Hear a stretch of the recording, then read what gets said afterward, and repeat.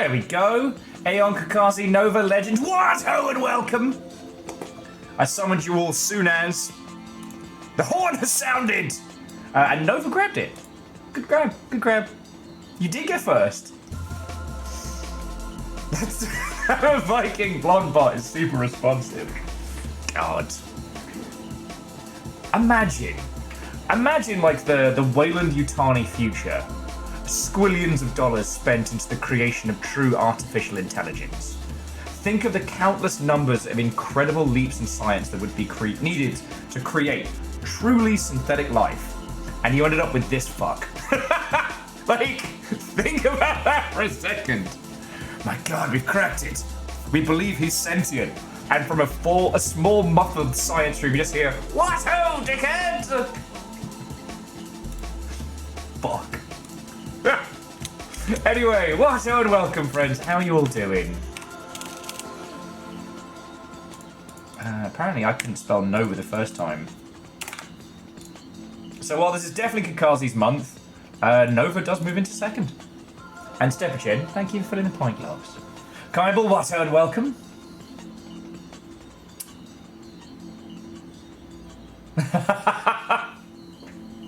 And Grayson, what ho and welcome. And before you ask, yes, I am wearing the Survivor Bias shirt. It's fine. The all-over print seems to be starting to flay a little bit, but maybe I'm washing them too hard. Also, I found out last night, 10 of you of your own volition have bought Longship hoodies. That makes me smile.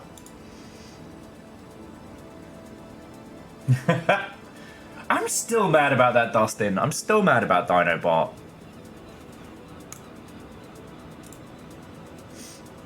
Yeah, well, Dustin, we're definitely going to do the re-up of the, what is it, I'm just built different. But I need more hours in a day. I was going to see about getting the Dice Goddess to do some art stuff official, but we don't have it in the budget, so we're just going to have to imagine it. Imagine! Because, like, Dice Goddess is fucking cool, and it would be awesome to get some of their stuff proper, you know? But anyway, what ho and welcome! Happy Wednesday. I have a contented river behind me. She is eaten, she is trundled. We are ready for some Rain World. I got leftovers, I've had crumpets. I'm feeling good, It's a bit of a stressful morning, but like nothing in the grand scheme of things, you know what I mean? And I couldn't help but cackle. As there is a new live action, like not the short stories collection, but there is a new Predator movie that was announced this morning called Predator Badlands. And it looks kind of fun. I've been an Aliens Predators fanboy for a squillion years. But I had a proper, like, tears rolling down my cheek laughing moment that the top comment on the reveal trailer from a few hours ago says, "Wow, it's the Predator who enjoys the occasional craft beer." And I don't know why it got me. I don't know why it got me laughing that hard. But it looks good. So anyway, Keldra, Aeon, Grayson, Dustin, Kymble, Kazi, I think I said hi, what ho and welcome. Keldra, I am trying to sort multiple passport renewals at the moment, and I just need more hours in the day. Yeah, so Furball.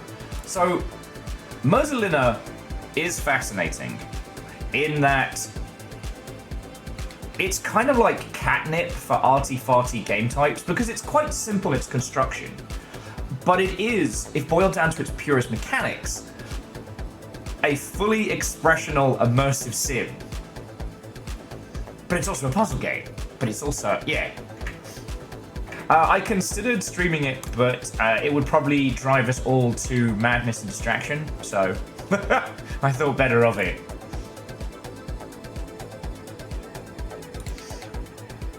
And Dustin, I think I'm going to ditch the quote bubble on that one. It's just going to be white text, black shirt. And it is I'd say making video games is just as easy as making video games. I'm gonna fuck around with the t-shirt creator when I get a chance and add that. God.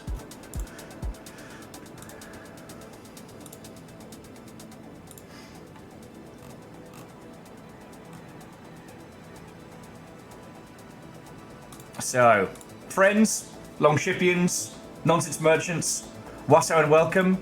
Come on in. Come on in. No stories since yesterday. Honestly, I watched a little bit more of catching up with Shangri-La Frontier, which is still wonderful.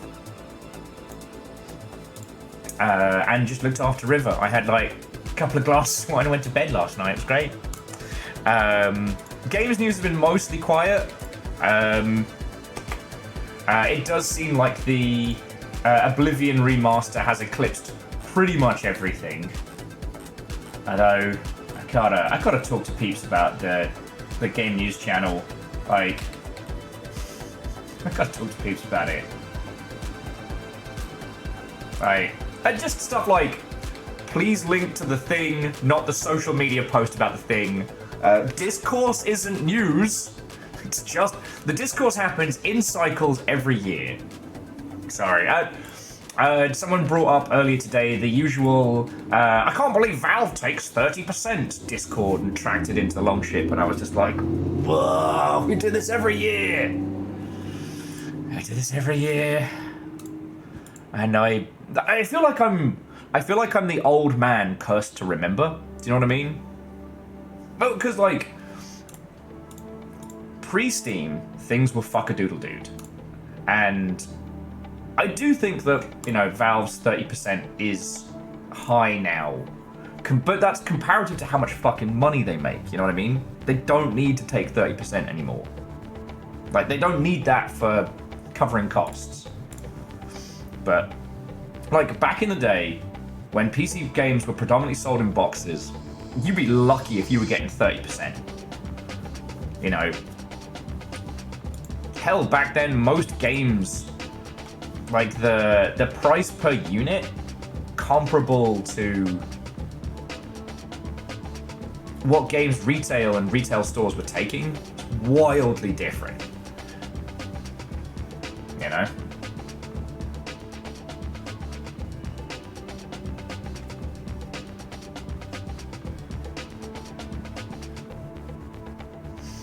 Oh, I mean, kind of wild. You know what, I mean, Kindball, the fun thing is, that's not on you. Like, that's... that's on booking.com. That's for your bosses to complain that they're getting kicked out.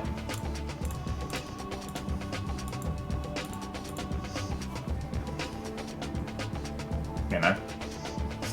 But at least it's add some spice to your day. And Jamami, what's and welcome.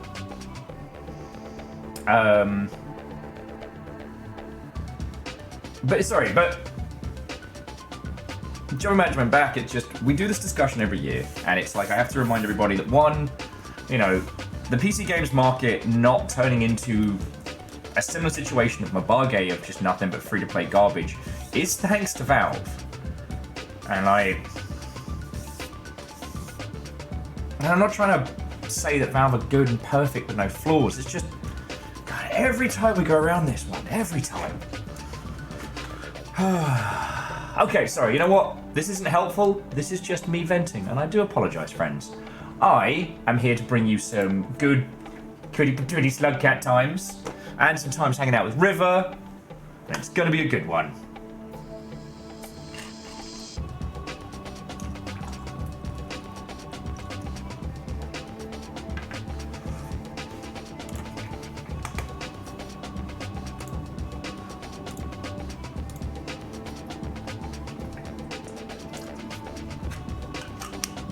Oh yeah, and Furball, it's all good, just write, you know, booking.com rather than booking.com. So that way Steam doesn't put it, Twitch doesn't put it as a link. And Nightbot is sensitive, but I'd rather it be sensitive than, you know, not. Legend is fine, it's fine. I'm juggling a lot of things right now, and some of them are very, very good. Like, I've got some additional videos I'll be making this week, which is real cool. But one of them is also potentially a multiplayer video, so I'm trying to organize the Pirate Squad, additional video squad, and film a different video, whilst, as I was saying, trying to get my passports renewed and all that nonsense. Hey, Stepper Jen, thank you. Now, Furball, you don't have to worry, because you got a sub. Oh, God.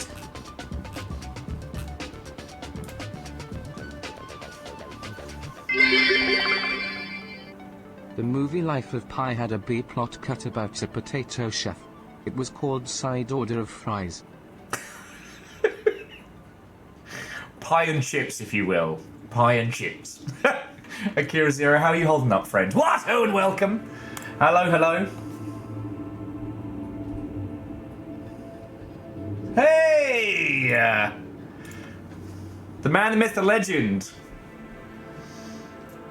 How are you doing, friend? Oh, sorry. If you cast your eyes into chat, dear friends. Hey, everyone's in today. Shoom, but what? Oh, and welcome. Thank you for 4 months. I hope you're doing splendid. Just very quickly, friends, if you are not already aware, so AI in games and chat is the man, the myth, the legend. See, Nova's already on it. Nova's quicker than I am. The man, the myth, the legend, Tommy Thompson, who does an incredible YouTube channel called AI in Games. Tommy is simultaneously doing the best job of explaining how, AI pathfinding, NPC behavioral patterns and things like that are done in video games, how they've evolved over the years, and usually doing at least one Alien Isolation video a year because that game's that fucking good. And is also basically like the fucking... like the siege wall against a lot of the AI slop we've been having to deal with. Actually, Tommy did an incredible video recently that broke down, all those like AI game engines that we saw recently? They're like, this AI runs Doom. It fucking doesn't. Tommy did an incredible video of not just they're wrong, but great details as to why they're wrong and what they're faking and why we don't have to worry. So, if you're not following AI in Games on Twitch, on YouTube, please, please, please change that. Yeah, it's fucking wild, Tommy. It's fucking wild. Did I tell you, like, the only game I've encountered that uses generative AI that is good is about how rampant computer use will destroy the fucking planet. Did I talk to you about this one? It's called Face Miner, and they actually cite the data set that they acquired, that they used for the creation of their assets. Like, I'm actually listening. The background music is actually the soundtrack, and it will make you feel like you're living in the movie Hackers. It's brilliant. And like, it's one of 3 projects I know that use generative AI elements that isn't a fucking scam, and actually, they did get their own, or the data source that they acquired was one they were allowed. Yeah, like, Tommy, you can finish it in about, like, 4 or 5 hours. It's a good, like, rainy afternoon game. Just don't start playing it at, like, 10 o'clock on a Sunday if you got me up, mate. I'll fucking destroy your sleep. Anyway, so friends, please, please, please, give AI in Games a follow, because Tommy's a fucking legend, And especially, friends, if any of you use or have to use LinkedIn, God, it's like the inoculation shot before going into the bull pit of internet,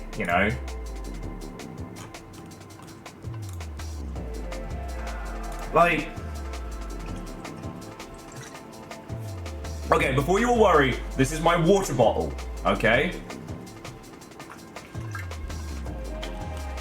Oh, and Favor 6, what and welcome. Scott in Alaska, did I say hi? Angelos, did I say hello? If not, you get one more. What? Oh, and welcome! Yeah, I haven't taken just chugging voddy on the regular. Nah, Tommy, it's all good, like... You know, one of the great things about the Longship is we kind of saw that shit for what it was, and it's just funny to me that LinkedIn became the place of mockery. Like, okay, maybe I've just curated a really good group of people. I do use Facebook, right? But let me tell you, friends, the shit I see on Facebook isn't even close to the wild, unhinged bullshit that I fucking see on,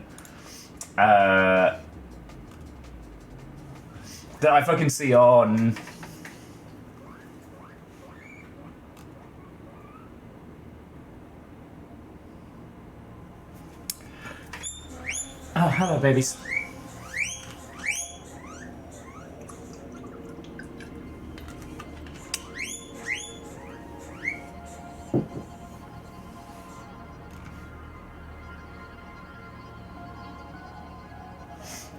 You know what? Come back to those later. Moose, I've not used it for a prop yet. The guineas have had salad. So anyway, I'm going to bring it back. So Favor 6, I hope you enjoy the Oblivion remaster. I was having a look at the back-end stuff today, and apparently it's still using the OG engine.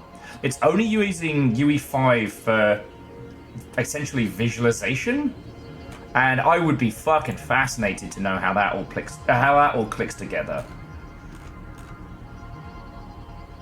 Because like, using two game engines together is one of those things that it makes sense when you just say it out loud, right? Like, okay, we have one game engine that talks to the other. That just makes sense. If you've ever worked with a game engine, you know that that's an exercise in insanity and futility.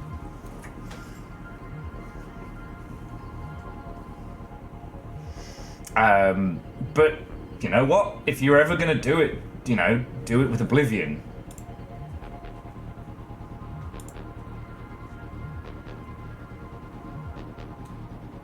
Yeah, Nova, we ain't going down that path. I'm moving us away. Moving us away. Jesus. As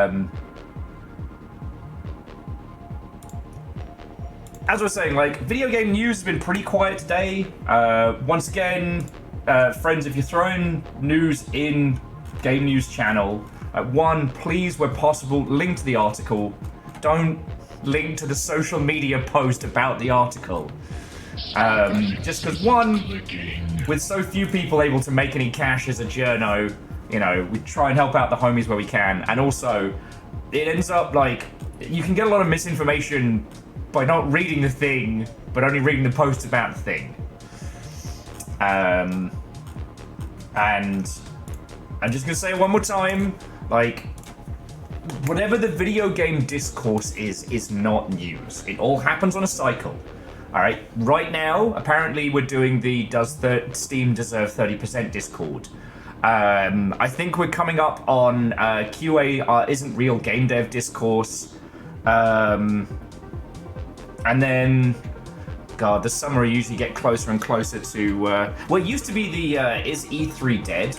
So I don't know what the replacement for that one's going to be.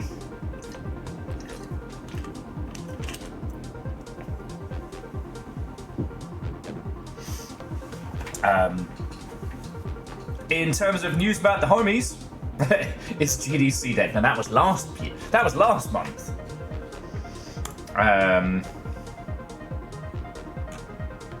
Although, we had a really good talk about that, Tommy. I got a bunch of... you know what, Jackie? I'm so sorry. Thank you for gifting us up to Nerve, a wonderful organization that doesn't do anything shifty, and Shinji Ikari, the emotionally traumatized child pilot of Ava Unit 1.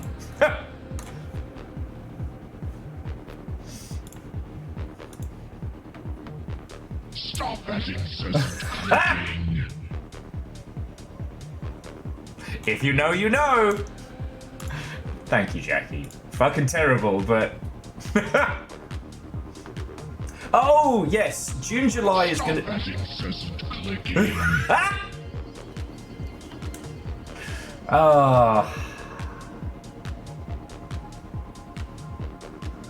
I have the DVD collection of the original Evangelion series and Death and Rebirth and End of Evangelion. And Jackie, that was 4 subs for 1 joke. Thank you.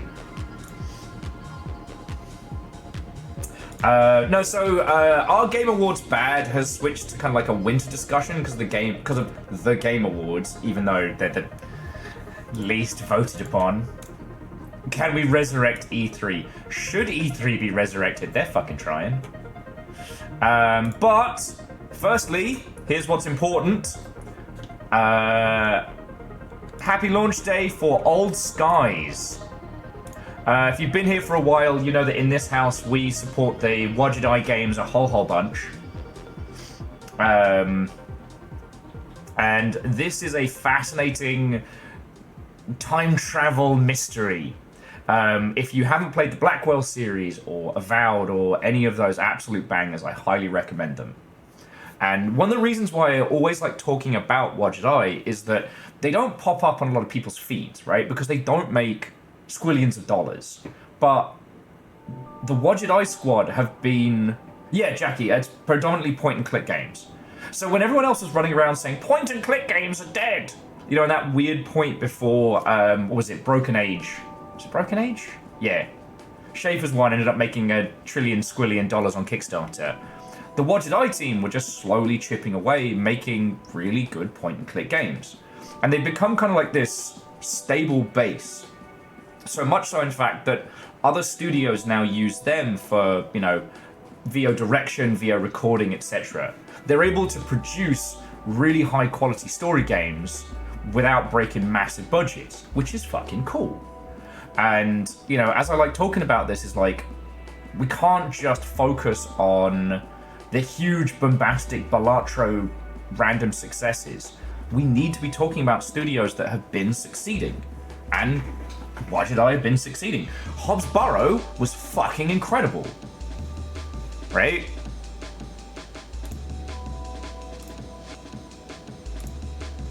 Now with this one, they're trying a new style where they're going for like a cel-shaded 3D in an attempt... Oh, hey, Sauron. What's up, welcome. Sauron, I have a feeling you are wildly ahead of me in The Watcher, so I'm just going to apologize ahead of time for being slow and stupid. I'm kind of still learning how to read the map, and I think I need to do a massive amount of backtracking. Oh, also, Sauron, I did a blind jump last week, and it was the fucking worst. It was so bad. But yeah.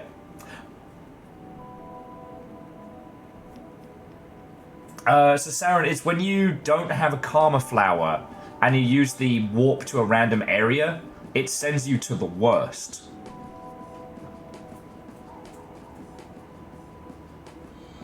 Oh, well, Phyllis, and the important question is, 105 pounds of what? And also, what unwelcome. Hello, hello. But yeah, if you enjoy story games, if you enjoy point and clicks, please pick up a copy of Broken Skies. We will be streaming it, but Old Skies. We will be streaming it, but not for a while. Phyllis, I should hope it's safe. You got it delivered to your door, but what is it? 105 quid, you big Tesco order. Look, I'm getting closer and closer to Big Lebowski mode over here. Honestly, friends, the reason why I'm wearing clothes is because I had to take River for a walk. But like this morning, I'm like, oh man, I got crumpets, but no spread. I'll go to Trader Joe's. It's gonna reach the point where I'm just gonna be in there with a box of wine in one hand and a pack of snacks in the other, just wearing the full grey fluffy robe. Yo! People think the buttons on calculators are important, but it's what's inside that counts. Bravo, bravo. Yeah, I mean, Angelos, you're not wrong, but in all fairness, I could be just straight Winnie the Poohing it. I could just be like nothing from the belly button down. You'd never know. I am wearing jeans. Before you'll get me in trouble. I know, Ehrman, thank you. That's 1,000 bits, friend. Seriously. Thank you. And Angela, so what's life with that little spice? That little danger?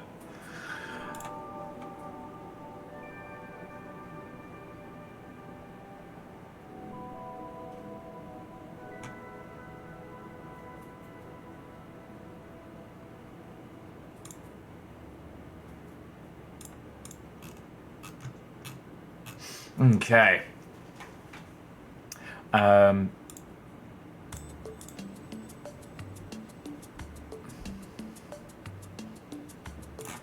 Okay. So. Oh. Well, Megan, well, sorry you were doing battle with a migraine.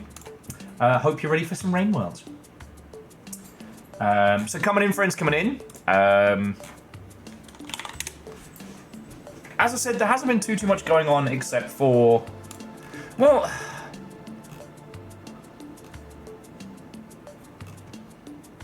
I guess the thing is, there's no small topics today, right?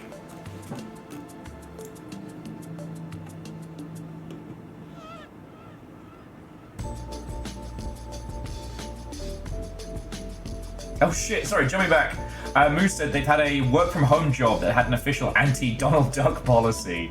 Apparently someone stood up on camera and... Oh, good.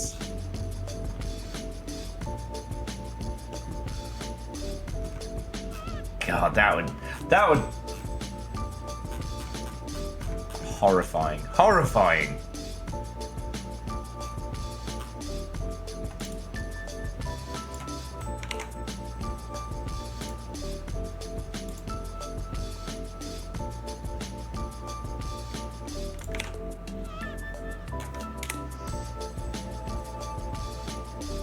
We'll see, Hoffers, I've always called it like just straight Winnie the Poohing it. I hadn't heard it as an anti-Donald Duck policy.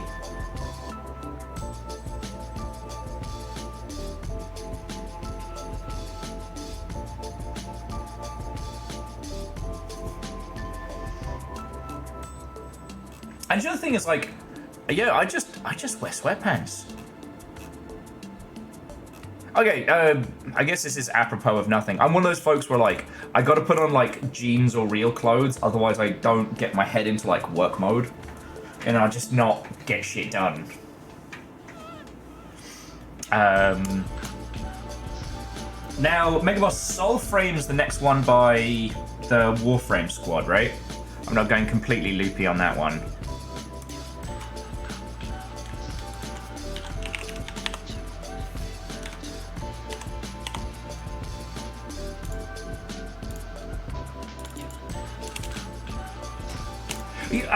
Okay, so Megaboss is saying that they're going to be doing pre-alpha access as Twitch drops, which is an interesting one. The Twitch drops method worked very well for Valorant and a few other titles, so it'll be interesting to see how it works for this.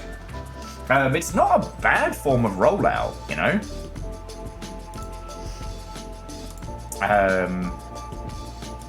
Like, I haven't seen too much.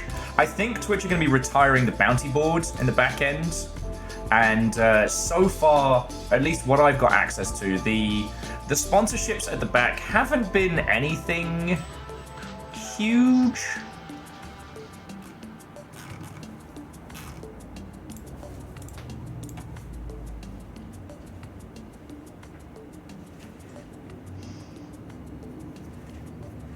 So, that'll be interesting. And yeah, Legend, I think the way I'm able to switch between, like, sitting in front of my PC for hours having a good time and sitting in front of my PC for hours doing, you know, forms and writing is, like, if I'm in jeans, it's formal. If I'm in my sweatpants, it's drinking wine and party time. Even though sometimes I drink wine when I'm hanging out with you lot, but that's not the point.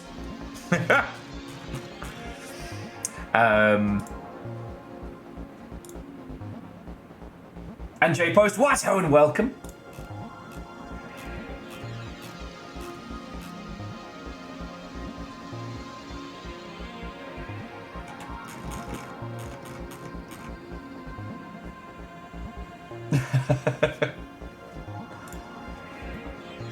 Yeah, formal jeans.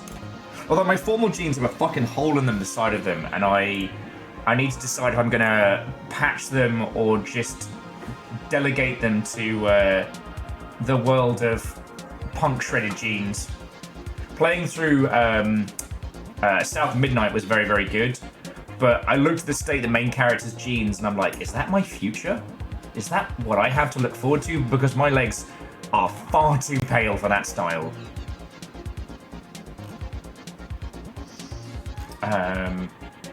The sheer number of titles dropping each day is thoroughly fascinating. Though I do need my Gundam supplier to stop sending me emails about how many cool-ass fucking Gundams there are. I'm like, I know, I've got a fucking stack up to the wall. Okay, and J-Pose, I think that's a good way of doing it. You got the bad laptop, but the good PC. We all live online. We know how it be. We know how it be.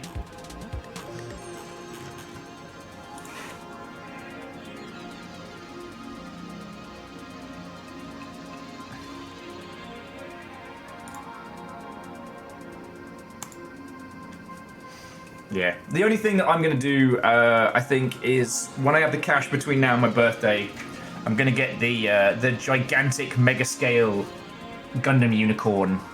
I think I talked to you all about this, but I'm actually going to do it this year. I'm going to get a gigantic Gundam, and for my, I guess, air quotes, birthday party, just have people come and like paint pieces of it. You know, make something that's like the culmination of the homies.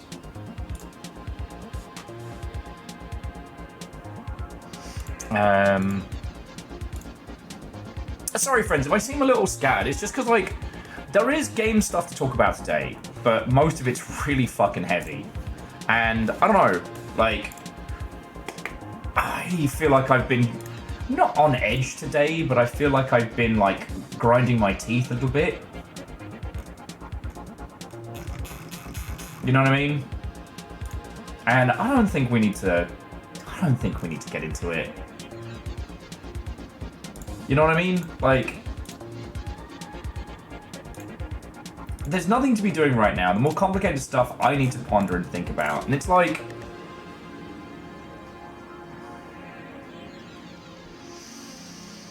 what I can do today, friends, I can provide you Slugcat adventures.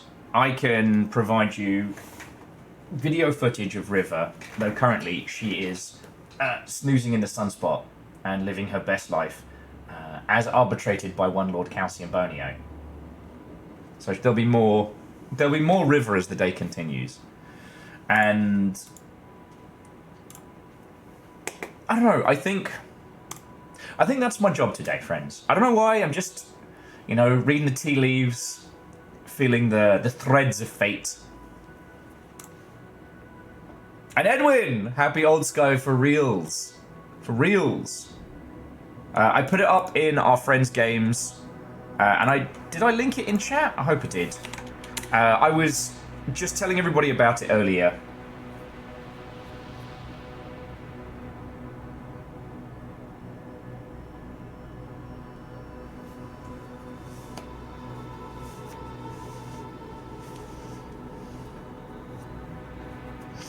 And I think I told you this, Edwin, but just as a heads up, like, I won't be streaming this for a few weeks, alright? Not because I don't think it's good, not because I don't want to support it, but because, like, a large proportion of the Longship want to play this, like, fresh by themselves first. So that's my goal.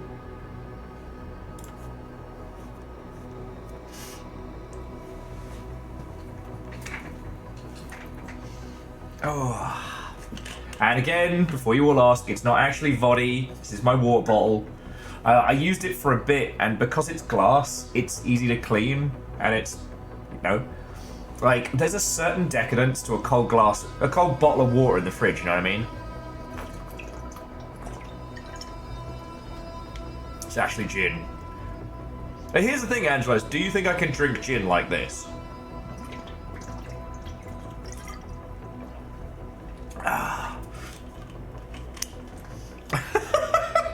Vershi, if you could at least hesitate before answering that, that would be great. Yeah, years of practice. Well, okay, I can do a certain amount of it, but I couldn't do that much.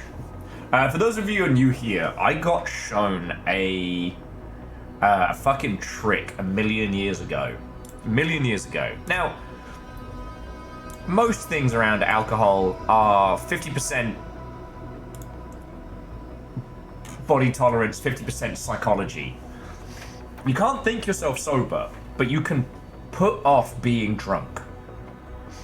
And the trick that I got shown, it's very, very simple, is that you exhale everything out of your lungs and then knock back the drink.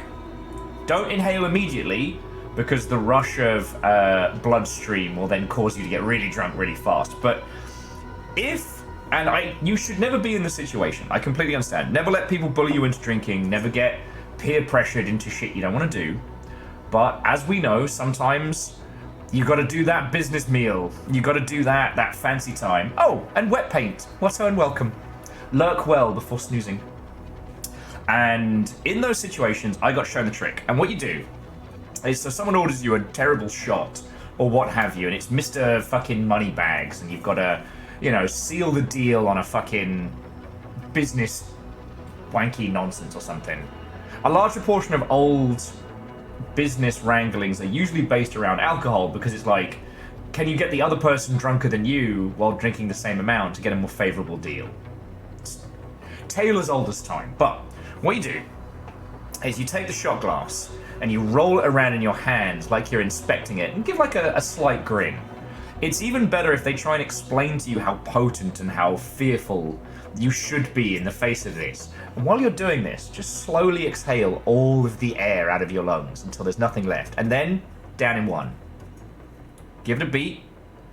Then slowly breathe in. And you won't taste any of the alcohol. It, in theory, shouldn't proc any reaction in your gullet.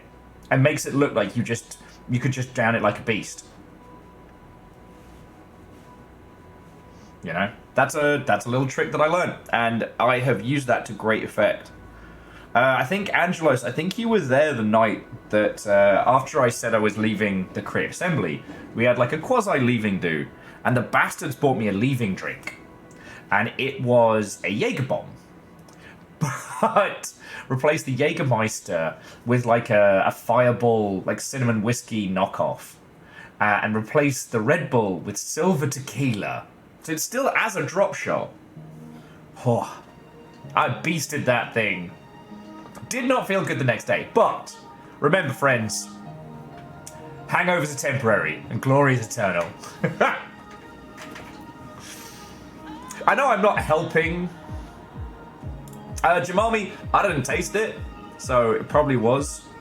Although one thing I will say, and don't do too many of them because they are massively potent, but if you can get a better like cinnamon whiskey and add it to a really nice dry, crisp apple cider, like even just like a Seattle Dry or something, it's like a crisp kind of apple pie thing going on. It's gorgeous. Just don't drink too many of them because they are deceptively powerful. Ooh, Moose, that sounds good. Sorry, I don't mean to immediately ambush you with drink talk. River and I were on a little trundle today, and I noticed one of the nearby gardens just had shit tons of fresh mint just growing, growing rampant. A little thing where you rub it between your fingers so you can smell the oils. And I was like, oh, I could fuck with some mojitos today. Fresh lime, fresh mint. Oh. So I've had booze on the brain this morning. My next growing project is going to be trying to start just a little rosemary tree. I saw a thing on TikTok about turning rosemary bushes into like tiny, almost like bonsai, but less expensive and less stressful. And I'm like, I could do that.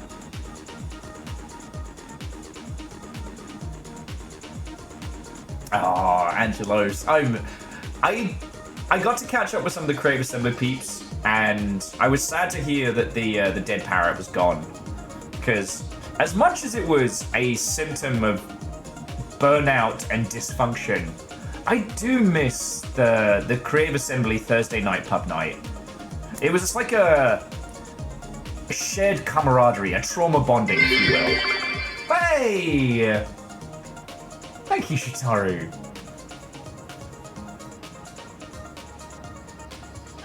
Ooh, sorry, jumping back, Moose said cinnamon rum and coke's the best version of that. Ooh.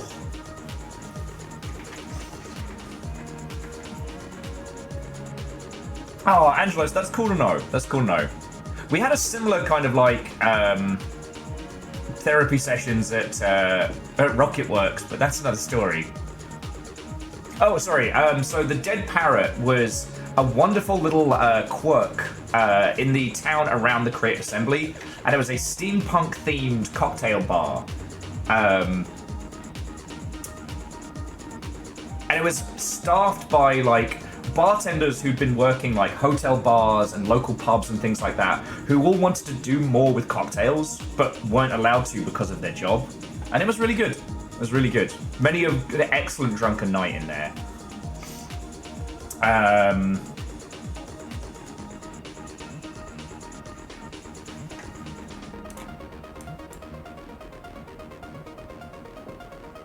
I'll tell you what, oh fuck, I hate that I'm blanking on the name of it.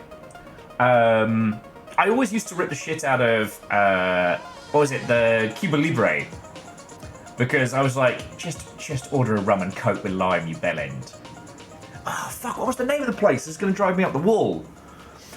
We went to one place that had specifically a Cuba Libre on the menu. My friend ordered it and I was getting ready to rip the shit out of him.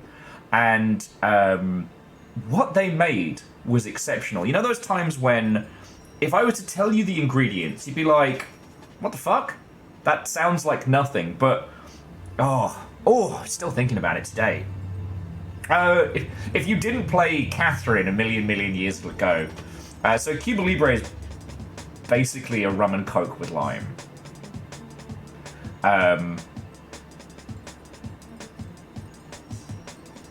And the idea is that you take like a Cuban rum and an American cola. That's supposed to be the mismatching of it, and then fresh lime. And it's like it's a rum and coke. And I had one that was so good. I'm telling you about it now. This is like I'm trying to tell you about a fucking meme I saw once and I can't show you. I understand that. Welcome to my life.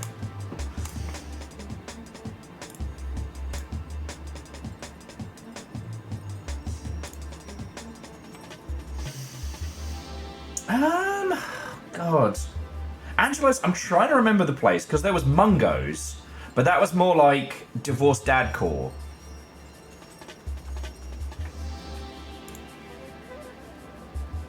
Oh, sorry, more places in Horsham that we survived.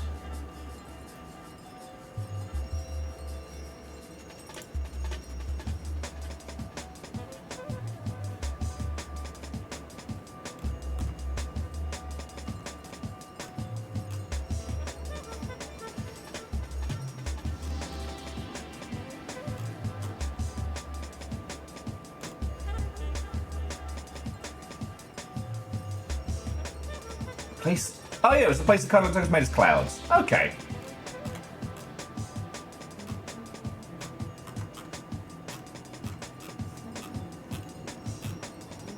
Okay. Sorry about that. Just checking on a million things all at once.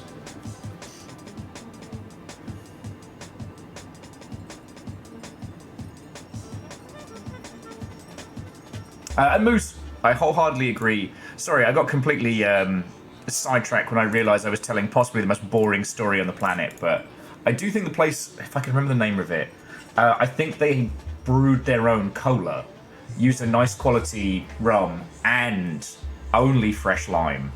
And I think that's why it was so fucking good. It's gonna annoy me now. Again, I'm sorry, I'm bringing up really fucking boring stories. I don't know if any of you managed to dive into more of Creepy Redneck Dinosaur Mansion 3. I know Deus was playing it last night, and a few other folks managed to jump into it. I do hope that does well, just because you know, it had the unfortunate fate of sharing a surprise launch window with Oblivion. To the Biohazard, Watto and welcome. Hello, hello.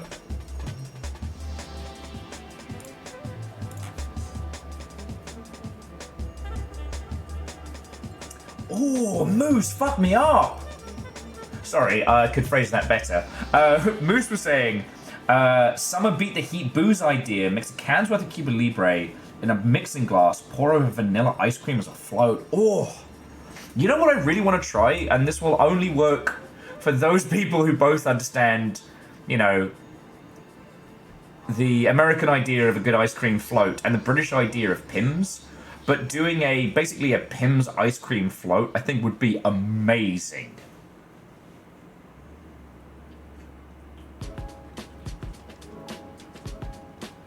Chumbart, go for it, friend. Like, the thing, Chumbart, that I'm starting to get to is that whole, like, expat, you know, my London thing. I.e. that it's been so long since I've been in that city that there's things I could tell you about, but they've probably come and gone a million times over. So, like, there's a place across the road from Forbidden Planet that I loved and did cocktails by the pint glass. It was, okay, if I'm being fucking honest, it was hipster as shit. Like, you go down like a hidden fire escape and it's underneath and there's almost no tables, but there's like these like flat slate stuff and oh Chimba, that sounds fucking cool. You know what, I would have loved to be able to do any of the like press stuff around Phantom Liberty.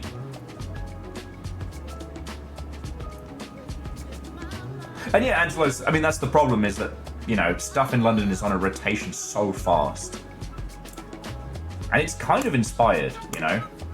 I mean, I love Seattle because you do have that same kind of, like, breadth and depth of places to go.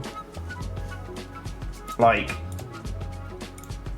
there's fancy cocktail bars around this way, there's, like, there's one gaff not too far from the Greenwood Fred Meyer called Ruby, and it is a like vampire punk cocktail place.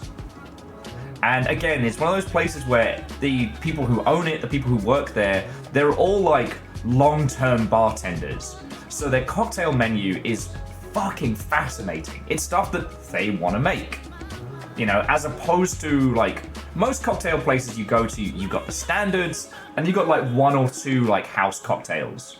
This place is just like, nah, all of it. Oh.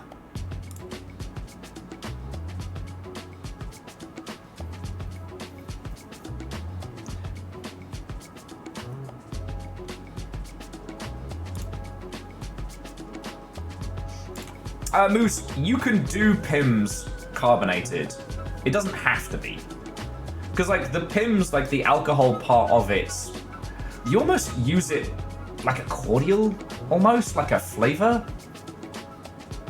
Oh, Scott and Alaska, that place is called Ruby, after the owner's dog.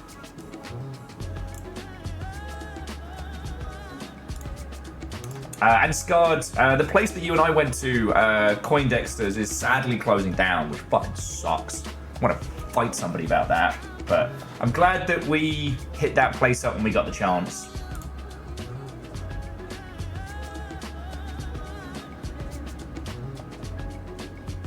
Hell yeah, Angelos. Like, hell yeah. You know, the only problem is that if you look at the place from the outside, it looks like a tattoo parlor.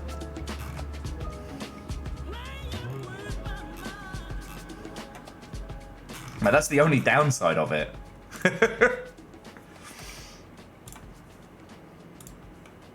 I don't know. I'm kind of a bit of an oxymoron when it comes to going drinking, because I simultaneously wish to go to a place where I know if the bartender thinks I'm being a dick, they'll call me a dick to my face. But in the same breath, I do like alcohol as theatre. As much as I am a, let's say, functional drinker, I love the bar top dramatics. You know what I mean?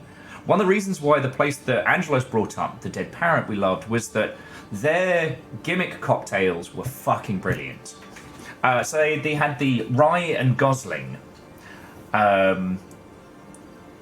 which was a blend of, what was it? It was a specific rye and a specific Gosling's, it was like a bourbon and a whiskey blend, like over ice. Kind of like a slightly more strong old-fashioned, but it came with a tiny picture of Ryan Gosling and some crayons that you could... Fearless, no, I am sad to say that, yeah, we're going to be losing Coindexters.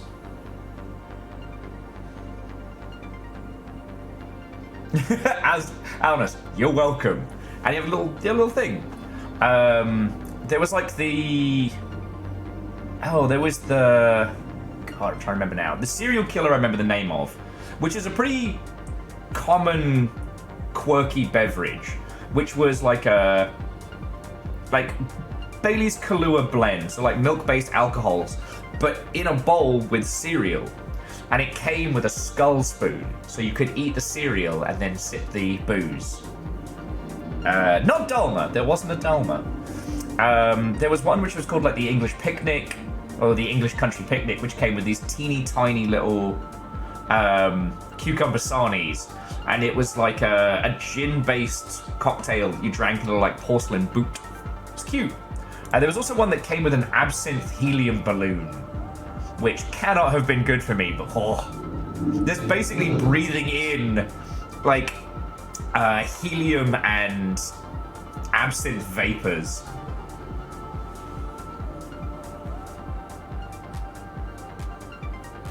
Oh, Ehrman, I love that.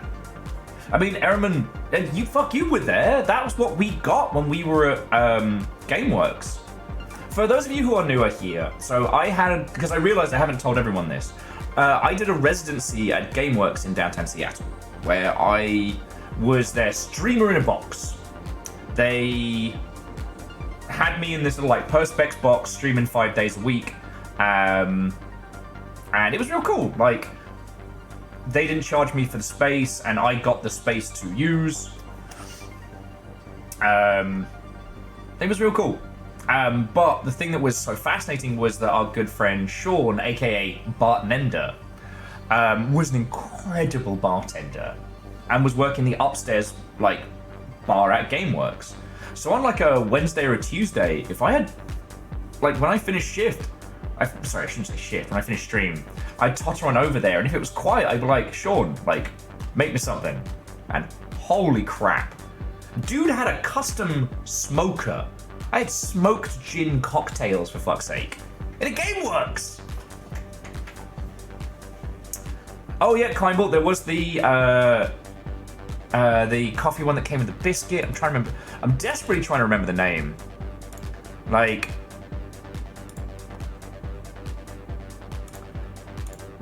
Like, in the future, I gotta remember next time I go to a really cool cocktail place to, like, take photos of the menu and shit.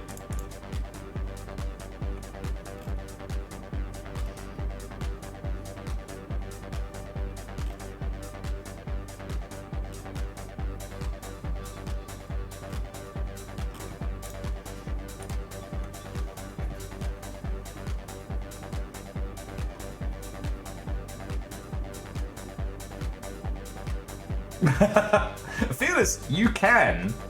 Although the one that Sean had was real small, like, you know, and like a little housing to go around a cup. And he'd pick specific kind of woods to give it that smoky edge. It was real nice. Because the thing is, like, I'm a gin drinker, and gin cocktails come in two flavors, which is citrus and get fucked. Those are the two flavors that most gin cocktails tend to be. Does it taste very citrusy? Probably. Does it taste like neat gin thrown at you from across the room? Probably. Those are usually the two flavors you get.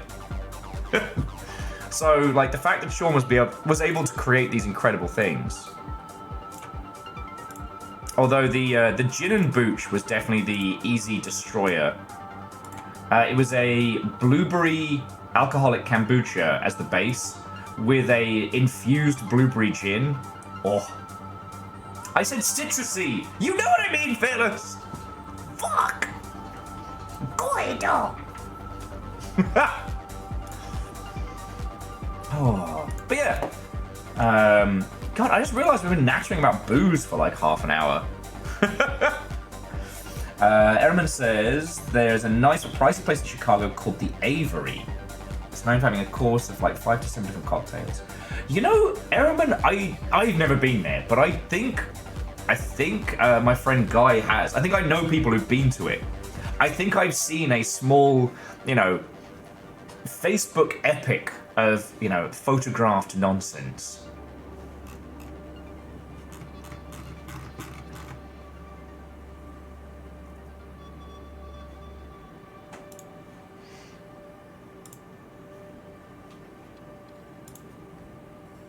Okay.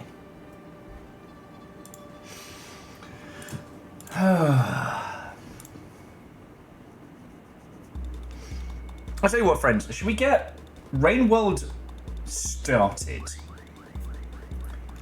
Just to be a as I have a feeling I'm going to be covering a lot of ground and getting murdered several times today. And I mean, we're coming up on the hour mark. I don't want to bore you all with Will's cocktail cravings at like 3 o'clock in the afternoon. Because, like, friends, I can't day drink anymore. Okay, like, I can, but it just makes me want to have a little sleepy sleep. God, the last time I successfully day drank was the same day we were 100% clear with our vaccines, and we went out for a spot of food.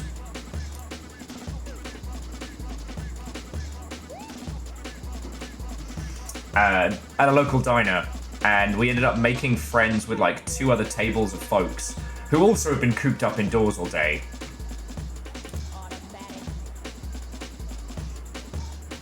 Anyway, suffice it to say,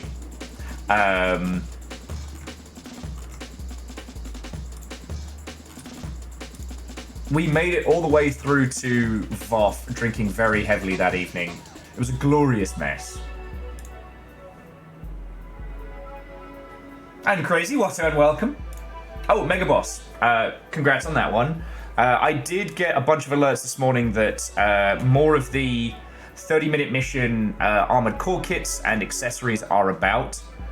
They just released the accessories for my little drone buddy. I love that little guy. It was so useful. And my they've also put out, what is it, the Helios Victoria, which is not one of my mechs. Like, mine's White Glint, and I love that little guy.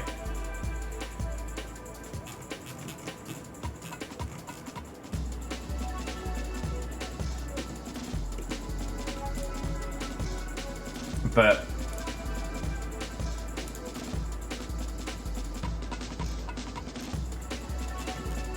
I will say, friends, if you are based in the US and you need to get used to use some games, I will continue to hype up new type and name a shitload of the armored core stuff in if you need it. They are sadly sold out of White Glint because I knew they would, but they've got like not the 9-baller, but one of the similar ones. Really fucking cool. Yeah, so for US-based folks, if you need games, highly recommend that. So.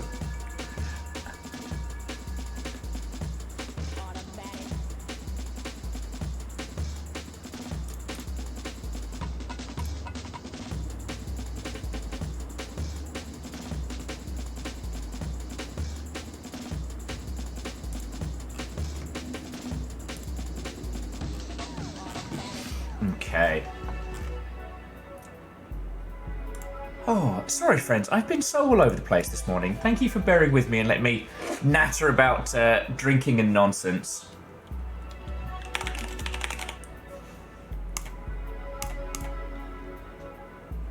I was also quite proud of our announcement today being Slugcat and the Multiverse of Stabness.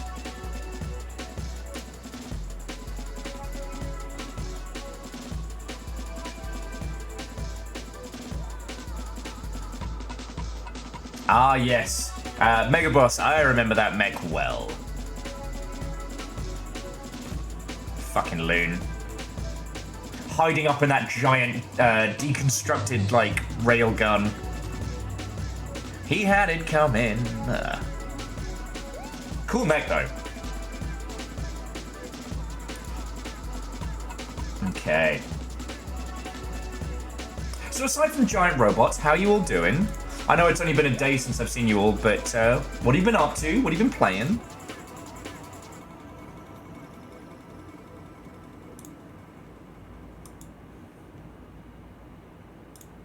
Red World! Tell me your tales, dear friends. Down under Dwarf. What? Oh, and welcome.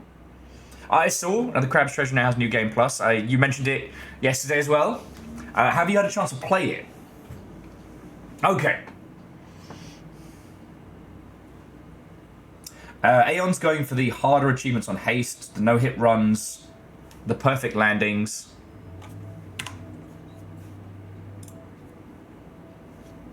Love to see him, love to see him. I have to turn this way up, aren't I? Do let me know how the audio levels are, friends.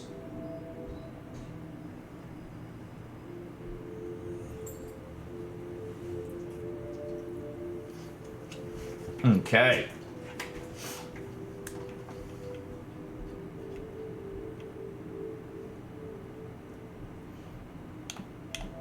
I so far haven't managed to get very far into. They released a new Gundam Mabage. Hello, River. It's okay. River, you're okay, big girl. Oh. The light is glinting off her collar, and she's looking intently at her own light source. Okay. God, the Ferret Waterways. I think we've got to go back and try and find where we're supposed to be. Yeah, I'm going to explore these waterways before we head into the super duper whooper underwater nonsense.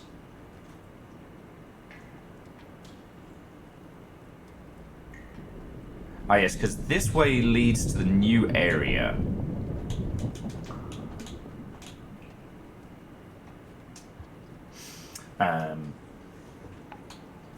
Oh yeah, so I haven't had the chance to actually try the new, I think it's like an SD Gundam's Tactics.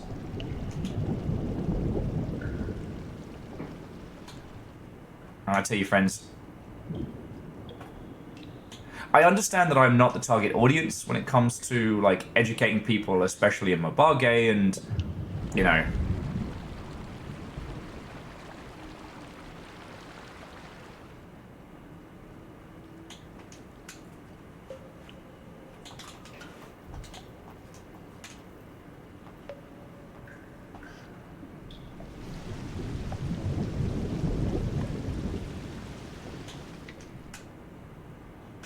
Little guy, come on, come on. There we go, get fucked.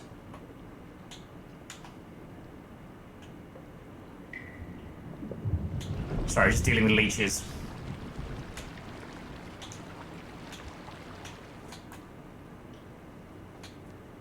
Oh, there is some food here, somehow. So crazy dude, this is not a Metroidvania. I realised I've never told you about Rain World, so sorry, you have to deal with my bullshit now.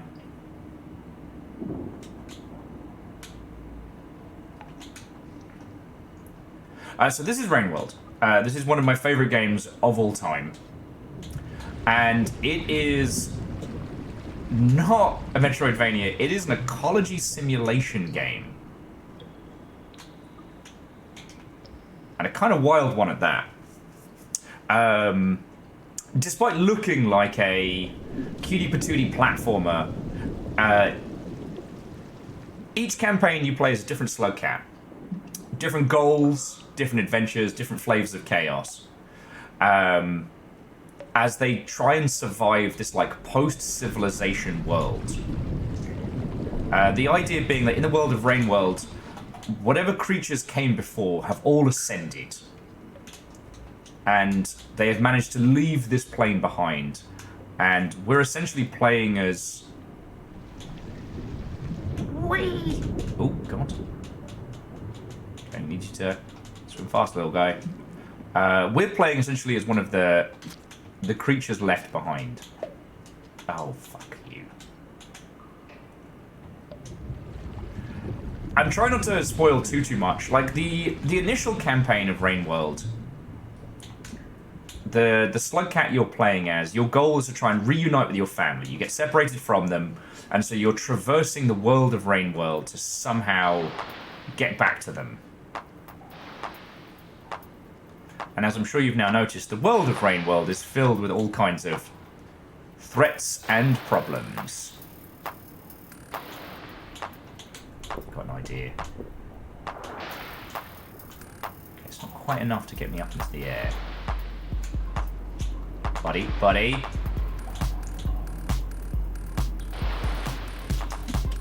Fuck.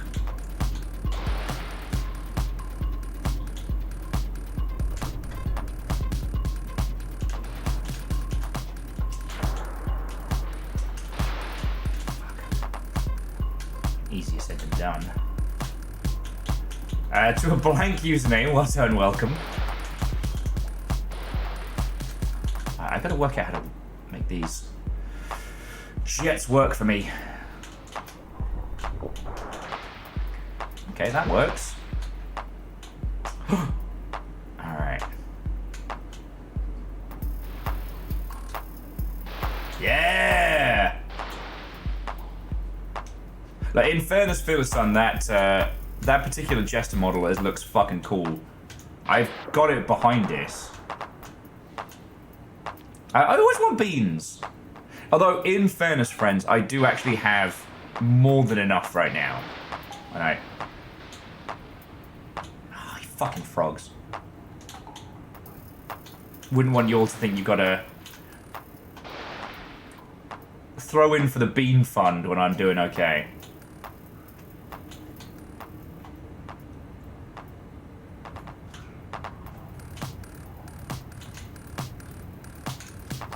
Okay, well that's super fucking weird. There's a flying millipede there. Just fucking jammed in a pipe. Alright, mate.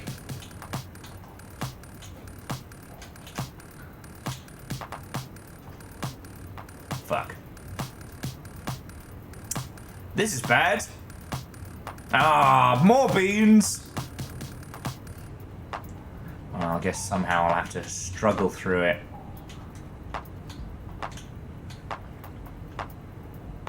Oh, cool, we're here.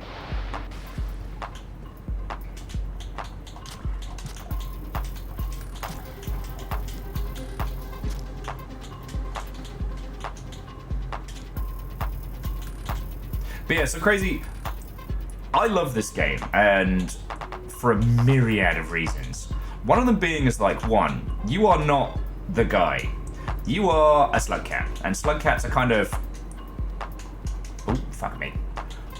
You're kind of middle to bottom of the food chain, if we're being perfectly fucking honest, right? Ugh. Oh, wait, two of you! Fuck. Oh, the fucking rain's coming, isn't it?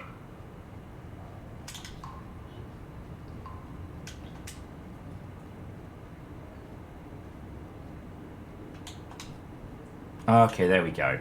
We may be in trouble. So now the aforementioned Reign of Rain World starts. Each day is a X amount of time before everything gets fucking wild, and we are in the bad place. Oh no.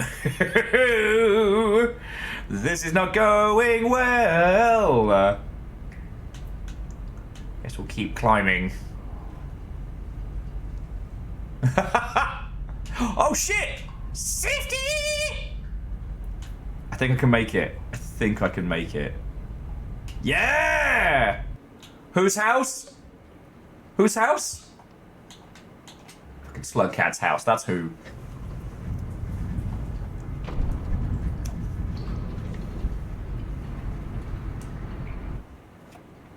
Okay, sorry, Crazy. I've done the worst job of explaining this game. So the TLDR is that you must survive each cycle. You have to eat enough to sleep properly, and then progress to the other day.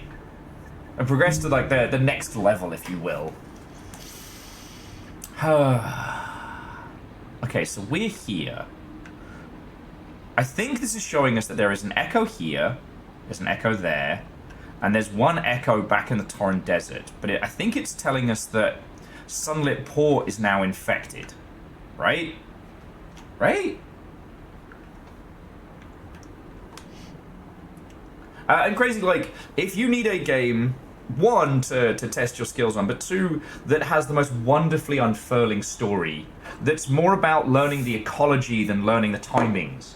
Like, Rainworld Special. Like, I got tattoos of this shit. I haven't got 2 tattoos. No, Rebels, you do not apologize for befriending the grocery store cat. You know, if we had a charter of House Longship, you know, befriending animals is definitely up there above looking after my dumb ass. How are you doing? But yeah, so what you're seeing at the moment, Crazy, this is the most recent DLC. This dropped a couple weeks ago. It's very good, but it's unlike anything the Rainworld community have played prior. So we're... Oh, for me? Oh, you shouldn't have. Ho, ho, ho, now I have a machine gun. What up, nerd? I know you want me.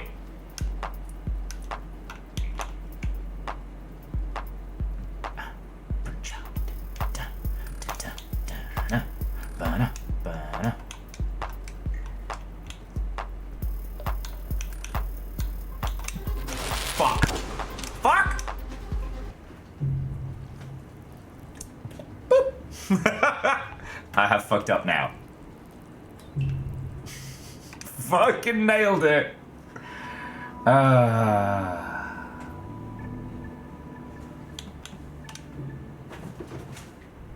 and that's why we have a hubris counter rather than death counter. It gave me a fucking spear. It gave me a false sense of confidence that I took to my grave. Yeah. I mean, Crazy, I've been very sensible about my retro purchasing, but Game Guru down the road always sings to me. And they have a fucking Steel Battalion set up. Bastards. Alright, now this time I can get him. Yeah, come on. I know you want me. Time for revenge!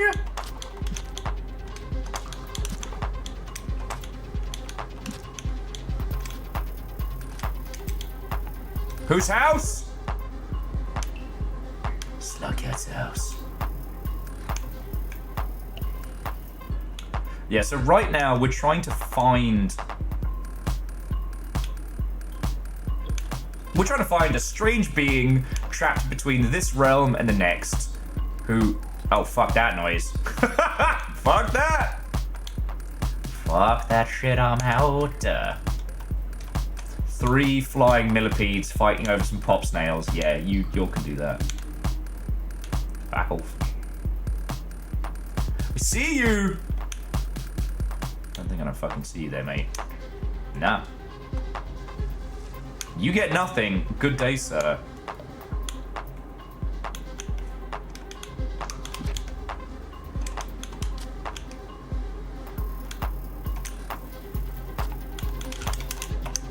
Fuck.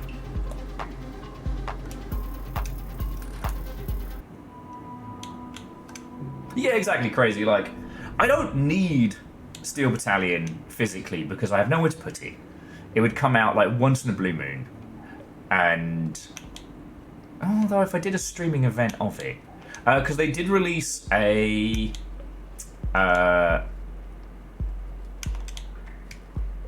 don't know how I'm gonna get out of that other area. They did release a USB patch for it.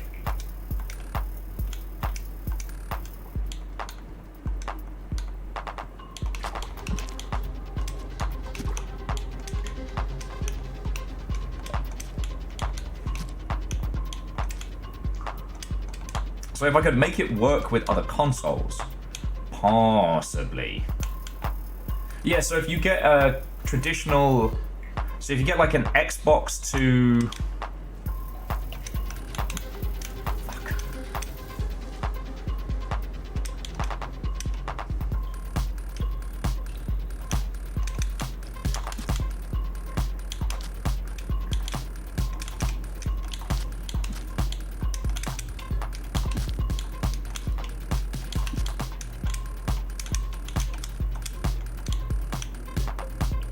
Ha! Yeah, you better fuck off, mate. Yeah, so if you get an Xbox to USB converter, like classic Xbox to USB,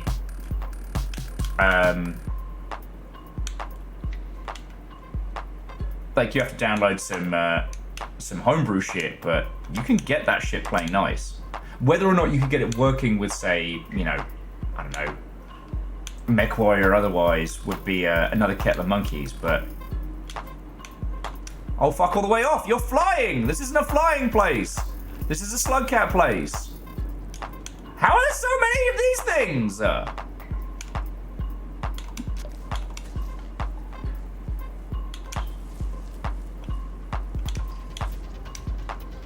Oh, he mad. Okay.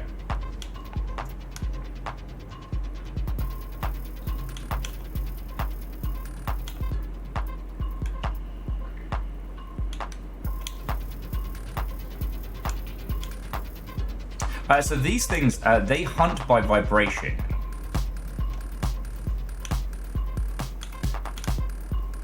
So in theory... I keep forgetting I can go invisible.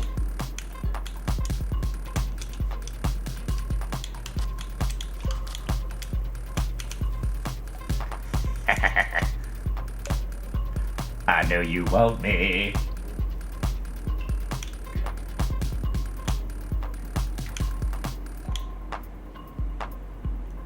If I fuck up this jump, we're fucked.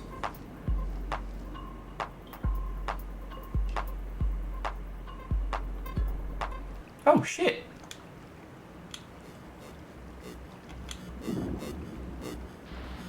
Fuck.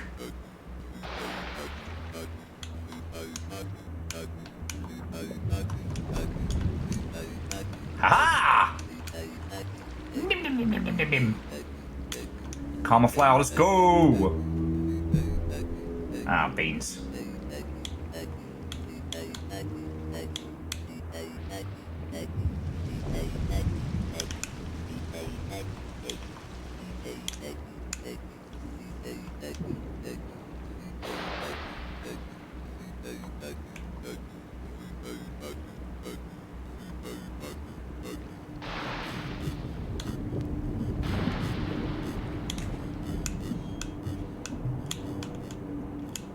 Shit.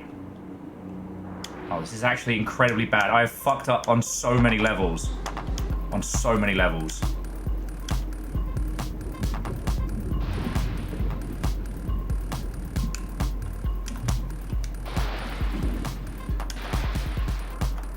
Okay, I might be alright. I might be alright.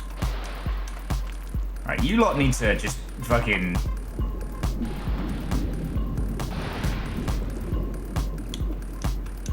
Oh wait, I can go invisible. Why am I not using using this?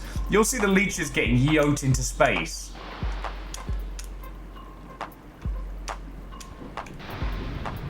Fuck. No spear, no way to go.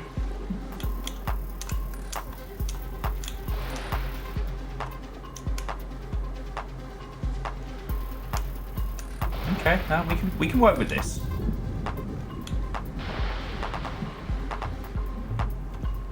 I've just got to not... Oh shit, a bed. No! No! Don't get bit!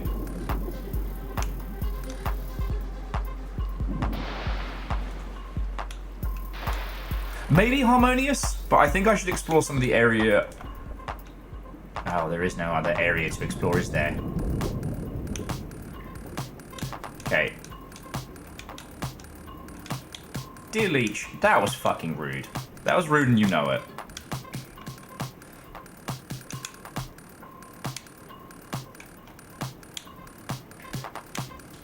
Because I don't think I'm coming out of this one okay, you know what I mean? So I guess now's the time to go see what the other area takes us. Ooh! Devoshi's got the fixings for a dark and stormy. Lovely. I'm just gonna try and finish off the last of the sake from the weekend tonight. Try and bang out some videos. I think considering how much today has already been a lot TM, I'm not gonna try and do fucking paperwork tonight. Fuck that noise. Ooh, this is gonna get spicy. I'm gonna make video stuff tonight. Oh, oh, fuck me. Okay. Woo! Ha ha ha! Okay, this is getting a little dangerous. But thankfully, danger is my middle name. My parents were assholes.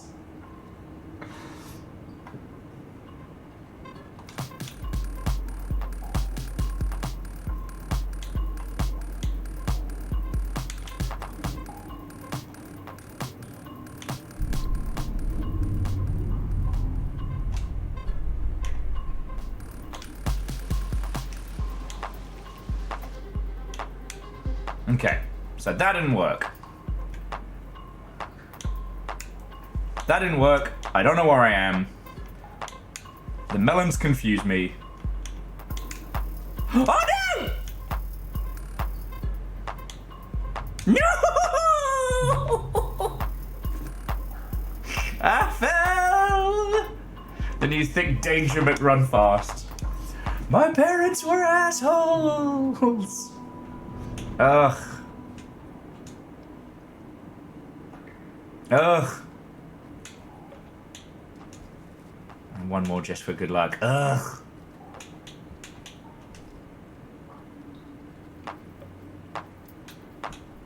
Fuck, no spear.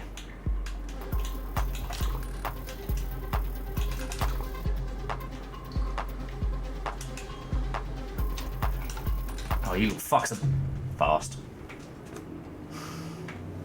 And his nest is right there. Okay.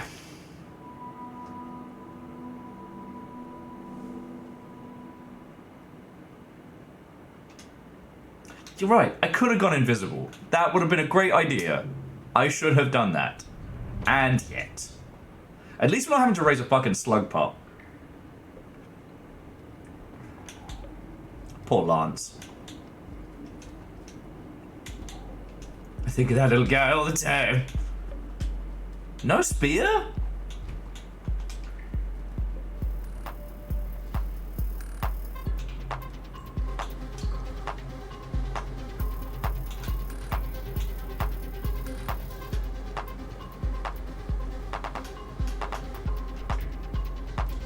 So these guys apparently have really good hearing because he can still hear me wherever the fuck I am.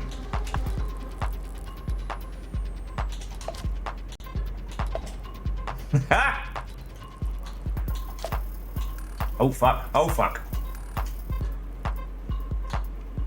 So fun fact about those guys, they're incredibly spiteful. Invisible Slugcat.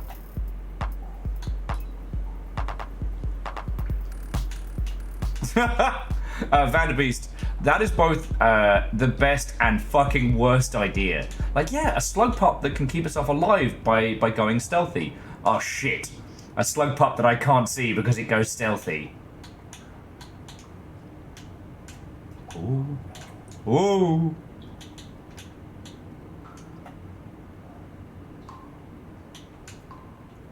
Like, I'm not gonna lie, that shit scares me. Vanderbeest, thank you for the 200, friend.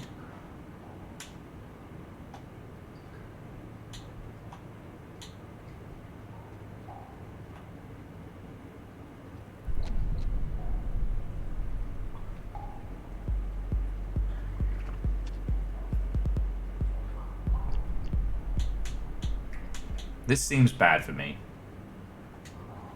Let's go follow anyway.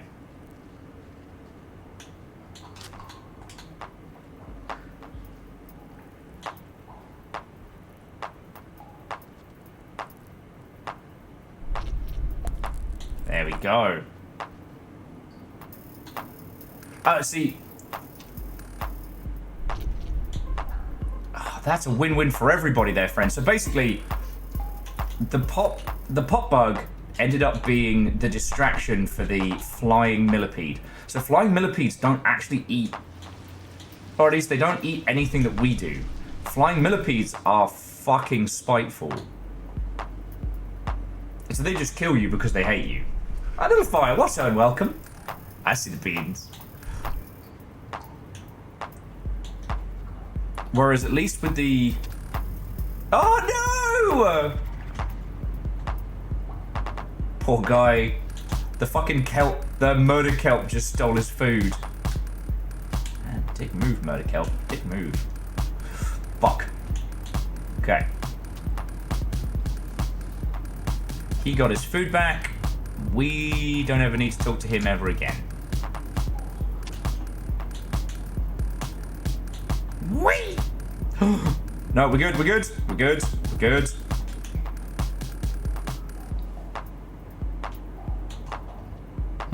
Exactly. Like Safik, Murder Kelp being like, oh my god, I can't believe you got me. I can't believe you got me takeaway. Oh my god, that's so nice.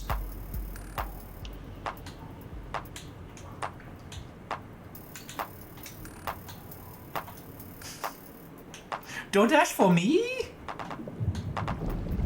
Oh.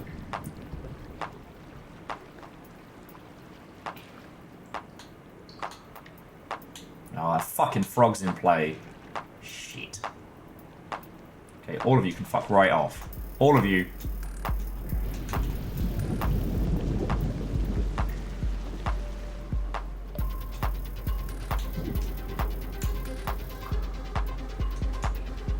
So yeah, so the leeches aren't lethal per se. Oh, this is where we started. Alright. But the thing about the leeches you got to be careful with is that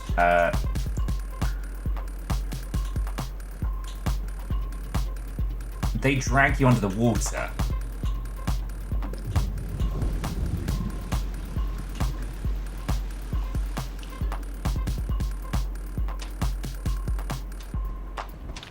Oh, fuck. I thought I had more space and they fucking got me. There's like 3 of these bastard lizards. Short of a void bomb, we ain't doing shit in there. And yeah, J-Post, it's great when the food delivers itself. I actually have leftovers for lunch. I made orange chicken last night. Nothing like fancy. Not like I made like cool kid super pasta dish from scratch, naming no names. Wow! Little Fire is immediately Team Millipede. God. See, with the lizards, I think I explained this to... most of you know it, but I'm going to say it because I love talking. The millipedes and the lizards are fascinating because their behaviors are so wildly different, but they have a similar thing in that if you kill too many of them, then the alpha will show up. And like red alpha lizards are like hella bastard predators, right? But alpha bastard millipedes, like those motherfuckers, they are armor-plated killing machines.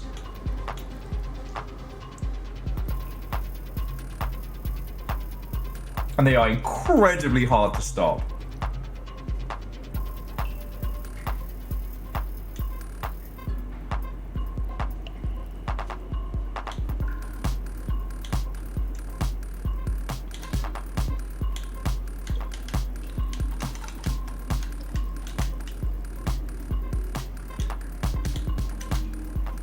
No, Pop Snail, no! No! Fuck you guys. Alright, well, I ain't getting those back. The Garfield Special. Lasagna. Ooh, free spear. If we survive long enough, we get to use it. Alright. I know you want me. Come on. Let's just get this over and done with.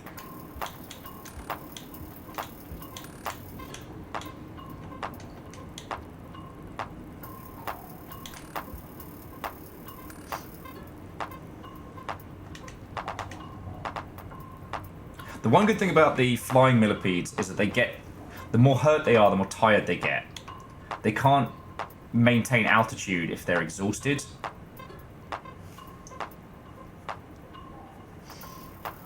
Friends, it has struck me that out of everybody watching right now, you probably all know this as well or better than I. I think I've got enough I can sneak past. Okay, cool. So I am literally just vocalizing my panic here.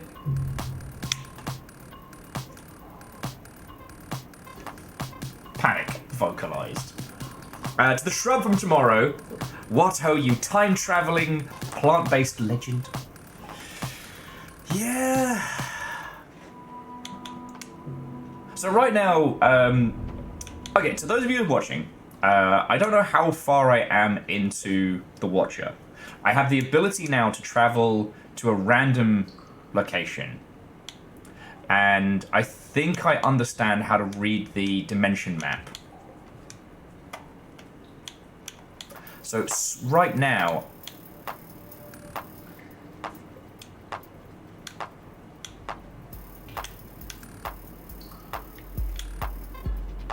I think that there is another instance of meeting the Echo round this way.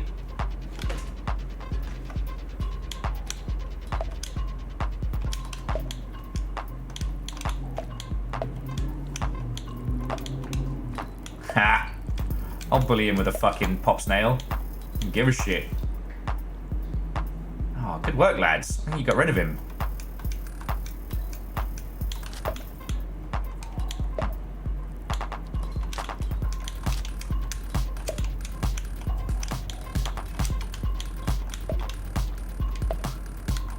Fucking pop snails.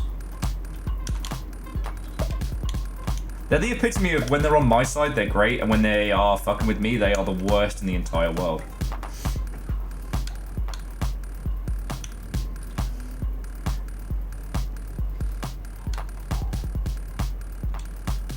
Safik, you and every other Slugcat. And Furisa, if you would like to ask anything about this, like, please let me know. I realize I'm not actually doing a good job of explaining Rain World, I'm just panicking. Panicking.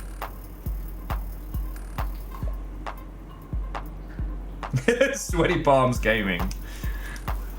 The Rain World experience. Knees weak, arms heavy.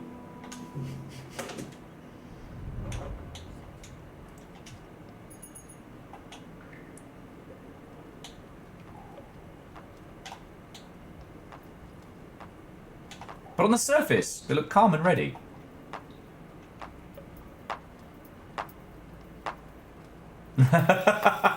Alright, little fire. We'll have a lovely rest of your day. It's good to see you.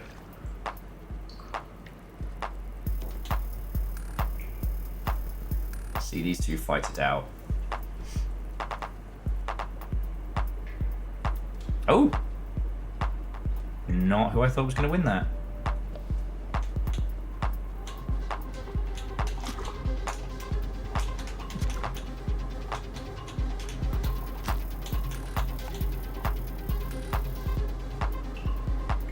Oh, panic in one ear and work in the other is the vibes you're going for. Yeah. Or the stressful part of Rain World rather than the party part of Rain World. You know what? I'm going to try going back up again. If I bring a spear with me, and if I'm really good with the stealthage, I should be able to avoid the murder kelp.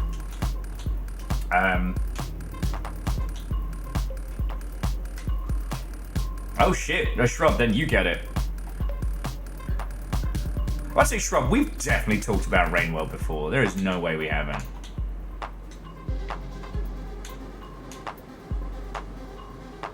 Because, like, I am not nearly as good as many of, like, the big peeps who play this. I'm just fucking stubborn.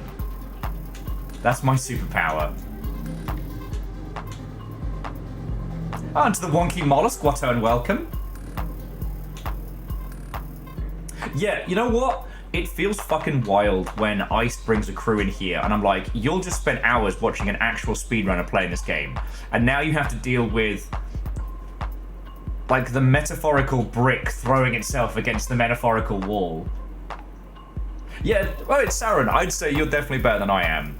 But then also, you can draw cool shit, so... you got way more going for you.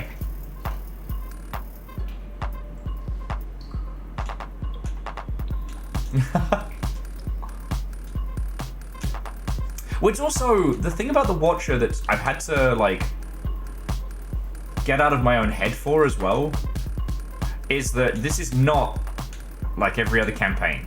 I can't just do exactly the same shit that I've done every time.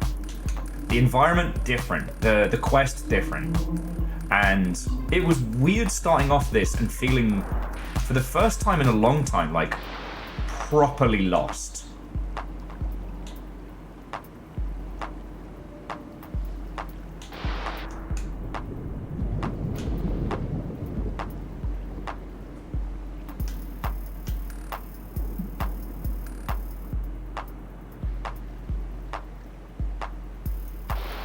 And, like, you've got to hand it to it, because, like, for a lot of us, we've been living in this fucking world for years now. Aha! Alright, let me just recover my stealth. Aeon, I see the thing you were saying now about the, using the jet jump to try and get up. Let's see if I can make that work. Yeah. Well, also, the gameplay is so emergent that, like, even though you're going to the same places, like, the different campaigns really do feel like a different experience.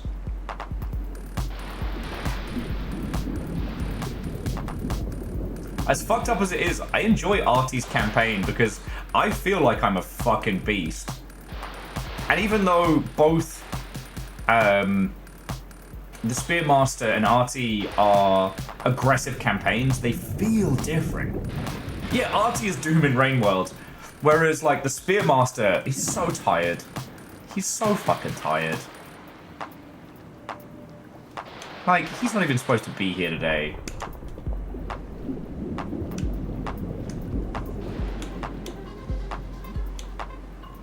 Come on, Bubbles. Got places to be. There we go. Alright, now we let this recover. Oh, he mad.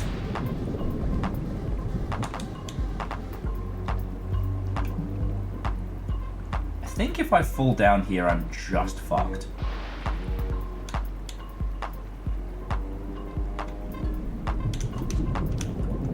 Oh, and I definitely hit something. What's up, buddy?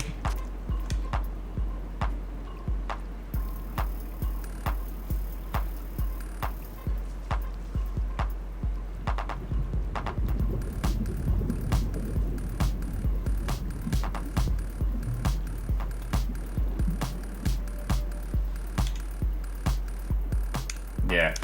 Because the thing is, it's like, every time you start a campaign, you start being like, alright, well, we go to Pebs first, we go to Moon first, like, there's a process. And this is none of that. Devotion of yet to unlearning one, my survival run just met Moon. Okay. Now you gotta go meet Pebs. He is... he is not a problem child and he has no flaws. Aha!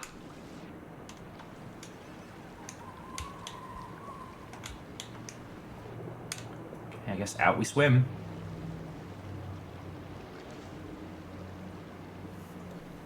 God. So far, Devotion, like, the Shaded Citadel is usually my nightmare. In this run, it has been the easiest place. What's up, friend? He goes, ah! Company. ... It seems so cold here now. The metal all a droop. All a rust. Looks bad. Bent, old, dead, dusty. Blah. Still, it reminds me of my crash days. I could run these halls back when. I was so fast. No one could catch me. I get a real, like, childlike wonder from this Echo. Yeah.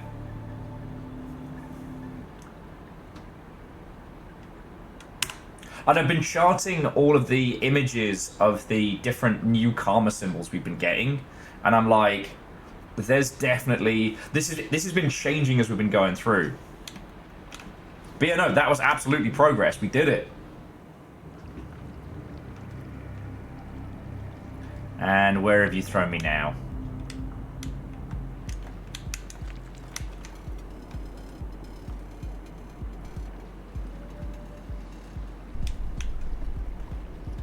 That's a new kind of something.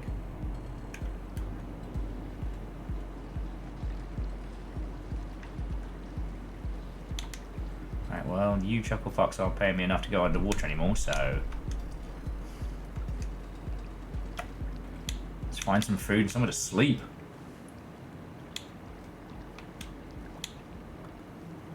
I also haven't learned everything about what the difference is between being max karma now, because we have this, like, this sheen, this glow, this kind of ability.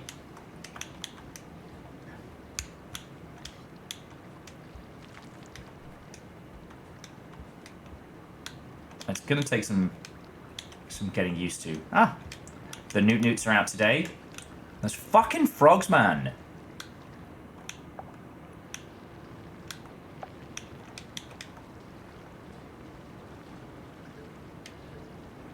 Okay, the baby newt is on my spear, so I need you two to go on an adventure. I don't need one of the kids fucking yelling at me. Oh, look at me, I'm just a cute little frog, I don't do crimes. You're a little crime face.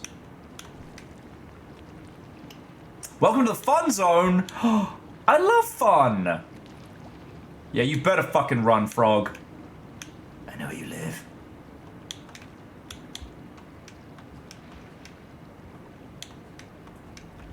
Alright, we've got bubbleweed. Alrighty, I can't eat bubbleweed. And here's the spider bastard!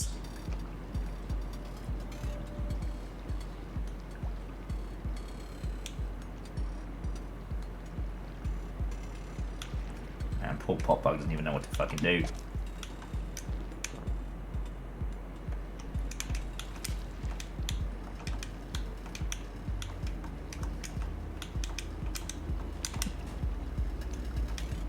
How do you fucking dodge that?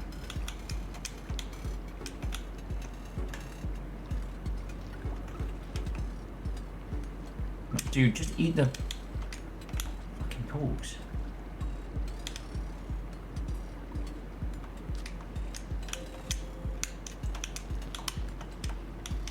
Ugh. That froggy's got me.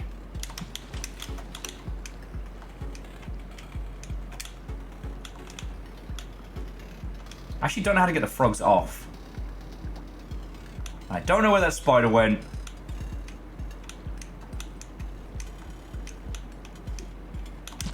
There he is. Job's done.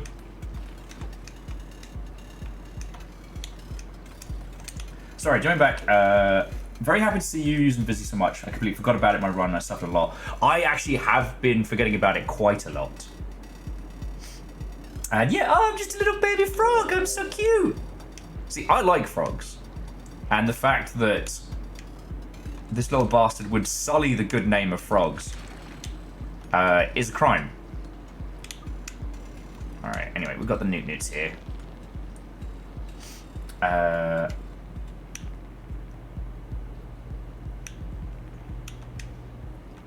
Well, at one point, Sauron, I thought the frogs were actually like, whatchamacallit?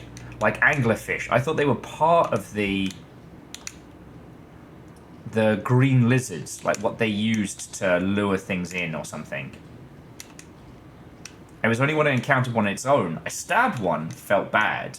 The next time I saw one, I left it alone, and yeah. Little shits. They're absolute little shits. Ooh. Kermit the Frog had a grandmother who helped in the war efforts as Rosie the Ribbitor. Huh. I feel the nuances of that might be lost on me, but thank you for the 200. We're certainly riveting sense of humour.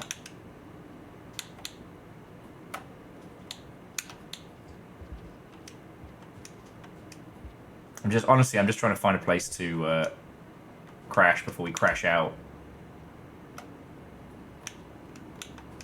I feel like I heard something being awful up here. Oh. Frog's done.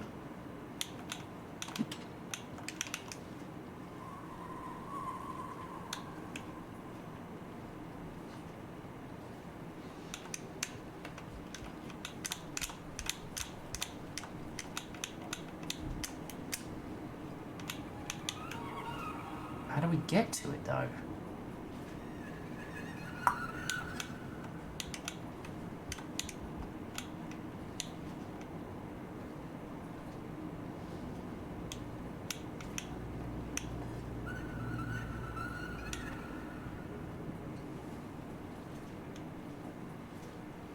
Huh. That's so weird. I can't... There's a shelter in there, but I can't get to it. Wait, is that a path in there? Like, this feels important. You know what I mean?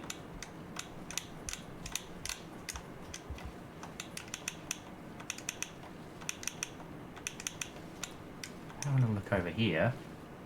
Oh, that's a big bastard.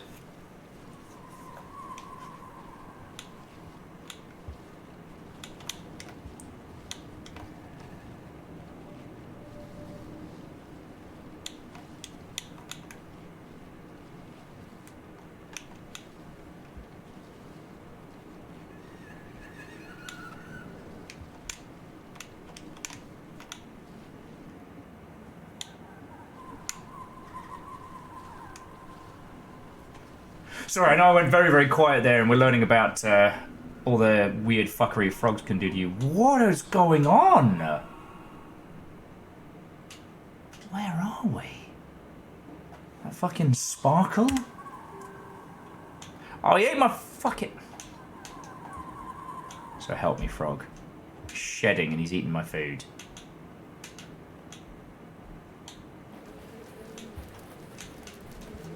That was unnecessary. Oh, shit! Wait, cool, the bees got rid of him.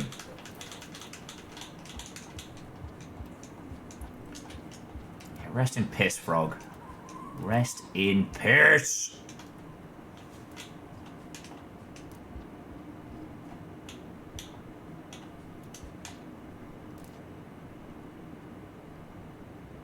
Sauron, I never thought I'd see the fucking day of helpful bees. What are you? Oh, yeah, I remember you.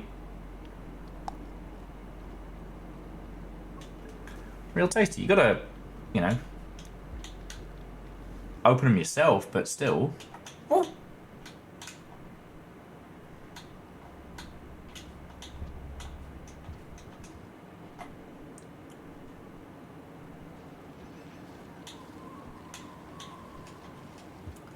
Weird, like parts of the distortion have started to take hold.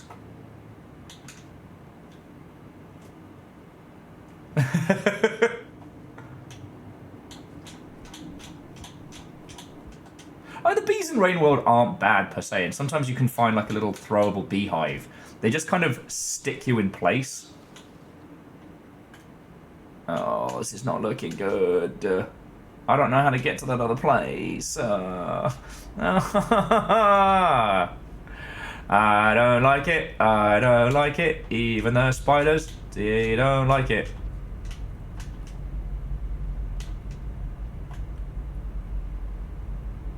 Oh, this place is a fucking maze.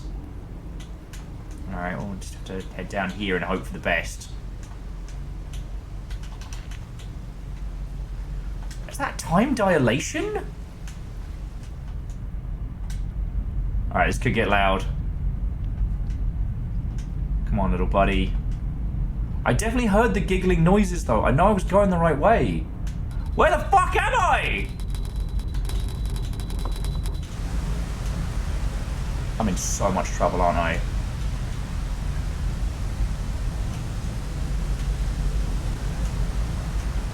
No! Miyatota!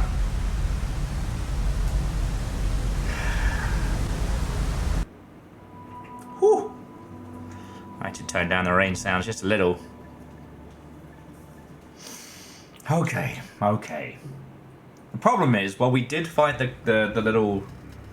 Oh, no, okay, so I guess we did enough for it to move us to the new place. So we don't have to completely start over. But I can't work out what was going on with the,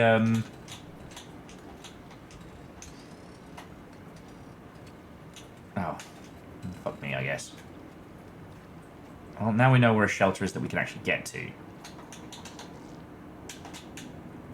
Alright, well, let's try and get ourselves a full belly and go from there. But yeah, there was definitely like a time dilation pocket I was in at some point. I'm not sure I understand it, but it was definitely a thing.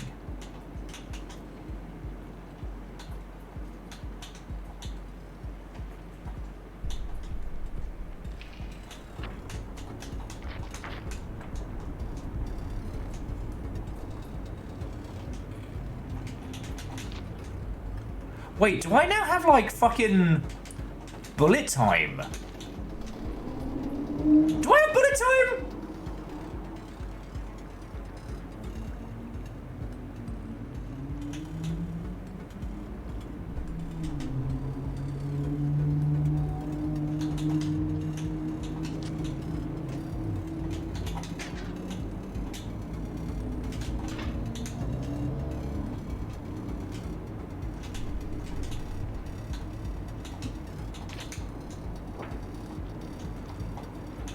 I have fucking bullet time!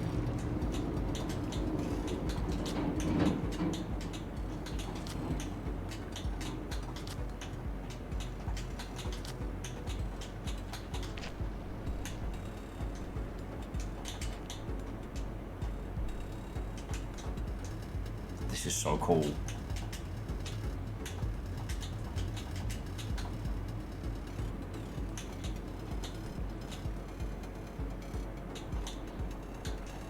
This is so cool.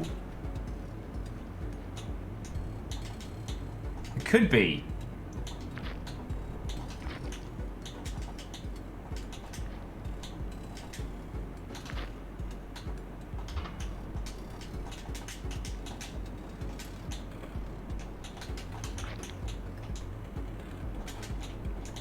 I guess I'm testing to see whether, like, it's this area or what. I did notice that I had something similar earlier on.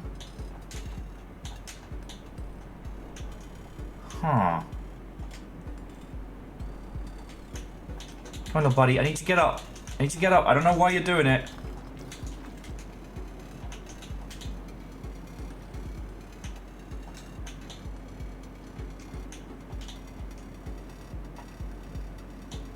It's like the little guy's got, like, time anemia.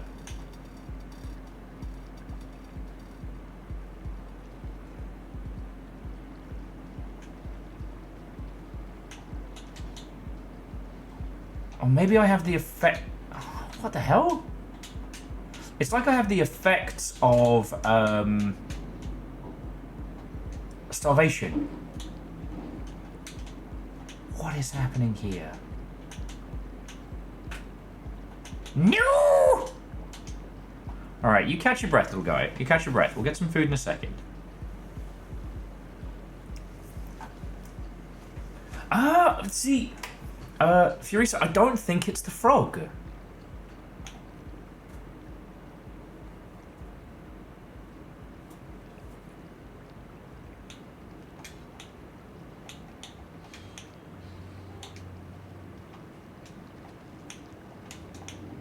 But I don't know what's going on.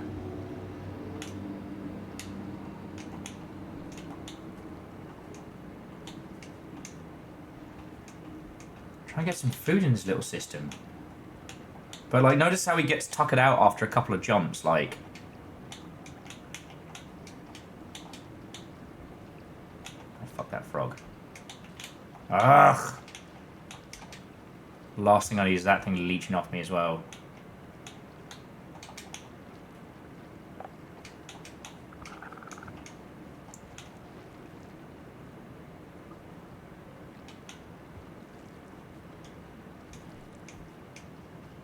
But yes, like he gets tired after like 1 or 2 jumps.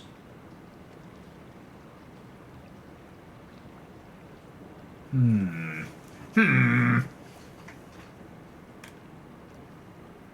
frog. The frog. Come on, Newt Newts. That frog is clearly talking shit about you and the family. Go fuck him up.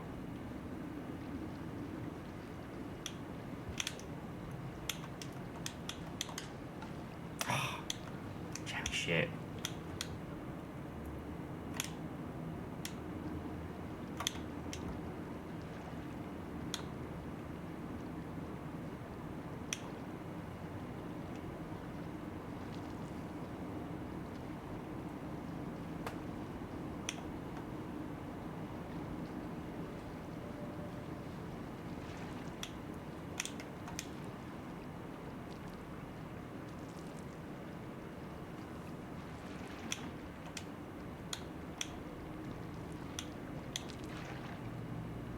It would be extremely funny if he tried to fight the Newt Newts.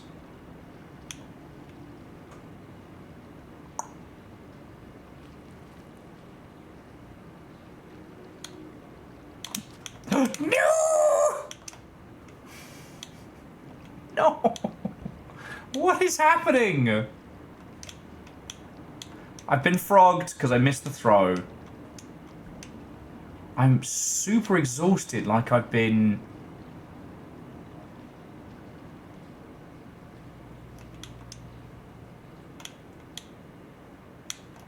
Okay. Alright, if any of you know what is going down, I'd be fascinated to understand it. Because, like, there's very few times where your, like, fuckery from one area to another would continue. At least to the extent that we've suffered it, you know?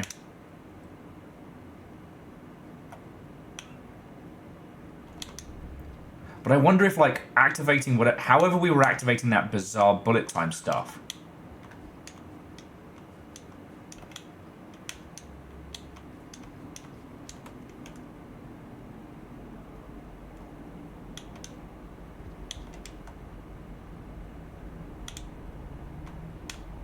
Maybe if I scoff enough mushrooms, I can poison this guy into fucking off.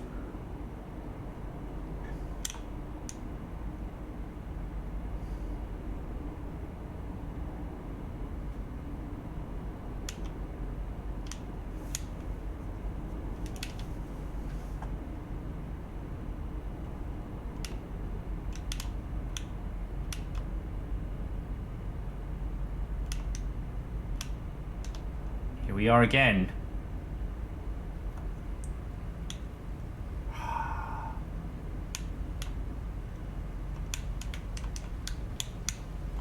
mean, there's the shelter, but the only way we can sleep is bad. Fuck it, we're just gonna risk it for a biscuit, I guess. Oh, I can't even... Fuck!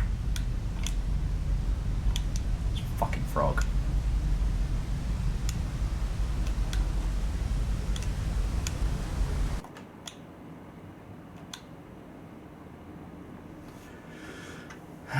Yeah, I know.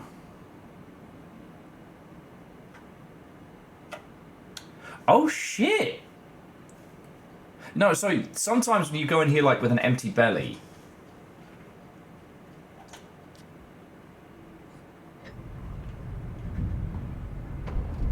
Yeah, so now, unfortunately, we'll be starving tonight, which means we have to get a full belly. We don't get an increase in karma. Like, it's bad. It's bad.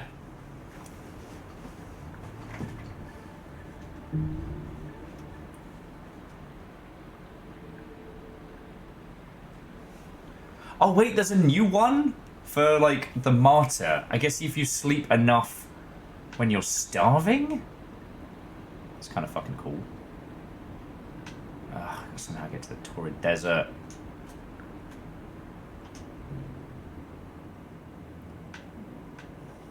The frog's still here! Okay, so if you haven't seen Rain World, here's what's going to happen. You know what, just put me out of my newting misery. Come on. Come on, I want to fight your kids. I'm gonna eat your children! Fight me! So when you're starving, you can't jump very much. You pass out easily, and you have to eat a full meal. Like, and everything. Right now, we have a fucking frog on us. And until we get rid of him, he's gonna eat, like, he's gonna basically steal our food. Because he's a piece of shit.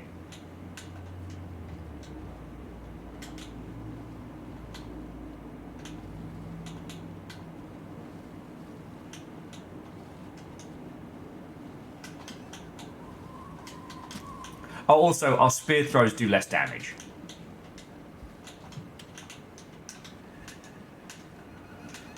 Because we got little weak, hungry arms.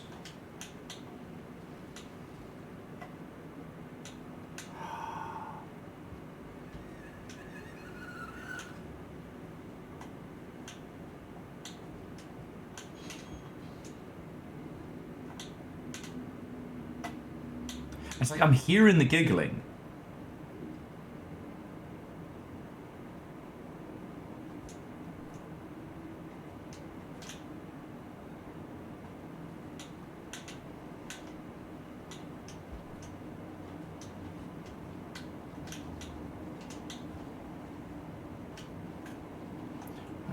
Did I store anything useful in my stomach? I did. Get fucked, frog! Worth it. So Sauron says, why are those red spiders acting so weird? I don't know. There's like they're bloated. Like, friends, it wasn't worth it to keep one blip of karma.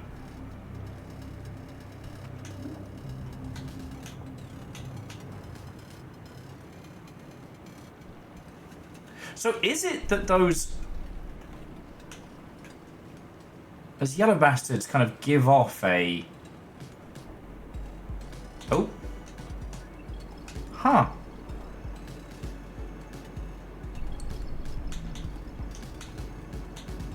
Oh, fuck off, frog.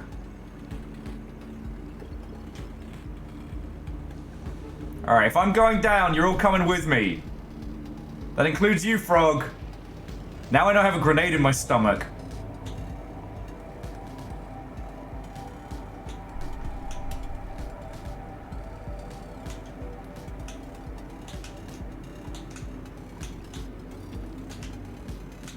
Don't think I fucking won't.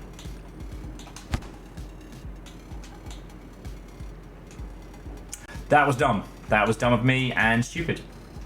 Blaze of Glory, Slugcat. Huh. Okay, so am I right in thinking that the yellow, that weird kind of like off-glowing yellow lizard, that's his hunting method? He exhausts us like by field or some shit? Like, I did notice us doing some like timey-wimey shit earlier, but that felt different.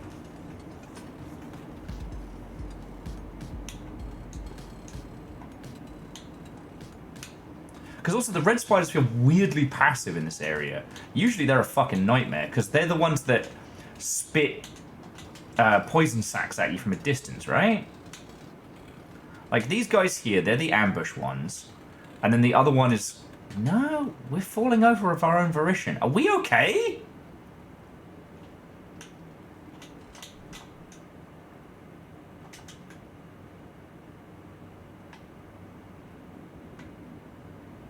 Come on, until we get something to eat. Fuck it. Slugcat has IBS.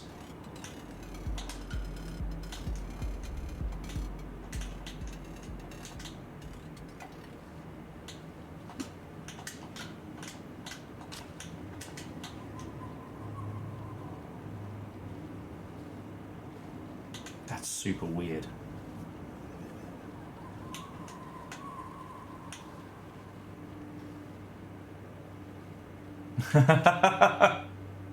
Watch it like me, for real. I had more than enough caffeine to put myself into a nice quiet little coma. But the energy drinks in the fridge are either spoken for, or I have chosen to raise them as if they were my children. I understand that sentence doesn't make sense, and I don't need it to.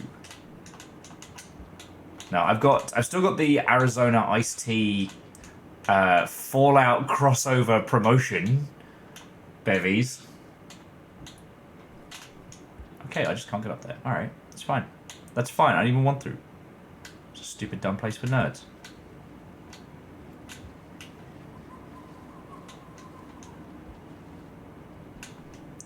It's weird, it's like that fucking thing is afraid of me. Same with the red spiders, I wonder.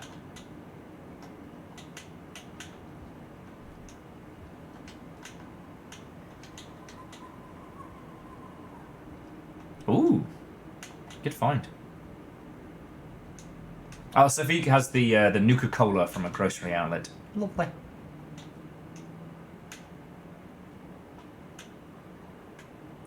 But like, all of this right here, this is the Rain World experience. The world isn't fair, but you can learn it. Like, the ecosystem isn't on your side.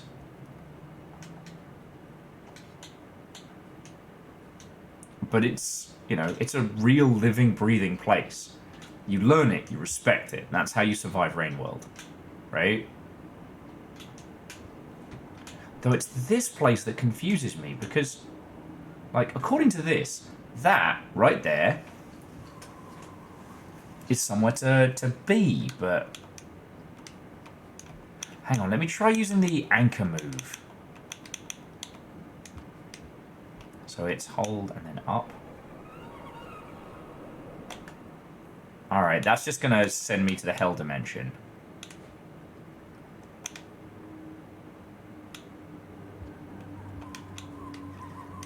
God, even the Newt-Newts seem a little lethargic. It's the fucking... It is the water, isn't it? It's the fucking water. And because we were in contact with it... Now, we already went this way. Tried going above.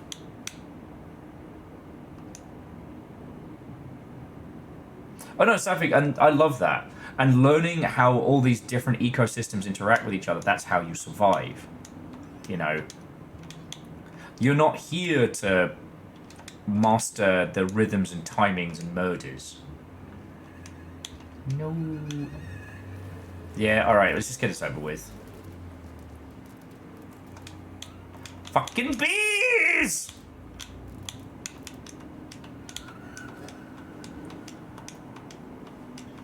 Like, Shrub, Sauron, am I guessing right? It's the fucking water? Bees!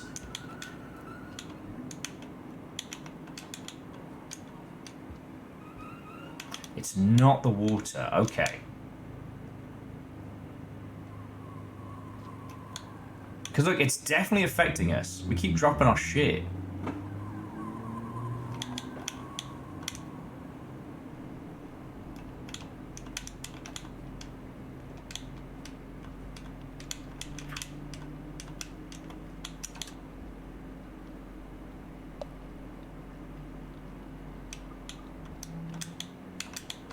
Alright, good news is we can find somewhere to sleep.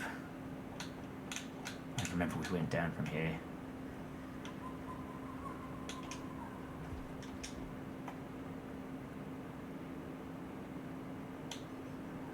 Okay, that is definitely a pocket of weirdness.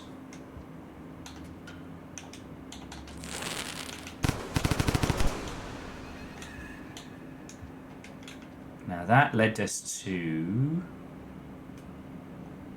fucking nowhere. So we were trying to go down here.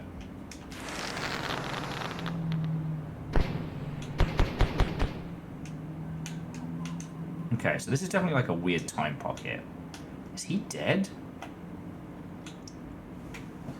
We made it to here. And we started to run out of time, that was it.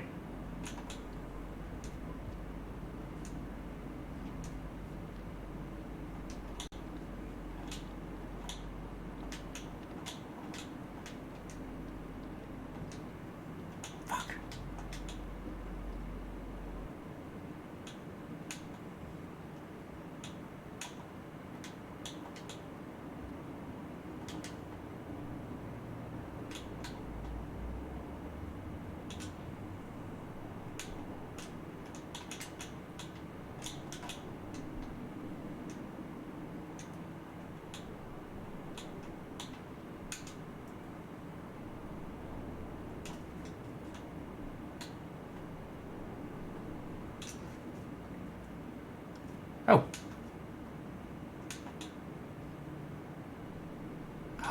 There we go. How the fuck do I get up there? Okay, I see it. I see it. No. No. No! Don't be sleepy! We'll fucking die! Oh, we're fucked. I can't make it back up there in time. Ah, you fucking... It's a good thing you're... Watcher, so help me. It's a good thing you are fucking cute, mate. Okay. Alright, but the lizards are the ones creating those, like, weird little paradoxy thingies. Where the fuck are we?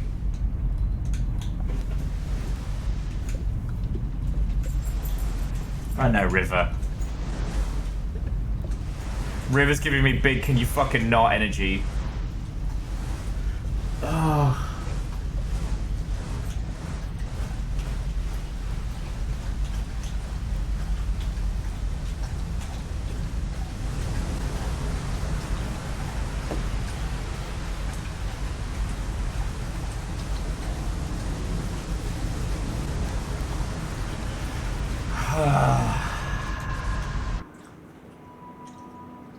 Okay. Tricky fucking bastard. Okay. Okay. Still here. Still in Felty Glen. I'm confused, but I'm not giving up. Now, something tells me I will eventually have to backtrack to these places. And I'm also kind of curious because, like, the sunlit pole turned toxic. And I don't know what that means yet. And I'm worried that it's like I'm supposed to go back to these earlier places. And because I'm fucking around time traveling, I'm making it worse. But then, oh no, if it turns out there's multiple endings to The Watcher, I'll have to play it through more than once. However will I cope? I know. So friends, let me wake up the hubris counter. I am just going to throw some food in the microwave very quickly, because Slugcat runs on fuel, and I am weirdly fucking starving today. And then let's keep going. I don't have anywhere to be. I've got nothing else to be doing. Yeah. Food. But I'll only be gone for a sec, friends. So we don't need to do full-on fishing sim. So yeah, hold that thought, and let's keep going. I'm in two minds as whether to ask you lot what this mechanic is, because it's got me stumped, but that's half the fun. Anyway, I'll be back in just a second, friends.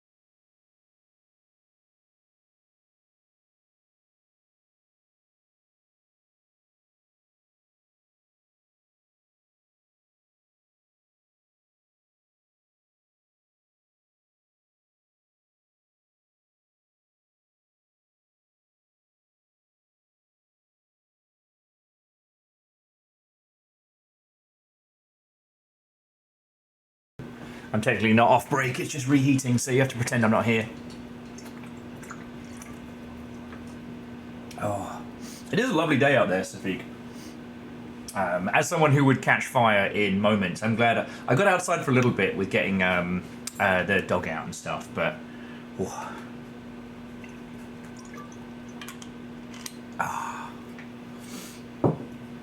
It's a lovely day for mandatory outside nonsense.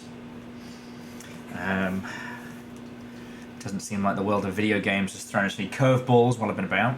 There's an invisible person taking on the stream! Oh, I'm being oppressed!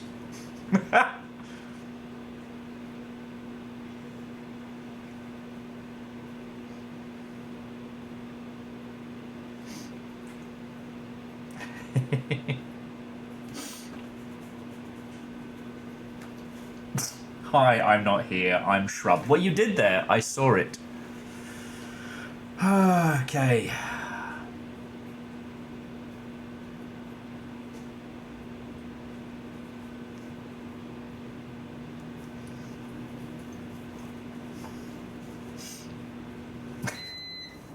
Invisible person, away! You okay, River? You just making your nest? You making your good nest? Okay. I'm reheating my lunch.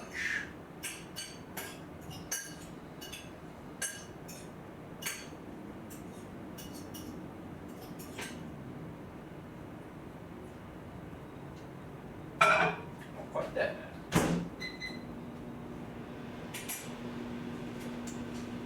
It is kind of funny when you stop and think about it, how much time I spend playing Rain World. Because, like, the thing I love doing while streaming is talking to you lot. Oh, Gideon, what turn welcome. Nice to not see you too, friend. And Rain World is at times great for conversation and at other times terrible. Because you can never really tell how it's all going to unfurl. I'm still learning The Watcher. So unlike a lot of the other Slugcats, which kind of go by similar maps, like this is completely strange to me. It feels good. Like, I'm really enjoying exploring it. And it's kind of weird, like, which areas I've been stuck on and which ones have been, like, the real challenges.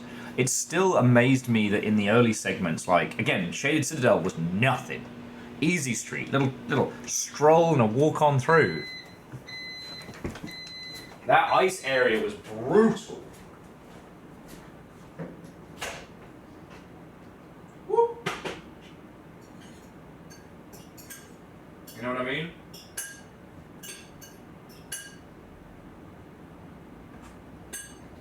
Alright, there we go. Leftovers for my face. Woo. It's very warm.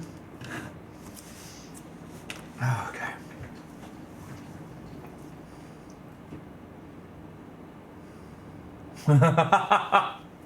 You know what, Safik? That's a good way of putting it. And that's the thing is, like,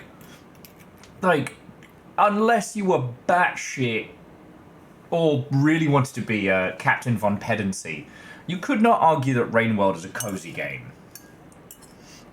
But it's a place unlike any other, you know. It succeeded in doing that thing that people love talking about at GDC talks and things like that. That it feels like a place that you visit rather than a game that you play. And like, seriously, when I find myself like wanting to be able to play it more. One of the reasons why I ration it to like 1 day a week is so I don't burn through it.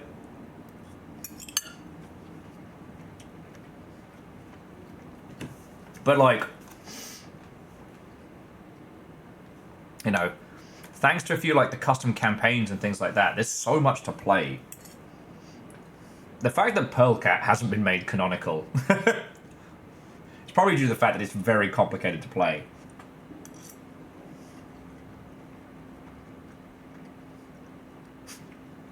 Would I count it as survival horror? Do you ever think about how survival horror as a genre is a hangover that we still use that does not fit into the other standard definitions of horror per se, and it is not a survival game by today's standards?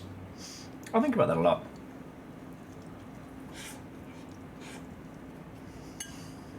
Oh.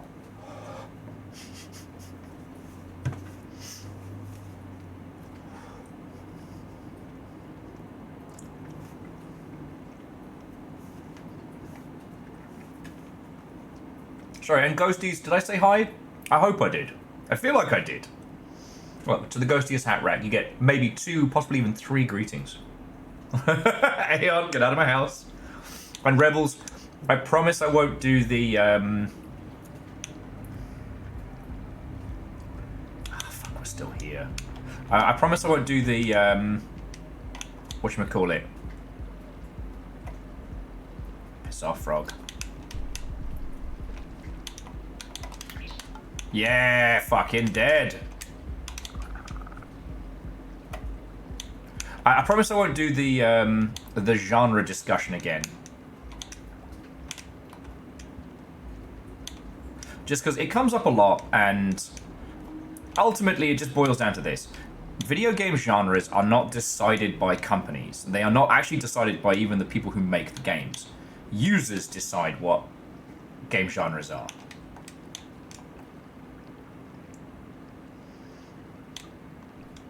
And it's not always done with the smartest idea in mind. But it is what it is, you know.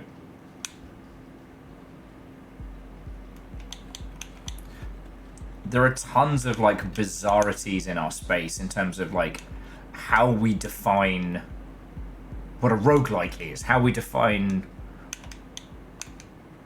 What, I mean, Jesus, we used to have the term adventure game, for fuck's sake. What does that even fucking mean?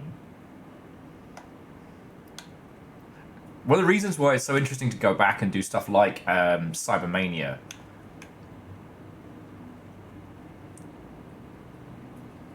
is because it kind of forces people to confront the oddities of our past, you know?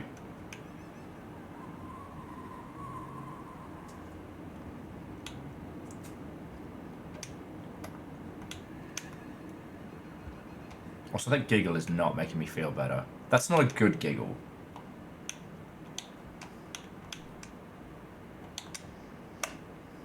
Yeah. Oh no, and Rebels, I completely agree with that. It's because video games are experiential, we've not come up with our own real language. We're using kind of like a bastardized version of, like, literature.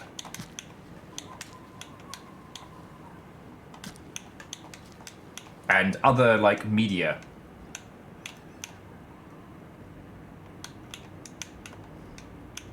You know, I find it extremely ironic that, you know, we even had survival horror as a term, because if you look at what we now describe as, air quotes, a horror game, it is drastically different. Okay, so that loops us back around, so we're really just continuing to explore whatever the fuck is this way. Which I think is taking me away from where I'm supposed to be. But I don't know.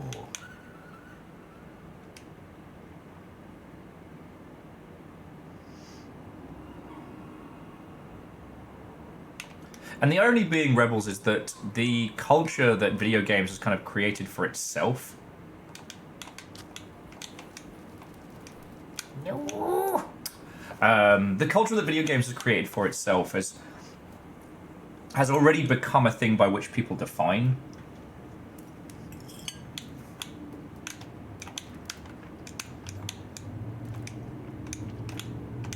themselves and their creations, right? Meaning that a larger portion of what we're talking about and discussing has already been kind of, I don't want to say locked down, but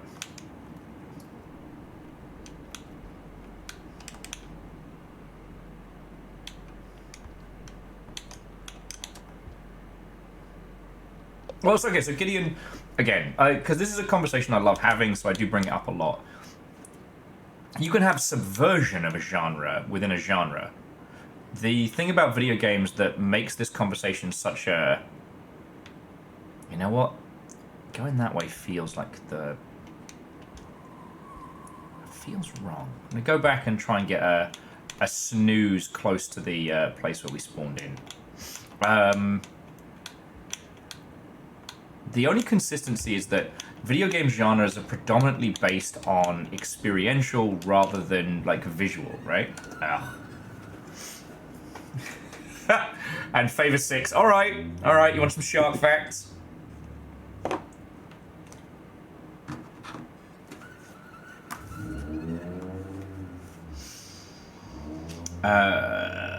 Starry smoothhounds are sluggish sharks that live in shallow seas in many parts of the world. They are named so because of their small white spots that break the dark side of their sides and back. One species that lives off the US coast is able to change its color from gray to pearly white, taking about 2 days to complete the transition. No, so Gideon, it's more just like... game genres are unlike anything else. Oh, also I might have kind of fucked us here. That's bad.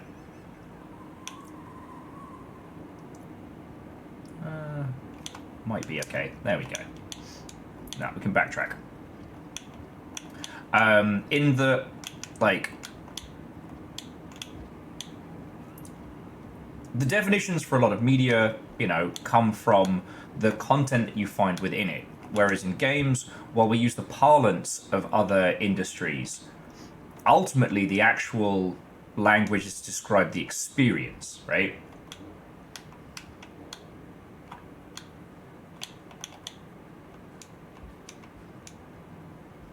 So like Bloodborne is referred to as a Souls-like, but it is definitely has horror themes, but it is not called a horror game. But Bloodborne Kart, or what does it get called? Chaos Kart, isn't referred to in the same manner. It is not a Souls-like driving game. It's a racing game. Kart racer if you're nasty, you know? No, and it is a fascinating thing. It's not something that I think, you know, I am right and everyone else is wrong and you have to listen to me and all that shite. It's more just the case of, alright, Frog, fuck off. We're not both... You're not getting me. I'm dying. I'm not dying with you, buddy.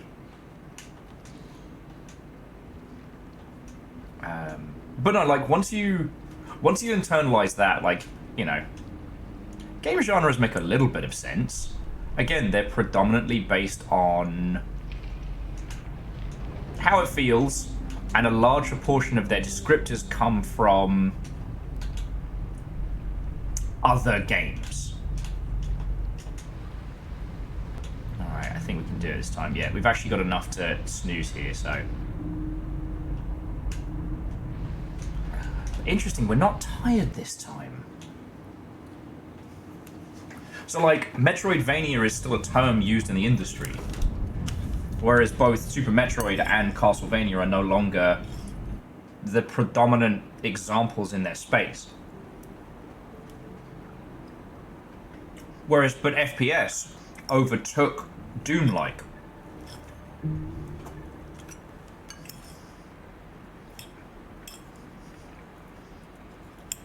And the fascinating fucking thing that we have RPG still, and JRPG as terms, but isn't every game a role-playing game? I'm not saying this to be a pedant, it's just...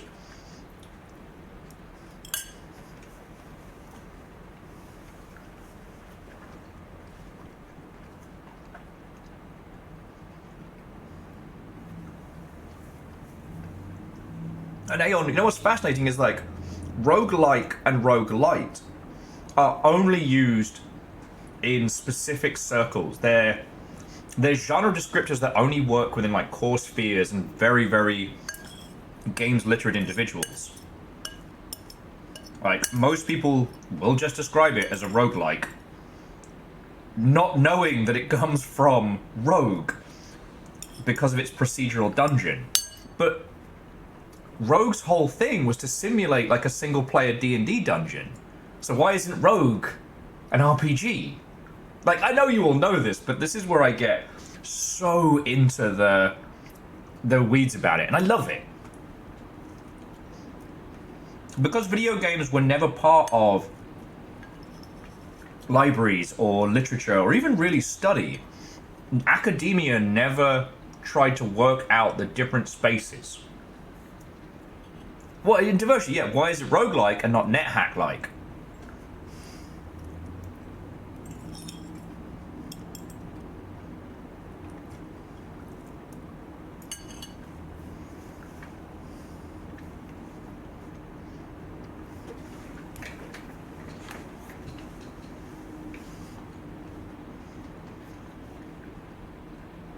So yeah, the reason why I said I'm not going to talk about it is because I do love it. Because it's ours. Alright? For good or ill, for better or worse, we of the video game space, we have our own genres. Oh, and I still have a hand grenade. We have our own genres, we have our own parlance. You know, we aren't just the leftovers or the offshoots anymore. And yes, I do have a bit of a fucking grudge on my shoulder about this. I did used to get very angry about how, you know, if it wasn't film and telly, it wasn't real. That mentality used to drive me up the fucking wall.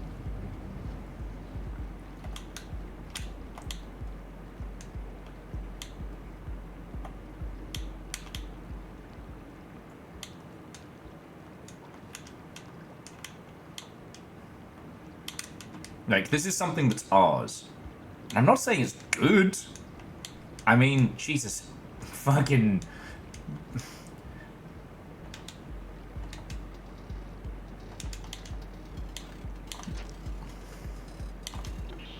Ha-ha! Double kill. The frog is not dead. Repeat, the frog is not dead.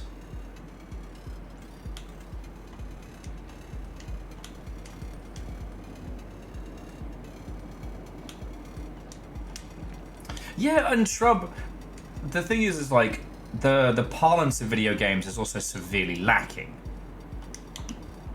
Oh, good dodge, mate, good dodge. And that's where this thing kind of gets interesting, because like, oh, fuck sticks. You know, there isn't a good descriptor for Rain World. You could call it a platformer and be correct. It's not a Metroidvania.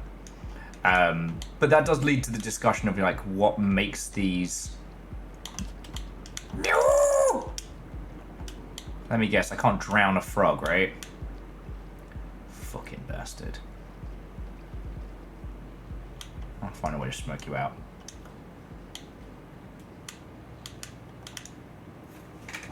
But again, I forget what the term is when something is more like holistic than academic, right? Because that's where game genres are. They don't come from a place of like, this is the most accurate and smart labeling. They just kind of grew.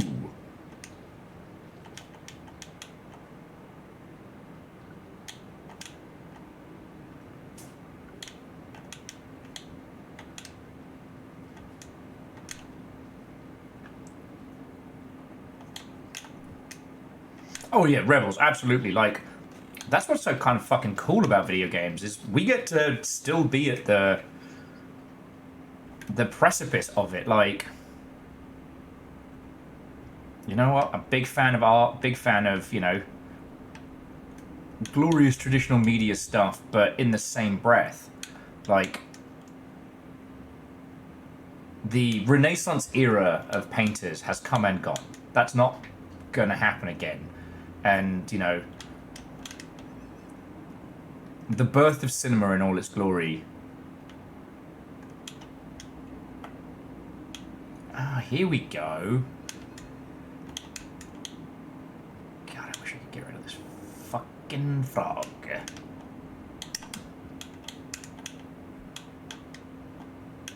Haha. Maybe this is the right way to the kid. The echo. But with video games, like, we won't know if we've hit our Renaissance period for a while, but we're definitely having a fucking good time with it, that's for sure.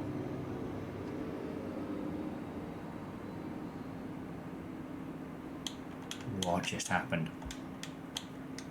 The frog died. I wasn't controlling him for a second there. Where are we? I think we're going the right way. Yay! I did it! Yay! Friend! Let's see what they say. ...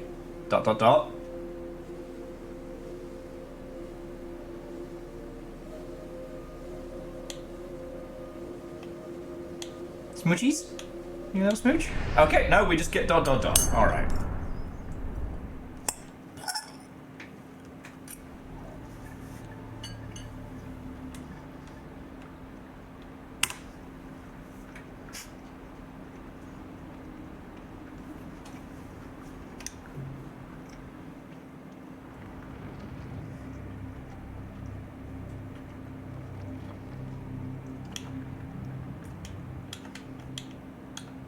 Yeah. Okay, Shattered Terrace. Shattered Terrace. I've been here! Okay, I've been here, and I've got a full belly, and the frog died from the cold, so get fucked, frog. Get froggity fucked. Oh, there are spiders here now. Huh. Alright, we're not too far from a place to get a snooze in, so that's good. They shattered my boy Terrence! But yeah, so Safik, that's what's fascinating is you start trying to break down like characters, story beats, that kind of thing. The reason why, again, I love video games so much. Oh, come on, fruit.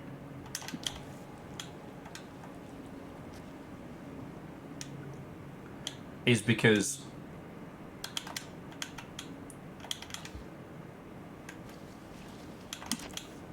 don't you bare your fangs at me, mate. You're not that tough. Okay, so we go down here.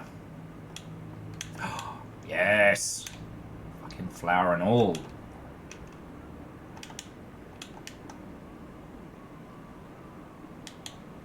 Everything's coming up, Slugcat. Nipped him. Is that you have to do it based on the experience, and that is incredibly hard to quantify, right?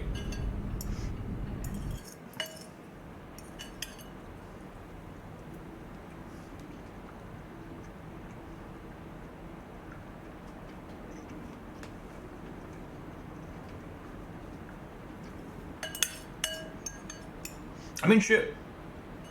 When discussing this with other people, I've actually had more success utilizing food as a shorthand for game descriptor than I have like using like cinema language.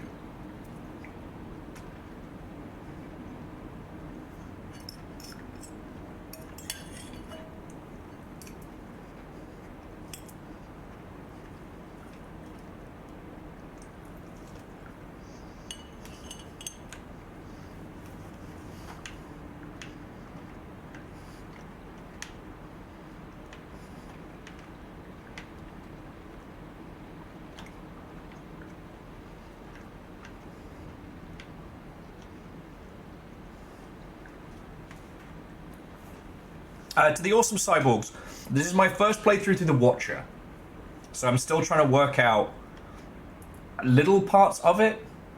I now have the ability to kind of teleport to other regions, or do a blind teleport if I have a Karma Flower, otherwise it sends me to hell.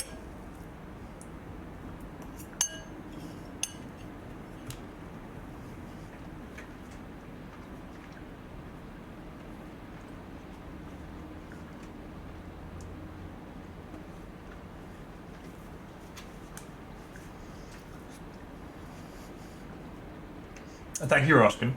And Aeon, I think you can sleep for more than a few days while starving, but don't quote me on that.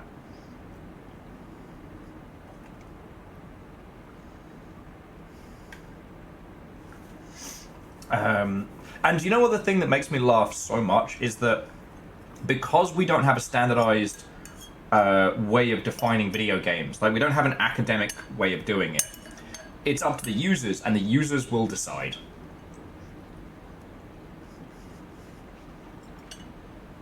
You can try and tell people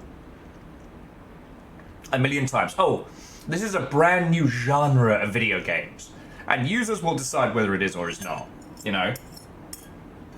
I think it's funny that we ended up with Souls-like as a descriptor, because, like, that wasn't a single breakaway success. It was part of, like, a lineage of titles.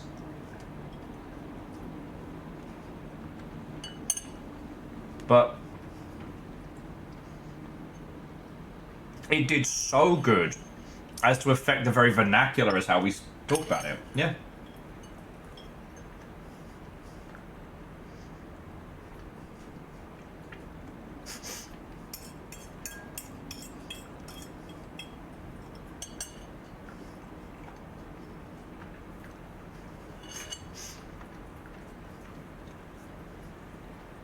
Rain Worldvania. I like that. New genre.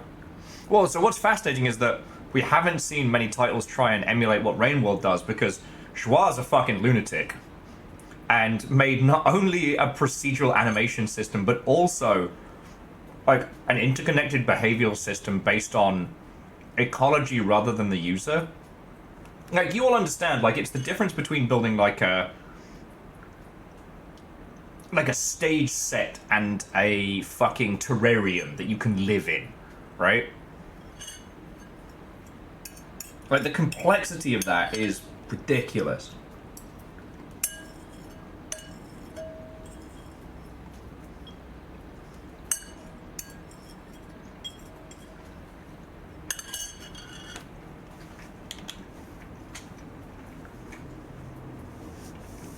Does Animal Well count as a rain-like?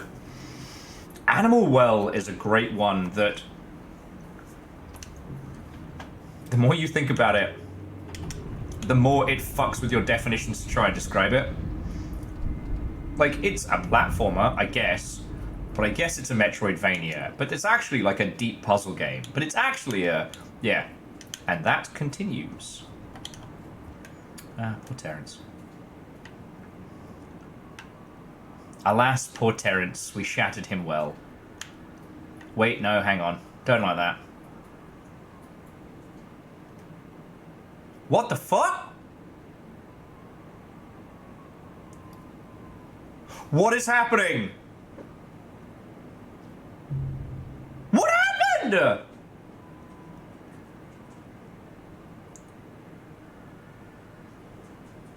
Did I just die of void?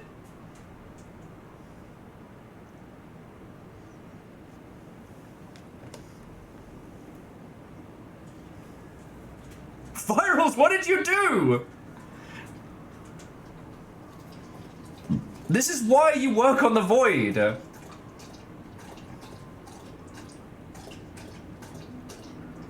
What just happened?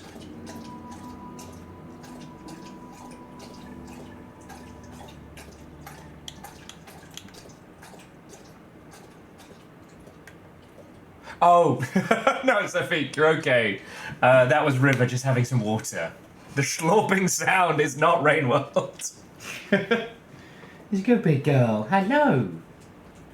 You have a nice little kip. Do you want to be up on the couch? Alright, I just got to help River on the couch. You want to come up here? You want to come up here? Yeah? You just want some shoes? That's okay too. Alright, you want up here? Okay, I got you. Bajoom! There you go, big girl. There you go. River will now proceed to rearrange the couch to her suitable specifications, and jobs are good. Jester says, I have a game dev question coming from Vendor Guy. I'll ask away, friend, ask away. Someone made the mistake of talking about game genres, and I even said, I'm not going to talk about game genres. Guess what we've been talking about? So I love a question.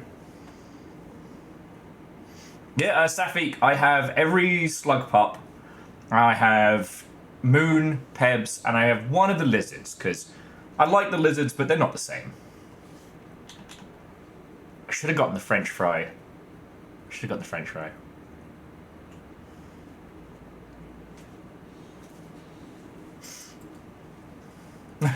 Rebels, you did it. Now, I do think that at some point, perhaps around stuff like the different movements to define, the different whatchamacallit, games preservation stuff will result in us having a more solid definition of what it is to. Huh? 2 common flowers. Dim dim dim.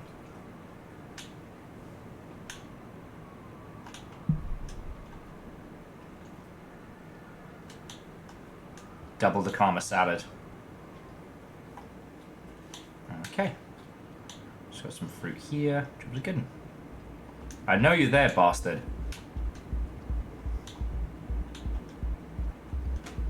You can go do spider shit. I got hot girl stuff to do. Rainwell style. Okay, so Jess was saying, I was thinking about sub-services like Game Pass versus sales via Steam. I sub to a Game Pass on PC. Are devs or publish houses anywhere near getting anywhere near the support that I would give them if I bought it outright? Should I buy it if I really liked it? Okay, so in a recent interview, the head of Rebellion was talking about how Atomfall did, and he was very happy with how it did on Game Pass. Hang on, we can have River for this conversation. Hey, River. Bestest big girl in the whole wide world. Chime in if you got anything to add. Most of the people who have their games on something like Game Pass have already done a deal. Now, the only negative I've heard from my research is the team behind the Abe's Odyssey games. They recently put one out, and according to them, okay, when your game goes up on something like PlayStation Plus or something like that, like it doesn't go up for nothing. Whoever's running the platform will pay the game developers for the privilege of putting it there. And in theory, it should be a good price. The Abe's Odyssey team did say that they felt that PlayStation drastically they lowballed them on how many people were going to download the new Abe's Odyssey game, and they didn't get as much in the way of sales. But what I can say is that having it on something like Game Pass or the ilk doesn't seem to be cannibalizing Steam sales. In the same way that the Epic Store hasn't really begun to be a big heavyweight, and that we actually haven't seen the Epic Store cannibalize Steam in the same way we haven't seen Game Pass do the same. If you want to help the devs, the order of business is direct, itch.io, then usually Steam, Epic, then subscription services. But ultimately, if you are playing a game on Game Pass, the devs have already been compensated for it, right? So Mr. Microsoft's gone, here's a huge chunk of change. And just some people do direct. They're lunatics, but some people do it. You know, and essentially itch.io is that. Like, itch only take a tiny cut. So like, I don't think we've gotten to the point where you have to worry about hurting indie devs by playing a game on Game Pass. Because ultimately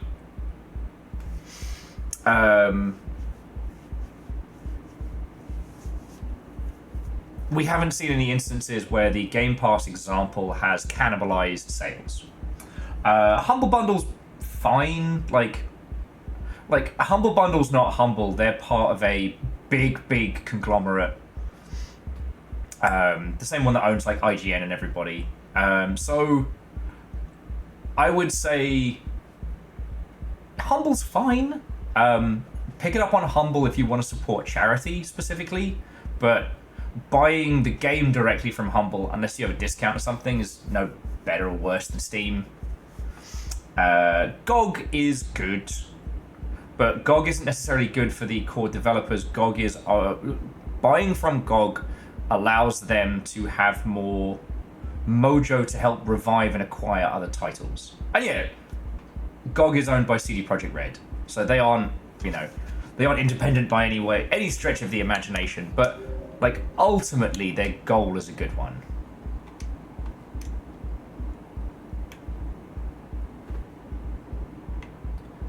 Hang on, I've got a flower, so you know what? Fuck it, let's just... We've got a flower, we can jump. And it shouldn't send us to hell. No, just a... The Teenage Mutant Ninja Hey, Turtles, you didn't have to do our that! four reptilian heroes, have overcome the arc villain Shredder. You fucking legend. Well, thank you. Seriously, thank you. That's really cool of you. Let's see who you got. You got Wannabe Bahamut, Scut, Cafe Filter, Out of Ducks! Fuck. Friends, we're out of ducks. Oh, whoa, it's Joan. Kandarian, Coast Z. You got Awesome Cyborgs and Shrub from Tomorrow. Alright, that's some good pulls there. So, thank you. Reactor online. Sensors online. Weapons online. All systems nominal.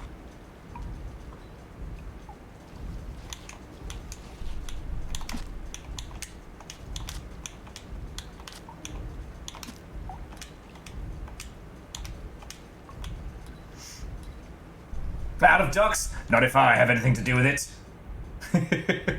No, but seriously, Jester, like, thank you. And please, like, feel free to pick my brain on any industry stuff if you need it. Like, that's literally why I'm here. You know? You lot keep me alive, meaning I get to do this kind of stuff.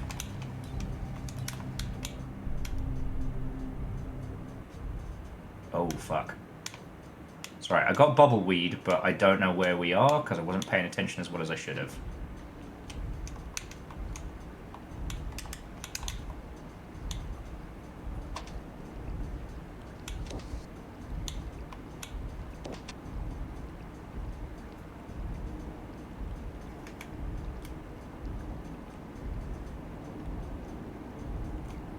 Well, we're in a new area, so...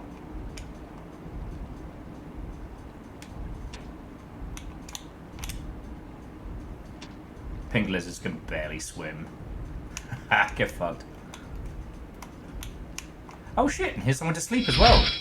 2 for 2! And Awesome Cyborgs, thank you for the follow and all. Netim! Yeah, and Jester, that's the thing, is like, I know I'm super lucky. I got to experience a lot of different spheres of the industry, but like, you know, I can tell you how to structure your studio when you're starting out. I can't tell you, and I can advise on game engines, but I can't tell you actually how to begin implementation of features. Ooh, coral caves. But coral, that kills people. I feel like we should explore a little bit around this way. Right, TNS. What do you mean by TNS? It's just one of those ones that strikes me that... oh, trust and safety. Shit. Community managers, we salute you. You have seen the darkness that lurks in the heart of users. You know what? It just makes me happy that trust and safety isn't even a thing that people see these days.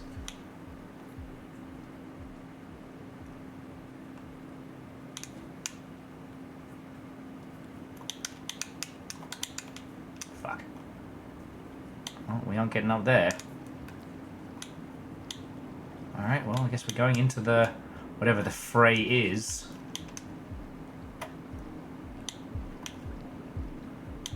Oh, those things kind of tase stuff. They're fun. When they're not fucking me over.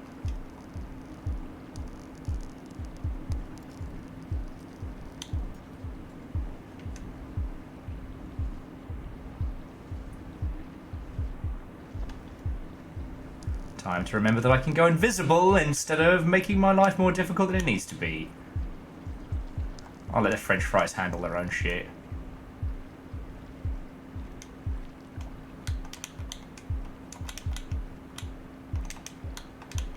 What the fuck is that? You'll see that thing look like a fucking tick.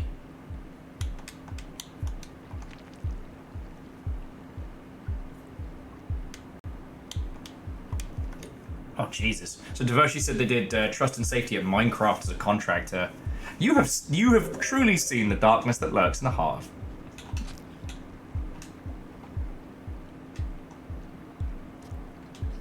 Oh, well, whatever that thing was, horrible or not, it was edible, so job's a good one, I think.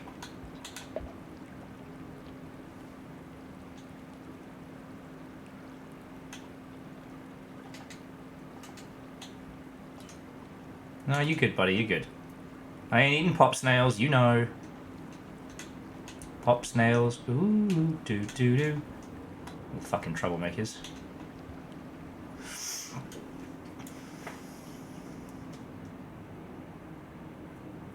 Yeah, Jester, it's fucking wild. Okay, for those who don't know, like, a million years ago, you know, you'd have a community manager. Community manager's job was usually run the forums. Like, I cannot state how in the course of the last, like, 20 years, that whole thing has drastically changed. CMs were the first ones who were predominantly given social media before social media became the main communication hub. And that was fucking wild. Still kind of breaks my brain. Oh, no. Oh, piss. Yeah, fuck off. Yeah, fuck off.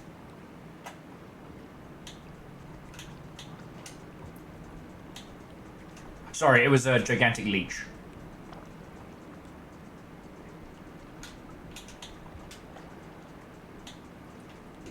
Is that one of the giant... I think...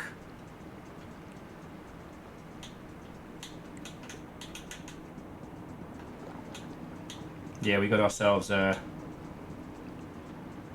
giant bastard. I don't want to go that way, so let's not. I do have a fucking hand grenade, but... awesome cyborgs, nothing... Okay, we made it to the coral caves, I believe. And I'm just having to explore around. It doesn't seem to say that there's another echo here, but I'm still learning how to read the map. And actually, Devoshi, I didn't know that, so that's lovely to hear. Oh, alright. Shrub, good luck with your marathon, let us know how it goes, and yeah, have a lovely time. It's been wonderful chatting with you. And Devoshi was just saying that Minecraft's really cool because the dev team really did care about the people who play their games. You know what? I don't know how they did the acquisition, right? I don't know how Microsoft handled it. But one thing that has struck me is it really does feel like the people that chose to stay on Minecraft, or the people who like joined it, really do give a fuck. And I'm not trying to say that, you know,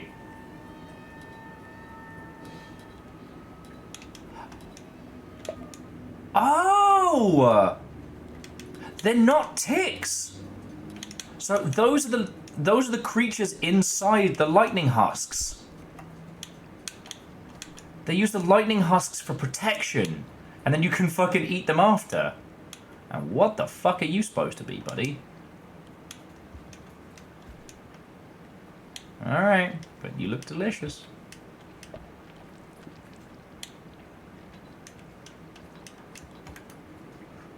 Virtue was saying the acquisition was handled like total shit.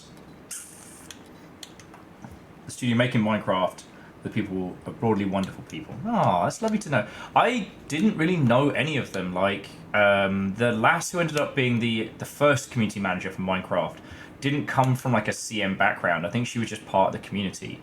So like, I didn't know her from the community manager groups and shit like that. And of course, like when Hatsune Miku took the buyout, everybody in question got a huge chunk of change.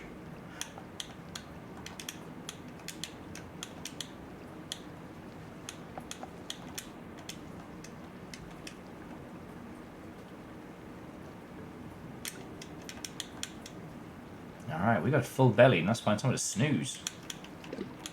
Oh, I fell in the water. Doesn't seem like there's anyone else.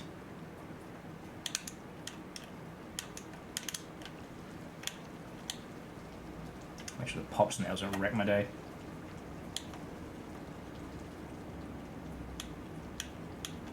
But yeah, so the TLDR being is just, I can't tell you anything about the Minecraft dev team personally.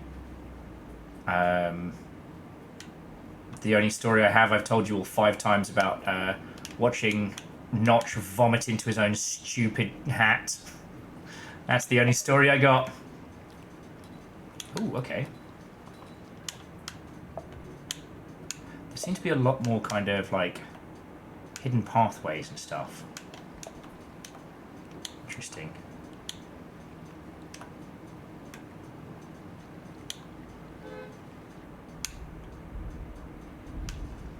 Oh shit, the bed. Oh, this is very bad. Fuck. Okay. Basically, there was like a shit. Oh, we might be okay. Come on, fuck him up. No, he's gonna fucking drown us.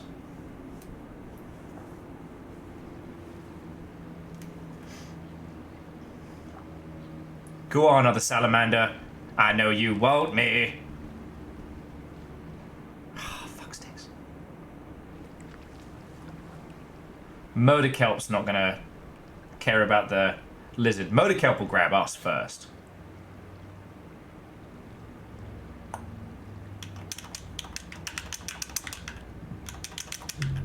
And that's death. Okay.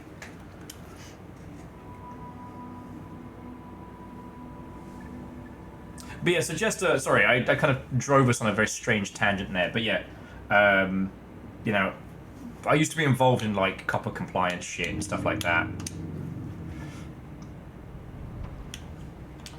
And hey, look, just I made the schedule. I stick to the schedule. Today is our Rain World day.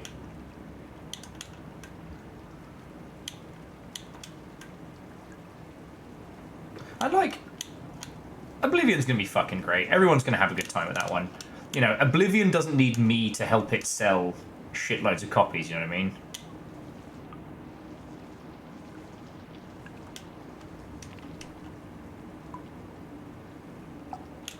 Alright, and where's my little... There you go, here's my little smoke screen.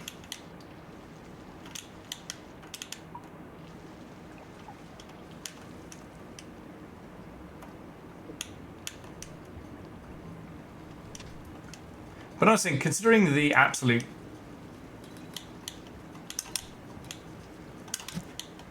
Fuck. I was going to say, considering the absolute state of everything right now, this was exactly the right time to give us all Oblivion. Like, my friend was saying today, it's like they had it in little, like, in case of world, break glass. I was very surprised that they just dropped it, though. Like... You know, this is Oblivion. You could have gone... Oh.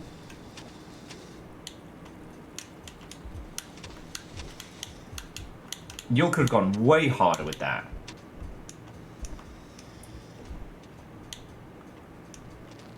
Yeah, I was just thinking that. Watching those guys fucking eat shit flying past me. Beans. Oh, actually, no. That's a good point. I can... give up on some of my snacks, but still.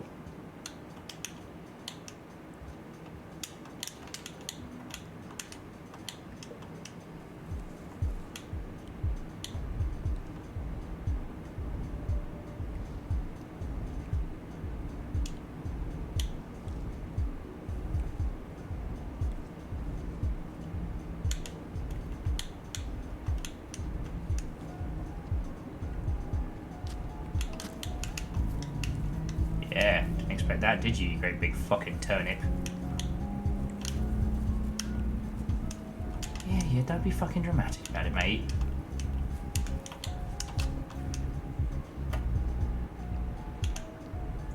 Oh, no, not where I wanted to. Oh, God. Okay, there we go.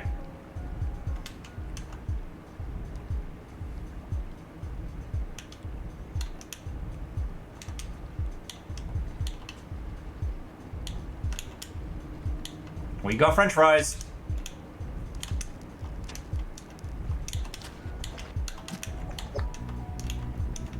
Ah, fuck. A fucking pincer attack. I hesitated. cost me everything.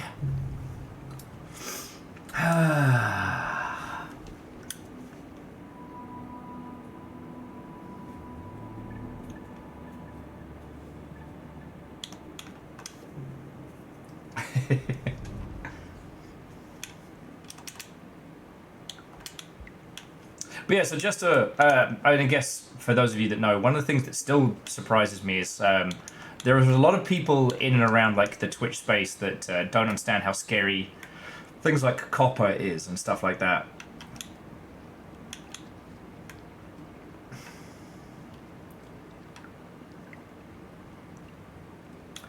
And it's like, I'm not trying to be a doomsayer and stuff like, but copper isn't a big thing anymore. It's DSA and OSA. Jeez. What's the new? Oh, fuck off, mate.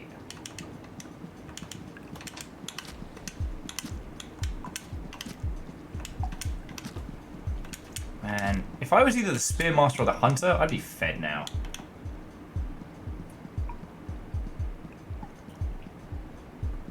Oh, yes. Well, okay, so I knew about the Digital Services Act. I didn't know about the Online Services Act. Of course, it's the UK making trouble for everybody else.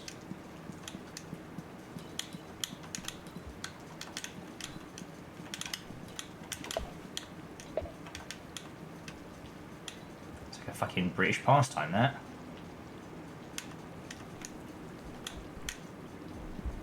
Oh, shit. Sorry, Jess was just saying it was the OSA first.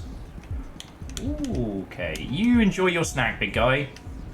You enjoy that. I'm gonna have a look around. Ofcoms are people you have an issue with. Oh, that makes sense. They can't. They are bad people. Oh, okay. Bad is a strong word. I very do not like them.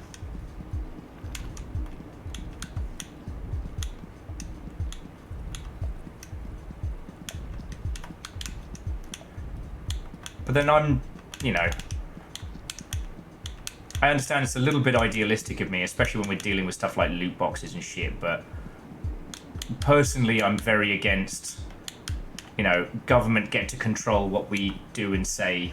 Shocking, I know. A video game fanatic like me would be...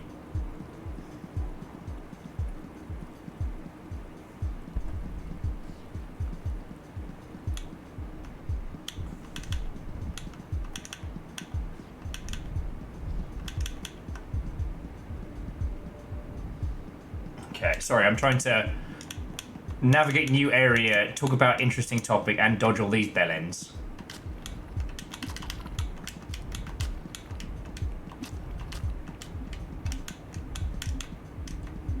He's dead, Jim.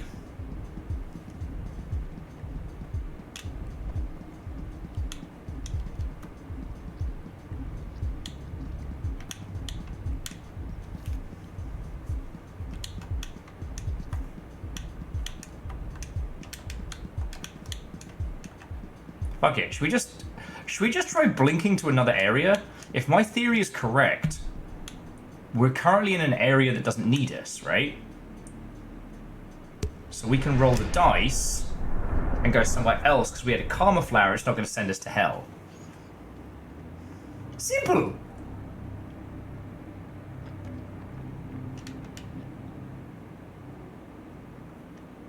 Okay, we're back in cold storage. Storage. I think I remember cold storage. Did we eat enough to sleep? No. Fuck. Alright. We only need to find one thing to eat and then we're jobs are getting. There's a place to snooze right there.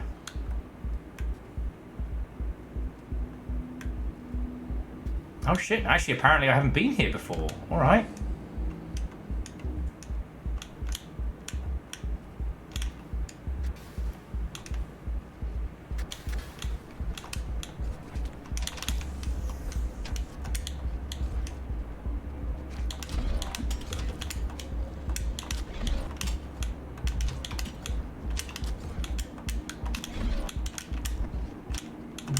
stabbed you like 3 times, dickhead. Sorry about that. Yeah. And just to like, we don't need to go too hard into it. We don't need to go too hard into it. What the fuck is cold storage? Yeah, and just that is the thing that's worth saying though, is that, you know, when it comes to discussions like this about like online protection stuff and, you know, government censorship shit and crap like that, like the big companies can afford to basically pay their way around them. It's only the small to mid-sized folks that really have to worry.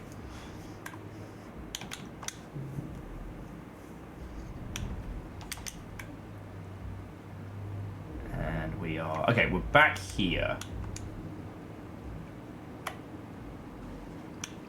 But cold storage is one of the places we need to go. Okay.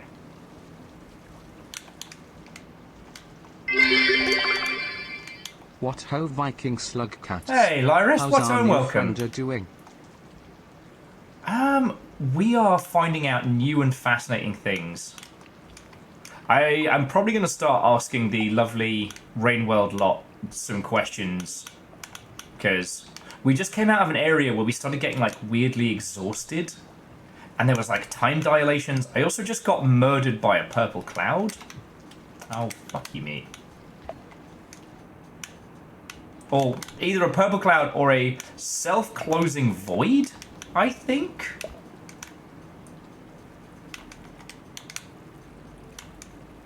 Yeah. Rainworld is rainworlding today, let me tell you.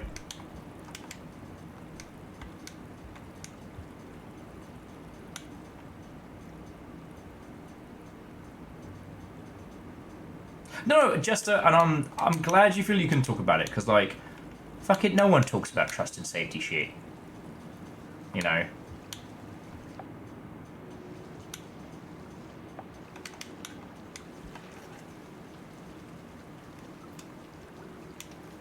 It's hard. It's a lot of work, and you got to do it. Otherwise, the sheer amount of like fines and bad times will sink your project. You know. I know this is a hyperbole example, but I think it's an important one. Is that like the Lego MMO? They didn't kill that because it wasn't selling. They killed it because the sheer amount of moderation required to keep it afloat and air quotes safe was so intense that they were just burning copious amounts of cash. Now, one could argue that that's as much a creative discussion as it is a... Oh, look. Scavs. This is going to turn into a bloodbath, isn't it?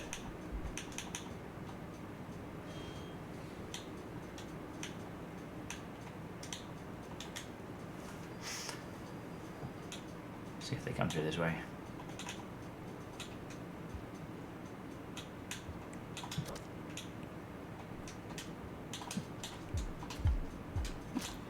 Oh, fuck you guys. Okay, you know what? I deserve that one. Yes, just as safety as design needs to be looked at, and like how you construct your game, how you save data and things like that. It's one of the reasons why, like, I know why very few games implement I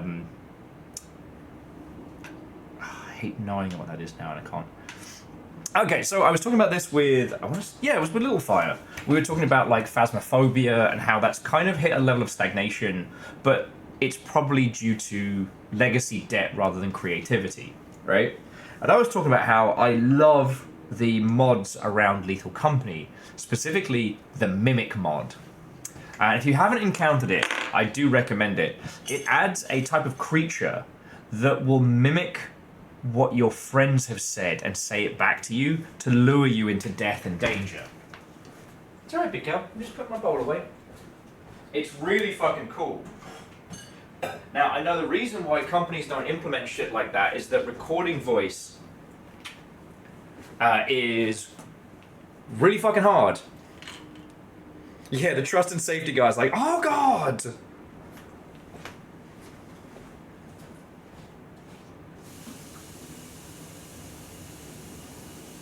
Because, like, Jester, you saw, like, with with Blackout Club, like, you have to agree to a pretty strong eulogy. Eulogy? Fuck me. A pretty strong EULA before you're allowed to talk to the gods.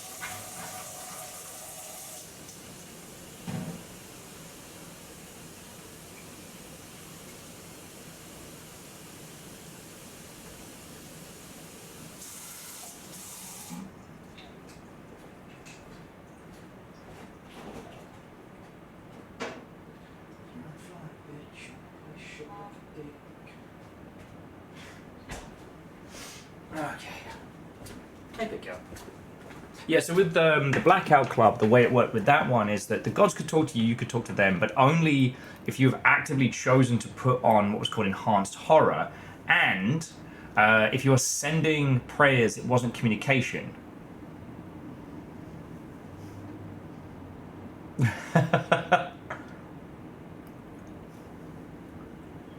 Yeah, so just, I wasn't telling you that to fucking scare you. It was to jump scare you work-wise. But yeah, it's one of those interesting things that where like people don't understand that certain creative decisions are based on, you know, it feels dickish to say government censorship. But I mean, that's what it is. You have to do it, otherwise governments will be like, yeah, as Jester was saying, you know, we're going to sue you for, you know, is it 10% of your yearly?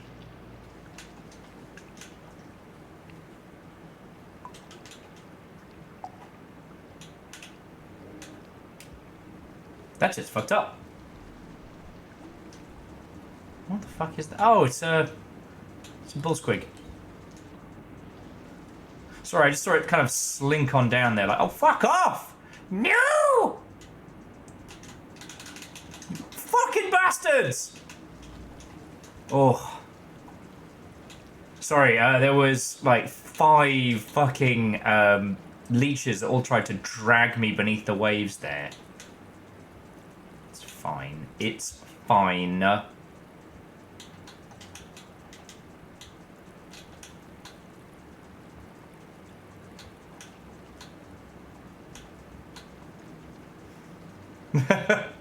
Just with love, with genuine love and respect, do you have a masochistic streak?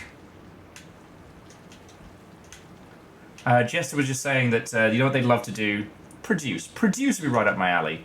I mean, I don't know you personally enough to know your production style, but no one comes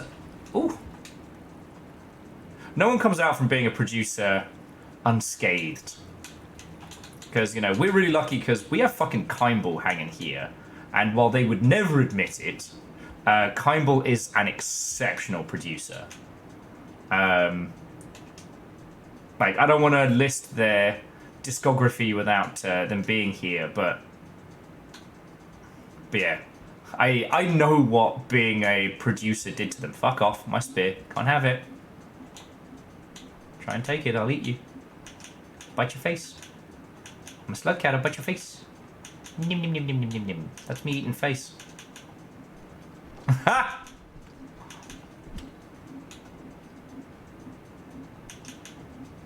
He's gone.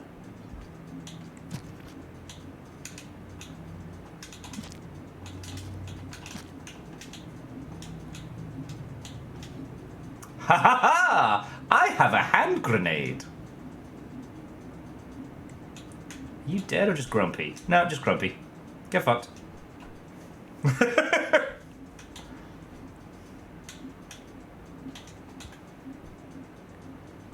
Oh, we didn't check out this way. I guess I was running.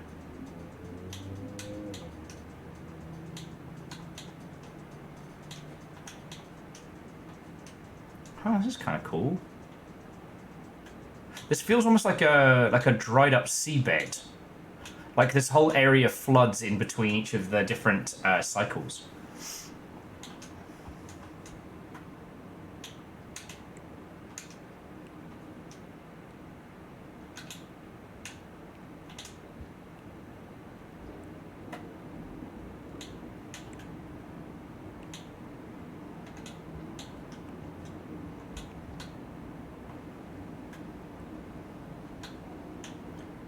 Go down that way.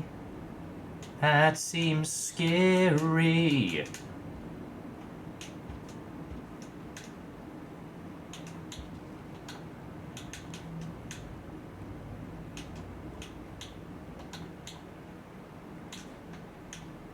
Let's try up. Up is good. Up is good, down is bad. Up is good, down is bad. Ooh, up is pretty.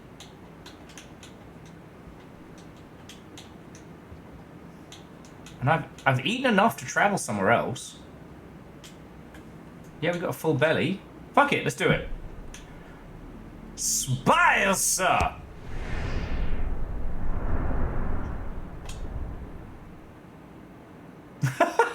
Sorry, I just saw diversion with, haha, screw you, re-silos your teams. Ha! That's gonna emotionally damage a very specific person in the longship.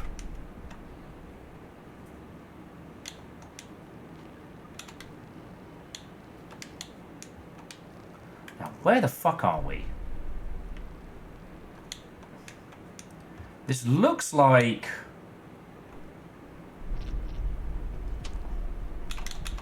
Oh, you fucking invisible twat! I was too busy looking at the moths! I was too busy looking at the moths!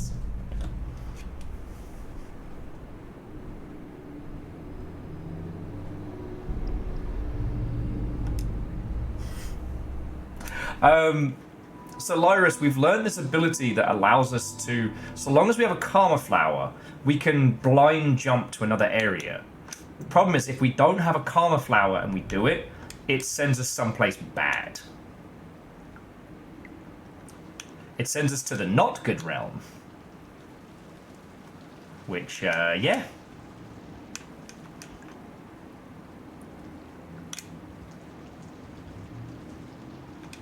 Well, there's so much about the Watcher I still don't know.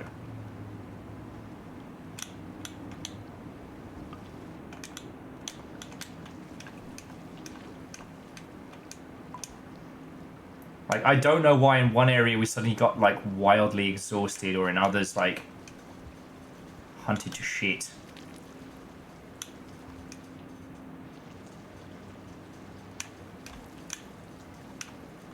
But...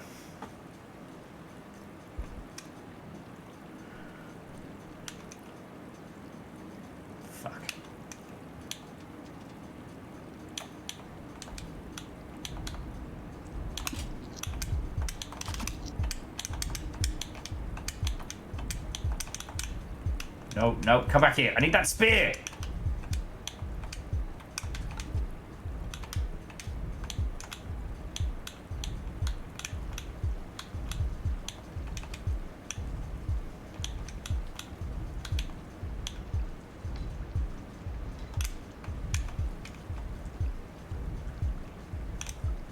Alright, now wherever we go, as long as I don't fuck up, we can have a snooze. Okay. But yeah, no, like, Jester, from the conversations we've had, you do strike me as someone who could be a good producer. I could, but I think I would take it far too... not personally, emotionally. And Kestrel, what unwelcome. We're just talking about production and online safety stuff and all sorts. How are you?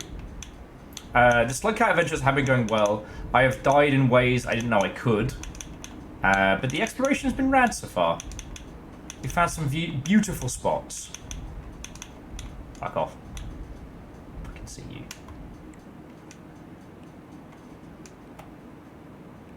And it does feel like our little Slugcat's presence has become more and more pronounced.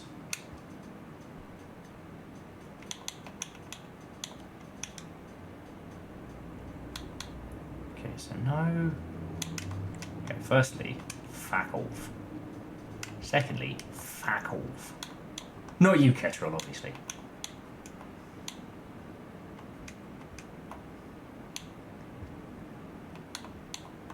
Because yeah, the hard thing with producing is striking a balance between, like, being good at what you do and caring, and not destroying yourself by caring too much.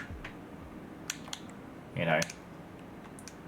My good buddy Seb mastered the art of looking and sounding like he did not give a shit, but silently caring massively.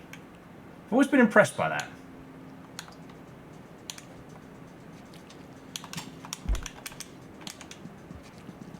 Get fucked.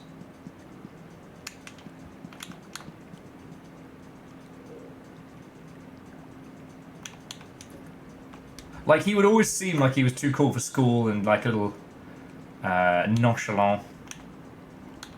Wellity. It's the fuck squad. Well, guess what I brought? Oh. Oh, cool. Murder Kelp can't catch me. He catches everyone else. What the fuck?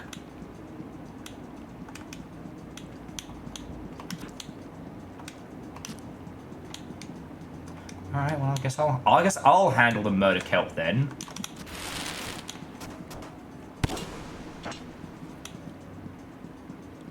Just can't get the scabs these days, I tell you. Yeah, so Ketterall, we've explored more places. I currently have... Oh! That, dear friends, was a hand grenade at point-blank range. Sometimes it's not about winning, it's about sending a message. And that message was, oh, fuck! Oh, also, and much more importantly, Ketterall, River's still staying with and is the cutest of cuties. Right. Well, fuck me, I guess.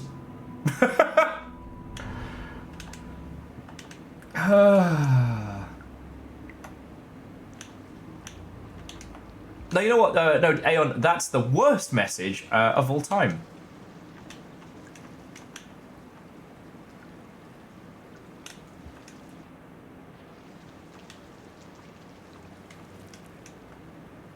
So what I'm trying to do now, friends, is explore as much as we can.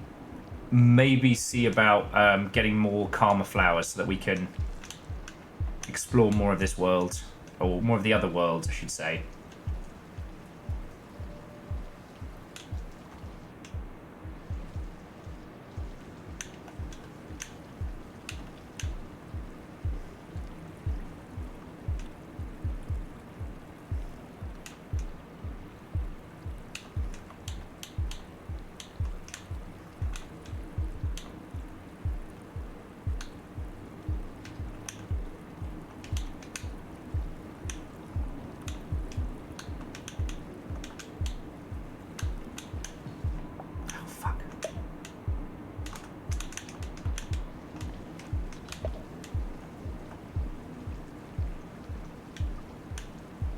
Wherever the other one is.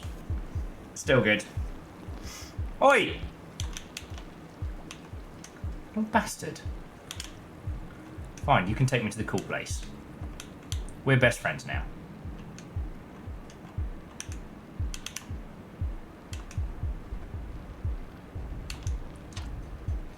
No, I need him! No!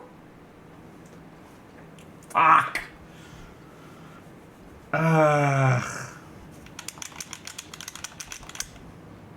Fuck! Fucking vulture showing up just for spite. Yeah, you eat him, he ate me. Circle of life, bitch! I'm just gonna get some more water. But yeah, so all of you have come on in. We can talk about game production stuff. We can talk about fucking anything.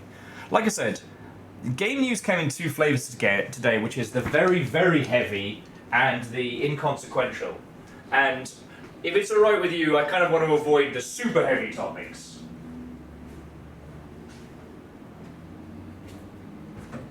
What a wonderful phrase.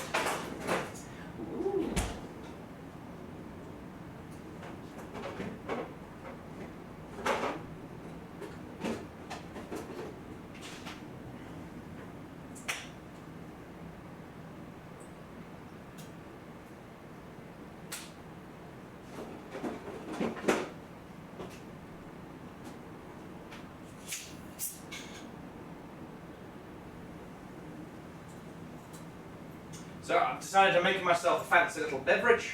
Not booze. Don't worry, I haven't decided to just crack a fucking pint of gin at 6 o'clock in the afternoon.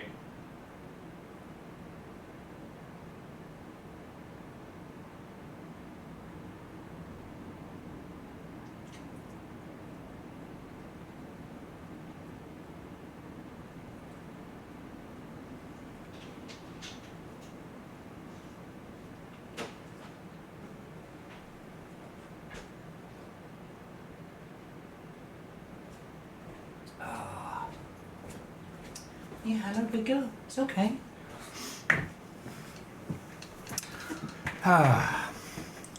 Honestly, it's just tonic water and a splash of fresh lime, but it feels like a summery little cocktail without, you know, getting whoops shit housed at 6 o'clock in the evening or afternoon.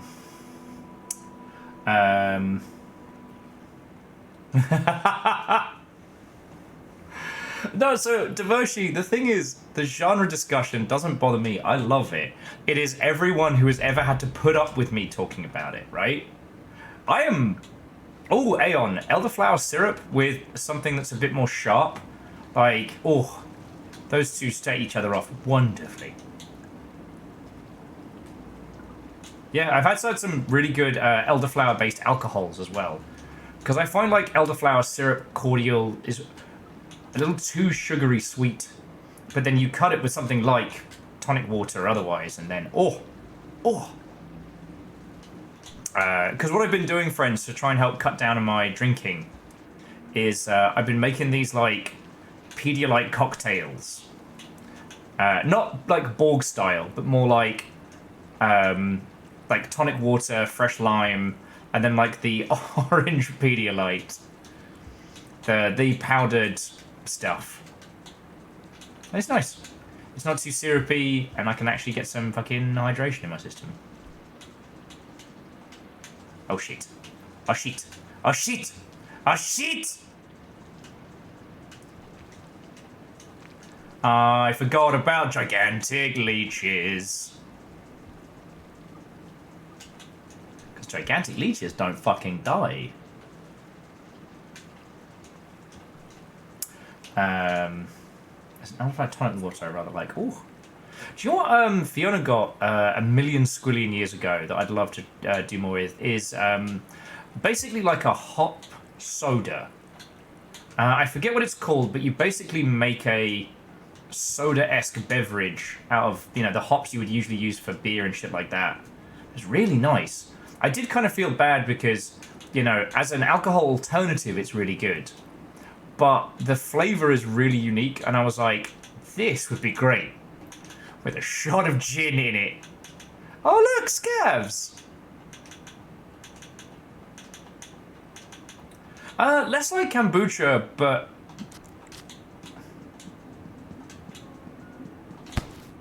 Oh no! I exploded him, and I was safe, but the explosion yoked a fucking spear into my face. Alright. It's time for Moida.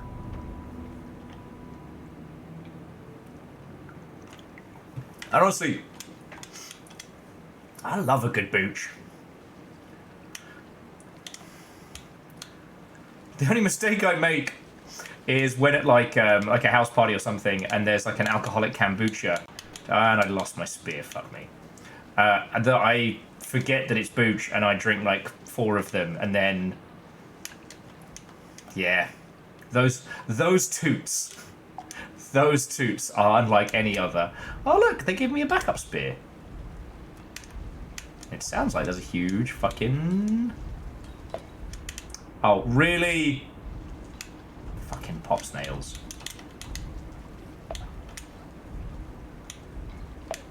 Oh, for fuck's sake, mate! Bastard keeps tripping me up.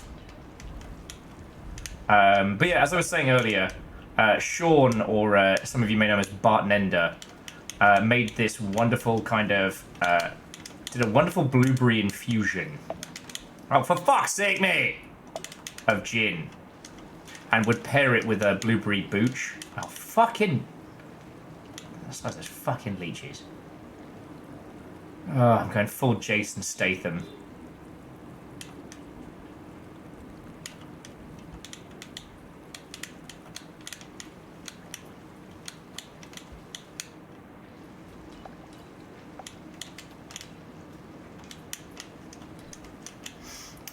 And that was always a lovely little pairing.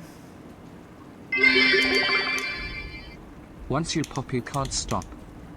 Yeah, that's the kombucha way.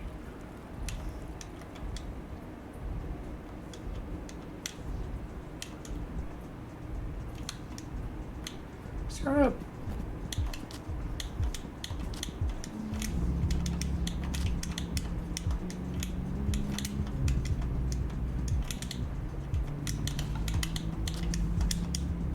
Ah, he fucking got me. And Lyris, thank you for filling the pint glass.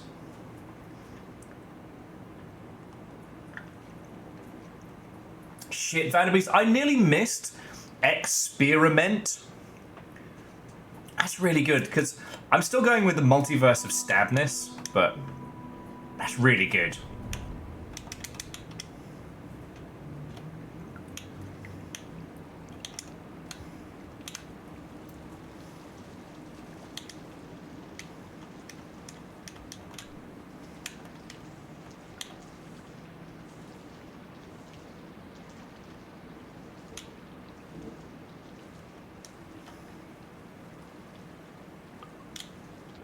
Oh, sorry, and Rebels, I read your comment and I realised, sorry, I internalized, but Rebels were saying they went to the bar, they had to warn people about how strong the kombucha was.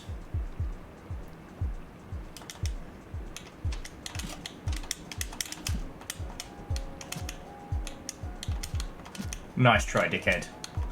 Whose house? Sometimes Slugcat's house. Now, I didn't need to spear that pop snail, but sometimes it's all about the spite.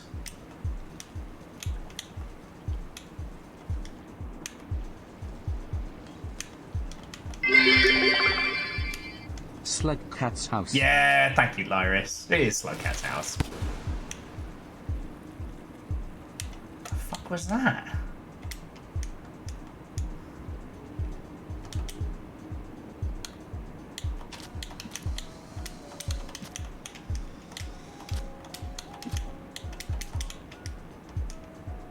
Guess the scab's already out hunting.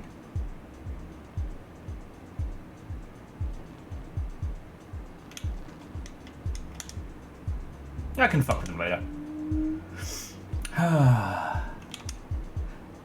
Exactly. Pop snails. They know what they did.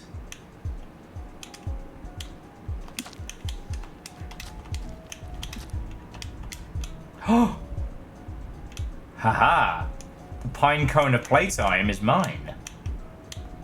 So you remember when I got fucked up by bees earlier?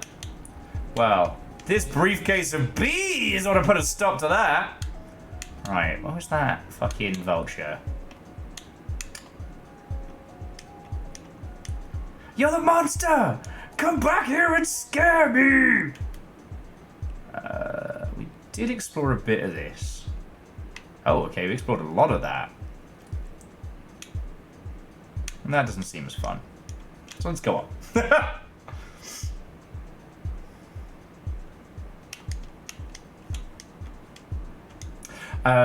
Apropos of nothing, and just because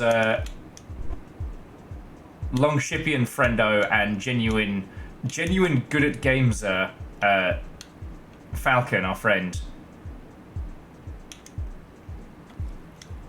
has got into fuck. Alright, that did not go according to plan. In fact, I've made it significantly worse.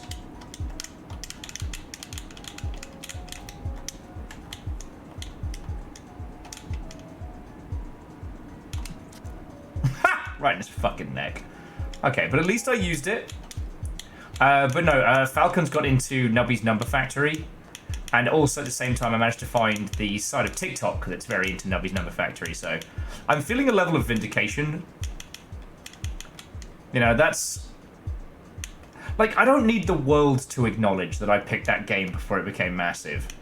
But it's nice to know that my instincts are still, like, on the money. You know what I mean? Because a certain person, naming no names, said some very nice things on the weekend about, you know, my ability to find good games and, you know, using those powers for good rather than evil. And, like, yeah, I'd fucking love to be able to do that. You know, I was talking with the people at PlayStack, and actually, we've been this way many times. What did it lead to? Mostly death. Okay, well, we'll be careful this time. Excuse me. We can always teleport out if we feel like it. But yeah, I was talking to people over at PlayStack, and I was just saying, like, how do you all keep finding so many incredible games? And, like, we just have the most awesome people for finding them. And I'd love to be someone like that. But, sorry, what I mean is, like, the people who find cool video games for publishers, you know? Now, I don't think it's possible for me to do that. Not like times of yore. Alright, let's see if I can get one of those pieces of fruit without getting us killed. Oh, yes, this is what we did. We came up here, and rather than continuing to explore, I teleported into the Great Beyond, didn't I? Let's do that again. Oh, thank you, Lyris. You know what? It takes a lot of time and a lot of research. So, thank you.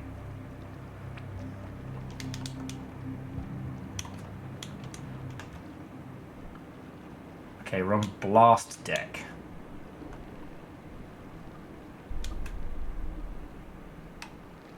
We've never been to Blast Deck before. Cool. Fuck off!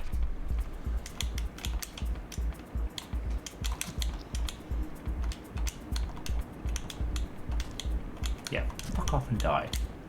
Yeah, he's all yours. He's all yours. Enjoy. Friend not foe. Friend not foe. You eat. You just. Wow, those moths are really going to fucking town. They do not need to eat me. I'm just a cutie patootie. I'm just a little slugcat. I am just a little guy. My birthday. Oh, Saren, are you offering a lizard smoothie? Because like I could go for a smoothie. It's like a meaty boba. I wish I hadn't said that. I'm so sorry. I regretted it the moment it came out my face. I will be issuing a YouTube apology video for that comment. Getting my ukulele out. I have to apologize for horrible things. No! Gideon, I'm sorry. I left you to leave you with such a horrifying image. I don't know what the fuck I was talking about before.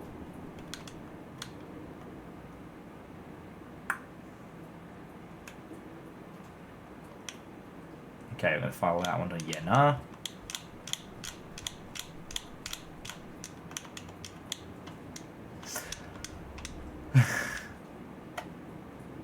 But yeah, so for those who don't know, like a million years ago, I used to do this thing for some indie publishers, which I was basically like a bounty hunter. I wasn't like an agent, so I wasn't getting paid commission, or I wasn't getting paid by the devs. I was kind of getting like a finder's fee, so like I would find indie games, I would bring them to, alright, naming no names, but indie publishers, and if they got a deal, I would get a chunk of change. It didn't, like, the devs didn't have to pay me. I wasn't part of like the decision-making process. So I don't want to put any kind of like hints or delusions of grandeur. Oh right, I can go invisible. Yeah, get fucked.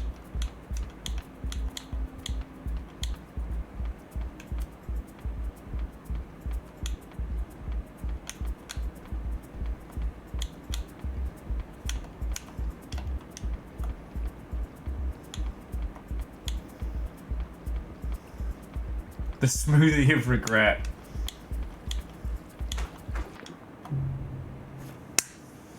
Remember, friends, the smoothie of regret is seldom served chilled.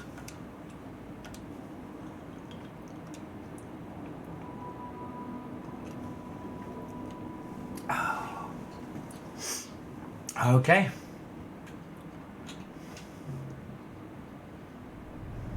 And we're back here. Apparently this is just where we're spending the rest of our evening.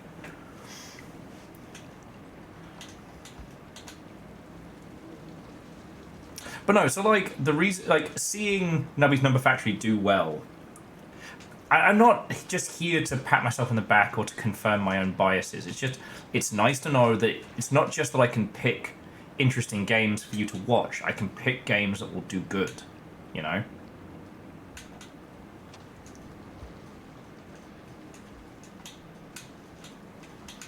If you haven't seen it, by the way, Nubby's Number Factory is great if you need another Balatro-esque game in your life. Oh, fuck off. No, no. Yeah, fuck them up, bull squigs.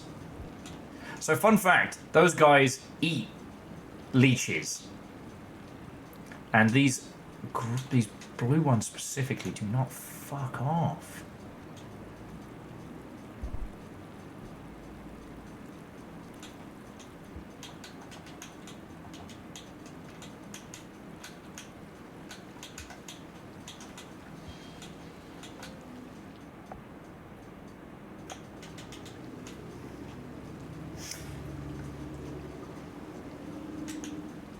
So, Furball, the fun thing is, like, you know what we were talking about earlier about, like, experiential stuff in games, is that, on paper, Billionaire and Nubby's Number Factory are identical. In experience, like, playing them, they are so different. So, Nubby's Number Factory is kind of like a pretend kids educational game that turns into something that's way more intense. Right? It has a similar element of, like, it's pachinko, but you know, choose your perks and your abilities and whatnot, but it doesn't quite have the... Oh, fuck all the way off. It doesn't have the same elements as Billionaire because it's not as focused on, like, deck construction and placement. It's almost more like a deconstructed backpack hero, you know? It's all about where things are and their placement in your item list. Oh, look! Mida!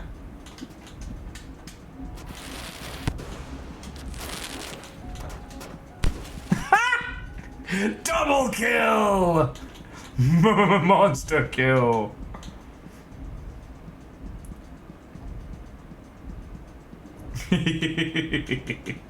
That was fun.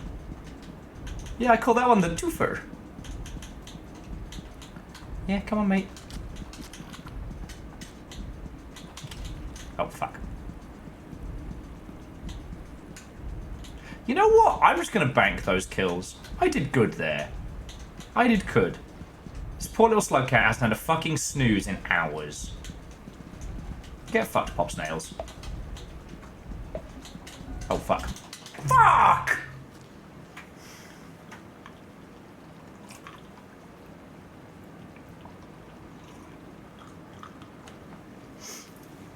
J-Post says, is using game discovery powers for evil like pointing at Balatro and saying, free? God. Game discovery powers for evil. Waiting until like 10 o'clock on a Sunday night and being like, hey, I need to show you this game. It's called Vampire Survivors.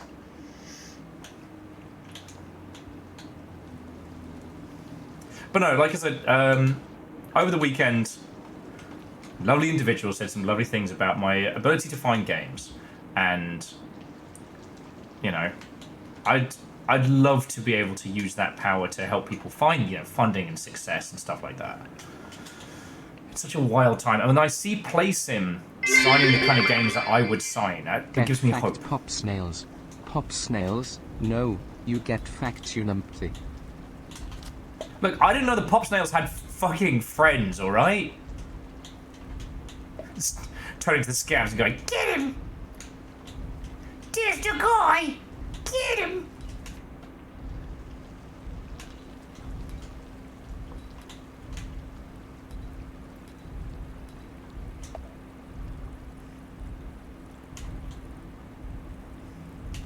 And I'm still trying to make sure we have enough food in our system that if we get somewhere good, we can actually snooze it off and keep... Oh, fuck you! God damn it!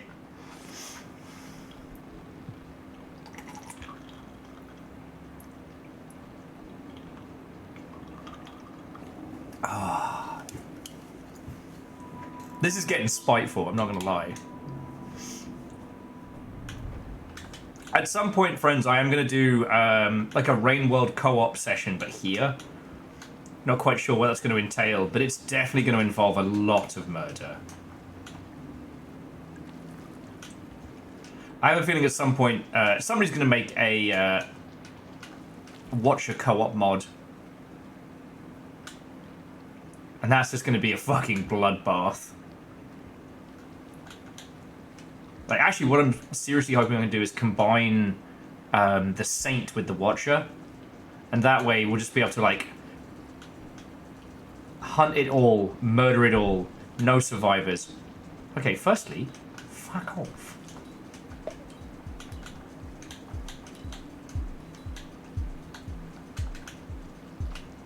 No!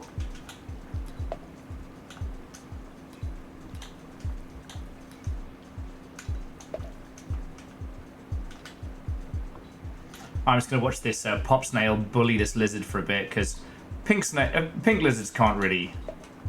They can't get too far.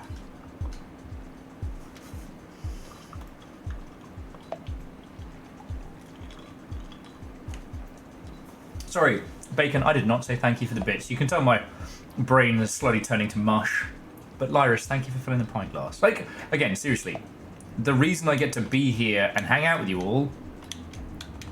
It's because you lot keep me alive. So thank you. Aeon, I think the leeches drop when I go invisible.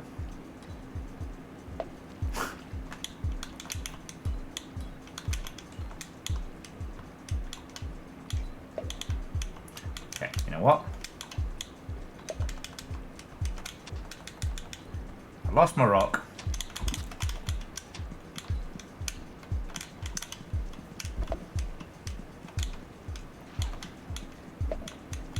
There you go. That snail is now going to ruin that pink lizard's life. And I can watch this for hours.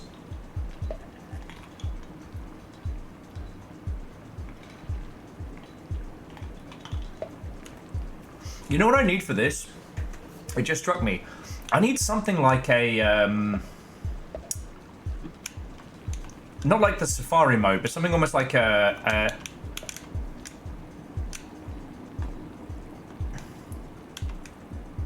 like a Twitch video cam, almost. Something I could just turn on and be like, alright, so now you can just watch the ecology of Rain World in real time. That'd be fucking cool. No, I just made it over here. You're not my dad!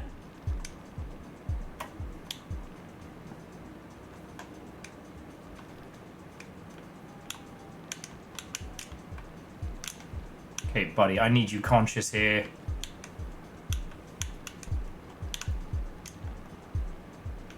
Fine.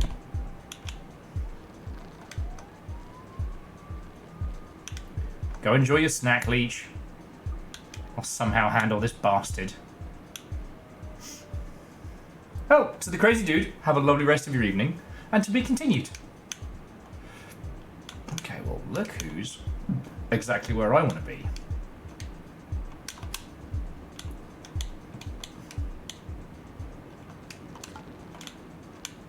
Ah, look who came crawling back. Well, flying back. Fly crawling? Crawl flying? Oh, fuck you.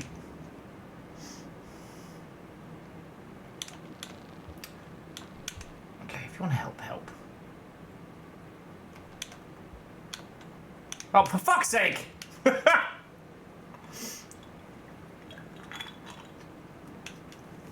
Thank you, Avenger. Look who came crying back.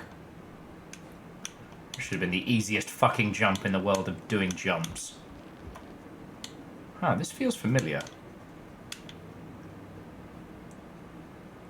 This feels very familiar. This feels like one of the areas we'd usually get from... What is it? Not Waterfront.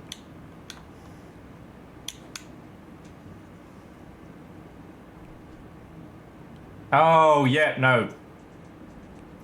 It all comes together.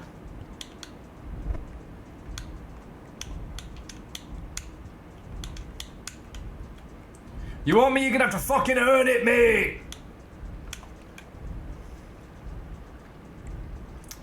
All comes together.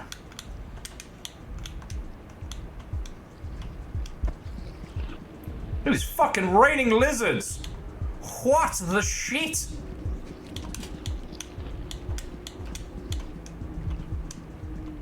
What is that little thing? Fuck. No idea, but it is edible. No!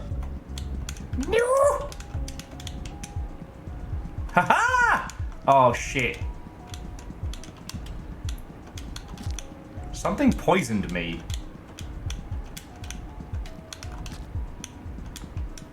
Okay, when I said that thing was edible,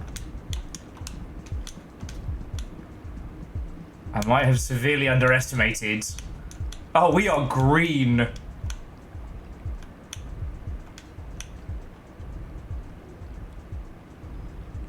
Some things are only edible once.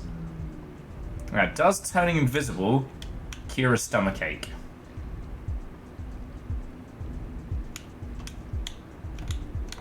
Nope.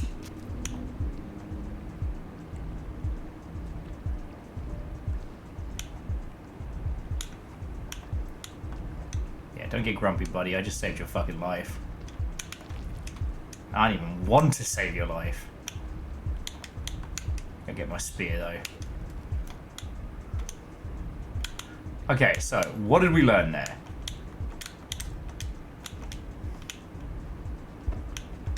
Oh, we learned it's time to go!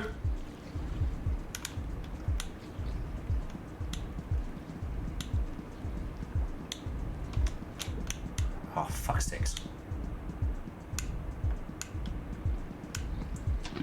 Oh, from downtown!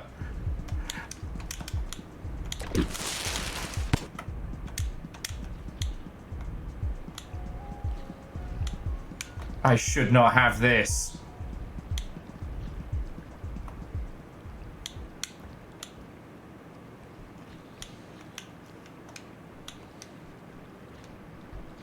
Fuck.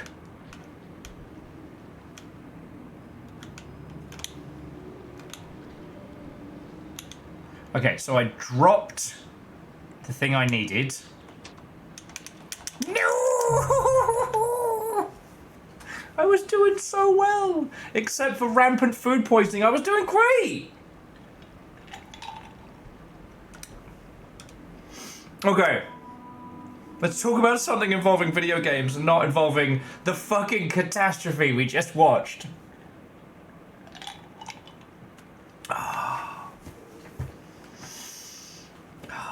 Yeah, Saren, like, motherfucker came in like John Cena, top rail, gave me 2 explosive spears. Probably not on purpose, but we're not going to question that.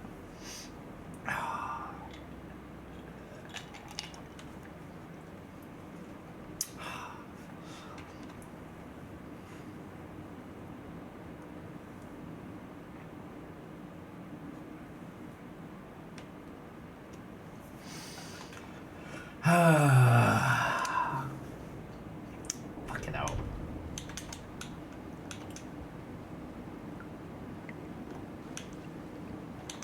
You never can tell in Rain World. You never can tell what regions you're gonna like glide past like it fucking like it's no big deal, and what regions are gonna fucking destroy you.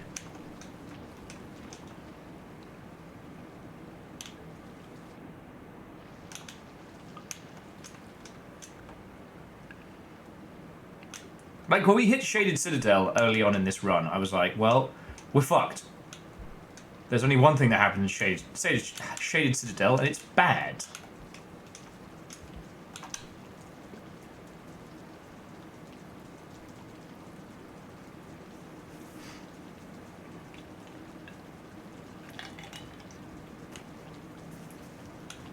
Yep. You get back on that horse. What is it? You get knocked off that horse.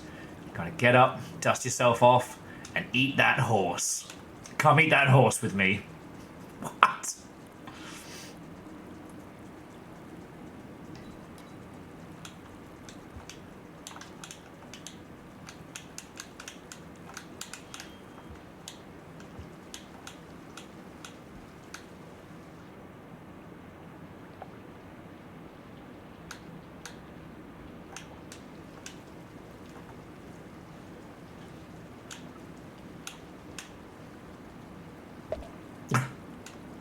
Pop snail from above. Okay. So we've worked out that doing the jump that way just leads us in a big loop to how we got here in the first place, which is fine. You know, we're learning the area.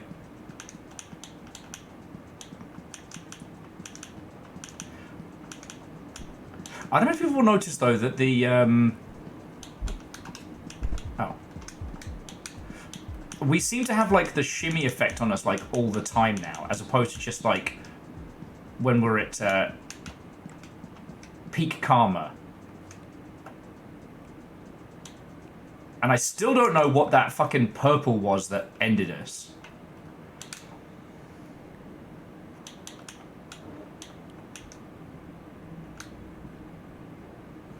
Oh. Sorry, I'm just kind of, I guess I'm thinking out loud at you all here. I apologize. Yeah, if you've all got any video game questions, now's the time to ask.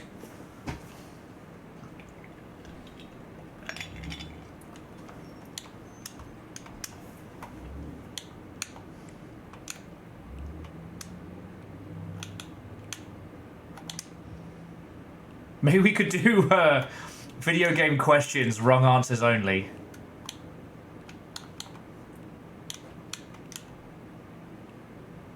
Oh yeah, and so down here leads to the other area we're at. Okay. Okay. Alright, again. Got a karma flower. We can do this. Ha! You know what, Bacon? I take it back. I take it back. How does one double jump? Where is the multiplayer drop down in the compiler? That would be near the matter compiler.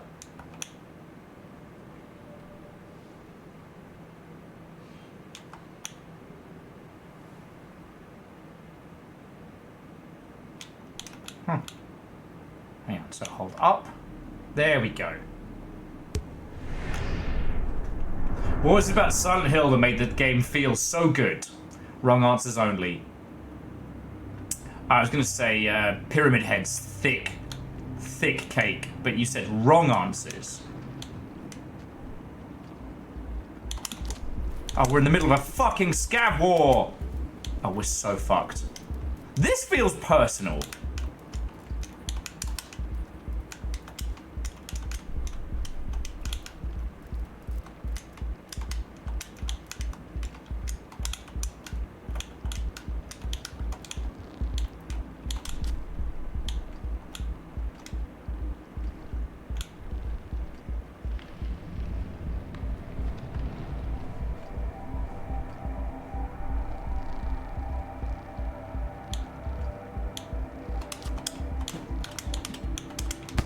Oh, fuck!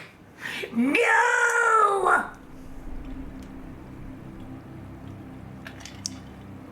I thought I grabbed his spear off his back. It turns out he had a fucking hand grenade. God damn it. Okay. Wrong answers only. Silent Hill, great relationship advice. People keep coming back to it. It's the lover's guide of video games.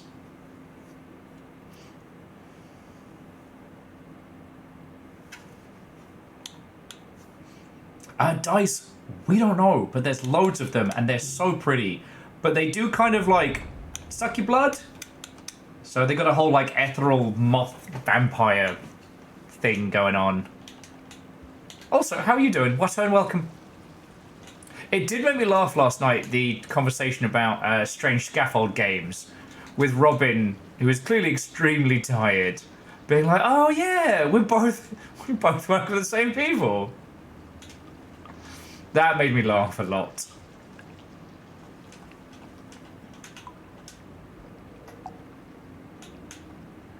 And Angelina, what and welcome. It's good. Get some rest.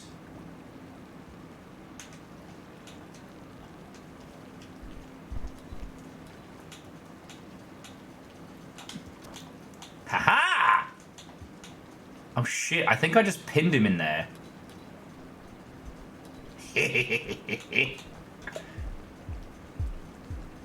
Oh, he did! Ah! Get fucked. He has bullied me repeatedly.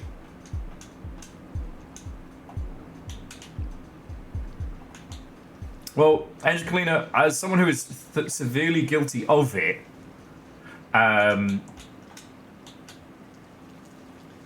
what you have to do is you have to let yourself rest, otherwise you get nothing done both ways and your body still makes you sleep. What is it? It's like, what's the phrase? If you don't... Oh, okay, this is too precious. If you don't plan for maintenance, your tools will plan it for you. Alright, let me see if I can get a good angle on this guy.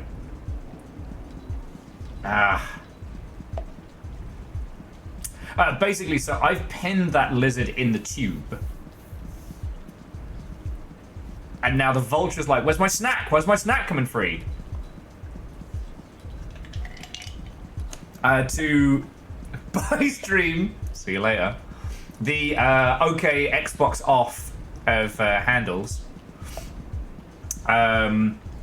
This, we're in the coral area. This is the Watcher DLC, so this is kind of unlike the standard game by a lot. Oh shit, his brother's gonna fucking Hans Gruber me.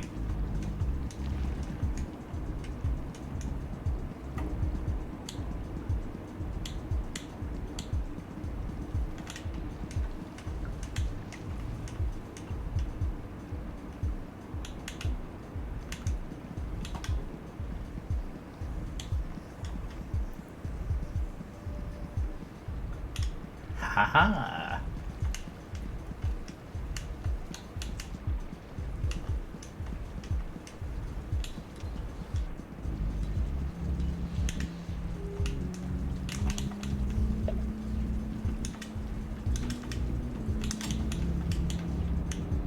Oh, there we go. Now you can have your fucking snack, mate. Just kidding! You're in Slugcat's world. As soon as I can find my fucking spear, you're toast, mate. Where's my fucking spear? Oh, there we go. Guess he's about to lose his fucking mask. Yeah, you better run! Buddy, your meal ain't worth it.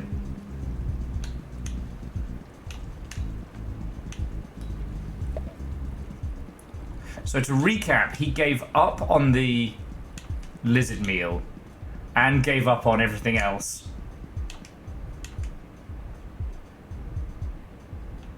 Alright, well, we'll say by stream as a cute shorthand. But yeah, no, I've played a fuck ton of Rainworld and I'm more than happy to take you through it.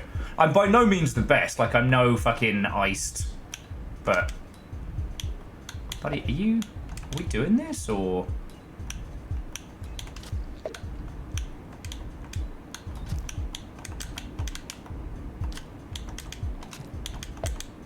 There we go.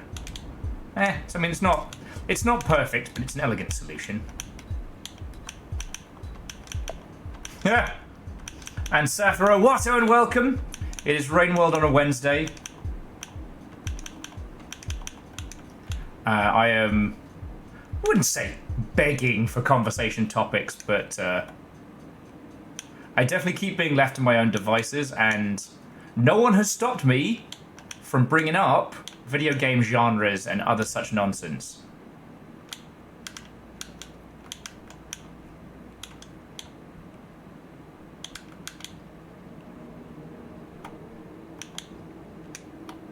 Huh.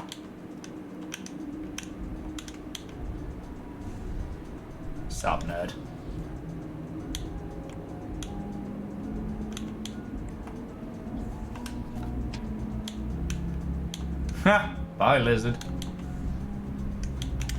Thanks for contributing. Saffron says it's been the driest April. Huh.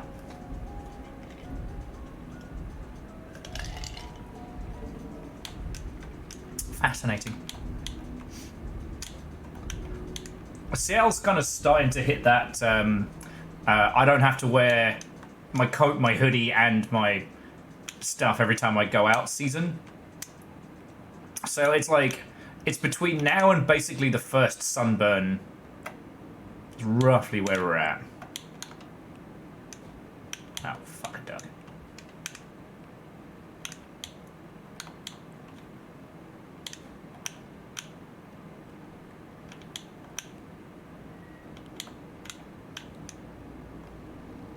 Okay. No karma flower up here, so we'll just get ourselves a little something to eat and then keep going.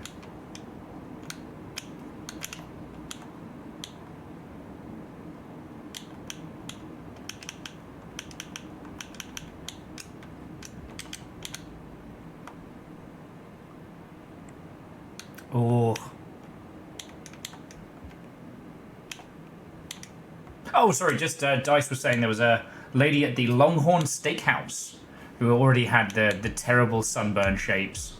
Poor bugger. There's something about the Titian condition that makes you forget that you are rampantly flammable.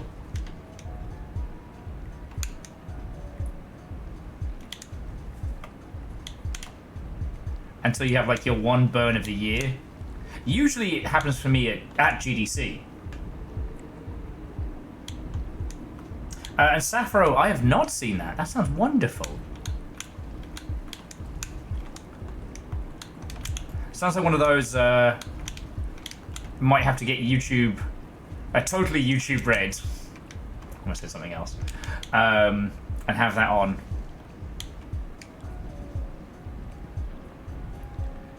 Yeah, get fucked. Guess what, buddy? Your snack just swam away. Whoop, whoop, whoop, whoop, whoop, whoop. Heh, nerd.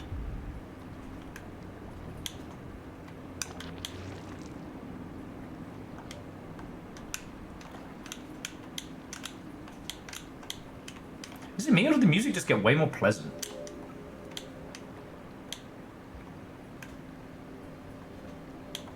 Oh, you're the thing that poisoned me.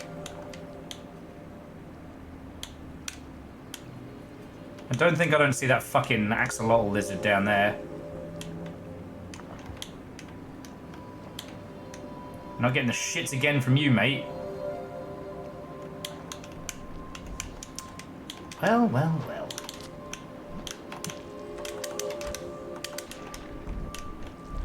Yeah, you better fuck right off.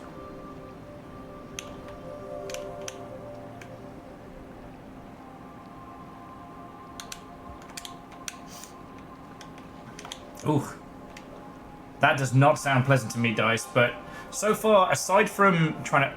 Oh, yeah!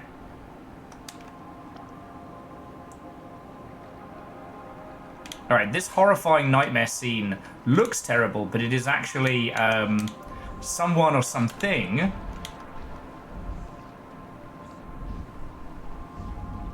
managed to take out one of the ginormous super jellyfish.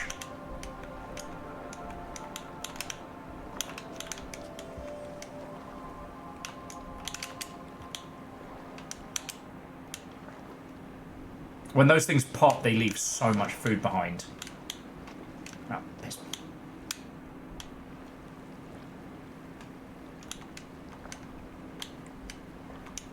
Now, Sappho, I will have to remind myself which one Sunderfolk is.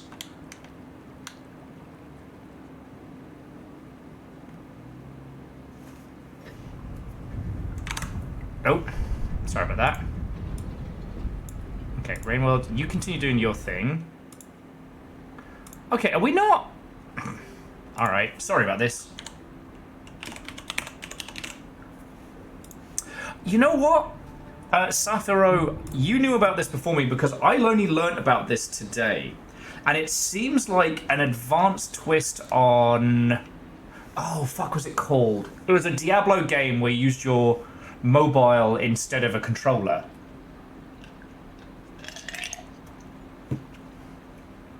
Aeon Alter or something along those lines. Hold that thought. Sorry, it's gonna... You know what, I'll bring up Studio Face. Because I picked up a copy of it. Yes, Aeon Alter was a game that came out back in 2017, and it had really fascinating ideas in. It was a Diablo game, but it also had roleplay elements. And what was fascinating is that the game would ask you questions, but it would ask you to your phone, so sometimes it would fuck with you, and sometimes it would get you to betray your friends for shit.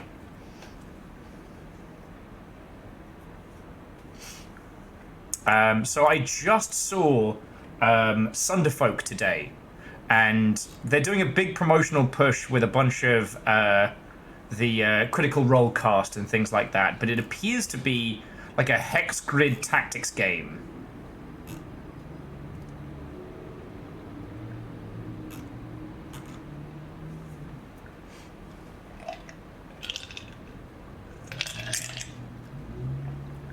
And what's really interesting about it is it's buy one copy and everyone gets to play along. But that just came out today, so I don't know if it's good or bad. Predominantly, most of the critiques about it are just on price point, because it is a $50 title, which, yeah.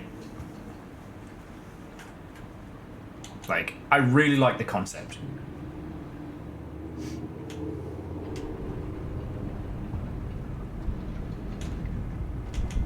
It's like, not only did we make it, but we also got fucking snacks in as well. Not to be snarky. I think the time has passed of, like...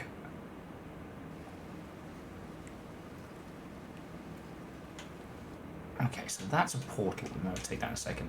Sorry. I think the time has passed as to the pedigree of studios.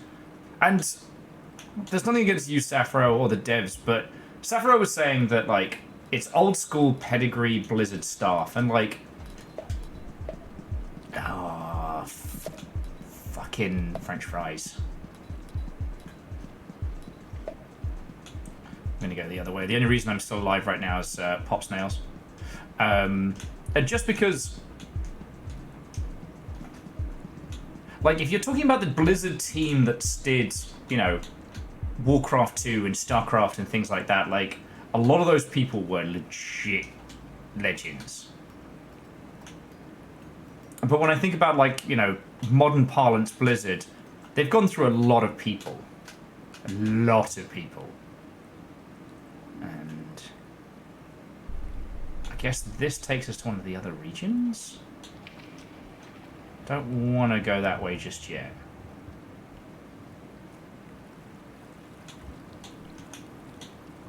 Oh, sorry, and Sappho, this probably sounds like being a massive dick. I really like the idea of that concept, and I'm not just bringing this up to be naysayer Von Jackass.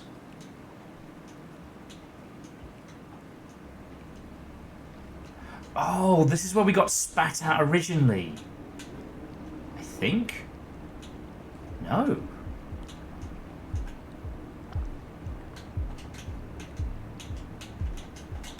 We were talking about this the other day, that, like, back in the day, the whole thing used to be, like, you know, get yourself a job.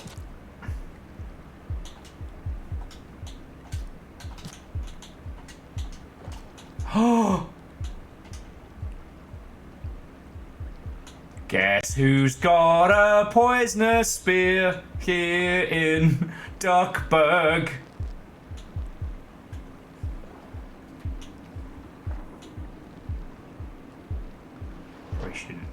Oh, no. We ain't taking that thing on.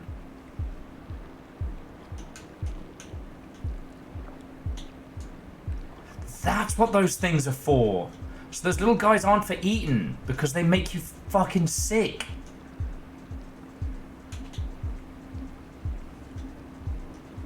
Yeah, Duckburg's been going through an economic downturn. But yeah, so like back in the day, it'd be like work at maybe some indie studios, maybe some other places, and get enough experience that you might be good enough one day to work at, say, Blizzard.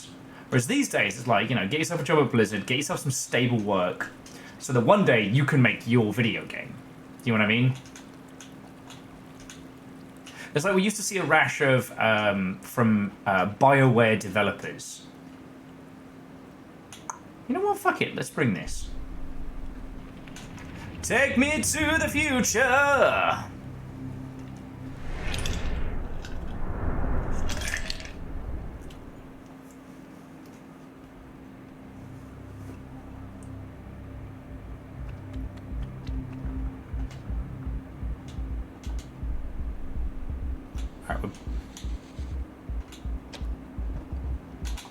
No! You absolute fucking piece of shit, twat bastard!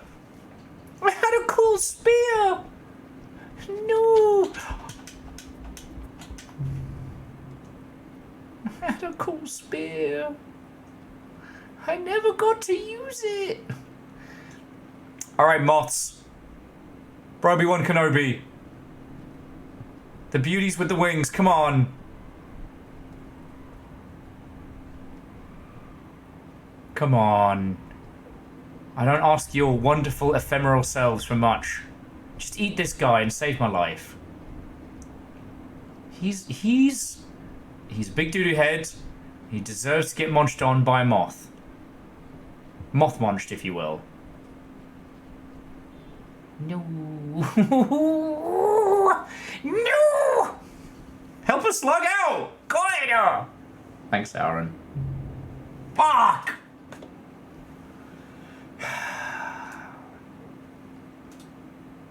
You know what it is? It's because when I played as the Pearl Cat, I hunted them with spite. I got payback, and they have turned that into a grudge match. But Aether Ridge leads to the Torrid Desert, which we need to go to. Okay. DuckTales. Woo! Da, da, da. Alright. But it's okay. In this area, we started our day with a snack. We know where we're going. And we know how fucking powerful the cool shit we have access to is. Alright, I'll see what's down here. Alright, so this is the way to go. I'm not going to bother bringing the poison spear, because I'm not going to succeed, and then I'm going to feel bad. Right, guinea pigs. It's just to lure me into a false sense of security. Exactly, babies. Exactly.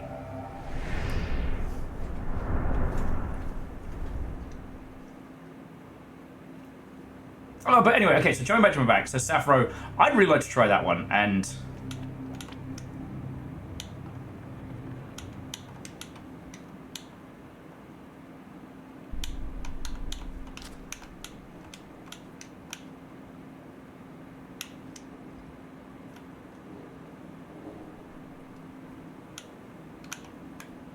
okay, so we're here. Fucking hell. Alright, so somewhere here.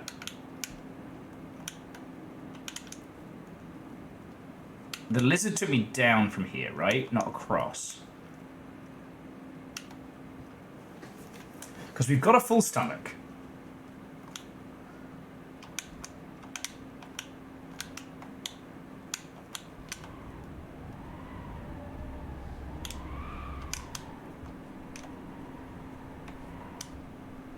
Full stomach, and we've got a flower, so that's good.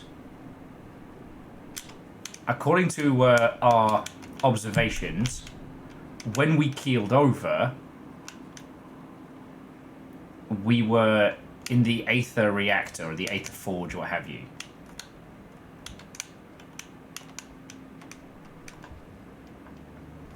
Meaning we're always a little... Those two are pissed.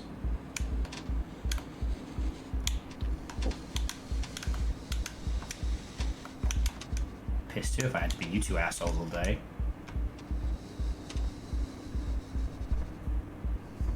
Problem is, I've run out of stealth. So here's the question.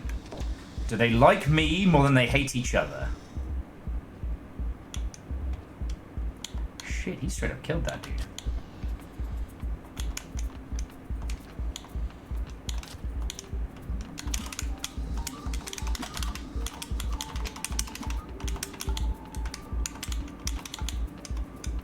This is not going according to plan. That's better.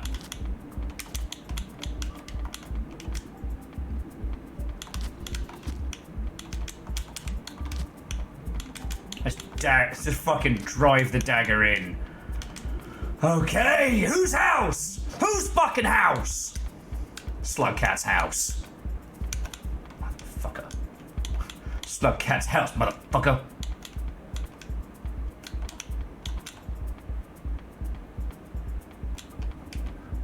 And Sappho, that's way cool. And it did strike me that, depending on how it works, you might also be able to play it, like, online with friendos.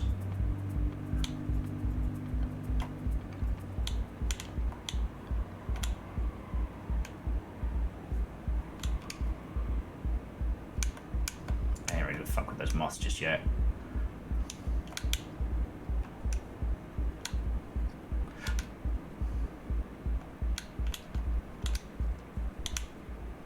Okay, now we're in Ridgeworks. I sure hope they do. I'm sorry, friends. Legally, I have to make that joke.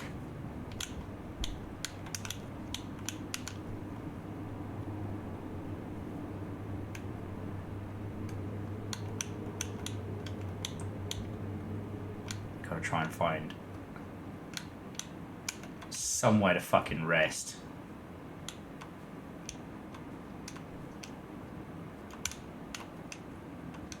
There we go. That'll fucking do. Because Ridgeworks might be a place we need to explore.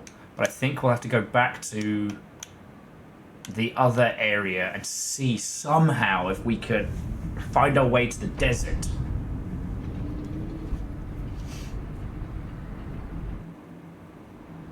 Oh no, Sappho, you were 1000% correct. I fucking love this game. And I think it's because the narrative is told in a way unlike anything else. That it's about the experience and about learning the world rather than like time jumps and reaction speeds, which I've already lost because of me drinking gin. Okay, now, so we're still in Aether Ridge. We need to find a route. We need to find a route to the Torrid Desert. So we're just exploring. Okay. I didn't help develop it. I hung out with the devs a lot before it released and ended up becoming a huge fanatic. You know, I have this shit tattooed on my flesh. If I'm being honest, I'd have a lot more tattoos if I could. You know?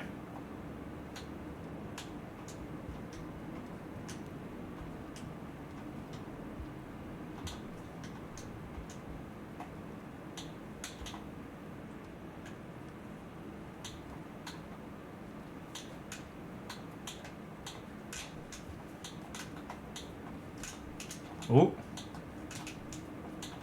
Alright. Okay, this is starting to feel personal. Alright. Oh, fuck you! Okay, that wasn't fair. Those look like little handles.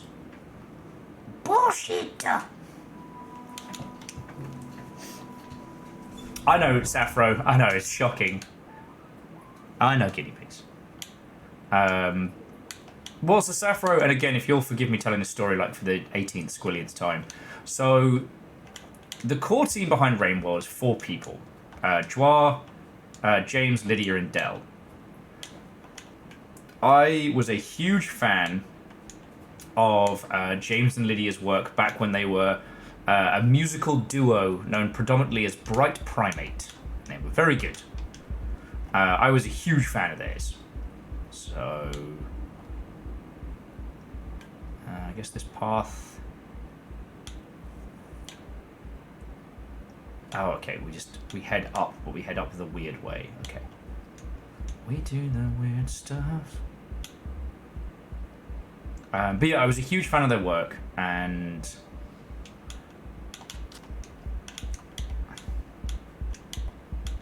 oh, there goes my breakfast.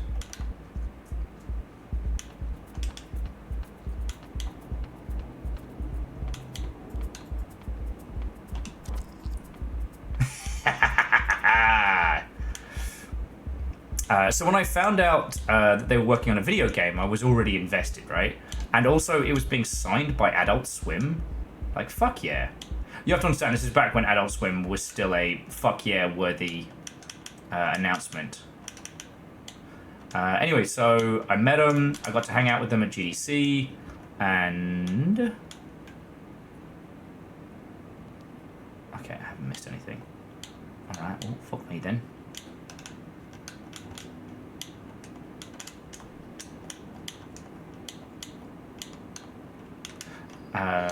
And then, yeah, I didn't play the game until we started the Longship proper.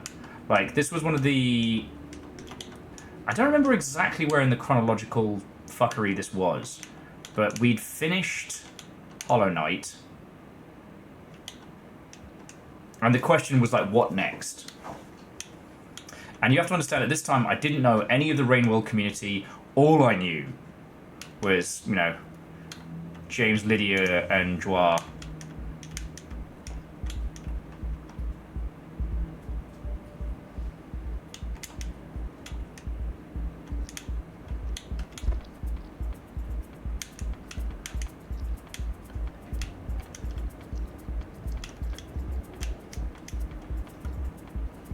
Like, I didn't know the incredible group of fuckers I was about to be joining.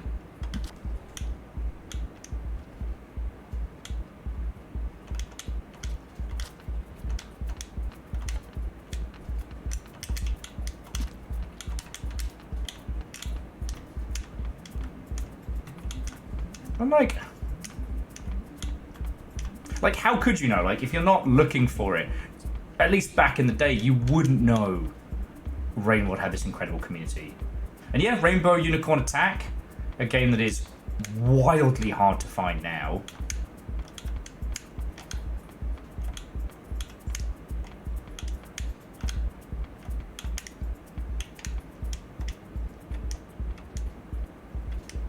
It shouldn't be wildly hard to find now, but you know, them's the fucking breaks. But other ones like, you know, Super House of the Dead Ninjas and shit like that. Huh? Did we just find another more fucking place of mushrooms? Huh.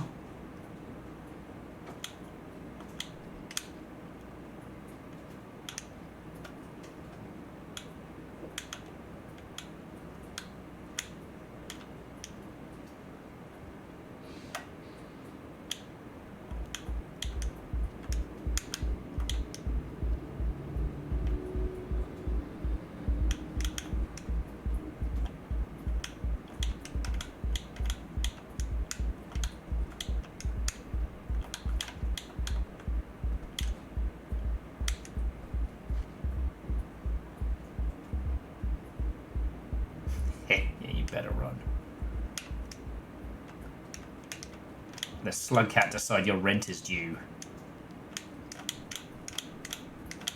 On account of it being our house.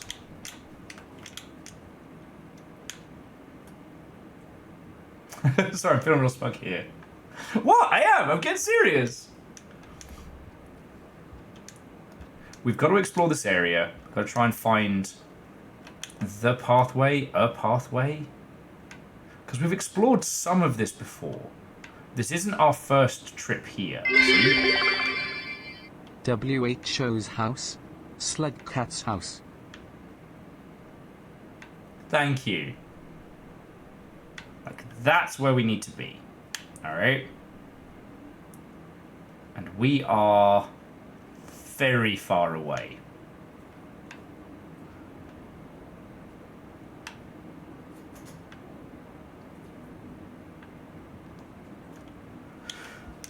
So, we've got a long ass fucking climb.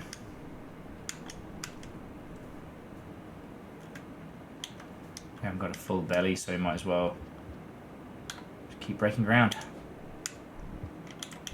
Oh, so pretty. Hello, moth lady. Take me with you. Take me with you.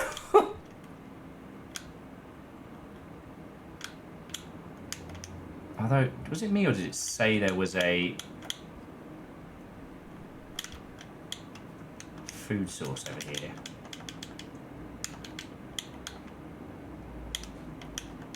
Just this, okay.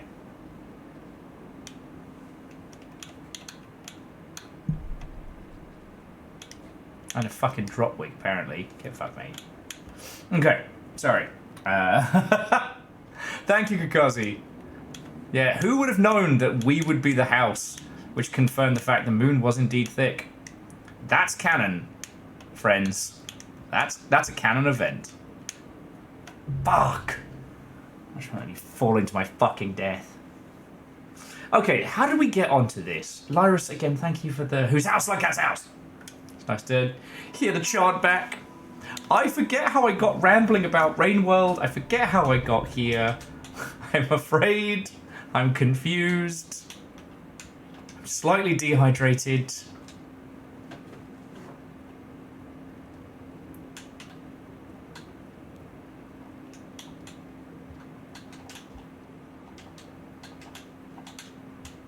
Also, we're going to get the power flower. Not karma flower, but you know.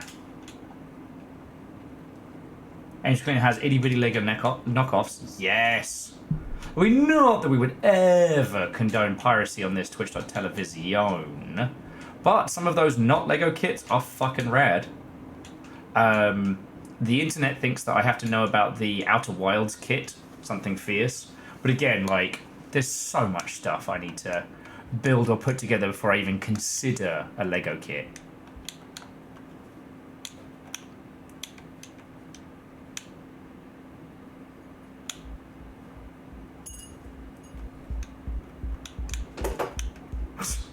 Do you hear this rebellion going on in the background?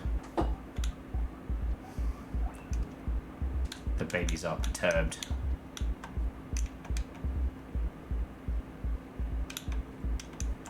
Okay, if we make it good, we've got enough food in our belly to sleep. The Lego patent's expired, it isn't piracy. Well, fuck yeah then. Yo ho. Oh, speaking of rampant piracy, I may have some very cool shit to show you. Unlike Jim West, you don't want none of this. Slugcat 6 gun in this. Let's get the fuck out of here. No, Lyrus, it might shock you that no, I haven't gotten through my stack of massive Gundams. I will say, talking with Baron and Peeps definitely helped. Oh, fuck me.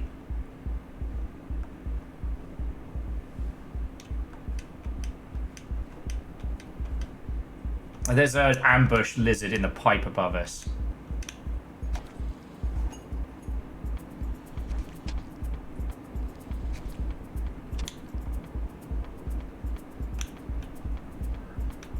There we go. Get fucked, mate.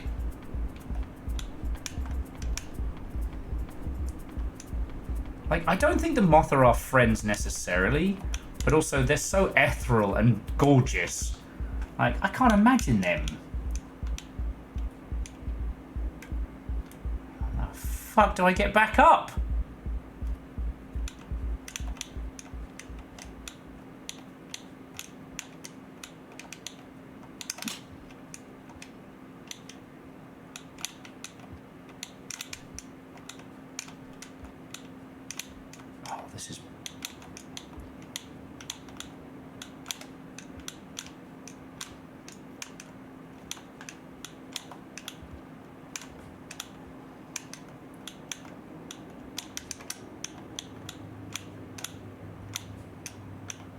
Maybe if I can pull this off. Nope. What the fuck am I supposed to do?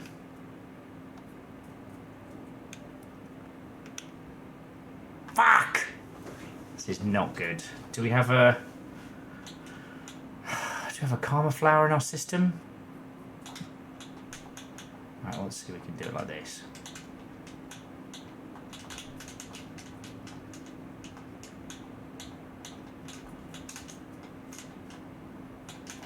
Thanks, I fucking hate it.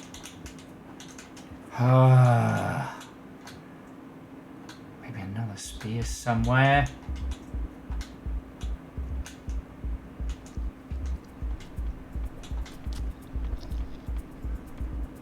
And the moths have him.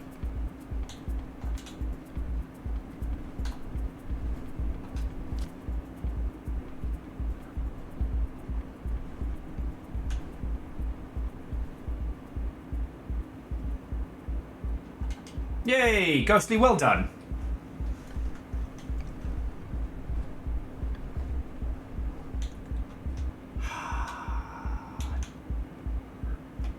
I think I've backed myself into... I think I've kind of fucked myself here.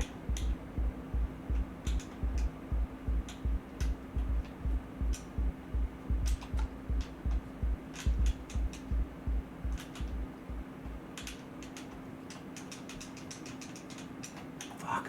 I don't think there's a way I can get up and out of here. Fuck. Alright, I think I got a karma flower, so I'm just going to roll the dice. Hopefully we've got enough food in our stomach.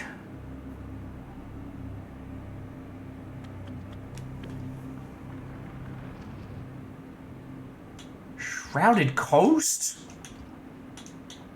And the scabs are here. Fucking course they are.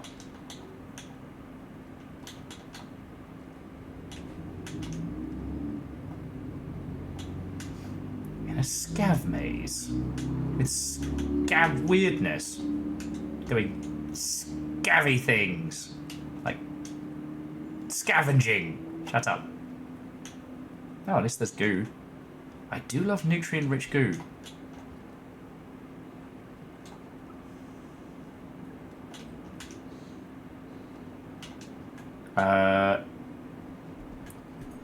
It does reset the timer, but fuck me, that's big red.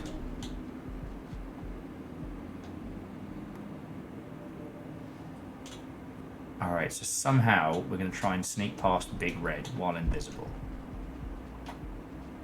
Oh, I think we've done it. Wait, no, do we want to be here? We've never been to the Shrouded Coast before. We need to be... Okay, we have a little. Alright, and we can get out of this. Okay, we're good, we're good. Nap time! Okay, I think this will actually be quicker than going the other way to get to the desert. Fucking hell. I need one of those fucking Pepe Sylvia style whiteboards to track all the multiverse bullshit we're doing. 2, 3, 4, 5, 6, okay. Okay. Oh, Verdant, what and welcome. It is in fact Slugcat's house. Thank you for asking. Oh shit! This is good. The Shrouded Coast is on the list, so we're going to explore here.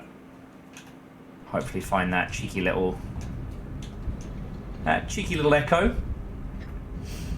Okay.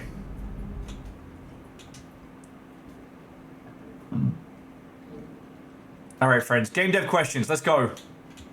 Give me the good shit. Before Big Red returns.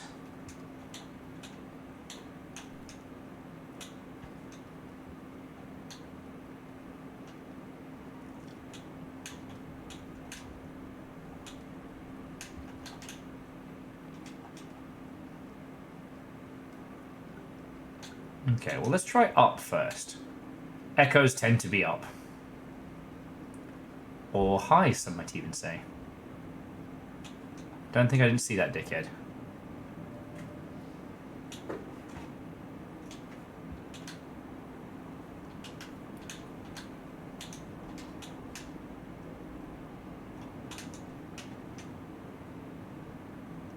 Okay, Aeon said, given the choice between Ecology Simulator, and deep, complex narrative. What would be your decision to lean one way or the other?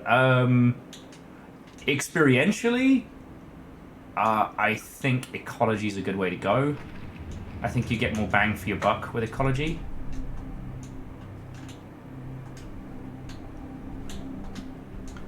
No!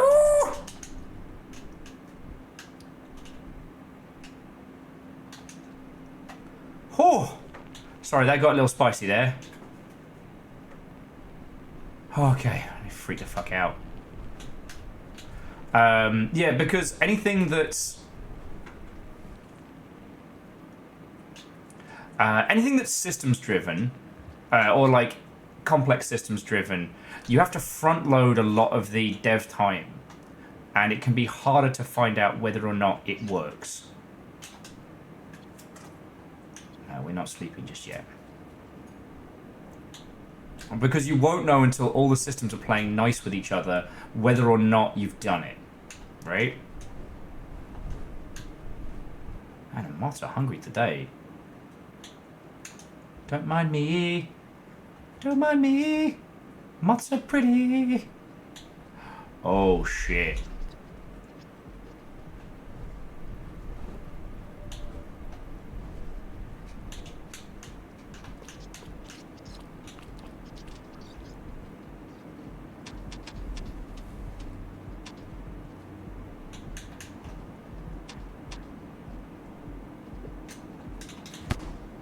Fuck him up, Moth. Come on, Moth. I've set you up for success, buddy. No!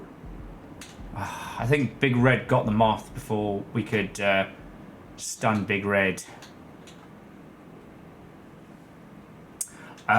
So, complex narrative. Oh, fucking trap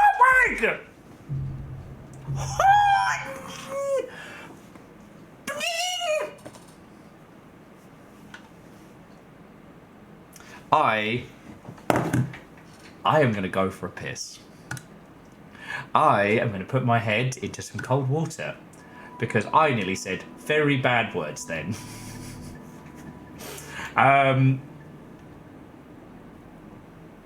So, Adam wants a shark fact. Isn't that great, Adam? Aren't you so wonderful? I love sharks. The leopard shark gets its name from its golden blotched skin. Like some other carpet sharks, it has a flexible body that allows it to turn around in small spaces. It feeds mainly on clams, using its flat-topped teeth. Oh, we would have gotten credit for that fucking... If Big Red had died, we would have gotten credit for it.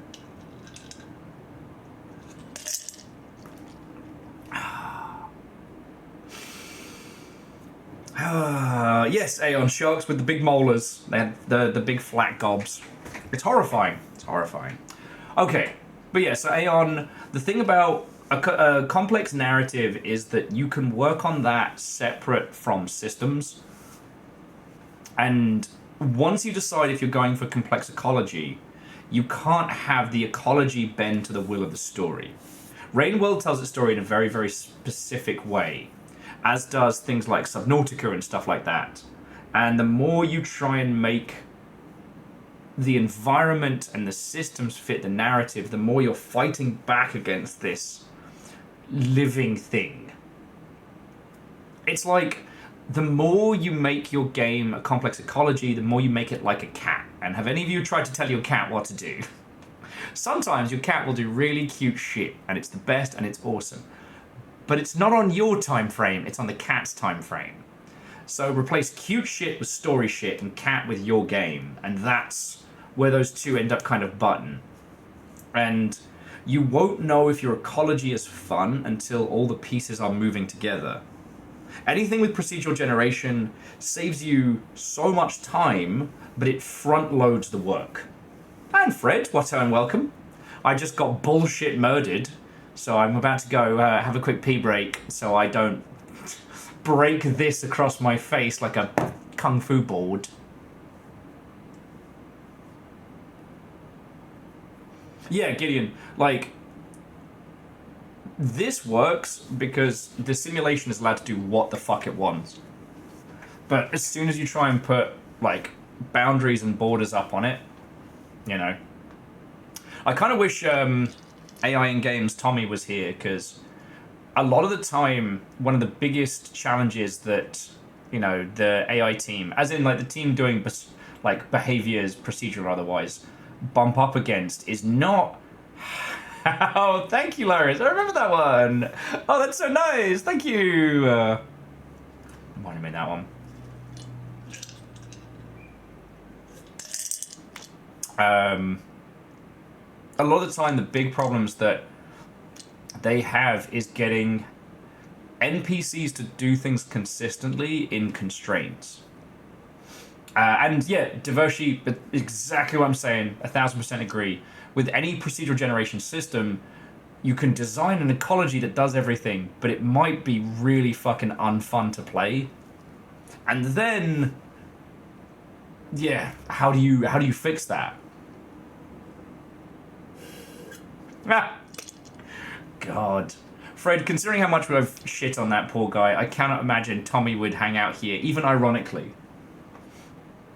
But I do watch his old G4 TV reviews, and they give me life. They give me life. Oh, sorry, friends. Yeah,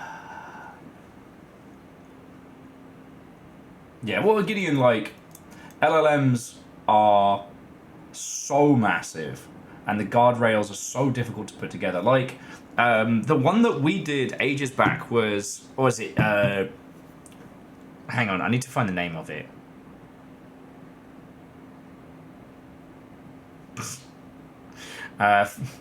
Sorry, PVS says, isn't it about time for Talarico to start a podcast? I'm the white guy with a podcast.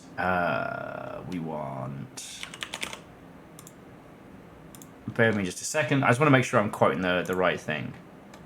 Because here's the thing, you can make an LLM without it being, like, shit you have stolen from people. Like, they're not all inherently bad, but there was I Doesn't Exist, which was a DreadXP title that used a large language model to, like, be reactive and discussionary as like an evolving text adventure. The problem being is that the amount of shit they had to do to put that LLM on guardrails meant that they had all the computation, like all the stress on your PC with none of the stuff they actually needed. Do you know what I mean? Like, what they should have done was just create a text adventure. They would have made so fewer rods for their own back. And, like, look, we talked about this with Harold Halibut, like, you're making your game. If you want to make it the hard way, do it. We're at the point now where people actually understand the craft of games so much that they'll genuinely cheer you on if you're like, oh, I have decided that for this game I'm going to make it all in stop motion, backwards with one hand tied behind my back. Like, you're making a statement with how you're creating, and that's fine. But in the same breath, like, if you run out of money because you're fucking around and the game never comes out, that's not making an artistic statement. That's being a fucking idiot. And this is where good old Jodorowsky's Dune always pops into mind. Great concepts, a huge impact on all media, but because of his inability to make it make sense and to actually get it out the door on a budget, like, that movie will never exist. Do you know what I mean?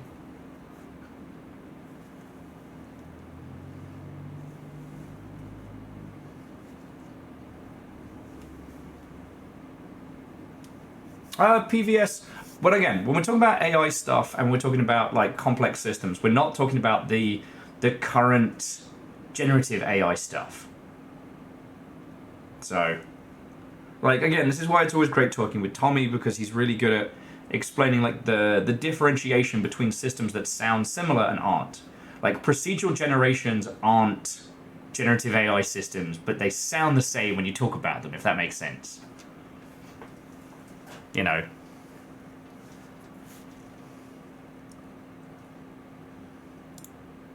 It's not Talarico! It's Tommy Thompson.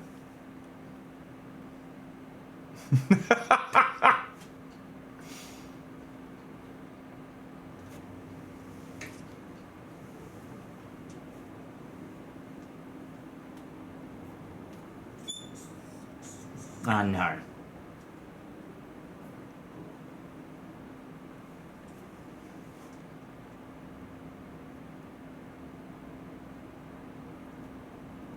Well, and Aeon, this is where this whole conversation descends into madness, because... Yes, Fred, I do mean the Green Ranger from Mighty Morphin Power Rangers. You should have known. No, so if you want to get into this proper, look up AI in Games on YouTube, and that's Tommy Thompson, who has been doing a series about this, and it's become basically the siege wall against the AI schlopfests pushing up against our gates. But... from my experience, games AI, as in how our NPCs move and things like that, anything that's in broad patterns and stuff like that, real easy. It's when you need it to also do specific things outside of, but also get it to slot in.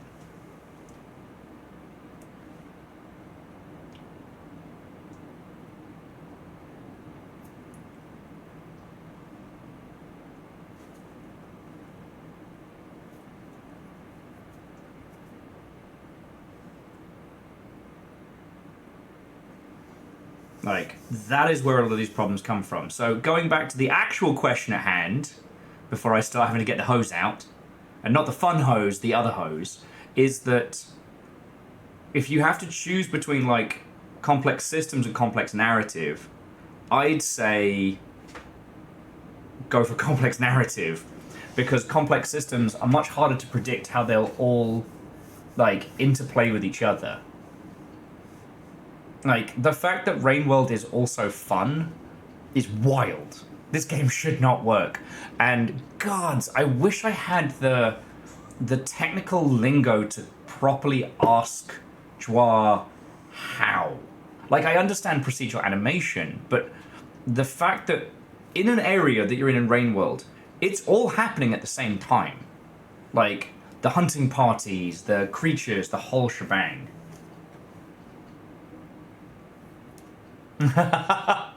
Also, hire you a narrative specialist like Fred. Now, and I'm not saying narrative is easy, but narrative is easier to change within the confines of a video game than core systems that you can't pull the guts of them out without fucking everything. At that point, I mean, you could shelve it, but then you've got a whole system that you... Before I go, I'd like to propose the Tellerico tariff, a 2,000% I tax couldn't on possibly podcasting comment. equipment. The But, only one we need. I do think that there is a scientific number to chart the correlation between one's privileged-based ego and one's enthusiasm to start a podcast. It's another white boy with a podcast.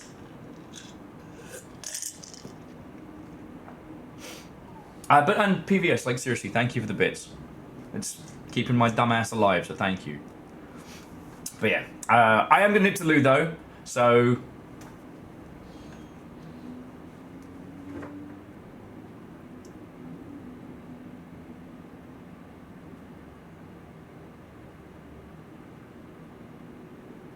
Yes.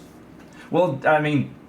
Diversity 100%, because you can change a bit of the narrative and it can still have a massive impact. It's not easy, but if you have procedural generation systems, like in Rainworld, if you change the lizard behavior for a specific environment, that could have knock-on effects the entire title. If you change the word lizard to gizzard, it's not going to be easy, but it's doable. Oh yeah, Fred, absolutely. And also, a lot of the time, the narrative team is given impossible shit because either the way a game was built... Oh, sorry about that. The way a game was built, or... Oh, god darn it. Sorry about this. Emergent systems that happened, or things that had been spec'd within the GDD aren't possible that the narrative was hinging on. You know, you need a narrative designer because... There are things that are so easy to change in video games, like now the whole game is underwater. That narratively are like, oh fuck, now the whole game is underwater, right? But woe betide you have stairs in your game. You know what I mean? In an ideal world, like, systems, narrative, art, music, everybody is in on day one and everyone has an equal stake. But that's a magical world that only belongs to, I guess, Larian and Supergiant.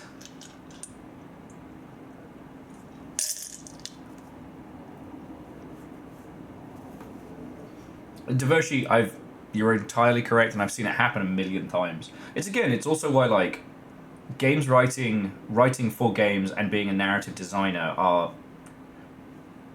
like almost like a distinct skill set. They're fascinating. I keep thinking of the quote, "Don't call me a science fiction writer." And in this regard, it's like a narrative designer. It really is. They really are different creatures, different beasts. Ah. Okay. Pee break. Friends, go grab some snacks, grab some water. We're going to continue exploring the Shrouded Coast and try and see if we can find where the Echo is here. Also, favorite RPG character builder that fits into the narrative. All right, let me come back to that one. Now you're giving me the good questions. As soon as I need a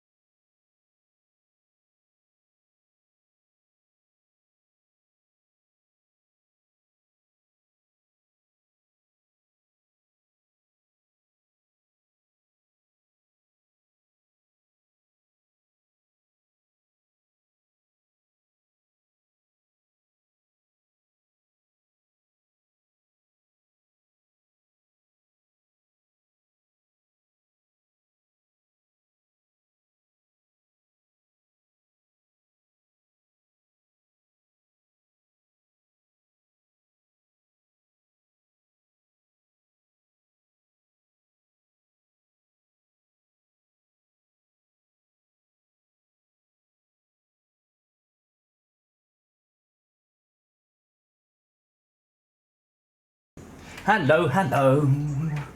Hello, hello. So, Orzine, I thought about your question. The pisser is best example.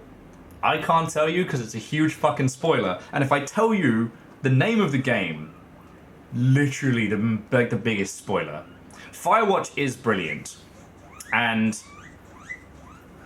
you could argue that Telltale's The Walking Dead Part 1 is very much similar. But that feels like it's arguing semantics. Also, I didn't realise it was not playing any music. I was fucking about with that. I apologise for leaving you in the quiet.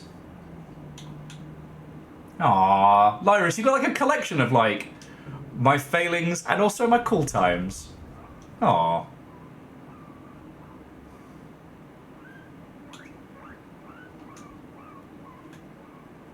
Okay, so we just need to... So that takes us to the Aether. We just need to fucking explore. It looks like we've explored most of this. So...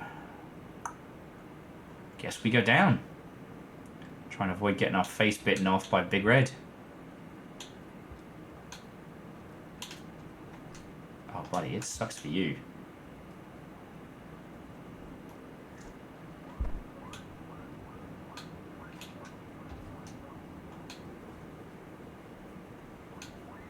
Look, it's not my fault that he has a mobile snack attack on legs.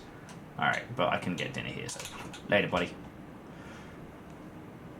I do think there's something to be said for the old Ultima character creators, that it being kind of like a test of your moral fiber.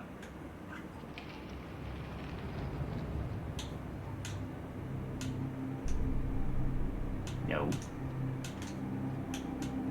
Nope. Oh.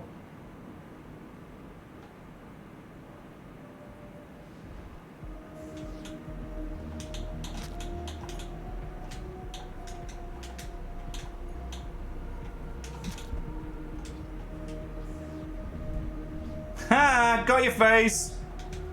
I win!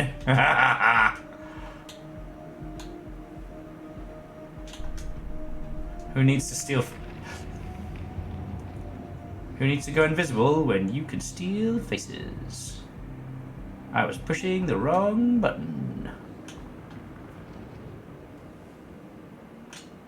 So yeah, the old Ultima games, like pre-Ultima Online, you would be asked a series of like, you know, you come across a beggar on the street, do you give him some food, do you kick the shit out of him, what have you? But then it gets more and more kind of like esoteric and Arthurian. And I don't know, I find that style of character creation to be really fascinating.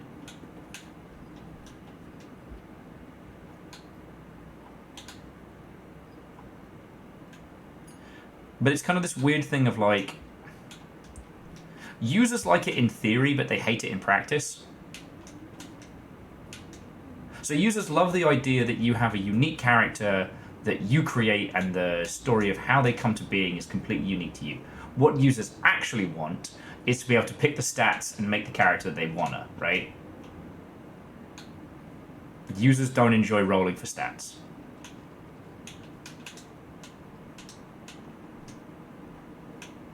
Sorry. When I say rolling for stats, I mean in like the video game sense of like context equals output rather than like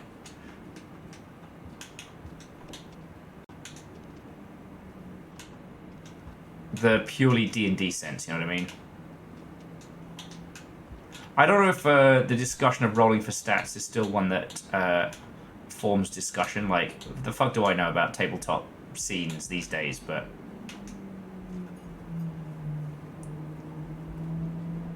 like, a lot of people were not keen on...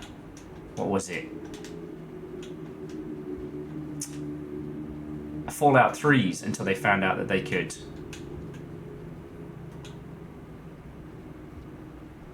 tweak their characters to be how they wanted, rather than it just be based on the whole, like, you know...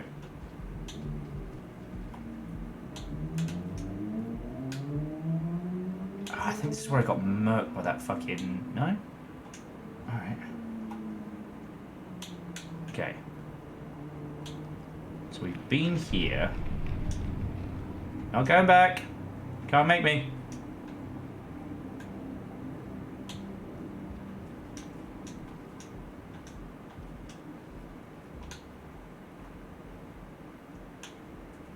Ooh, up is good.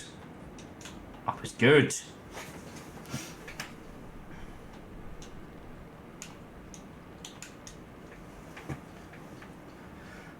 Oh, okay, well, this seems like a cute place to have a snooze.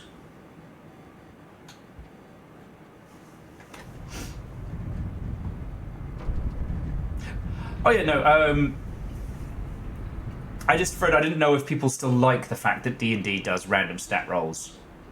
I know the stat rolling system isn't as brutal as it was, like, back when we were younglings.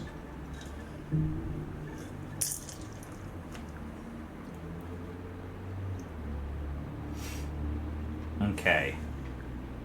So we're still on the Shrouded Coast. This is good. Find that fucking echo.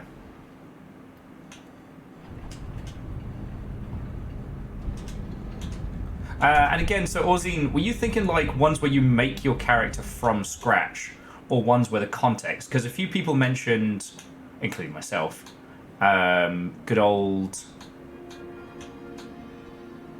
Firewatch, where you're not really customizing your character, but you are deciding who they are. You decide the path that led them to where they are.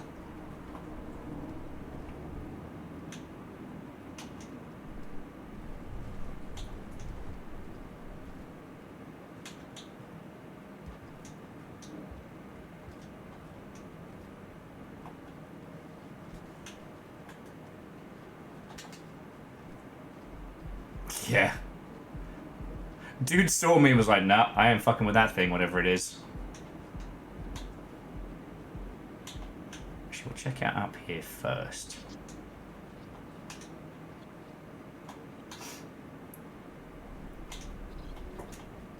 This area seems significantly easier to get out of.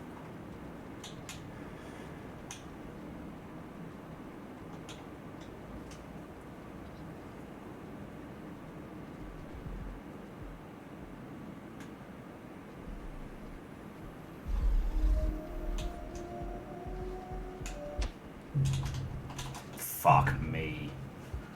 I didn't even have time to go invisible. Big Red was just like, get fucked.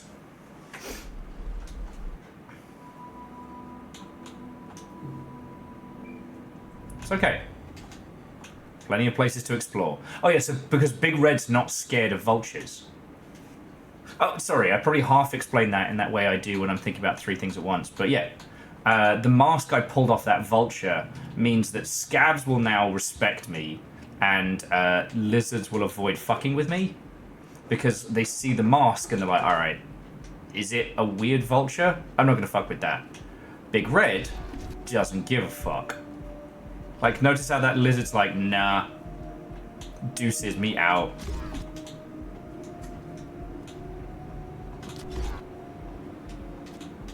I'll take the kill.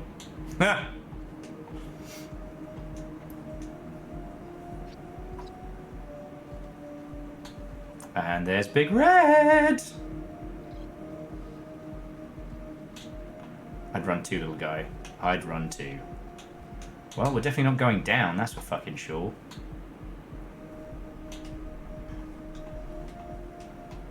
Oh shit, Orzine! Yeah, System Shock 2.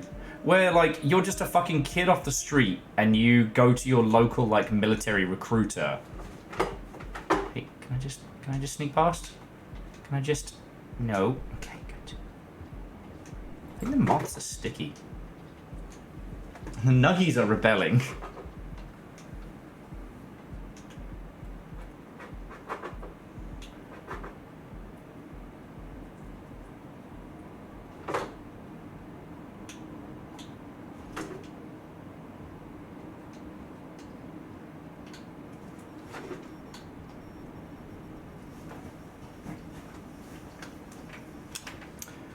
Yeah, Orzine, thank you for reminding me, because that one was great because your character creation, like, you go...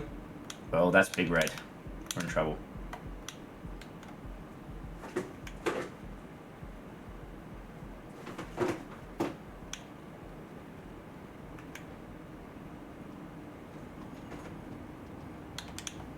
Alright, let's try and go and help. Maybe the moth lives, maybe it doesn't. Fuck. We're in fucking trouble.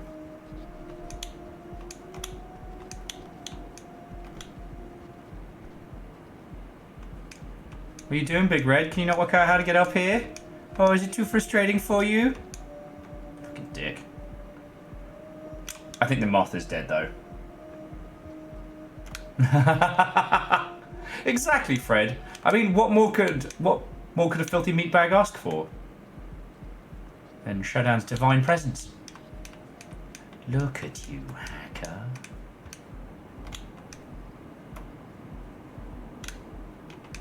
Okay. But no, so in that one, like, you get to go through the different training stuff, and then you not only pick your... Right, just gotta... There we go. Jesus, both me and this pink lizard are oot. Rock in a hard place, mate. Time to run! Oh boy, here I go running again.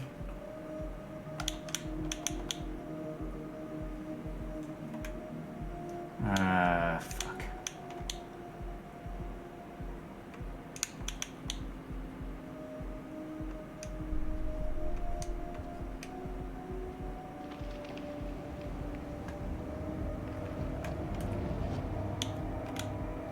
Well, let's see where this fucking goes, I guess.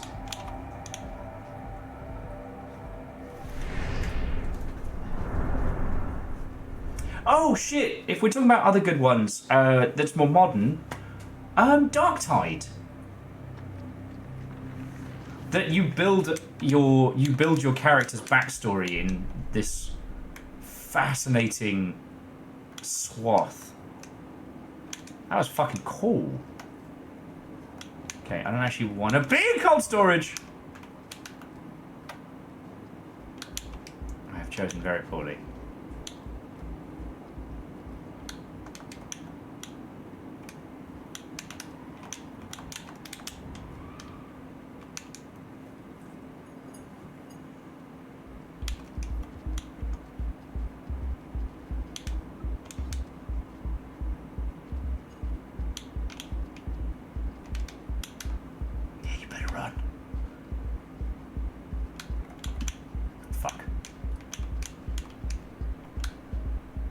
Might be okay. Yeah, I can psych him out.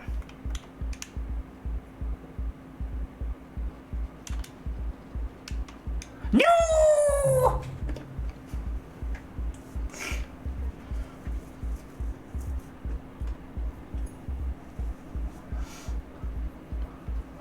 But yeah, I think the reason why System Shock 2 is always so special to me is because you walk in off the street, like you are physically the character who walks into the recruiting office. And you choose if you're going to go, like, what is it, like Marines, Navy, or like PsyOps. And you get to kind of like choose a little bit about them, and then you choose like how your tours went and what you specialized in and shit like that. I thought that was really cool. With Darktide, you are full on building your like RPG background, you know. Not just why you joined up with the Imperial Guard, but also like what got you sent, what got you so in trouble.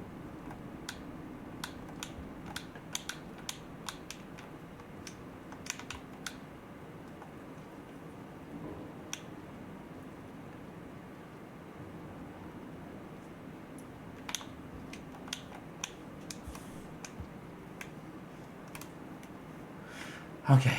So, we explored a lot of this. We've died up there, but we haven't gone too much further. Oh, no, we have. So we've kind of come back around.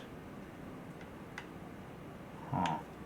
Is it me, or does this area seem like it might be like the the connective tissue, the hub of this.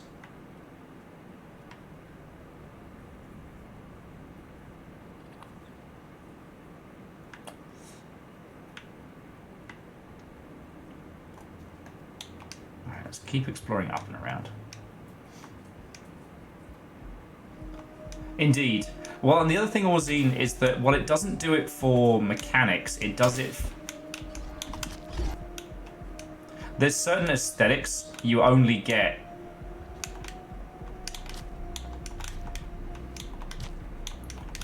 there's certain aesthetics you only get for choosing certain, like, starting things. So, like, I believe it's Cadia. You get purple eyes. It's not heresy. Oh, guess who's got your mask, bitch? Guess who's got your mask, bitch? Yeah, you better run. You better run. Yeah, you better run. I got your mask. I sure do love having a face. Look at my face. Oh, do you like it? I pulled it off your face.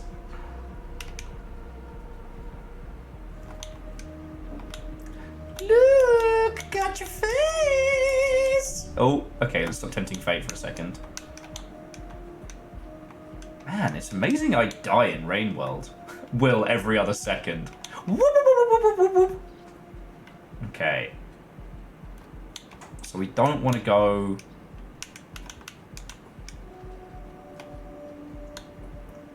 Alright, so we're going to head up and around, explore a bit more.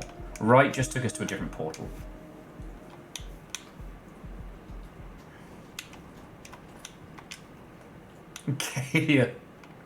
Cadia lols.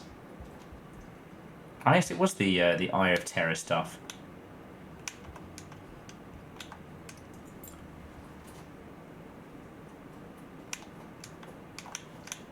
But I did used to get frustrated with things like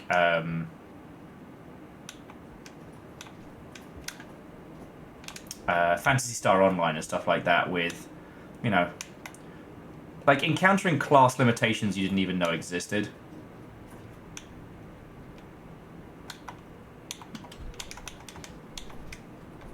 Sorry, I just need chasing down my lunch. Come back here!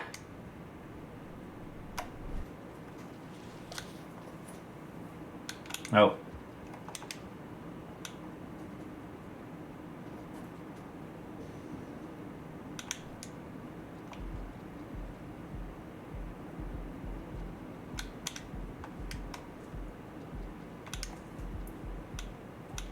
Oh, I'm gonna fucking murder this guy so hard. He doesn't even know. How did he fucking dodge that? Honestly, at this point, I think I'm just impressed. Like, you all saw that, right? Oh, fuck.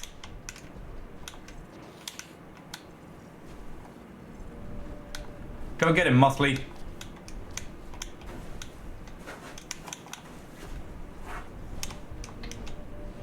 No, I don't want to go! I don't want to do that! Please don't take me away! I'm a Slugcat! I don't want to do that! No! How did that work? So, Will, what's your new strategy with Rain World? It's begging. It's begging and pleading. I lost my mask, but I kept my life.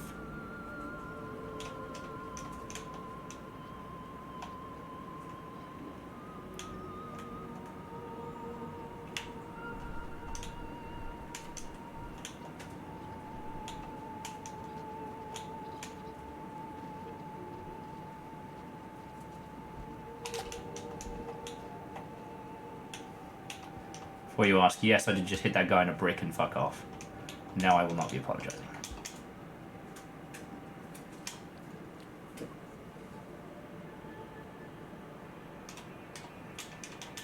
Yeah, so I guess Orzine, like, if we break down the different kinds of character creation and shit like that, like, there's loads of ways of going about it. I do personally think that The personality quiz thing gives you is good for RP. 9 times out of 10, users want to be able to pick.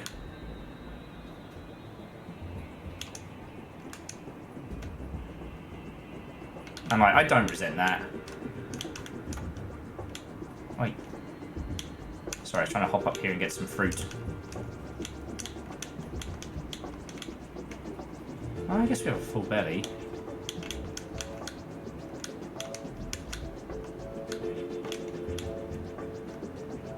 We haven't been here. I did say we were here to explore.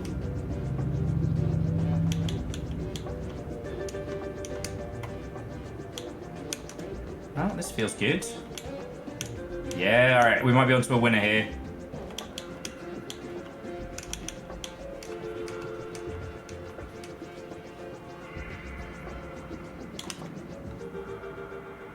Alright, fuckos.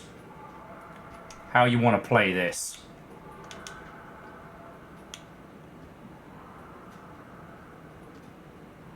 Now, I don't think they can get up over the hill.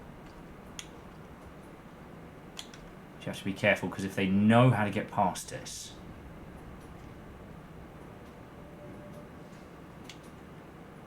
Bum, bum, bum, bum, bum. Bum, bum, bum, bum, bum.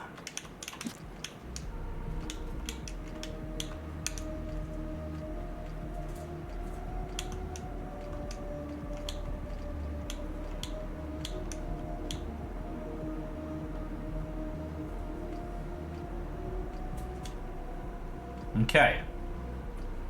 Now I've got a fucking hand grenade.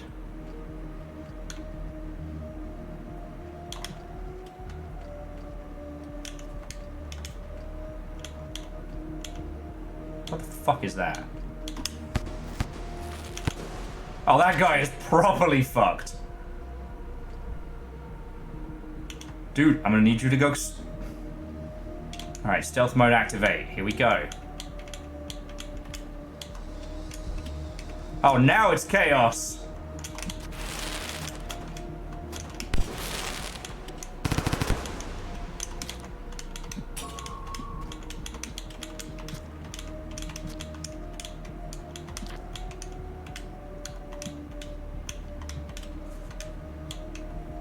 I'm sorry, whose house? Whose fucking house? Slugcat's house. Man, I was calm as a fucking cucumber in there. That was some John Wick shit. This is fucking Slugcat's house! Yes! Shield guy, nothing. Slugcat's house. Thank you. When you think about it, Lyris, you're supporting my rampant chaos in Rainworld.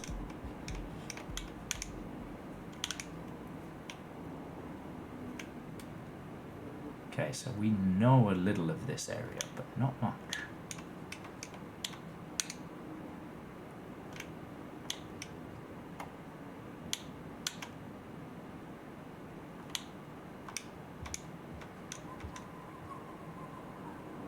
Ah, here we go! Yeah! Quick little snack before we go. Nim, nim, nim, nim, nim, nim.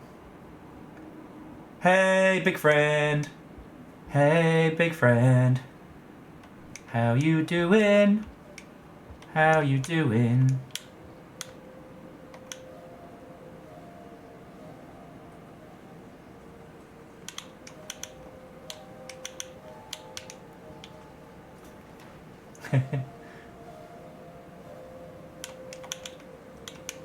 Well.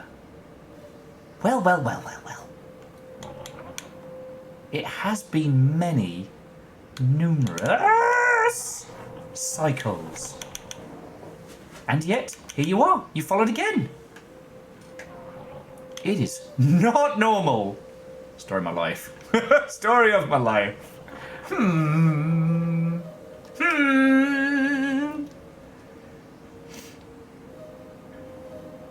I am very likable, though. You know what? I'm starting to like this. I'm starting to like this echo. I'm starting to get on.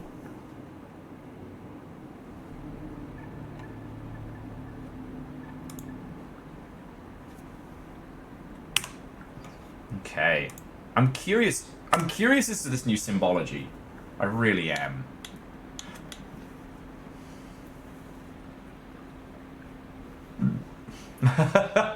You know what, Orzine? I think that would make a fun stream. Like, how to fix Deus Ex Invisible War. So rather than looking at it like, fuck you and the horse you rode in on, be like, alright, how do we... piss. So this is called Station Annex. And I'm sure you've noticed already, but it is not okay.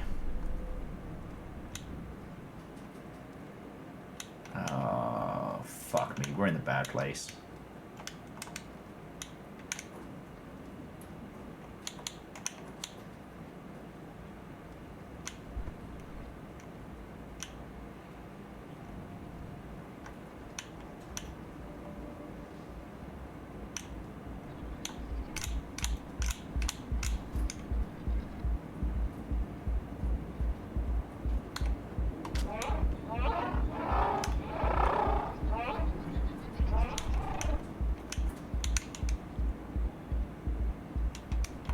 Those guys aren't okay. Those guys aren't okay. Now, we've been to one hell area before, but this is new. So, in truth, friends, we don't know the why of this area. Fuck!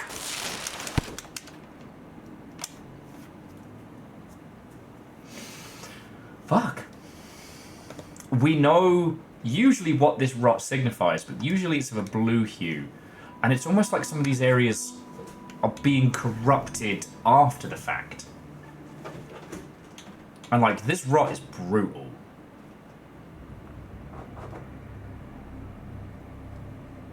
Yeah, and we're kind of locked into this, aren't we? No!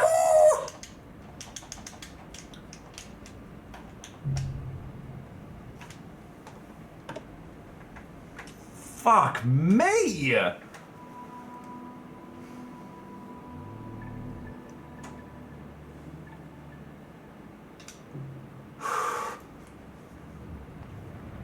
Fucking hell!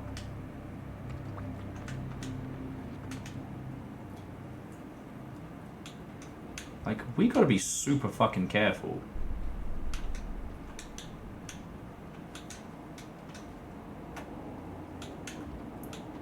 Because for the most part, once those little areas get you, like, that's it. Like, you fucked.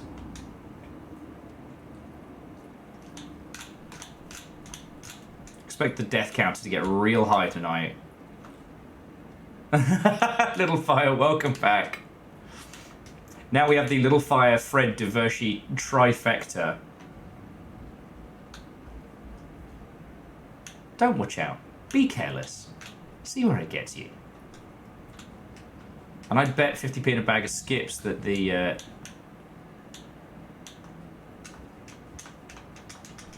Oh, you are fucking kidding me!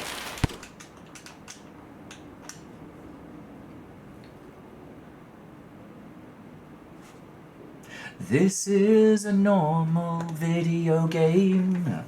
I'm doing normal video game shit! I love this! It's alright, at least today I feel like I fucking earned my paycheck. Orzine, I'm really looking forward to playing Forever Skies. Once I get clear of Void Train. Alright, let's try heading down here. Maybe I'll have more luck in the below.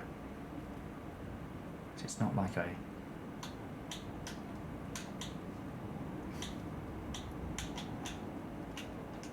But yeah, so in the main game, there's a very, very specific reason why the rot is spreading.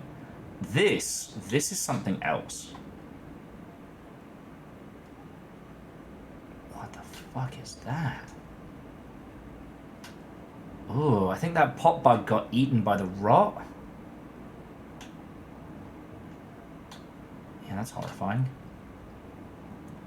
And there's a karma flower there, which would be very good for us. If I can grab it without dying.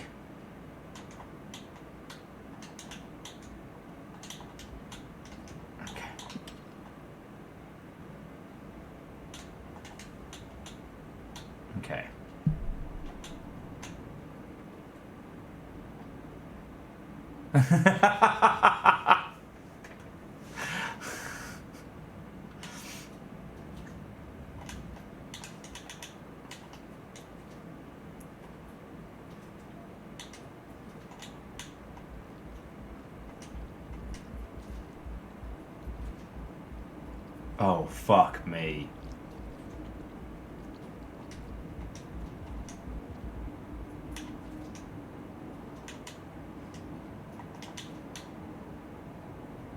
So that thing's terrifying.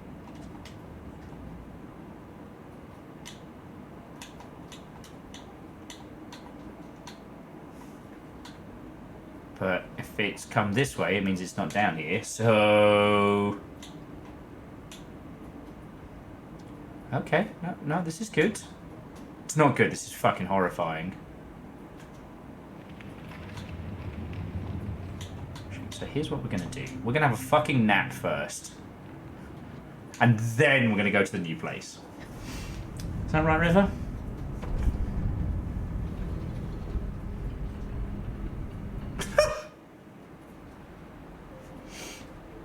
Team high death count. God. I told people how many times I died playing Elden Ring and the look. The look! I feel I should get that immortalized. Ah, piss the bed. So we're in cold storage right now, right? Which is infected, but there's an echo here. Unfortunate evolution is what we're close to. We've got to explore this area. I don't wanna. I don't wanna.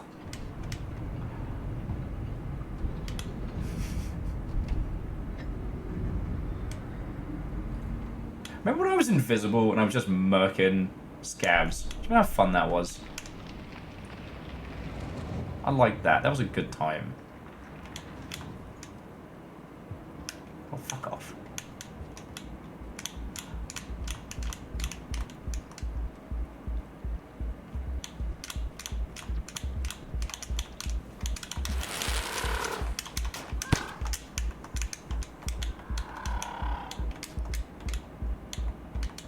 Hey, I think I killed it. I'm gonna bank that kill. Fuck it. I'm banking that kill. Lost my spear. Shit.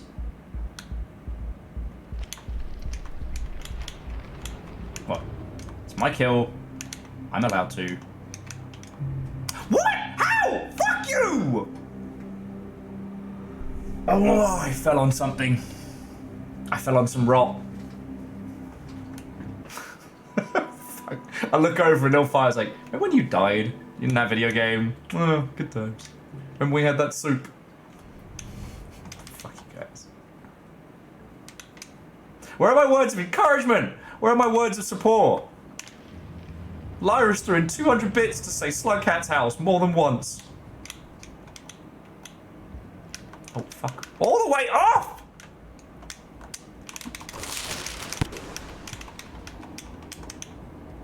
I wasted my explosives. I know, River, I know.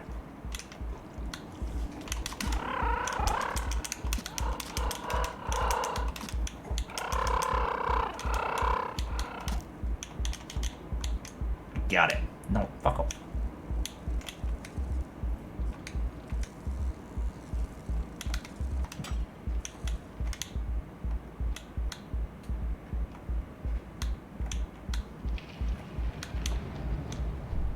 Going for a nap.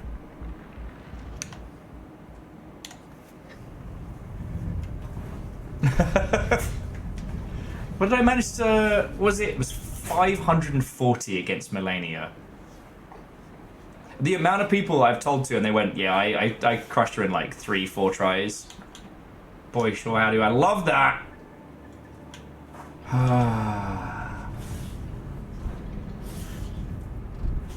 In fairness, Lyris, it's Zelki.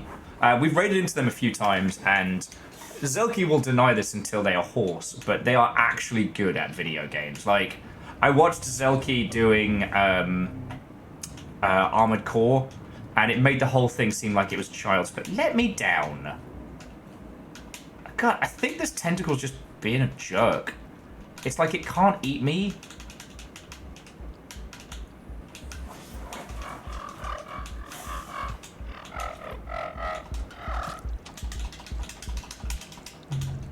Fuck. I don't even know why I'm trying to get karma. Yes, hello, River.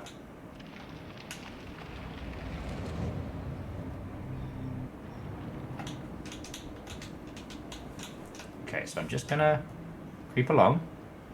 Not get pulled by that tendril.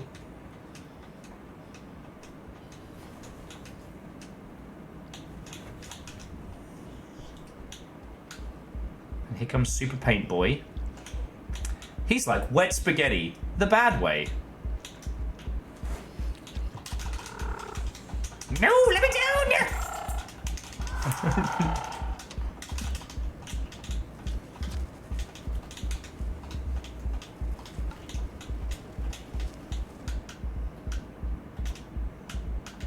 No, let me down.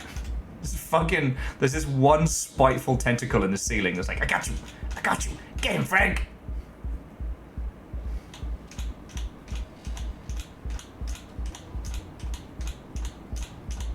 Well, the thing that I'm thinking about Kakazi is, like, if this is, like, the rot that was getting Pebs, like, it would be connected. Hey, River, what's up? But, you know, this is also the rot that killed fucking, that ate the hunter. Okay, this isn't going to make a lot of sense to those of you who haven't been absorbing Rain World nonsense, but what we do know about this shit is that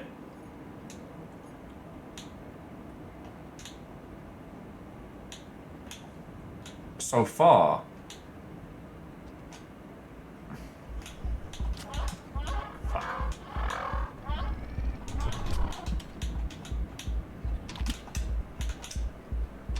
fuck. This tentacle is sponsored by NordVPN. But yeah, these tendrils and this rot, much like a few other things, it exists kind of outside of the cycle. Like the poor hunter. The hunter dies after 20 cycles, which you can change once you know why that is a big deal. Oh, Loris, thank you. Okay. Oh. Put me down! Put me down! Put me down, you shit!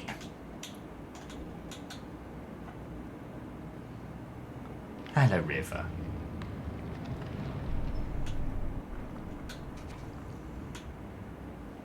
Haha. Sick when you should have zagged. Fuck. Don't think I'm quicker than him.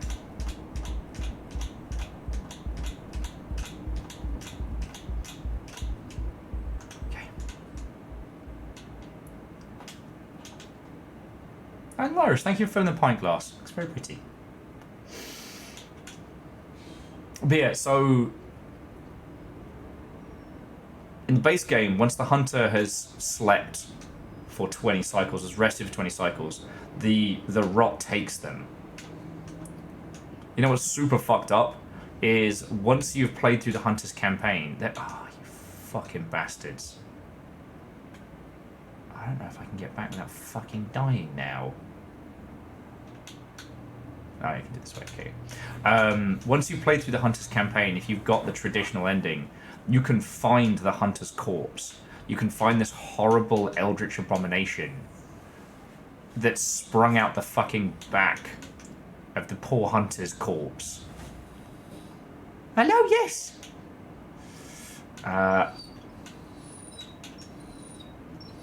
Okay, so friends, how do you feel about a spot of fishing?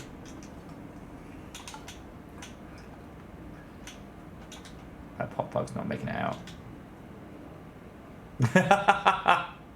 Oh, Uncle Tendril.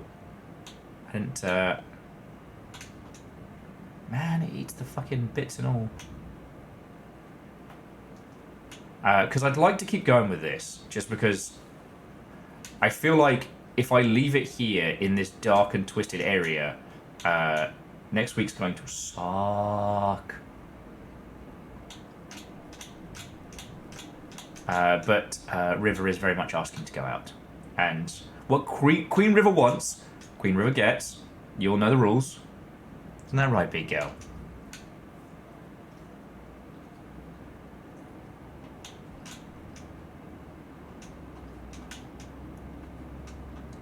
Oh look, it's the place where I keep fucking dying.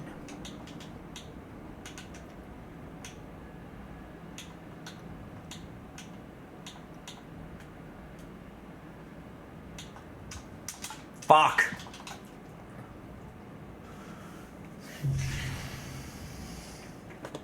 It's the simplest jump. I can't tell where the grabbing tendrils are and where the knot and the rot is. Yeah. Okay, big girl. Okay. So, here's what I'm gonna do, friends. I'm gonna get some fishing contest on.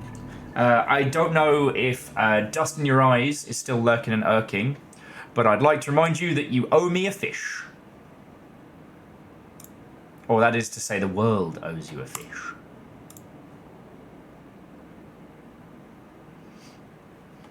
And let's put on some smooth beats. Let's put on some smooth jams, because otherwise I will probably go out of my mind. I know, big girl, I know. I'm going to head out in just a second. I'm going to make sure you lovely lot have something to do while I'm gone. So yeah, friends, you know the rules. You know the fish. If you get the best cast, if you top the leaderboards, you get to add a fish to the custom fish decks. Alright. And yeah, while I'm gone, be good. Nothing crazy, nothing bombastic. If you're good, I'll let you have some of my gummy worms, alright? Oh, smooth beats. Yes, I know. Okay, you beautiful Mother Hubbards. I'll be back with you all in just a second. To be continued.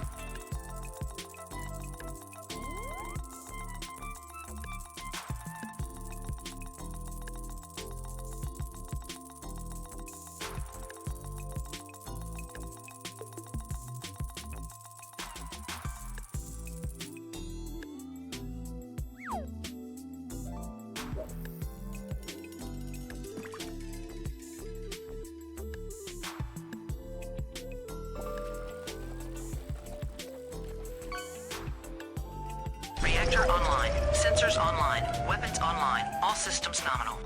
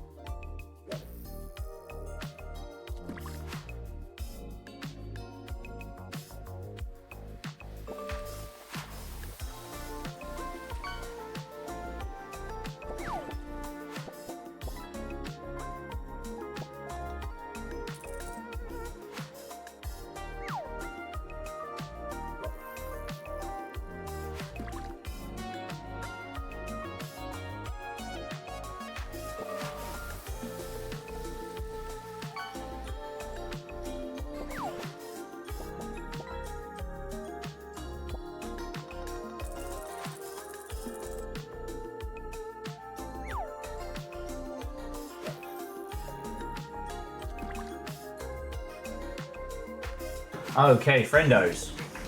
You got a little time, so throw your exclamation fish in, but I thought you want to see River gets a treat. Yeah, you go, good big girl. Yeah, caffeine, that's the only thing I'd want to add to this is a visible cue. You can let Fiona know River has been loved and spoilt. He's very well behaved.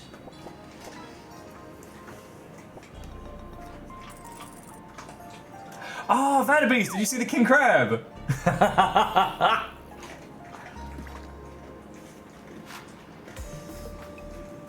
It's a big crab.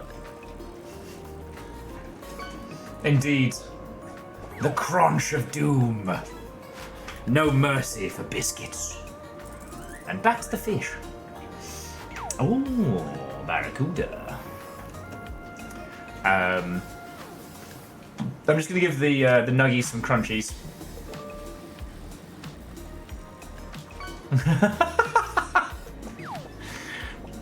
Virtually, why you like this? Why you like this? I know, big girl. I know. So yeah, I'm just gonna get myself some water. Spoil the nuggies. Verdant, I forget which one yours was. I've added so many, and I have one waiting to be added, and I'm waiting for Dustin to send me one. So yeah, so friends, you got a couple minutes.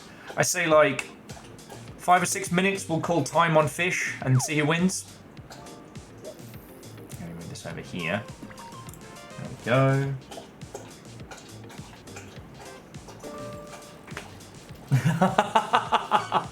I see, Vershi. Your ulterior motives.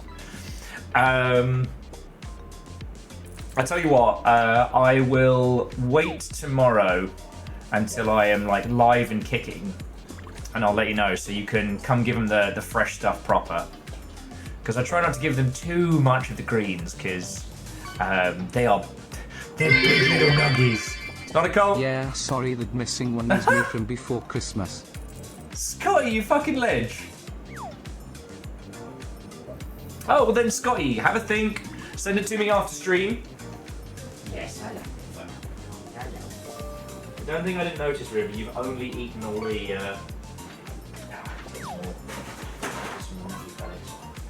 I know, babies, I know. You might actually be getting extra salad tonight, babies. Okay.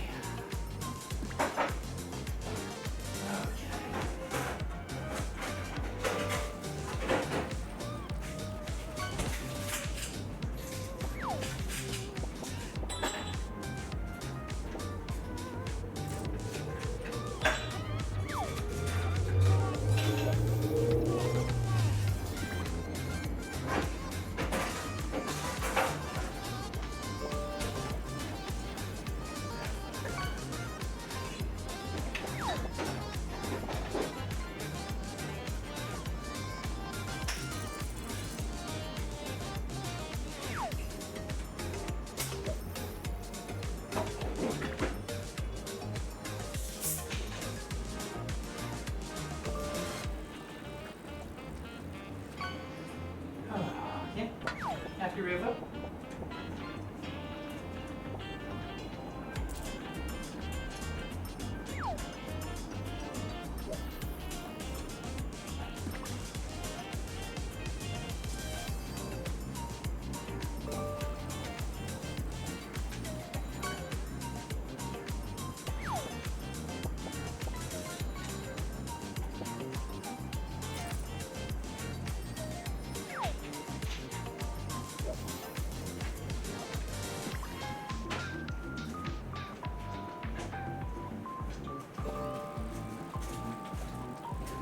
Okay.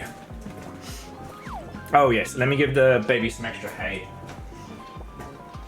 So,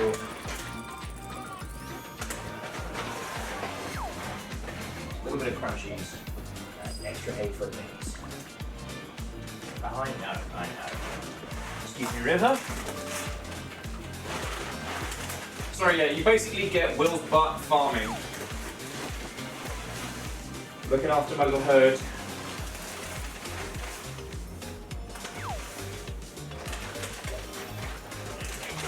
That'll keep you happy and healthy. Okay. Oh, and let me get the kitchen lights. We're starting to get late.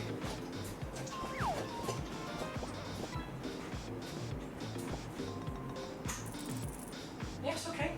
It's just so that people can see you. Because otherwise, we don't show up. Well, I don't show up. Okay. So, what did I miss while I was gone, dear friends?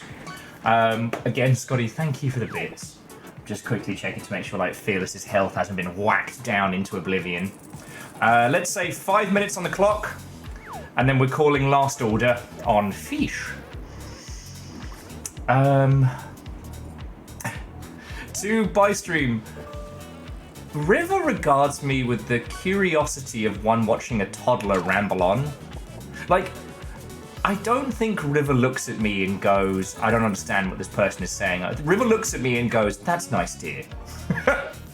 That is the look River gives me every time I'm just nattering away to myself. That's nice, dear. I'm very happy for you. You know what I mean?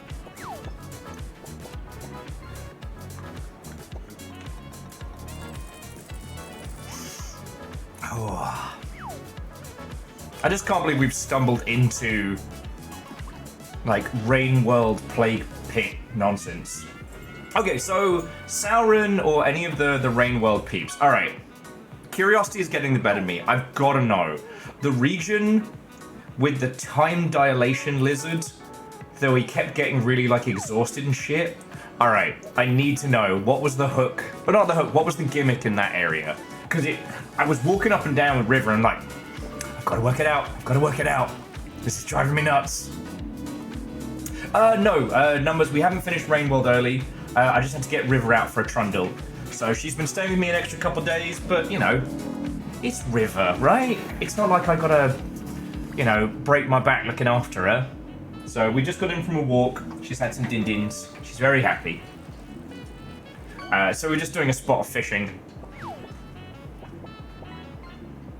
Yeah.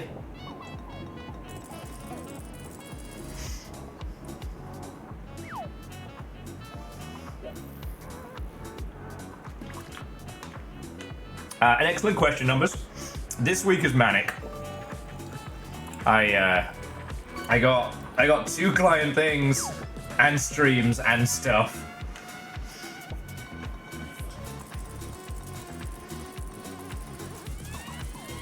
But I haven't forgotten yet.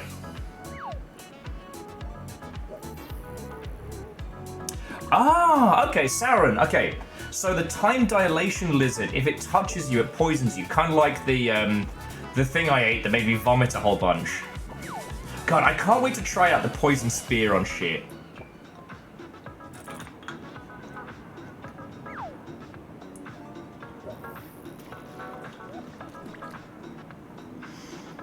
Do you ever think about how incredibly powerful the gourmand is? Like, we didn't used to have like power scales or complications or what have you, but you start playing Downpour and you have Artie or you have the gourmand. Now I think we did Artie first, I want to say.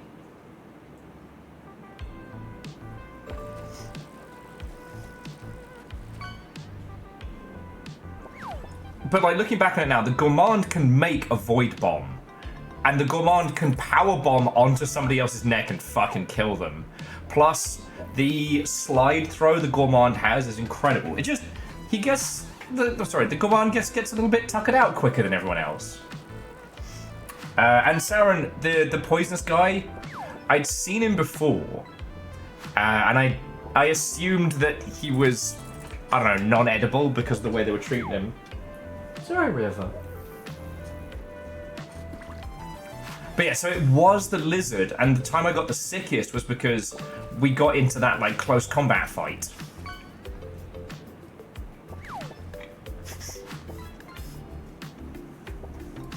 I mean, Vanderbeest, in the pyramid of PvP cats, the gourmand is at the fucking top. More kills than any other Slugcat we've seen.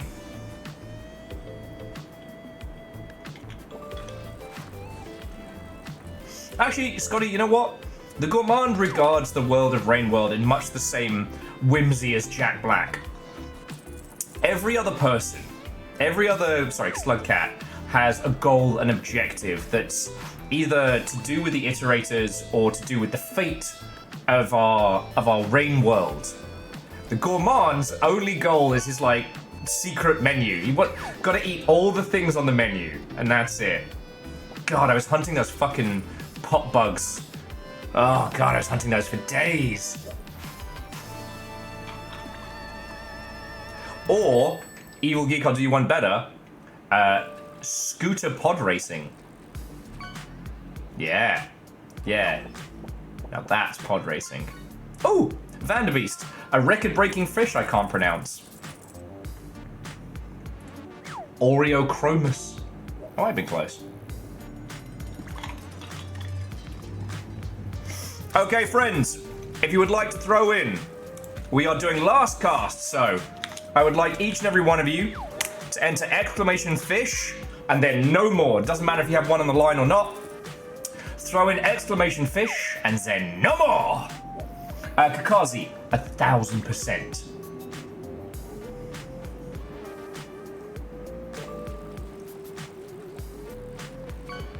Much fish is on the line here.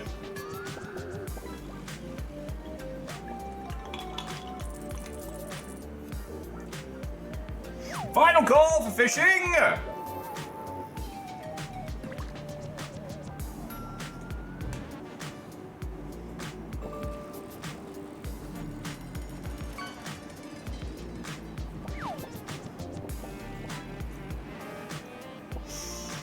So yeah.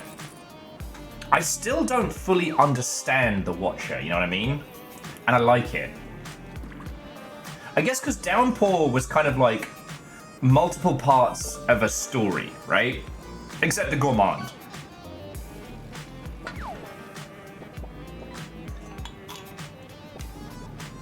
And I guess Artie was a side story. Like, Artie basically highlights how, unless you're useful to him, Peps doesn't give a shit.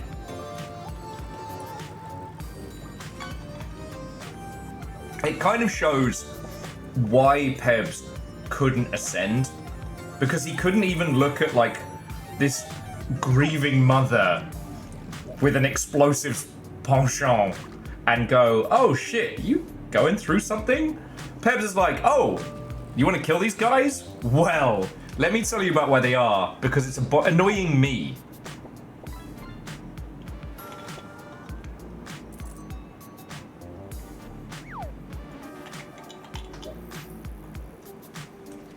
Oh yeah, and Sauron, I'm looking forward to when I'm far enough in that I get to talk with all of you lot about, like lore and shit. Hey, Scotty, sun's out, guns out, muscles twice.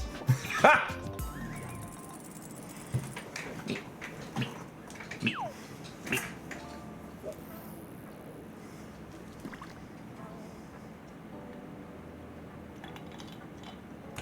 Okay, no more casts. Oh, we got a big one. The dice goddess with a legendary manta ray. No more fish, no more casts.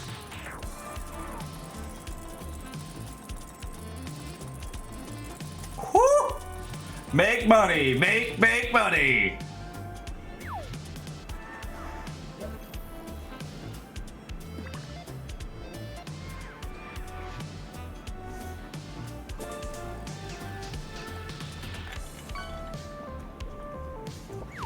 But yeah, Sauron, thank you for confirming that one.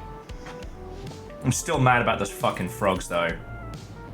Because the thing was, I saw one, first thought it was a trap, then thought I was just being paranoid and felt guilty, and now realize that they are the worst of the worst.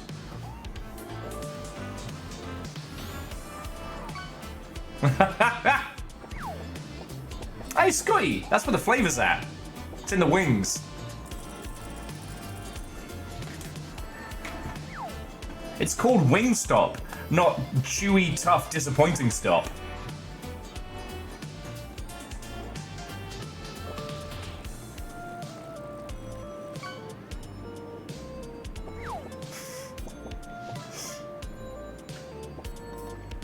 Nova, it's nice to know your focus on this.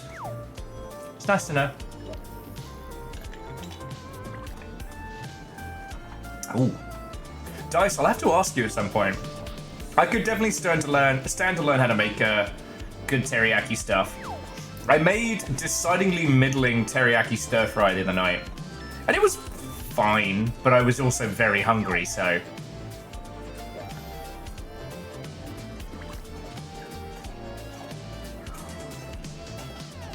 Ooh. No, Sauron, I'll try and remember to give it a try. So basically, like, throwing the frog at the poison lizard or something? That could be very funny.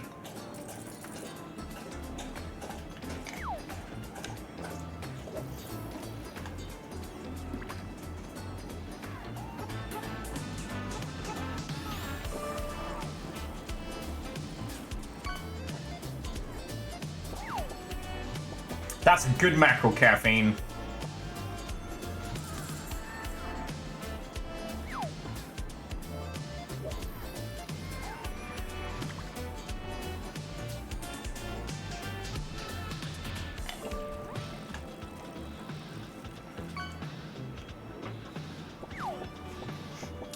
So there's only 6 fish left, and then we'll find out who the winner is, and then it's back to Rainworld.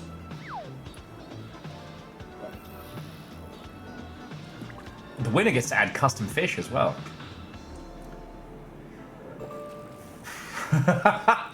Nah, Scotty, I saw Frog and the Poison Lizard in an underground show. Best night, let me tell you. Best night.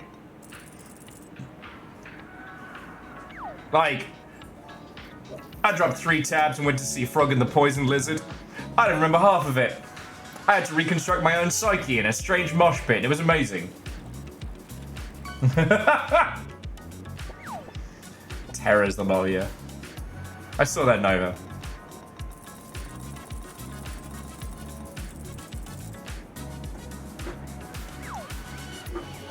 Ooh, dice. That's powerful. I can't really justify doing a slow cook this week because I got so much going on, but... A slow cook cake? Maybe once I make a proper dent in the mountain of Tim Tams I have.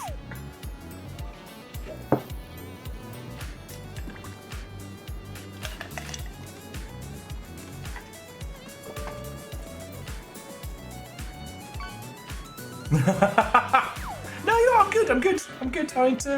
I'll work on them. The number of volunteers I have who would selflessly throw themselves onto a pile of Tim Tams. Shocking. All right, final pull. Oh, it's a big one. Oh shit! That's a legendary rubber ducky. Will it be enough to change their fates? We're about to find out. Yo, it's good, River. Yes, you're a good big girl. River's come to check in to see who the winner is. It's Cable Clip. Congratulations, Cable Clip. No, River, out from under there. DM me your fish after stream. But also, congratulations to Dice, Vanderbeest. Real close there, real close there, Dice. Then Vanderbeest, bye stream. See you later. Lyrus, Gideon, Jamami, Evil Geek, Kazi, Bacon, Orzine, Caffeine, Chroma Capybara, Sauron, Clank, Devoshi, Holy Boss, Verdant Flow, me, and Virals. Not last. The biggest grab was Cable Clip with a whole fucking mech. Currently the rarest and heaviest fucking thing in there.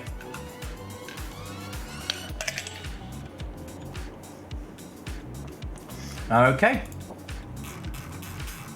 Let me just clear the leaderboard. Okay. Sorry, Sonic. Shoom.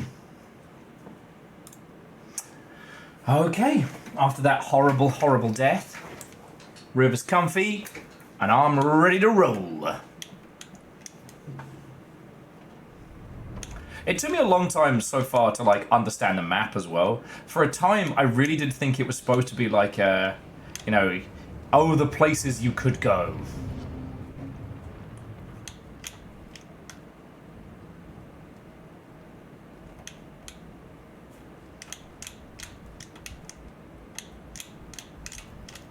But now I get it, like it's letting us see the interconnected map. And now we have the ability to kind of roll the dice to see where we end up.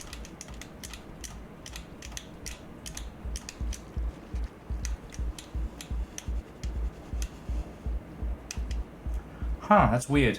So the lizards aren't entirely immune to the effects. Ooh, but dinner's here. Lunch is served.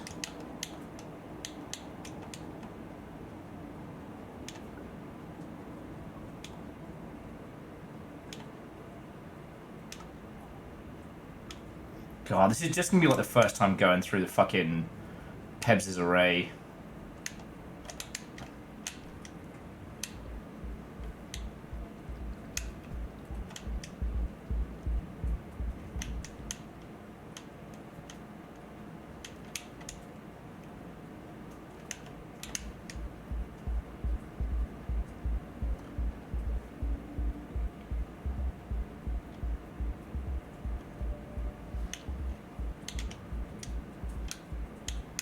Gonna give me a rock real quick.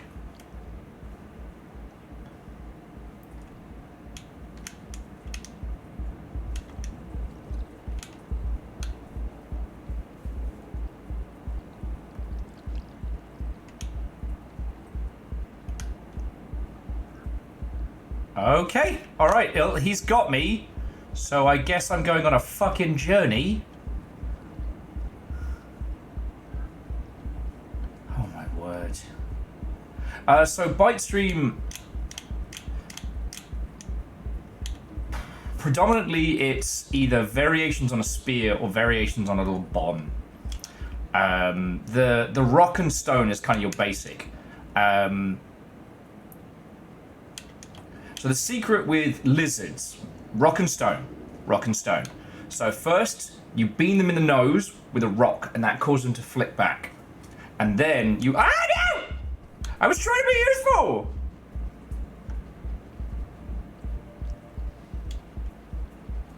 I think he just ate one of his friends.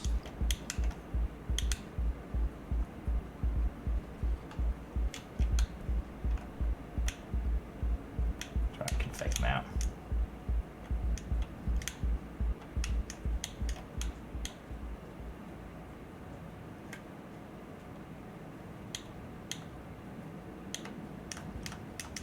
Oh, you did not!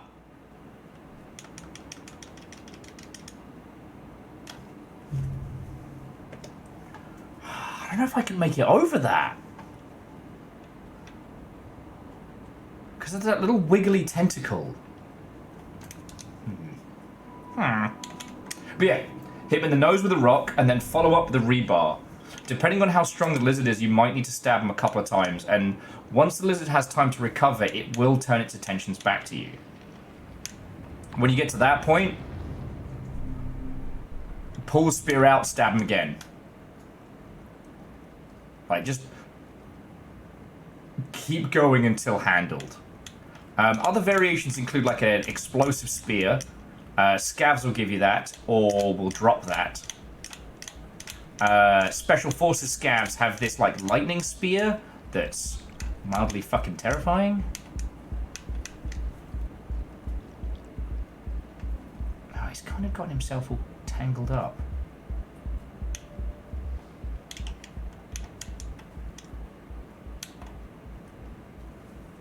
And we just found out basically about a poison spear.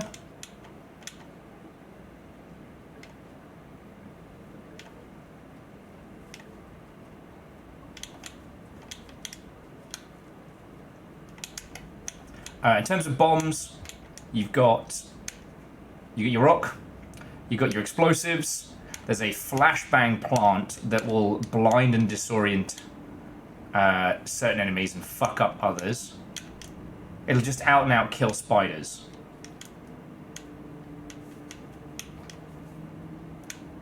There is what's referred to as a void bomb. You won't find void bombs. Void bombs are predominantly made, and they are horrifying. They'll wipe out pretty much anything within a gravitational pull. They can go so far as to take out leviathans, like super murder birds, the whole shebang.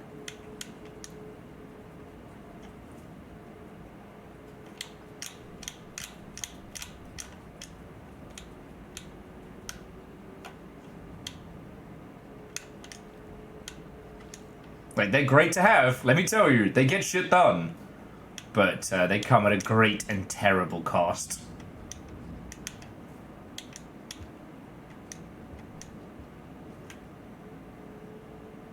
Yeah, I know, I've died here a lot.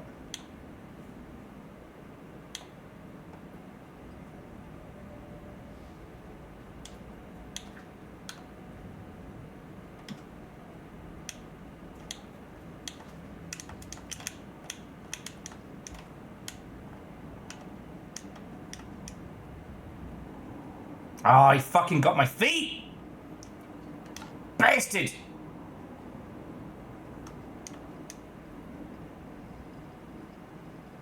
One of us is gonna let go.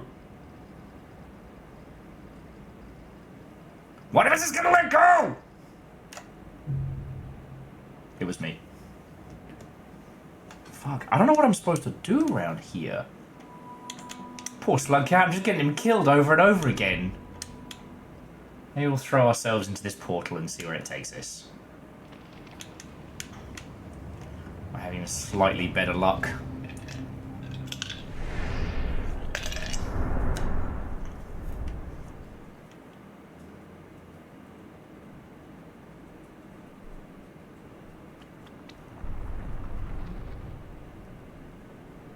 What the fuck?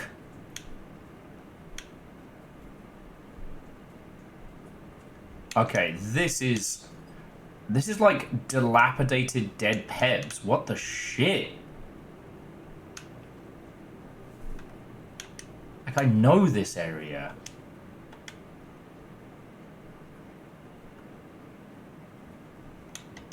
Yeah, this would usually be... It's on the way to, like, Pebs' core.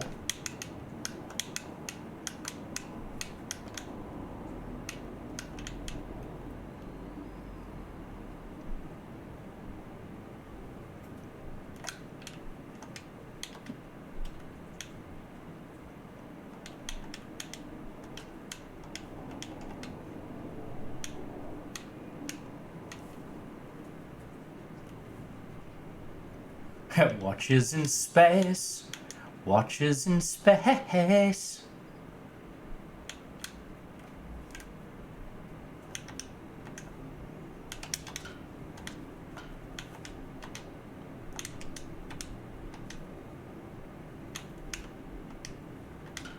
Is it cold in space, Watcher?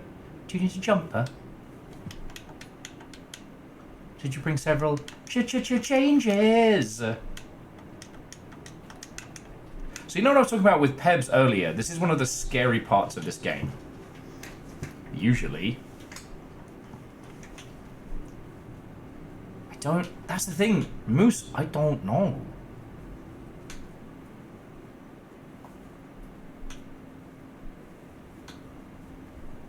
But this is definitely Pebs.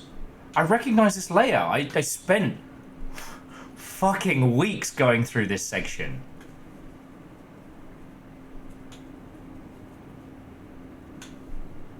There's the gravity well.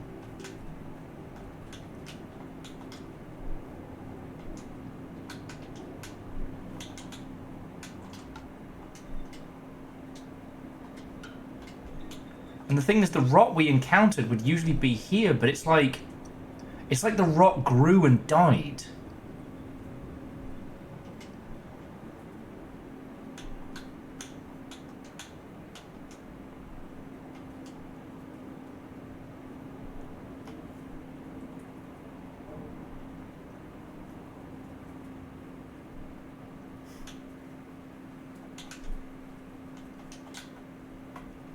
Well, may I suggest the old mech warrior adage, no guts, no galaxy.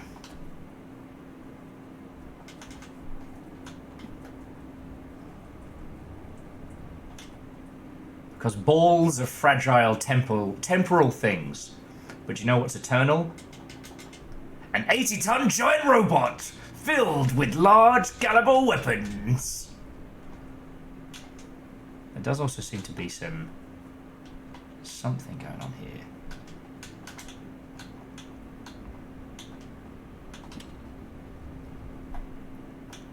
This is Pebs. This is 100% Pebs. Alright, friends, this might be our first bit of real plot. And there's no way I'm leaving this.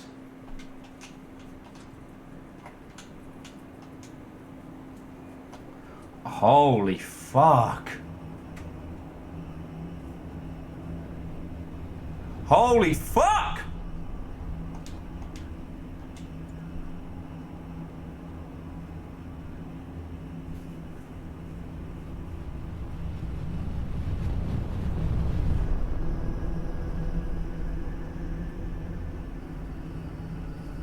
Pebs, what did you do?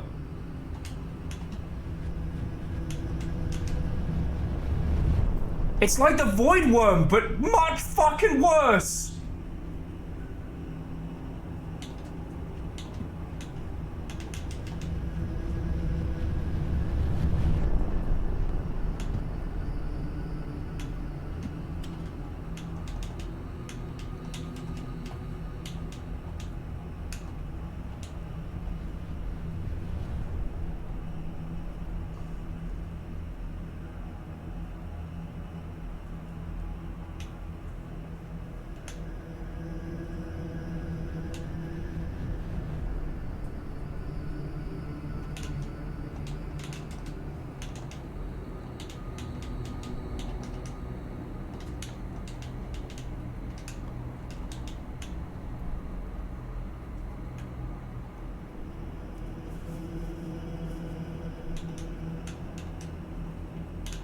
Okay, friends, I'm just going to say it now, like, we're probably going to need to talk about things that would be considered big old spoilers for Rainworld. Especially for the Saint. Alright, so... if you wish to go into core Rainworld unspoiled, like, now is... like, this is your spoiler alert, alright?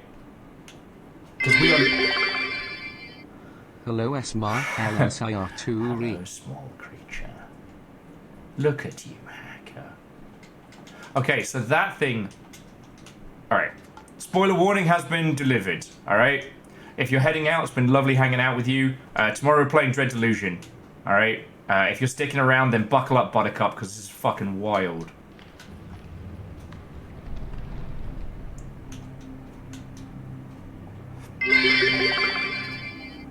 Thanks for the spoiler alert.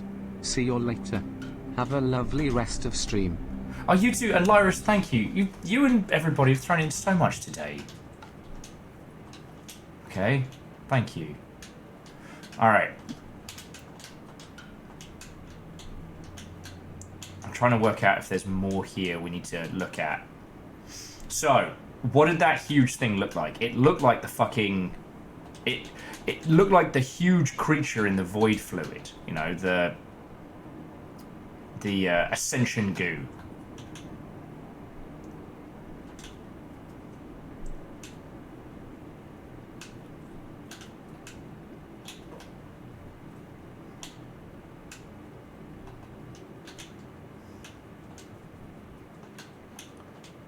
So Saren, have I seen everything here? It fucking feels like I have not.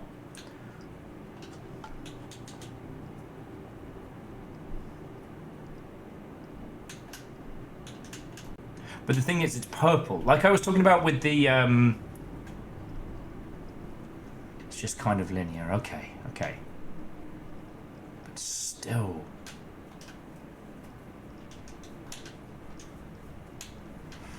like, this is Pebs' old array. Dollars to donuts. That thing swimming beneath it is like the gold creature from kind of like the Ascension style, except for it's dark.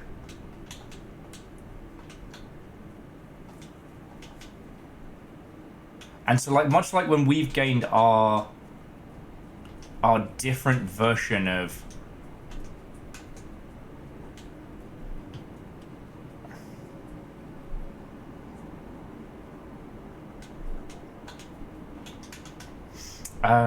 well, no, so Moose, so far as I understand, the iterators did have different roles. But they were all part of the whole... I forget the term for it in this, but their version of, like, instrumentality but good. You know, everyone is able to ascend to the next plane of existence.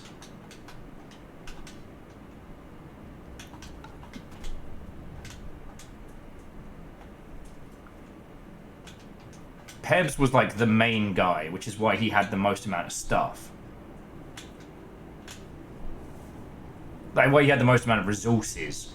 He was predominantly dedicated, because we saw in the Pearls that people were talking about why Pebs is so important. Fuck. Sorry. Fuck it up.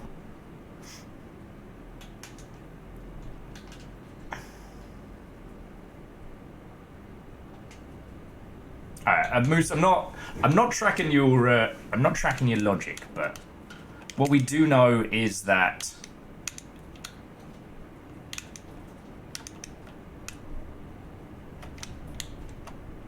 there were iterators that had control of elements of the city. There were iterators that had control of swaths of society.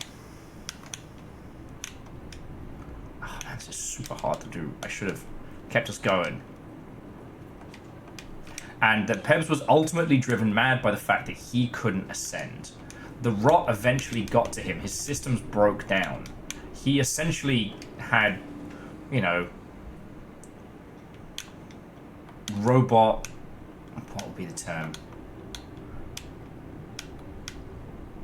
Like a robot Alzheimer's, for lack of a better term.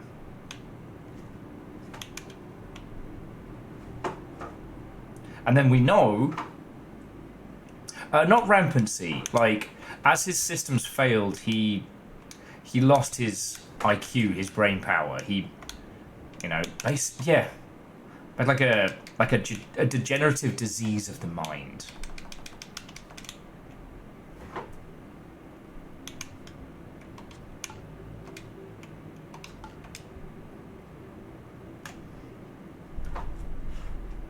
And ultimately, it was the Saint who was able to help him and Moon ascend. The Saint basically kind of locks itself in its own eternal loop to help others. You know, the Saint is as much an echo as anyone else, but almost by choice. But as for the Watcher, like, this feels like we just saw the aftermath of, you know, Pebs' grave, essentially. Okay, outer rim.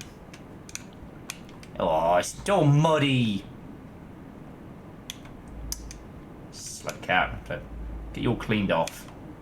Muddy little guy. Oh, it just struck me. Can't go invisible if you're covered in mud. Because you're still covered in mud. Thanks, I hate it. Okay. Well, okay, let's check inside before we hit the dunes. Because I can't get any more covered in mud.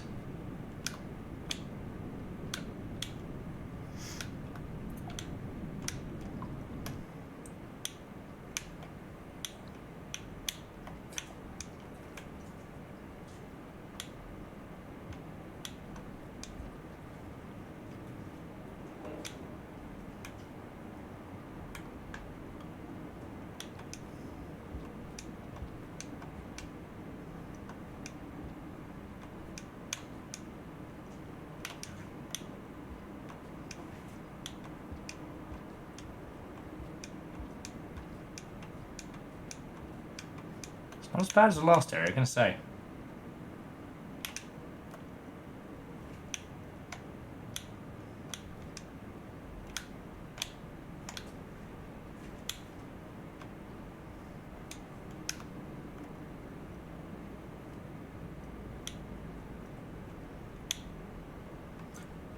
Okay, Moose. Okay, I'm picking up what you're putting down.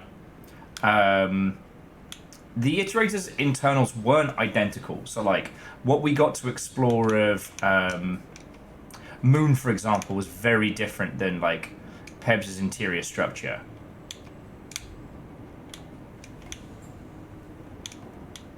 But that being said, the general framework of the Iterators is the same. So maybe it's not, but, like, I know that layout. I know that layout.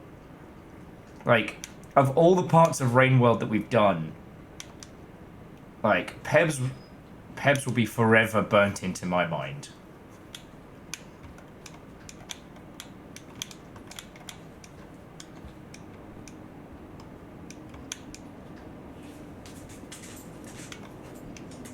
What's up, River?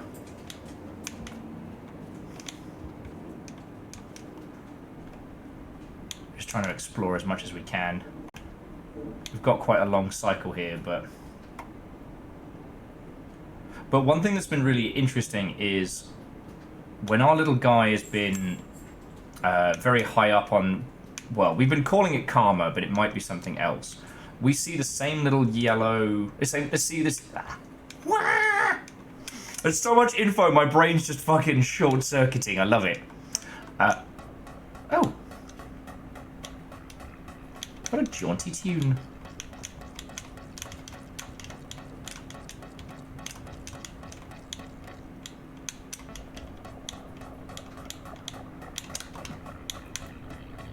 There we go. I still got it!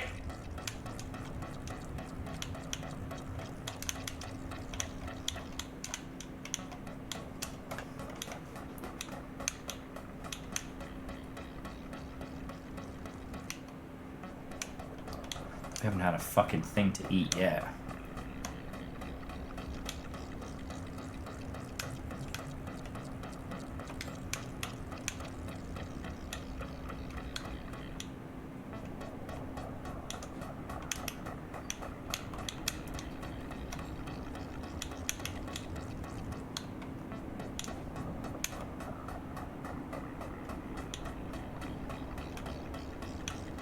we can't rest for shit because we ain't eaten anything.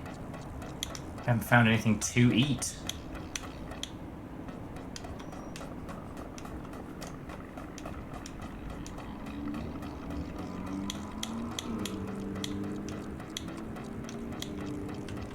Sorry, I guess my brain's just trying to process a lot of info at once and moving around. Okay, here we go.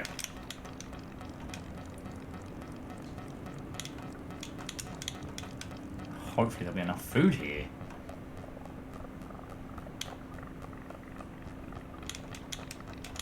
Fuck. Alright, we're still short. Okay. So, if I had to guess what we just saw, we saw the corpse of Pebs. Not the cute little guy that we see usually. You know, the...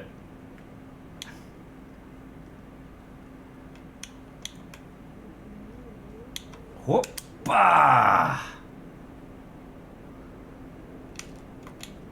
Like, not the little interface unit, but the whole body of Pebs, systems and all.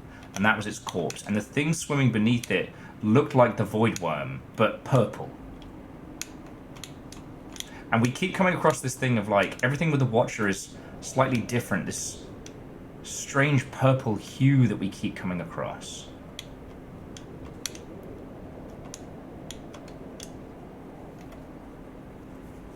Like, this looks like the top parts of the city and shit.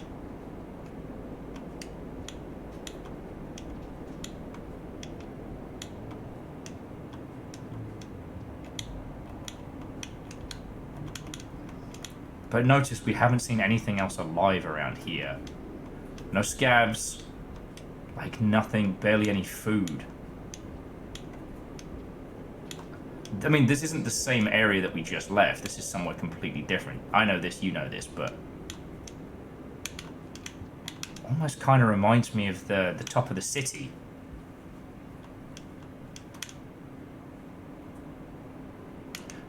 Could the void fluid be depleted or tainted? I don't know.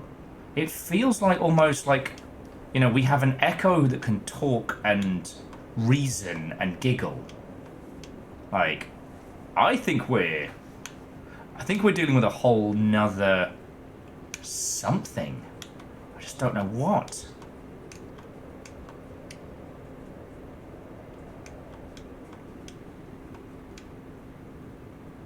Like, you know, many religions and pantheons have this kind of equal and opposite force. You know, if the Void Worm represents enlightenment, then what is the flip side to that? Alright, I'm sorry, little buddy. This is gonna suck. Yeah, I know. No one wants to go to bed with a gut ache.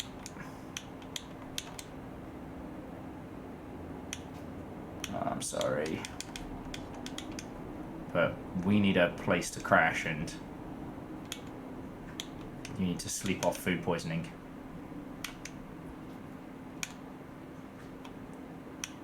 Because we're in too wild a spot to stop right now.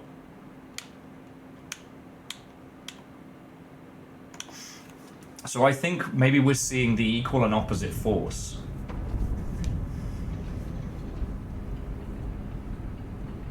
The opposite of enlightenment is buying a pre-order. Exactly.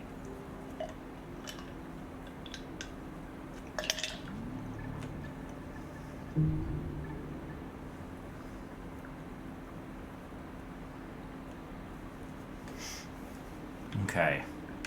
So right now we're at what's called the Outer Rim. We came through Unfortunate Evolution. Wait, hang on. Unfortunate Evolution. Oh my fucking life. The rot around Pebs gave birth to whatever the fuck that thing was. That's horrifying. I don't know if I like that. I don't know if I like that.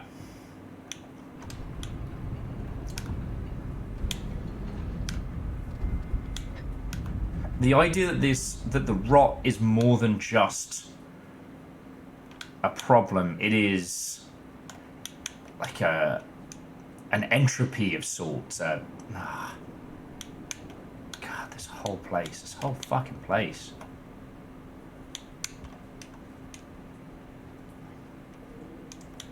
It's huge and terrifying. Ascended rot? Maybe. You know?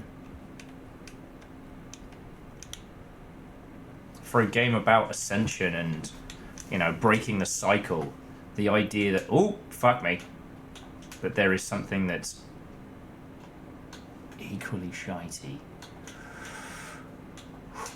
Ah, piss.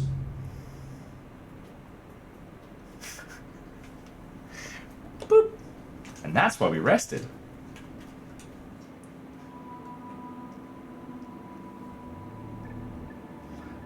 You know what, Moose?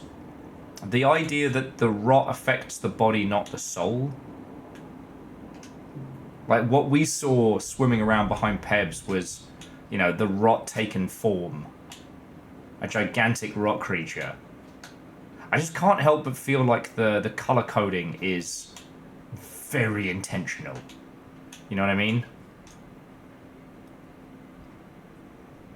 It's also wild to me there's so many places to maneuver and things to do in this area, but there's nothing. Ah! Fuck. That in this area, it's just the void. So Fearless says they get the feeling that the rot was a byproduct of what Pebs was trying to do, a forced ascension. Could be. Because the only other instance we know of rot happening was the Hunter, because the Hunter was made wrong. The iterator that made the Hunter fucked up.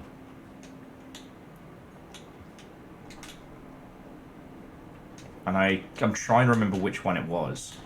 I used to know off the top of my head. Let's see if I can do this.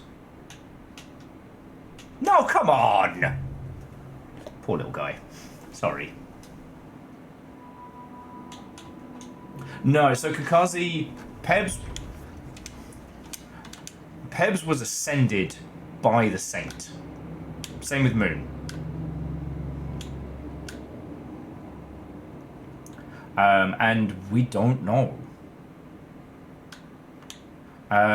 So Pebs was trying to create a creature that could rewrite his own genome to not have the taboo he hecked up. Okay. So the rot is a Pebs fuck up, right?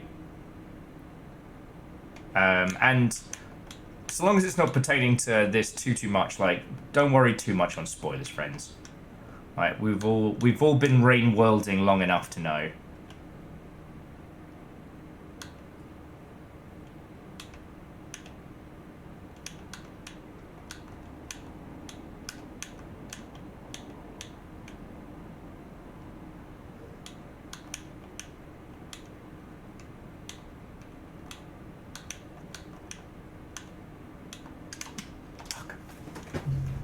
Sorry, I thought doing the throw jump would be enough to give me that. Okay.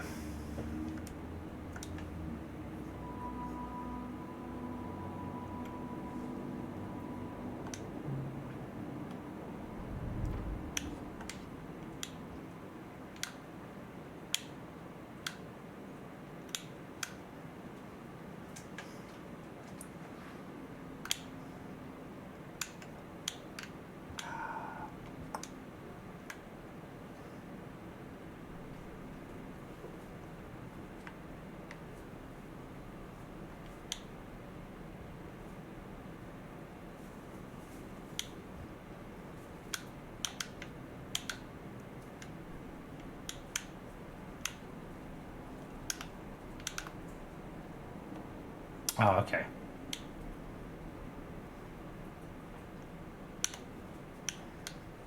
Numbers was just saying, so by that logic, the rot becoming kind of anti-void worm would make sense. Essentially, yeah. I mean, we never really looked into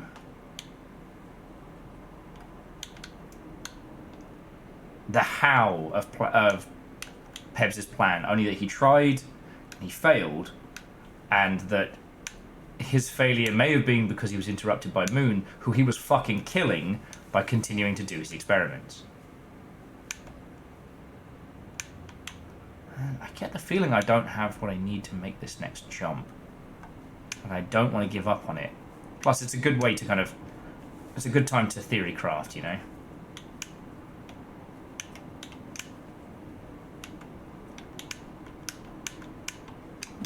No. I can't do like a cheeky measured jump. I wonder... God. That would be crazy if I can pull that off. I'm going to try and jump up backwards and stab the spear in. But yeah, what we're seeing could be what was left. If the Saint...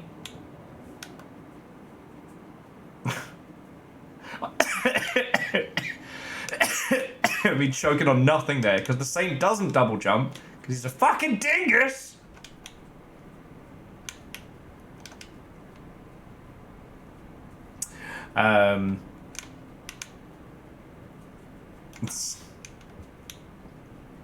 Artie double jumps. Artie kind of just explodes. Ah.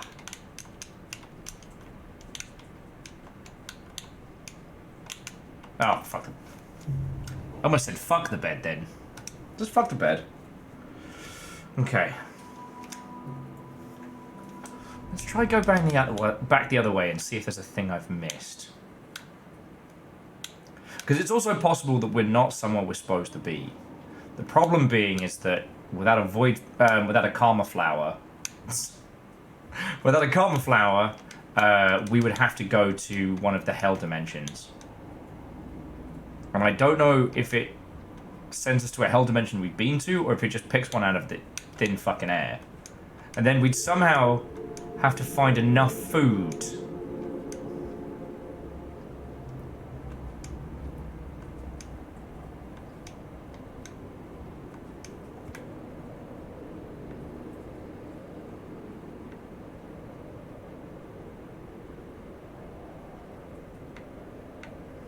I guess there were some areas we could have gone.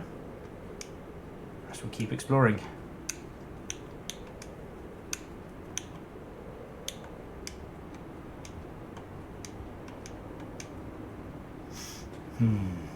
It does. It does feel very sinister, and it kind of reminds me of a sadder, lonelier, you know, the rooftop area, you know, with the Scav clans. Alright.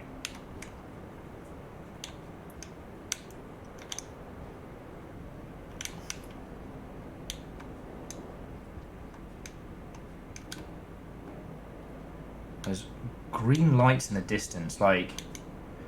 This is clearly one of the city areas, like, I'm not going loopy. Okay, I am, probably, but these two things can also be true. Yeah. Once again, friends, the important question for Rainworld the Watcher, how is it Pebs' fault? It's everyone's favourite fucking game show. How did Pebs fuck it up this time?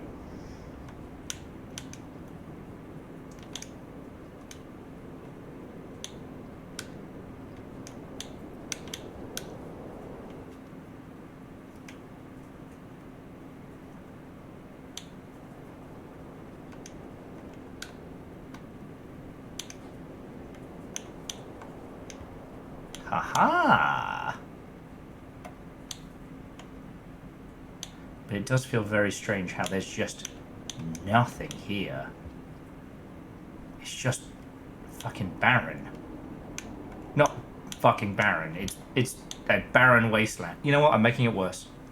I'm trying not to make it worse. I'm making it worse. Okay, so this is one of the areas that we checked out before. Oh, excuse me.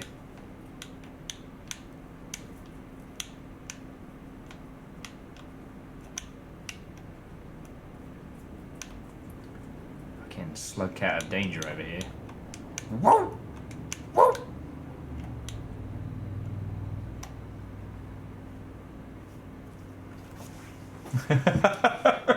God damn it, Pebs! What did I do this time? I'm already ascended. I don't know, and that's the problem.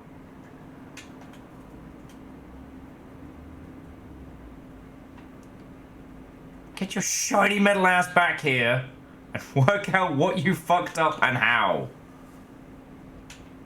Okay.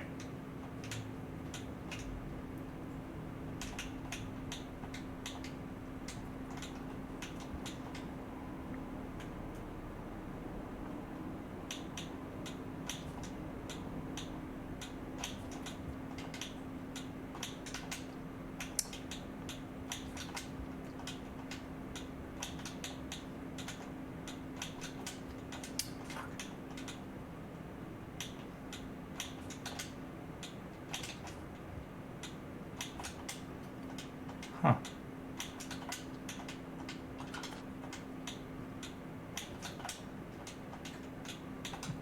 Okay, that'll do. Hi, my name's Will Overguard, and I made the solution unnecessarily complicated. Do. Ask me any questions you like on overly complicating your solutions. Okay, so forward then forward leads to a place we haven't been.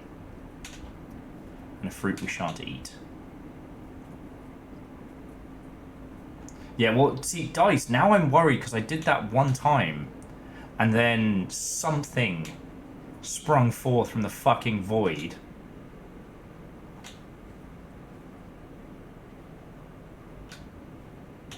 And let me tell you, it wasn't good. It was like we were encapsulated by like this impossible voidness.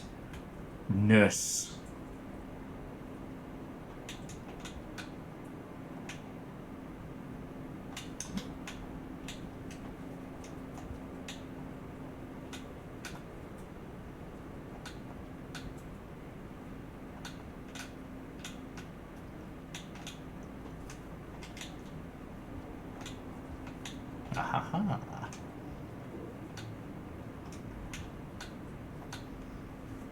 But it's interesting because when you think about how much we're doing and what we're responsible for and what's happening, like, oh, it's been a big loop.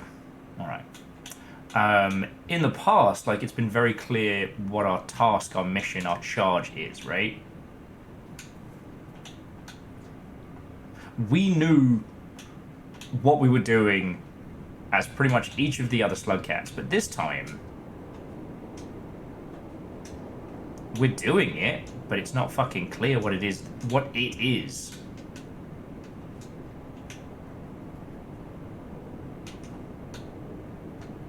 I used to be with it, and then they changed what it is.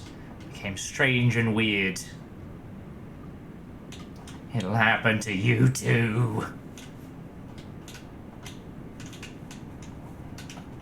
I just love how the Longship's predominantly picks easy to understand, simple to pick up video games.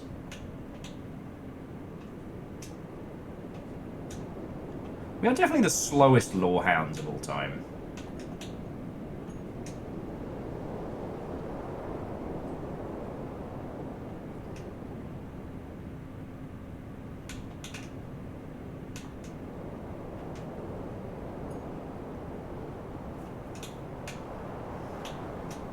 Yeah, and like the only thing we know about the Iterator is that they start out in the Slugcat colony, and something happens. Like another Slugcat shows up, tries to start a fight, and they hide. God, I haven't been taking any pictures today. I've been so lost in the paint. I usually take fuck tons of screenshots when we're playing Rain World. Now we're on this fucking Elden Ring kicker.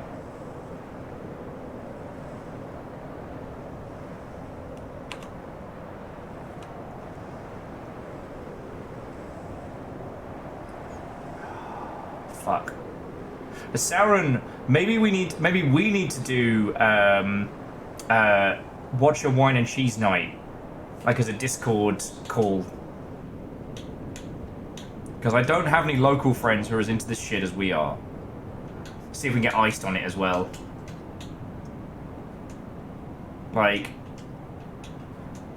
weapons free, all spoilers, no holds barred.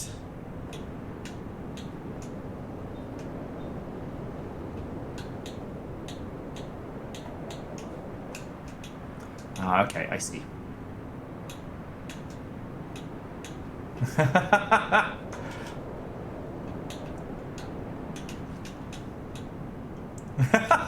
Devotion says, I'm insulted by that. I'm not.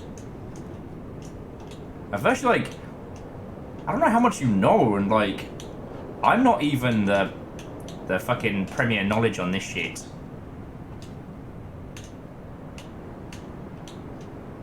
It's almost, it's less stressful, but it's more unsettling doing these areas where there's nothing. Kind of creeps me out a bit more than anything else. Fuck.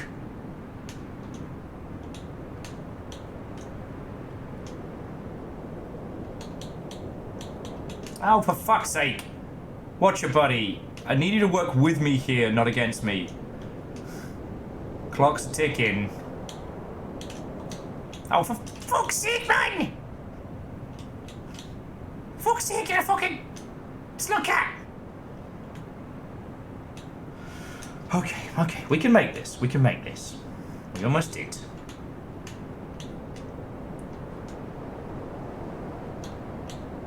Ah. Keeps readjusting for the jump. Sorry, it's tricky because we have to crouch down and do this. Fuck! This is the rain world I know and love.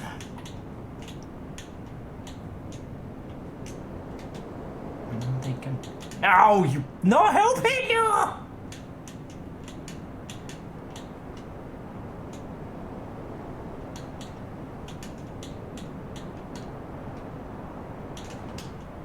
There we go. Run, run, run. Run, run, run.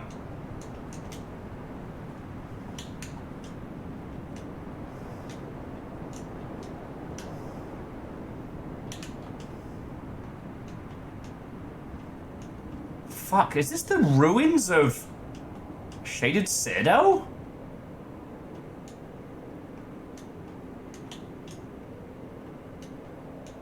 But it's all sand mottled.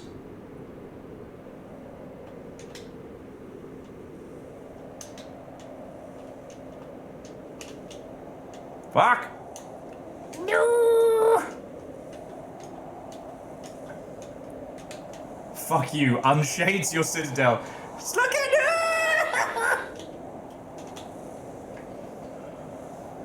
Okay.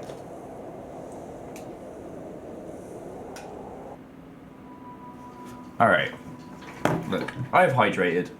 It is 9:30 at night. I'm pouring a small beverage.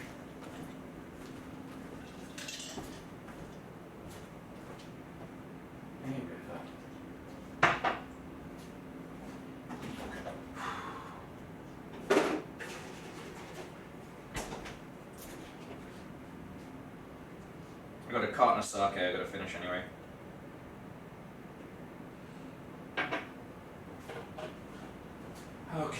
Okay.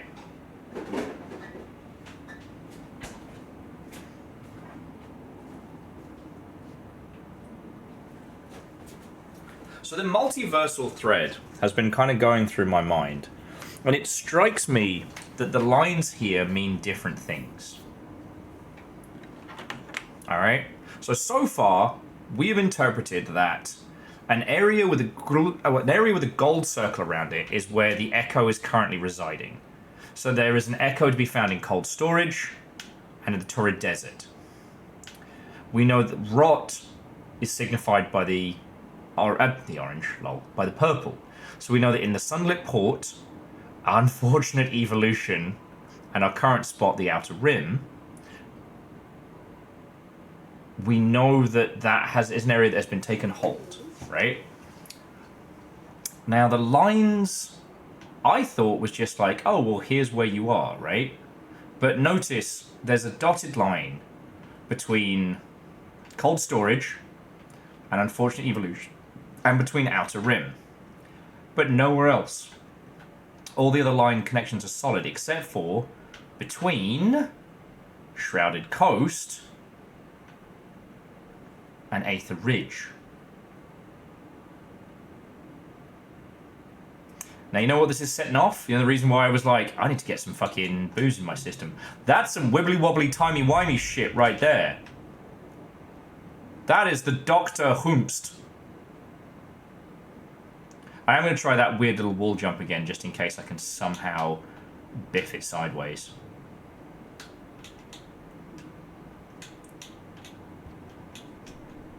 So that means that, like, while we may be exploring new areas, we're definitely exploring old ones again. You know, if we're exploring Pebs' environment, it's long after Pebs is gone. Oh, fuck. That was personal.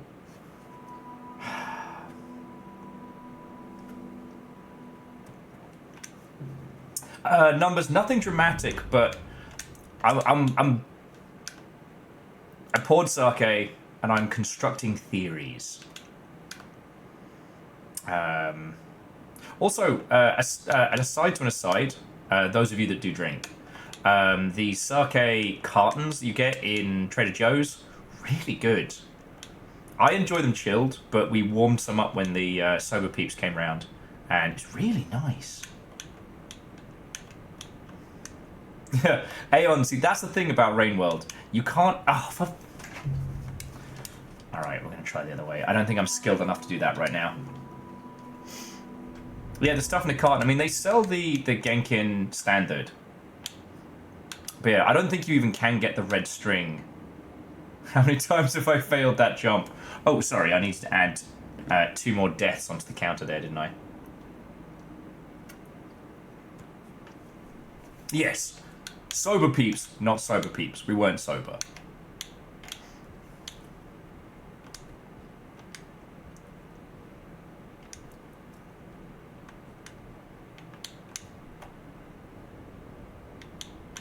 The good news is the gameless, you keep trying. Sometimes more than it should. This is a nice long cycle, so we can go back and explore some of those areas we were at.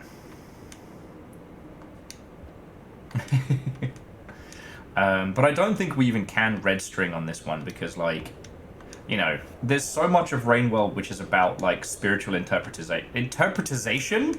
I'm making new words with my people face! Spiritual Why can't I say it? It's because I'm overthinking it. Your interpretations of the spiritual meaning of a lot of Rainworld are valid. Because, like, it is simultaneously a game about spiritualism, but also the effects.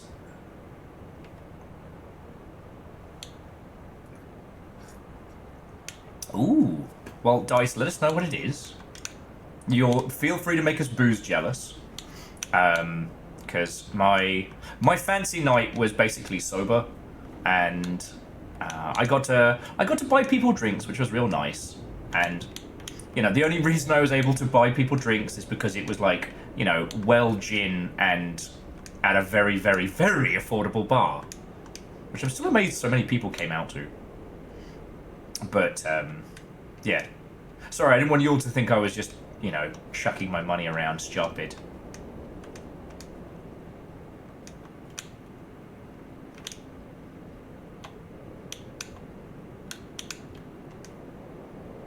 And honestly, like, friends, the only time I ever end up doing that, of, like, you know, buying bevies for the squad, is when we're hanging out with people.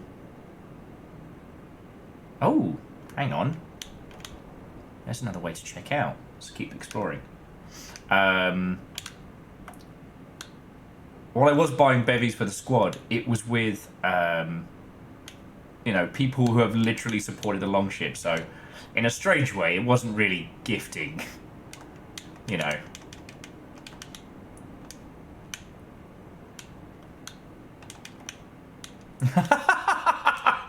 Version just said, Vernon said, Will stuffed singles into my hat, which was weird, because I don't know I was wearing a hat. Shh, you said you wouldn't tell people. Goido. Okay. Boop, boop, boop, boop. Yeah, like this feels like the ancient remnants of one of the cities. But like, oh, we didn't go there because we didn't want to sleep there. Backcountry. All right, well, let's keep going towards the sand dunes then.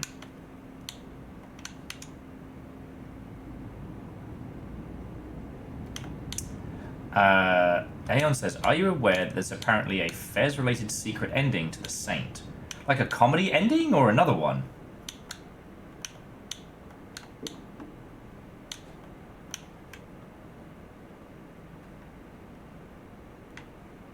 Because the ending that we got was, yeah, the loop and the ascension. We didn't finish doing the Invisi campaign because there's only so many times I could hear it go, well done, gamer, before I lost my fucking mind.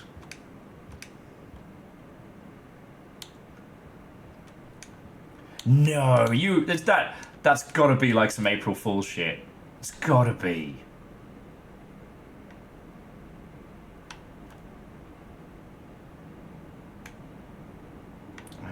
Maybe I should explore the upper realm a little bit more before we start doing the sand dunes, because it's easy. So Aeon is saying apparently that there is a secret ending with the Saint if you have a completed Fez save on your PC. No.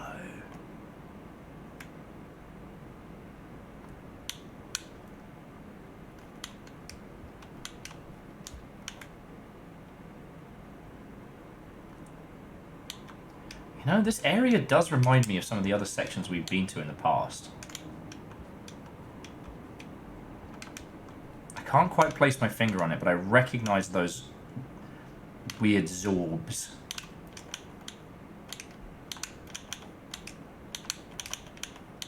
Whee! Oh, piss the bed. Like, Sauron, did you know about this? Am I going loopy here?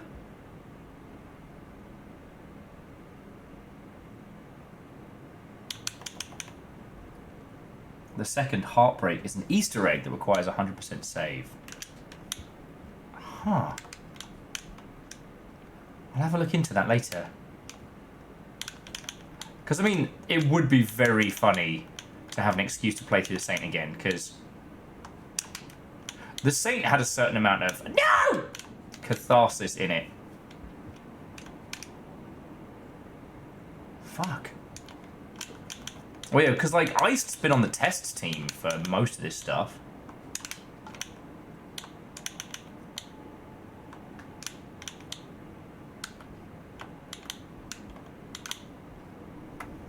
Whew. Man, I was giving myself a fucking hand cramp on that one.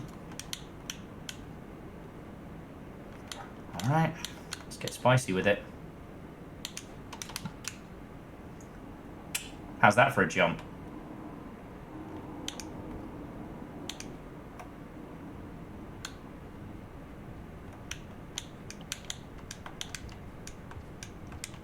Well, the Saint had its own level of, like, difficulty, but the conclusion to the Saint campaign was really nice.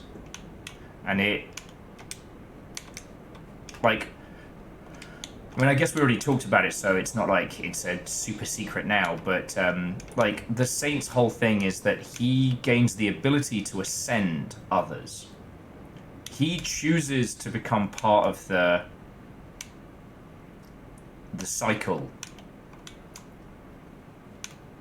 Essentially chooses to become like an echo, so that Moon and Pebs and others who wouldn't have been able to have the chance to ascend. Oh, interesting. This is the other side of that. Alright. You know, he shows that robots not only have a soul, but that they can transcend it. Which I think is really sweet. But also, your ability to ascend things, it takes them out. And the thing is, something taken out by ascension, it's not, like, dead. Like, you didn't, like, kill it and then suddenly, if you have to repeat the cycle, motherfucker's back. Nah. It's gone. Forever.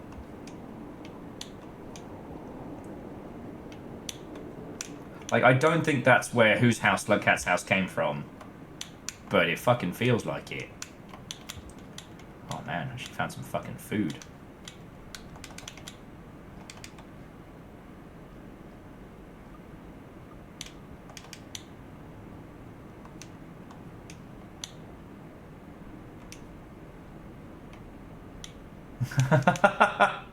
Little fire. We were talking about the post sober meet on. God, when was it? Oh.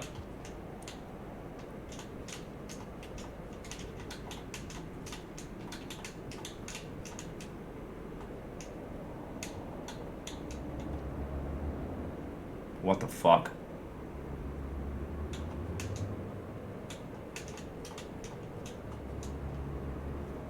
What the fuck?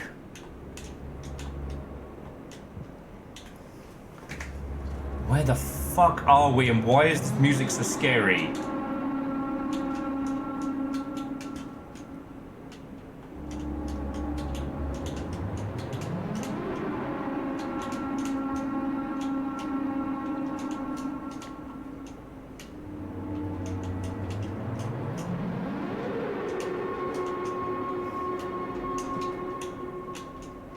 I'm probably gonna wish I'd saved that, aren't I?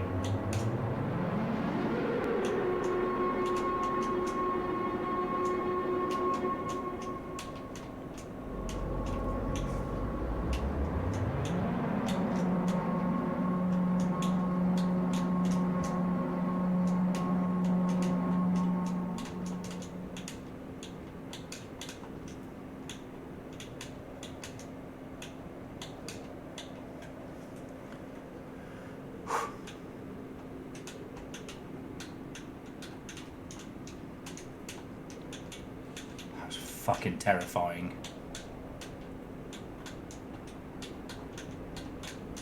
Oh, fucking hell! Testing 1 2 3.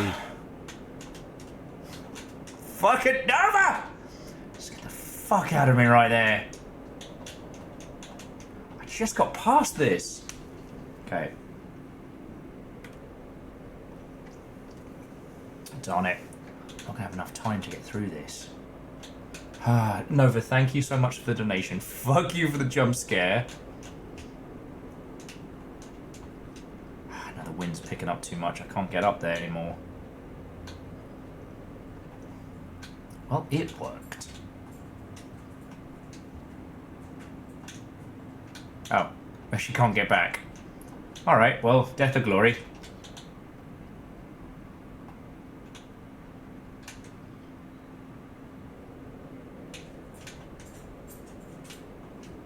Hey River, how's it going?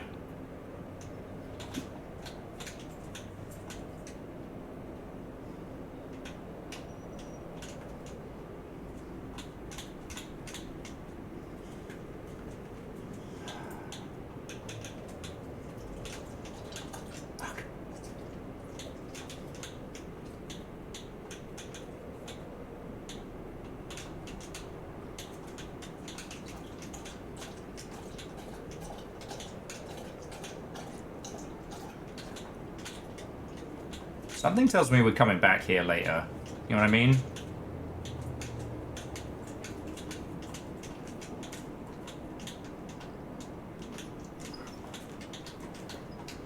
What's up, big girl? Hello. Hello, River. Yours. Hello. What do you need? God. I was so in the fucking paint. River's like, pay me attention! Love me. Are you bored? Are you bored? No? Do you need something? Alright, let me... Yes, I know. Let me make sure River's got food and snacks and whatnot. Like, I got her out at 8 o'clock, so she's still good. Are you just thirsty? Are you hungry? Are you thirsty? Are you sleepy?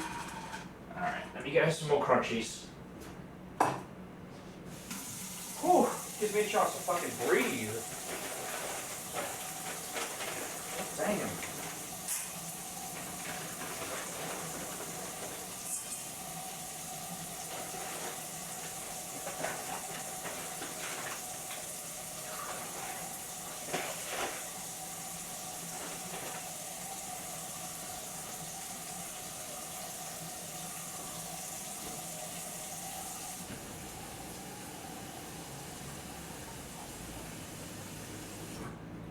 So yeah, friends, something's telling me that we've come to a place a little early.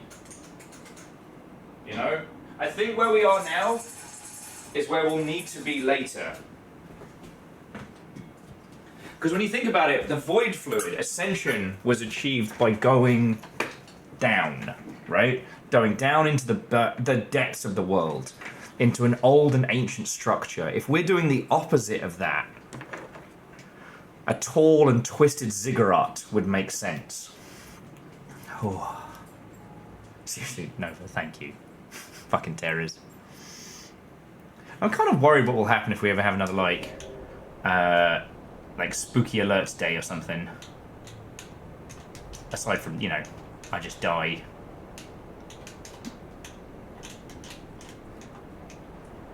I'm trying to get as high up as I can before we get crushed, just because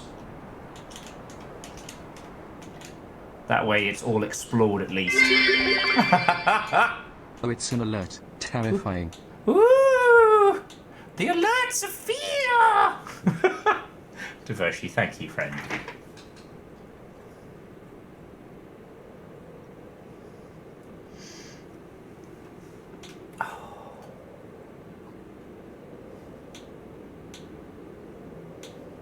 Bugger! I can't even throw our little selves off the edge. There we go. Okay. So yeah, it really feels like we've come somewhere we're not supposed to early. I just keep thinking about this whole structure. Outer Rim we can only get to Outer Rim from unfortunate evolution. That cold storage, as fucked up as it is, still has an echo within it. Also, the rot doesn't circumvent the echo. Because Sunlit Port wasn't always corrupted, it became corrupted. And I don't know if the corruption is something that we've done or is a progression of the story or what have you. Oh, numbers! Sorry about that, friend. I mean, fuck you for making me do shark facts, but... Okay. Bastards. Dogfish were named by fishermen who thought their teeth resembled those of dogs. Dogfish are sold for food in Europe as rock salmon or huss, and in Australia as flake. Cool. 2 shark facts. Thanks, I hate it. Oh, now we're on the big bastards. Ugh. Plankton eaters! The 3 largest fish in the sea, the whale shark, the basking shark, and the megamouth shark, fuck you guys, are all harmless domicile creatures.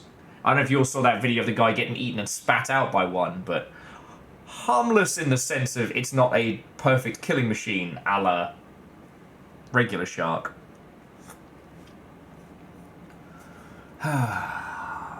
All have more than 1,000 gill rakers that strain current for food. Will Sast numbers. This was a miscalculation on his part. Thank you, Divershi. That was very good. I understand I'm getting myself into trouble right now, but it was very good. They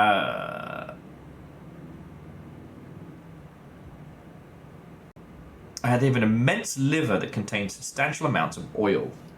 There's plankton facts here. Plankton is made up of floating plants and animals that are unable to swim against the ocean currents. A few of these animals, such as jellyfish, may be big, but most are tiny. Some, such as the larvae of crabs and sea urchins, are only part of the plankton soup for a short time before growing into adult animals. Say that's 2. Alright, 2 more. Fuck you guys. The basking shark can measure more than 10 meters in length, weigh more than 6 tons. They're called basking sharks because they look as if they're sunbathing, and they slowly swim to the surface, filtering for food. That's 3. Basking sharks do the same action to feed as breathe. Bars of cartilage in the throat support the gills and gill rakers. Water flows into the mouth, where it is strained through the gill rakers to filter out food particles, then pushed out of the gills where oxygen and carbon dioxide is exchanged. Boosh! That's 4. Was that 3? Lost count.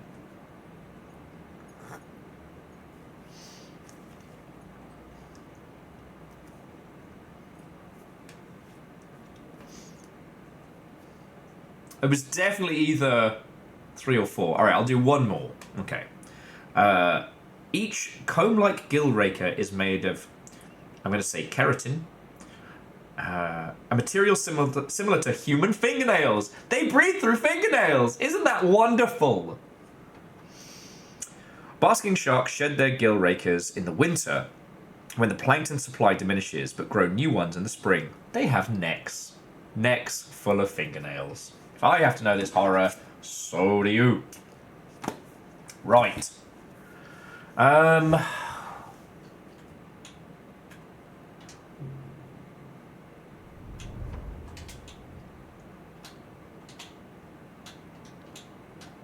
one thing that's worth mentioning, and again, I don't know how many of the Rainworld squad are in tonight, and we didn't really talk about this the other day, but it is something that's been mentioned, and that's that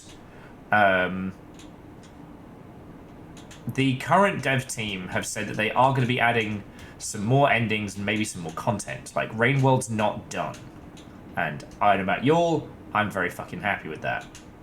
Oh, fuck. Sorry, I need to commit to the grab better. You know what? And I think I'm supposed to use... I think I'm supposed to use the, like, the end of cycle nonsense to get there, but... Well, I'm glad you're enjoying it.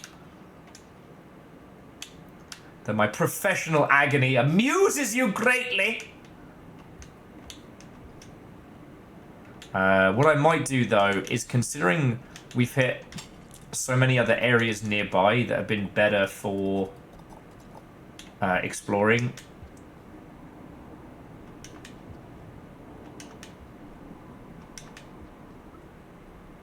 We'll get some not so tasty popcorn in us.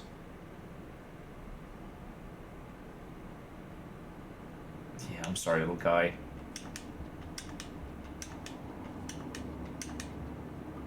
Because we can definitely get a few of the weird stuff on the way.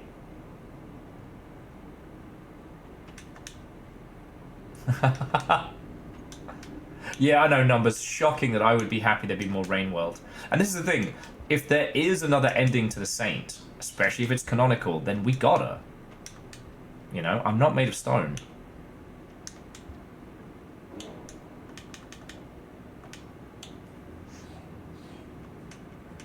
Because I enjoyed the Pearl Cat, it just got a little bit too much all at once, and we had a lot of other games at the same time.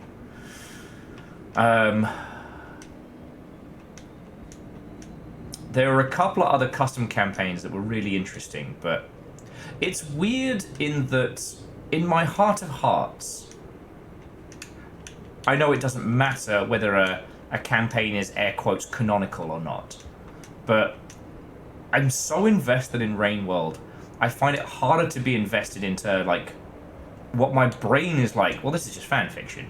Which is silly, right?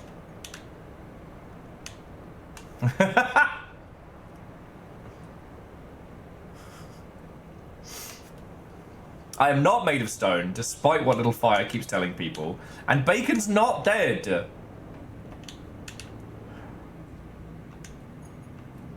Cretins, a lot of you. A lot of you!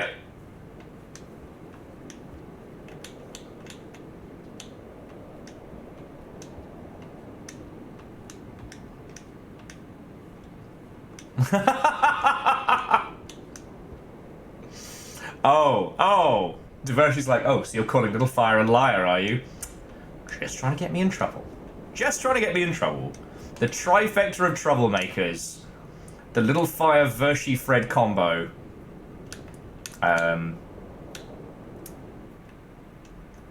Which does actually sound like bomb-ass house fried rice.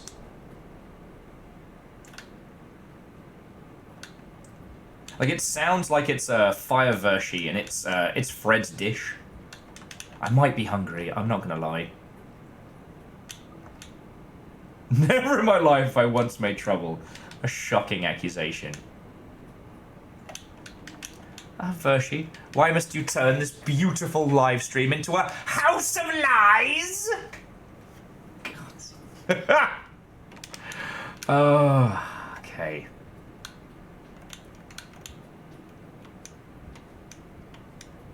It's so weird. I really should bring our adventures to a close soon, but I'm not going to.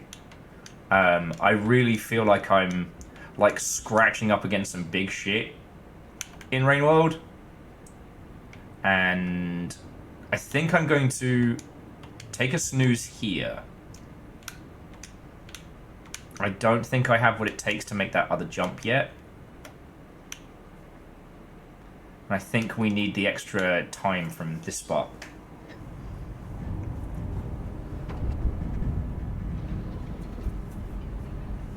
Oh, no! General Verdant. General Verdant. You get a rank now. What has happened? Sorry, Verdant just posted. Have you checked General? Oh, Kitty!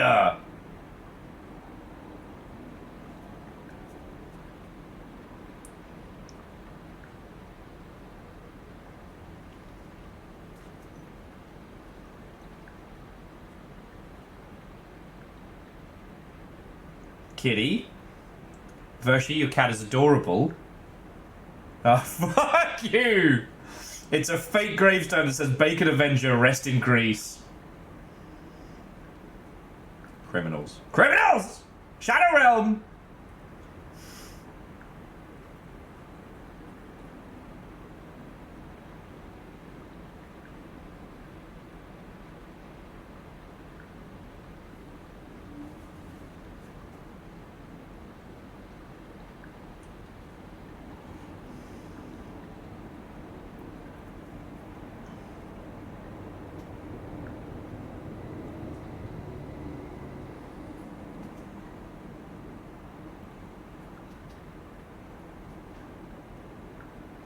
Sorry, bear with me just a second, dear friends.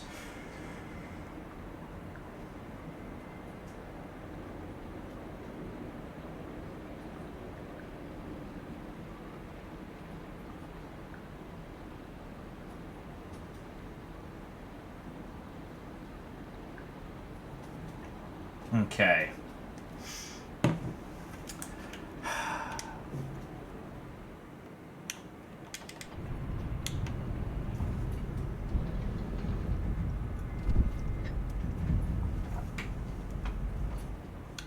So something else I noticed, all of the, well, I'm going to call them karma symbols because we don't know better.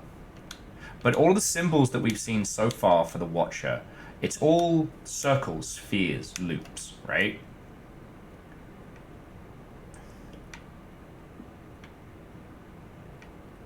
Rainworld is a story about, you know, leaving cycles behind.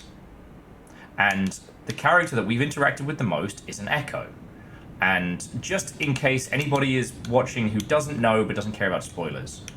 So Echoes are people tethered to this existence, right? They were supposed to ascend with everybody else, but for whatever reason they couldn't let go. And it's not inherently a negative thing. Most of the people who are tethered to this are tethered to, you know, their achievements, the things that made them happy, you know? You know, we interact with one Echo who was a farmer and was so proud of the crops he grew that kept everyone, like, safe and fed, that even though he wasn't the guy, he was happy. Okay.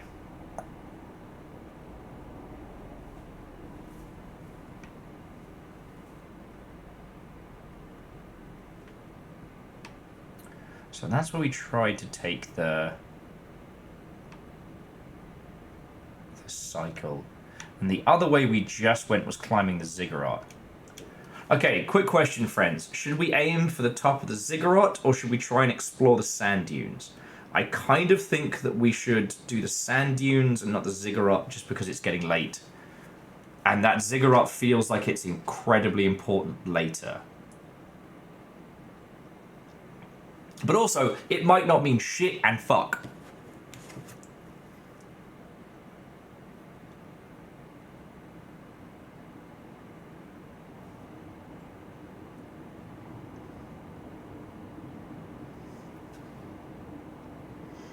Okay.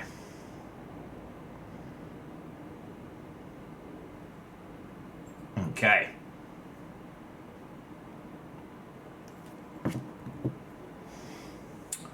Let's do the sand dunes first. Now that we're closer, we don't gotta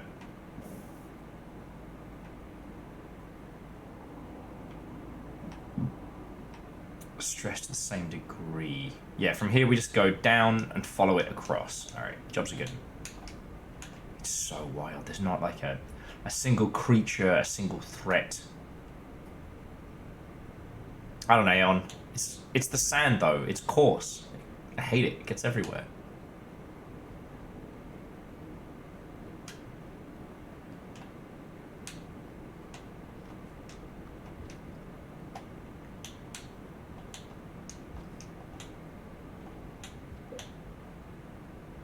Yeah, now I know which way we're going.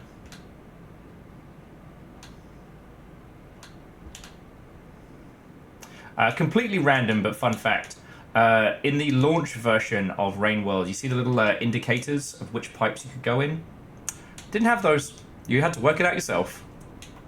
Launch Rain World was a brutal and unforgiving place. And I'm glad... glad I didn't face it down, you know?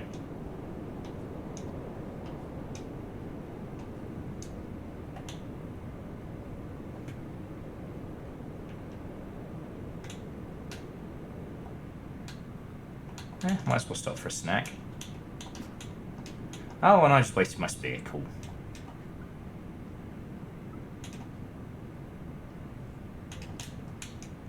Man, it must have been the first time the poor little Slugcats had a full belly in ages.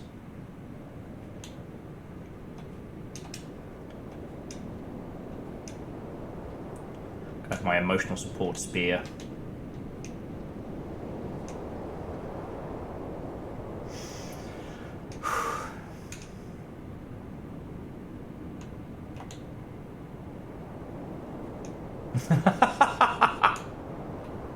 Those little blessable, spherical little Mother Hubbards. Okay, I'm not going to save it here just in case we want to hit the ziggurat. But we can cross the dunes.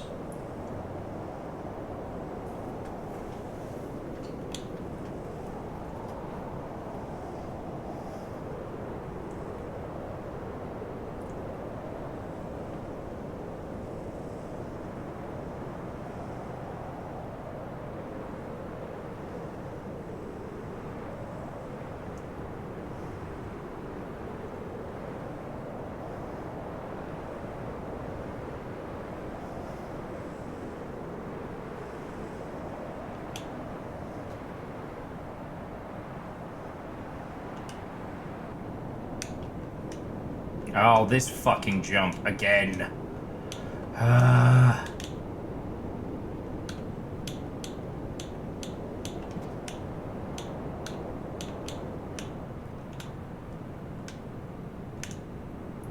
Let's see if I can do this in less than 20 fucking tries.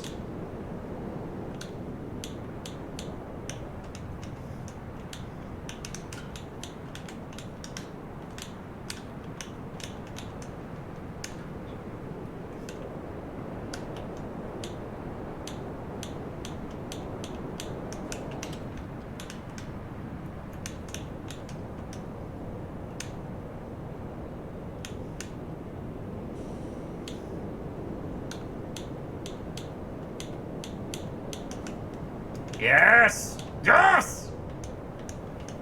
Back of the fucking net! In a totally sensible number of attempts. Let's go.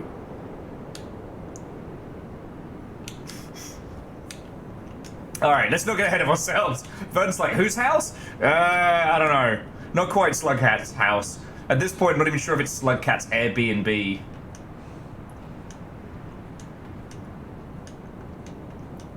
Slugcat's friend who said we could use the place for the weekend if we wanted to.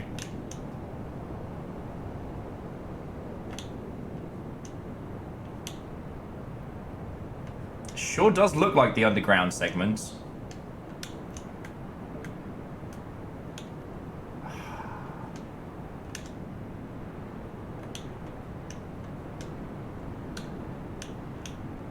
I know Iced didn't make this, but I am tempted to blame them wholeheartedly for this nonsense.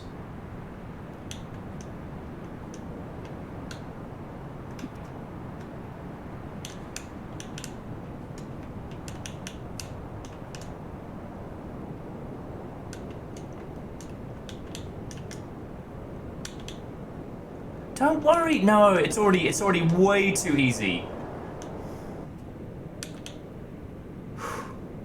I have to kind of like zone out a little just to reach that that flow state. This poor little Slugcat. And this does look like...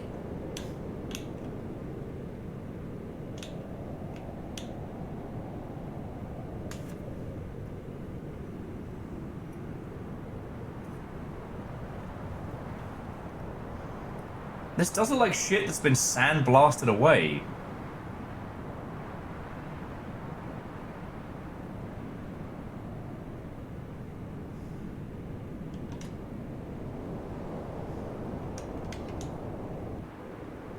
I'm just going to keep going.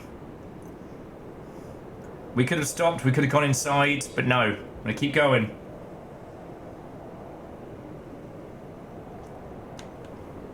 Dice, awesome, but slightly horrifying, you know. A little bit of like, what is dead may never die there, that AIM has been made open source.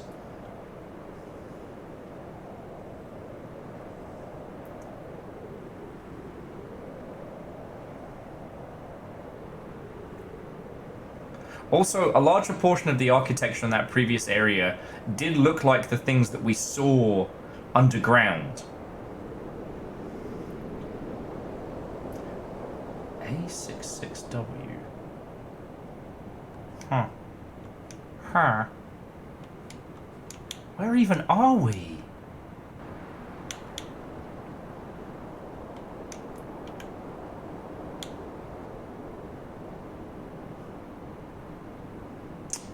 There's the fucking rot.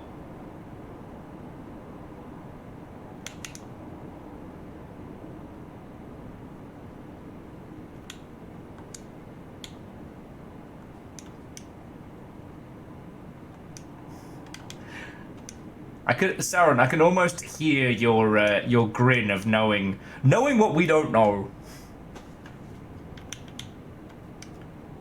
Oh, imagine if just in a massive fucking loop.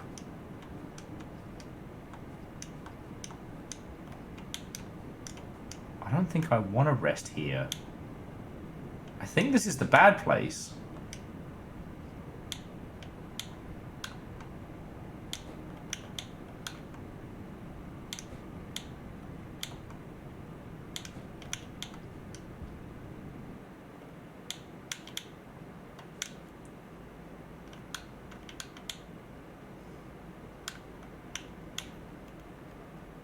Do you know what this fucking reminds me of? This reminds me of the area around, like, Pebs' crashed bullshit. Like, when we came and saw him and he was just in his little crashed space listening to his music, just losing his fucking mind. With his mind already gone.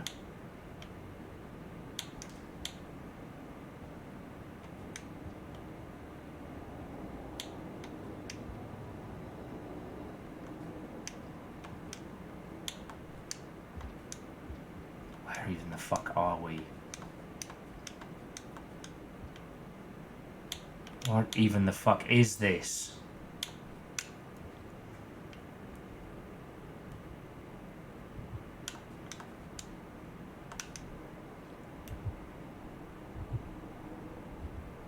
Is anyone else hear an unsettlingly beating heart?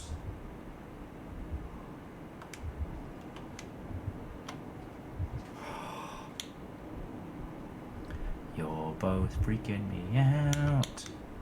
You're both freaking me out. I'm incredibly nervous. Don't grab me.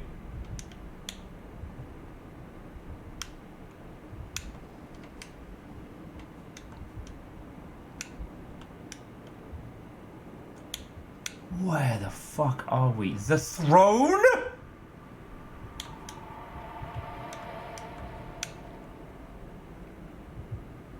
I haven't saved in a long fucking time.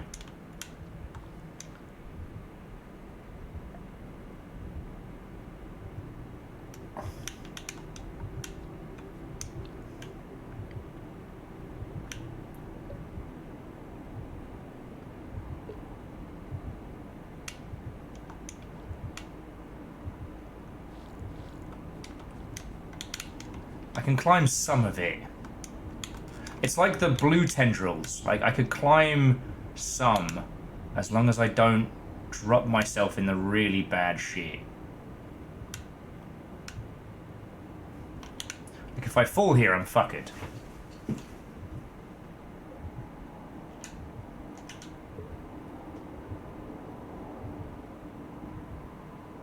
fuck do you mean, the throne?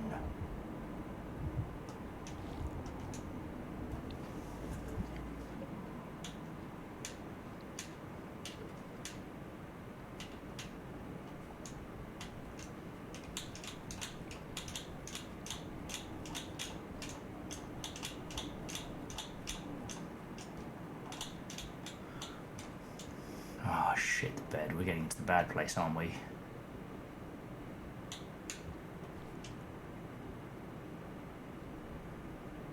Oh, there's so much fucking danger right here.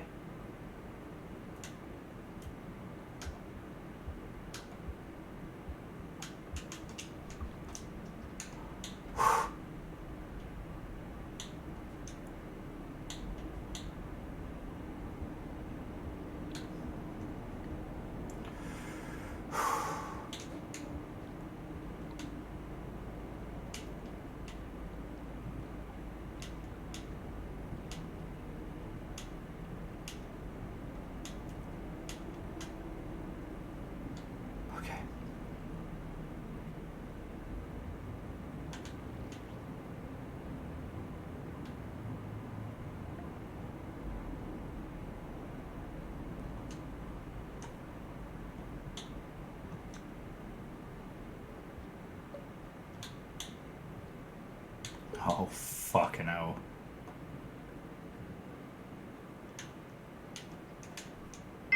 Oh! Piss you! And then the rains came. Actually, the rain timer has completely stopped. Whatever is going on here, we are beyond the rain. We are beyond the downpour. We are here.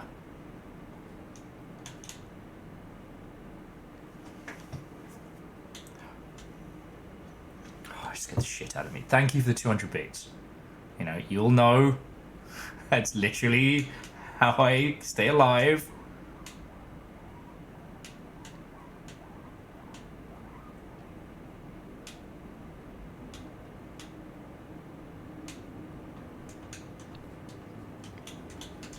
Wherever we're going, this is gonna be fucking bad. I can sense it.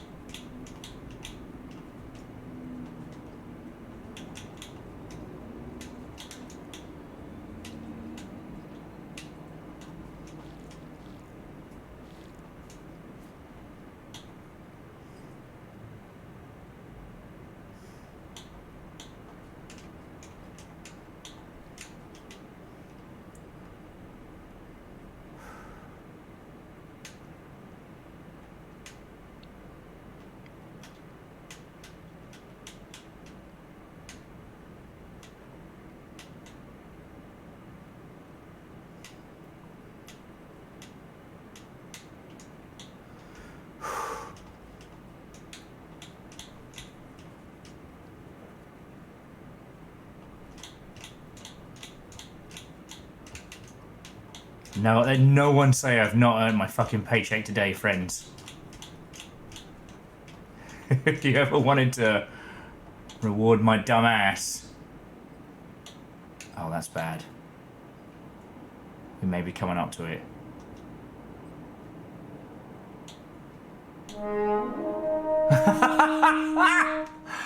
God, I nearly pissed myself. To Morky, Watto and welcome. Hello, hello. Oh, come on in. Come on in. Oh, how are you doing? Okay, look. I'm gonna pause it for a second. I'm gonna pour myself another little. To Fallout fan, I like that. Thank you kindly for the follow. Morky, please tell me about your stream. Tell me what you're up to. Tell me your tales. Oh, God. I'm on tenterhooks. And friends, guess what it is? It's a big red panda. Thank you for the follow as well. Look, to those of you who just joined us, we are playing Rainworld. We are deep in the paint of the Watcher. I don't know enough to know whether we're in Spoiler Town or Freak Out O'Clock or what have you. I'm having an excellent stream. To the Fallout fan, thank you kindly for asking. But I just handled this previous section without saving. Because I didn't think we'd be going this hard. I didn't think we'd be getting to Cool Kid parts. I didn't save because I didn't think I need to fucking do it. So I have just white-knuckled our way up this insidious, venomous, consuming rot. And I am about ready to have a small aneurysm. Thankfully, by the power invested in me by Trader Joe's box sake, which is actually really good. I'm making it through. Okay. Babies. Okay, so Morphe was on Absolver, love it. One of the most fascinating combat systems. Unbeatable, that's a new one with that gorgeous art style. And Crab Champions. I think a friend of mine is on that one. Because there's Crab Champions, Fight Crab, and then there's like Crabble Royale. There's one more. So I get those ones kind of like mixed up in my noggin.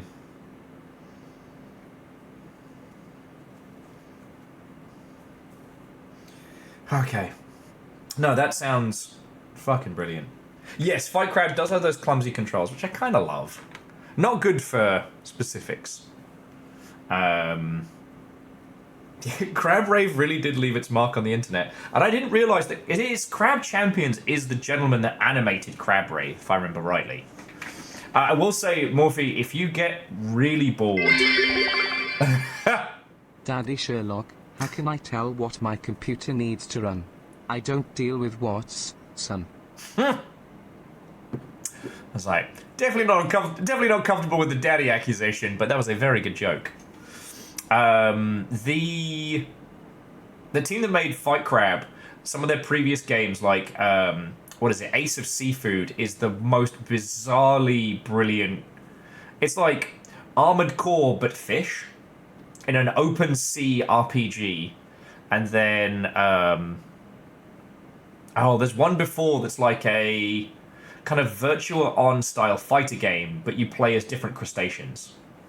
Yeah, no, Morphe, absolutely have a look at their back catalogue, because, like, joking aside, the Fight Crab team made a really good job of taking, like, stock fish assets and making good games about them. Oh yeah, Big Panda, you're in giant robot territory. Sorry, I'm using this as a breather with whatever we're about to bump into, but, so, hi, I'm Will. If we haven't met, it's lovely to meet you. I've worked in video games for a decade. I stream for a living. I'm a fanatic of Rainworld, as you can see every Slugcat plush and this guy The Teenage across Mutant the... Ninja Hey! Turtles, our 4 reptilian heroes, have overcome the arch villain Shredder. Fearless, you fucking legend. Thank you. Fearless, gifting subs to the crowd like there's no tomorrow. Hitting the Dreamer, Fire Wolvar, the GMP, Fragar, and the Fallout fan. Slugcat tattoo, the whole shebang. But also, I'm a huge fan of giant robots. That stack of boxes in the corner that goes up to the ceiling, that's my Gundam back catalogue. Yeah, I love Rainworld like the English love gin. Questionably and far too much. That is fair. It's actually they're all small robots. I don't have actual giant robot money. I'm sorry to deceive you this way.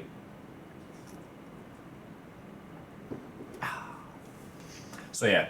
Now, Morky and everyone, does anyone here not know Rainworld? Does anyone want a quick primer? Because we might be about to stumble into spoilers. We might be about to just get fucking murdered with no hesitation. The hubris counter is how many times I've died because hubris kills me. Okay, so I will highly recommend to you Rainworld, but I'll say this first. It is a game that takes patience. There's nothing else like it. It looks like a cutie patootie platformer. It looks, from the art and the screenshots, very cozy core. It is absolutely the fuck not. It is a ecology simulation game. You play a Slugcat, a very clever, very resourceful, but mid to bottom of the food chain creature trying to survive this post-civilization world. All of the creatures and flora and fauna in it are very simulated. And it is less about learning, like, masterful platforming and more about learning how the creatures of this world live together and how to survive it.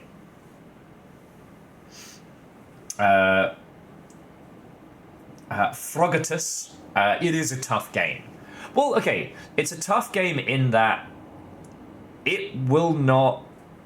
It is an ecology sim, and the ecology doesn't care. Lizards got to eat, vultures got to eat, scav's got to scav, right? You have to learn the world. Once you find yourself in harmony with it, it's not that difficult. There are some tricky parts. But that's the bit that throws everybody off, right?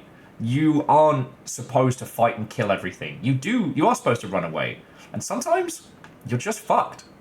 It's tough but fair. There's no surprise bullshit. Okay, there is. They're called drop wigs. But if you know how to look for them, they can still fucking kill you because they're assholes. This game was originally a Kickstarted game published by Adult Swim, and it has grown to be one of, like, the great classics of our time. Oh, I shouldn't say great classics. This is the epitome of a cult classic. Those that love Rainworld love Rainworld. And if it resonates with you, it will be a game that you love forever. So yeah. We are currently playing the... Well, Frogus likes Barony. Oh, you'd be fine. Yeah, Firewolvar, the pole mimics. This has the most insidious mimics of any game. Dark Souls ain't got shit on this for mimic villainy. But that's another story. The story of Rainworld is interesting because each Slugcat has its own story, its own campaign. But the story of Rainworld as a whole... God, it's so much. Yeah, Big Red Panda. I was on... I see you played Rome 2. I was at Sega for Empire and Napoleon, and I was at CA for Shogun 2, Fall of Samurai, Rome 2, and Attila. I was next to Joey on Total Warhammer, but I didn't work on it directly. Like, I wouldn't take credit for it, you know what I mean? And yes, I'm also canon in the Sonic universe. Let's just get that one out there. So yeah, for those of you who wish to stay, I don't know what we're about to see. You know, Sauron and the peeps that know have been very kind to not spoil it. So, yeah. But yeah, Panda, my CA NDA ran out, so if you ever want to ask anything, I did a tell-all stream of Rome 2, and no one came and asked me any spicy questions. It was like I held a press conference where I was going to reveal where the bodies were buried, and the only people who showed up was, I don't know, 2 webcomic artists from down the road. Oh, sorry, Vern, you are correct. It's actually called Total War Hammer. No, I haven't done the Roman outfit one yet, but that will happen. Well, Fearless, in Horsham. That's where CA is. All right, friends. If you're sticking around, brace yourself. But yeah, all of you that just joined us, if you ever want to talk indie games with giant robots, that's what I do.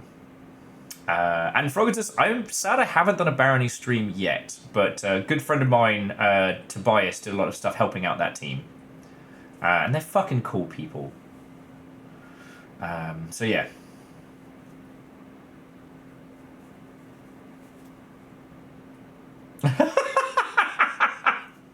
Sorry, just before you kick off, Panda says, I have 0 questions at the moment, but I would love my 4K hours in your creations that you've taken from me.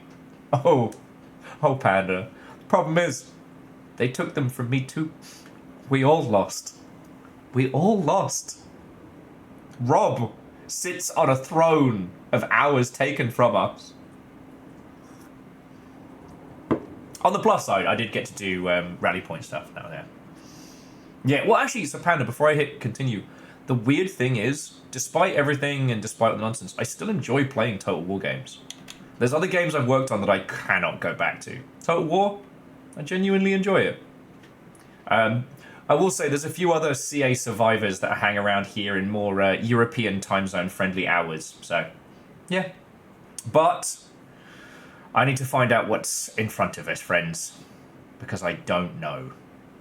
So, if you are skipping out to avoid spoilers, I completely understand. Thank you. It's lovely to meet you.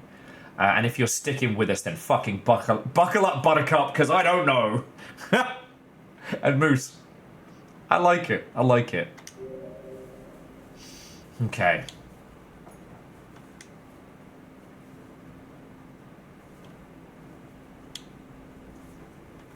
Oh, cool. Alright, well, let's grab the Karma Flower just in case.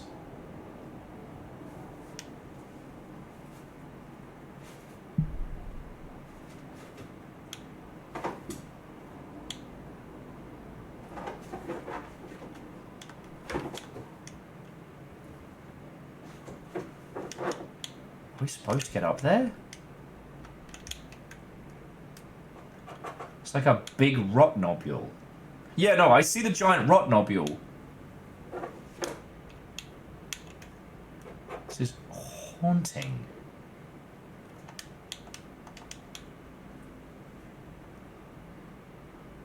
Doesn't that look like the fucking Ascension Cross?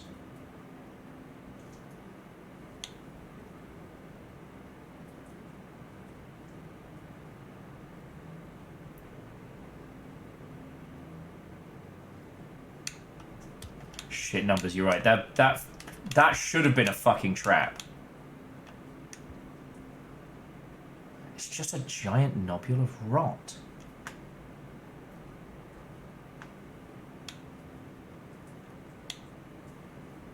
I guess we teleport out?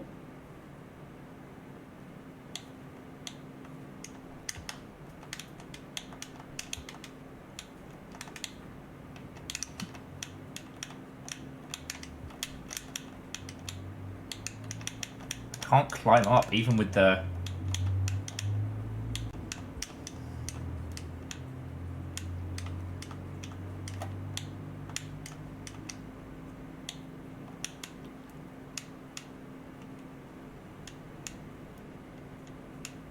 This seems like a really stupid idea. Why am I doing this?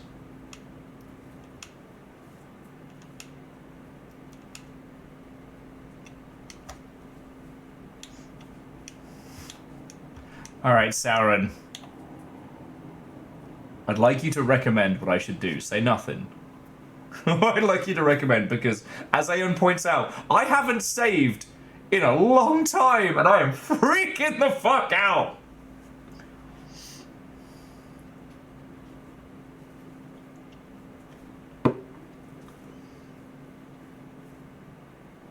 I used up my spear.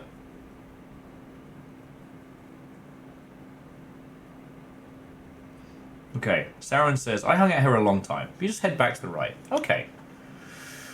Okay. But it also, notice the cross on its face. Notice the cross there. That's the symbol for most ascended. Like, that's the symbol that is acquired. Okay. Now we begin the long, slow return.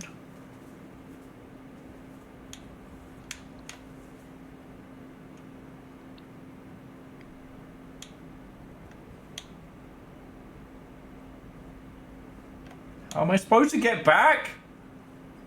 Did I miss something? Oh, I did. Oh, but those are covered in weird fuckery.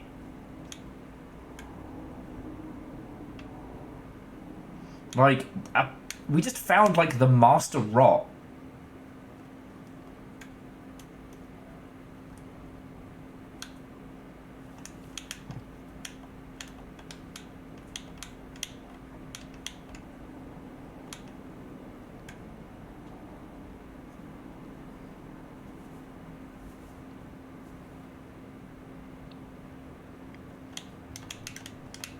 Okay, don't climb into the fuckery.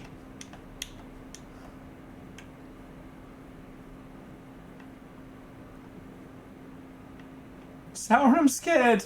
Sauron, I'm scared and I don't know what to do. I don't know what to do. No shit, look! No, Numbers is right. They're the fucking karma symbols. It's grown its own fucking karma.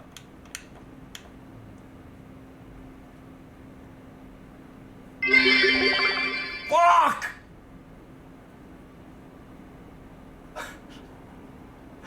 Okay. Okay, Divershi. There! Barrel roll, done. You're doing good, but I'd say head back a little more. Okay, Sauron, just like straight down the path we came in. The other paths look like they would lead me into misery and death. Okay. And Sappho, how was it? Tell me your tales, friend.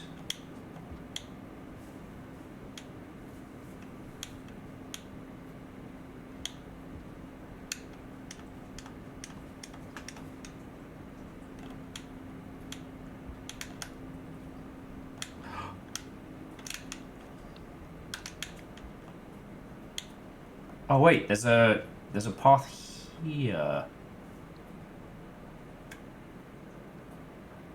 Are those traps? Okay, we came from below. Sauron, I'm so fucking nervous right now. Just gonna throw this out there. This feels like a digestive tract. It fucking does. But also, each of these different spots on it represents the different karma symbols. For those of you who don't know, I was gonna get these fucking tattooed on my hand, but I ran out of cash. Well, okay, no, I didn't run out of cash. I spent it on, you know, important things. Numbers, thank you for the bits. Scared the fuck out of me. Okay, Sauron, I'm gonna just keep heading the way I came. Unless I need to go into this thing here. When you listen to good music after a meal, is that a digestive tract? Ha! Like that.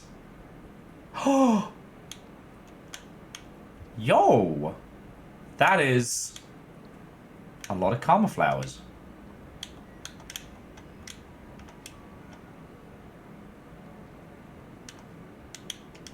That's a lot of karma flowers.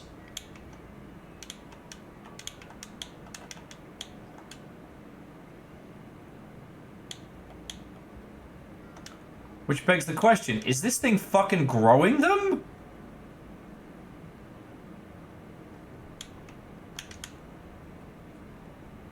The walls are lined with death. Just in case that wasn't really fucking evident. Okay. This is all horrifying.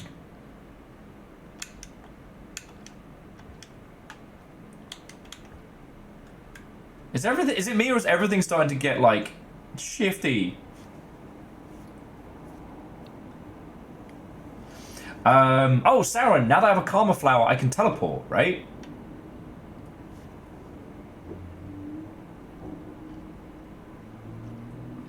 And Saphiro, I will definitely natter with you about that, because I want to give that a try in the future. It'd be a great thing to play with people here. I'll see if I can get a squad together one Saturday or something, but... what someone said about Pebs' body rotting when trying to ascend. Is this it? Alright, Sauron, I'm going to try and teleport. Should I do it here? Should I do it back up in one of the areas?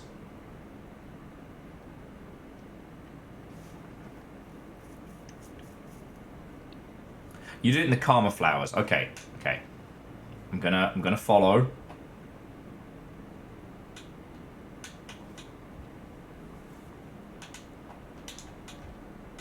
Okay, hold up and ascend.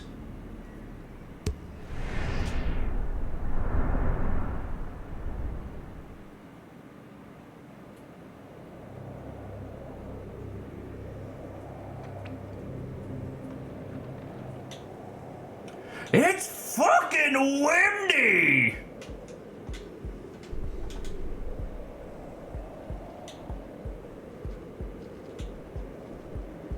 Alright, you two can fight over pieces. A lot of big greens here.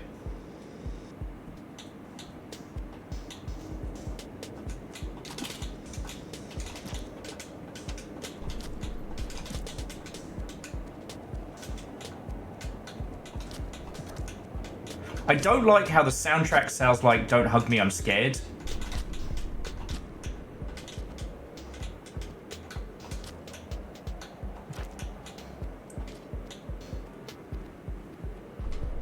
This is what I sound like when I'm being creative. Why is that bug Scooby-Dooing me?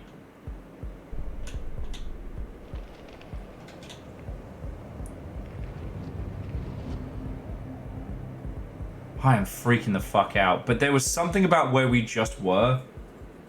It was... oh. Nani? Okay, Saren, on the spoilerific track, what the fuck do I do with those melons? Okay, I understand I probably could have phrased that a lot better, but you know what I mean, and they are driving me loopy.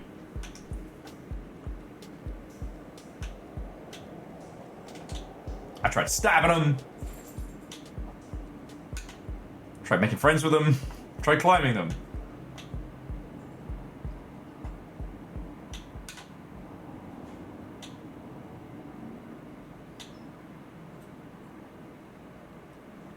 Ah, so you grab them while falling.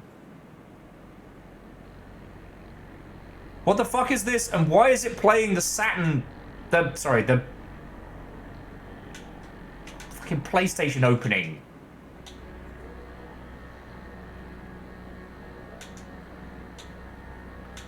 Where are we? What is going on? I haven't saved yet!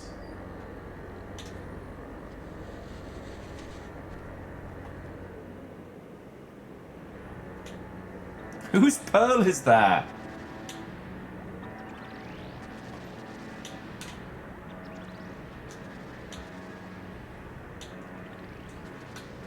We're absolutely gonna have to do this shit again. Okay, Nova, numbers, point. I can't blame anyone else. What the fuck?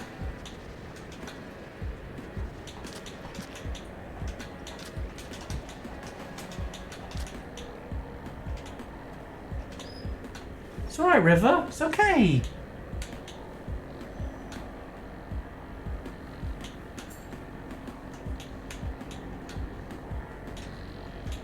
Like, this is some proper, like, exit planet dust nonsense, and I'll be honest with you, I'm kind of living for it right now.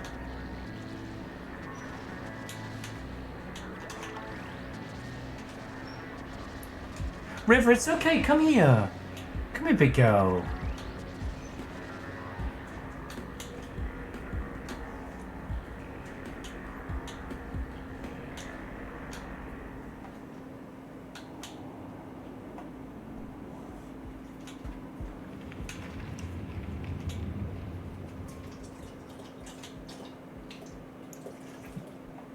Here's the thing, should we jump in the next portal? Should we continue to this place that we've just found? I guess we're portaling.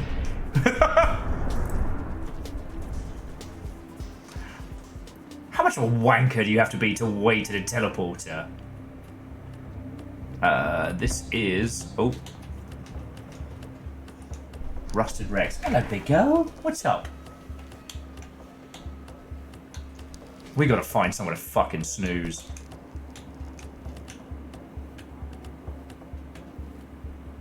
I feel like I'm having a fucking panic attack. The video game. I forgot I can hide.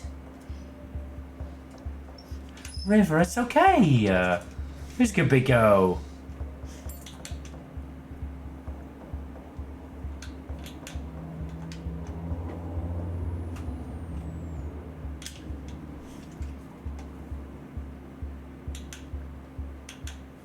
Like, what have I unlocked? Where have I been? I know, River, I know. Get fucked. Let's see. Don't think you're my buddy here, Popbug.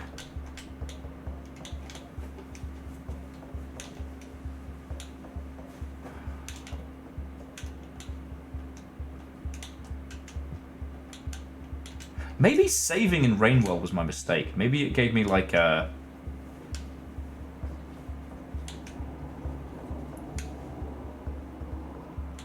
safety net I didn't need.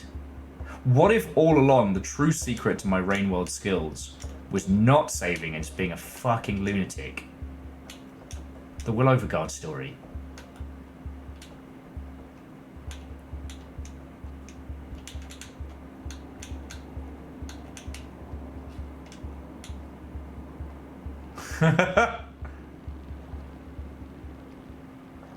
Ugh.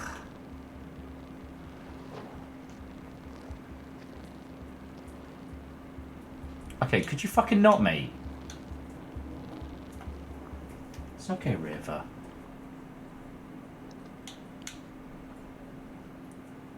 I don't know where we are. I don't know what's going on.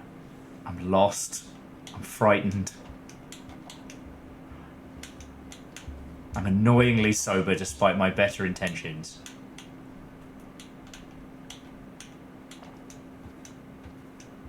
We've seen something. Like, Sauron, you helped show us something fucking scary there. The karma flowers growing in groves.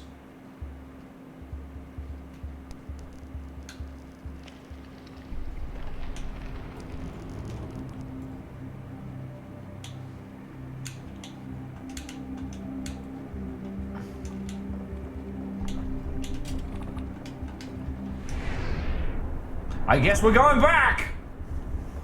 Fuck me.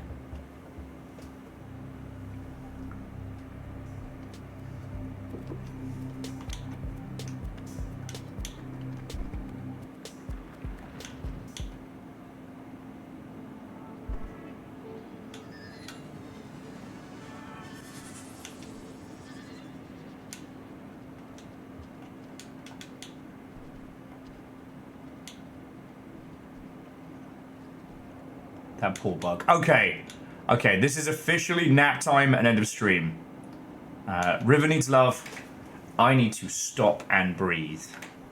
But yeah, friends, if ever there was a time I earned your patronage and your support, I think it's tonight, because I did all of that last fucking hour on no save, no safety net, no nothing.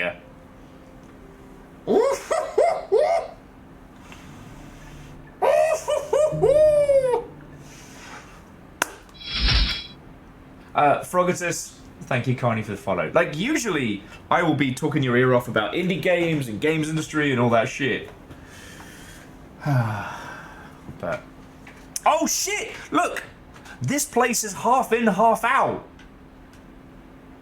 Desolate Tract, Rusted Rex, Unfortunate Evolution. Wherever we went, it's not even listed. Divershi, thank you. Seriously. God, I'd say I'm going down the pub later, but I actually have to get more work done. And I think Madam Ski wants her next trundle. Because I thought I took her out at like, what, 8-ish? Okay. So, friends, villains, Longshipians, and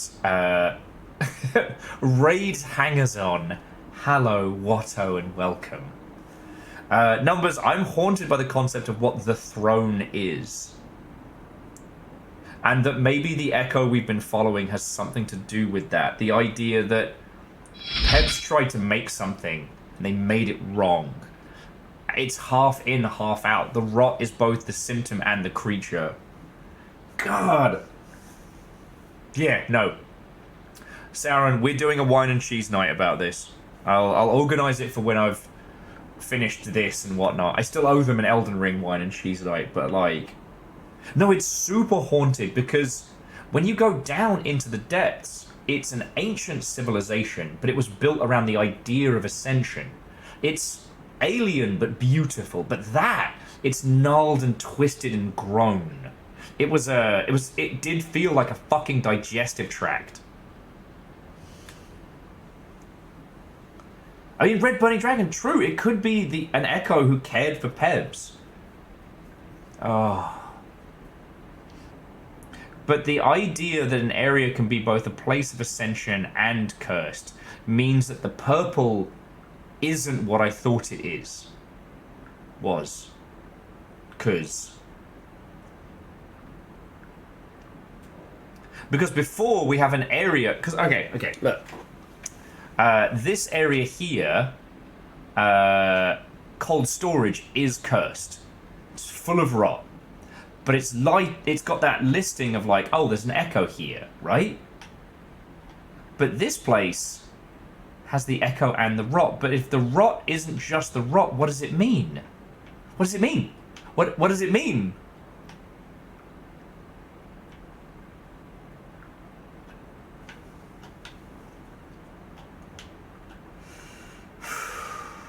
So, friends, I'm going to roll credits. I'm going to say my thank yous. Please stick around because I'm sure I can find a lovely person for us to raid into. Because there's like 50 of you here. Oh. Sorry.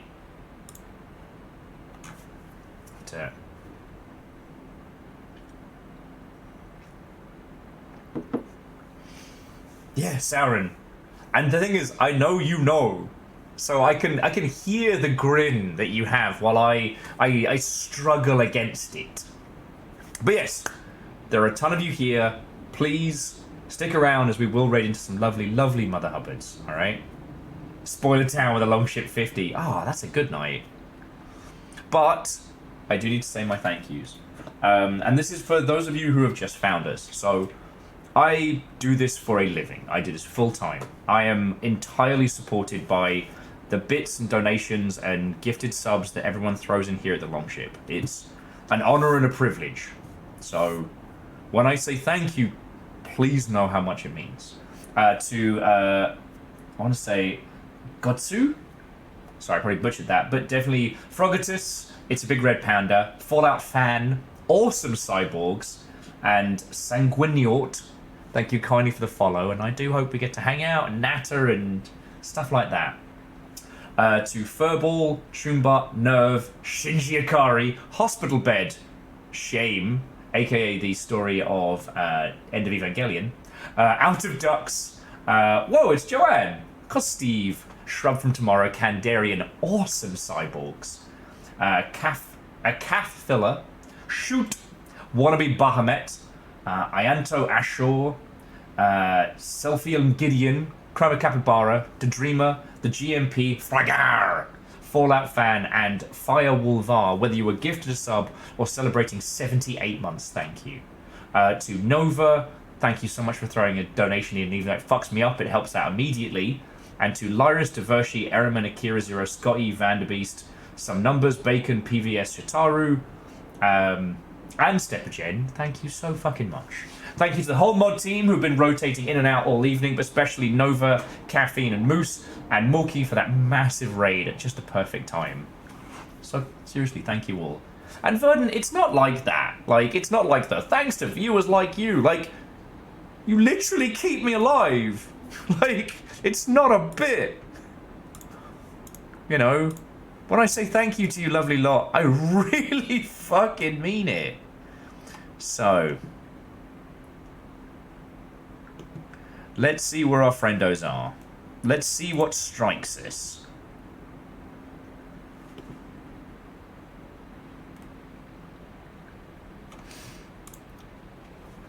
Just got to quickly trundle through varying ads.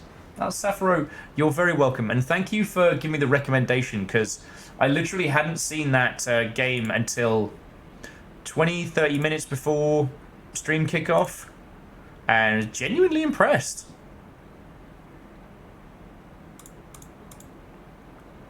I'm just looking to see which of our lovely friends is still kicking and still going live.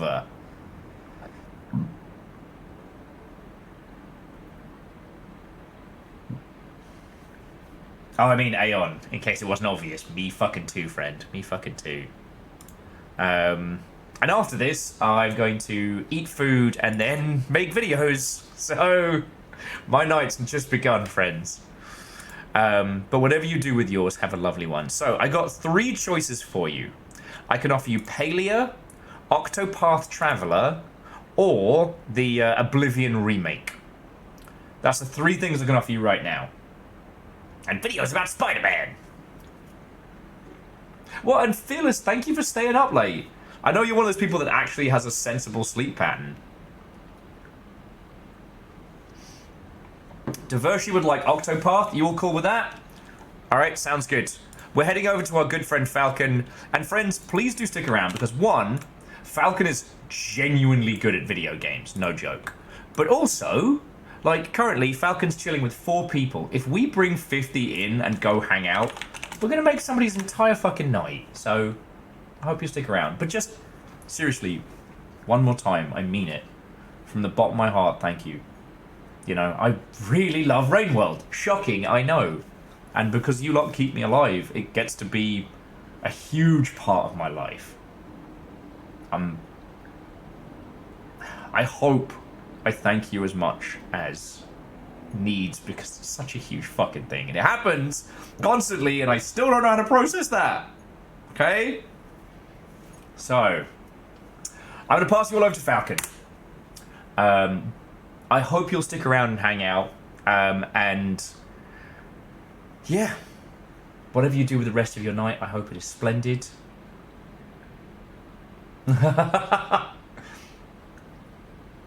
Sensible drinking hours. Yeah, let's say that.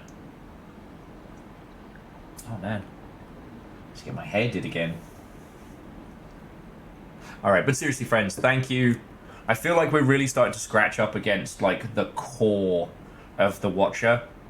And, oh, I can't wait. I can't wait. It's so good. We saw some shit. So good. Okay. I would say I'll try and see you all on Discord tonight, but I have to bust open a bunch of boxes and look after the best dag in the whole wide world, so. Oh, Kakazi, thank you. And Saren, thank you. It's an honour and a privilege to have you lot here and hanging out. So, cheers. The box wine is already done, I think. Alright, if you're coming back tomorrow, tomorrow will be Dread Delusion, and Friday will be a spot of Sea of Thieves. So yeah, to be continued, friends. To be continued. Get 2 cheers from me. Decadent.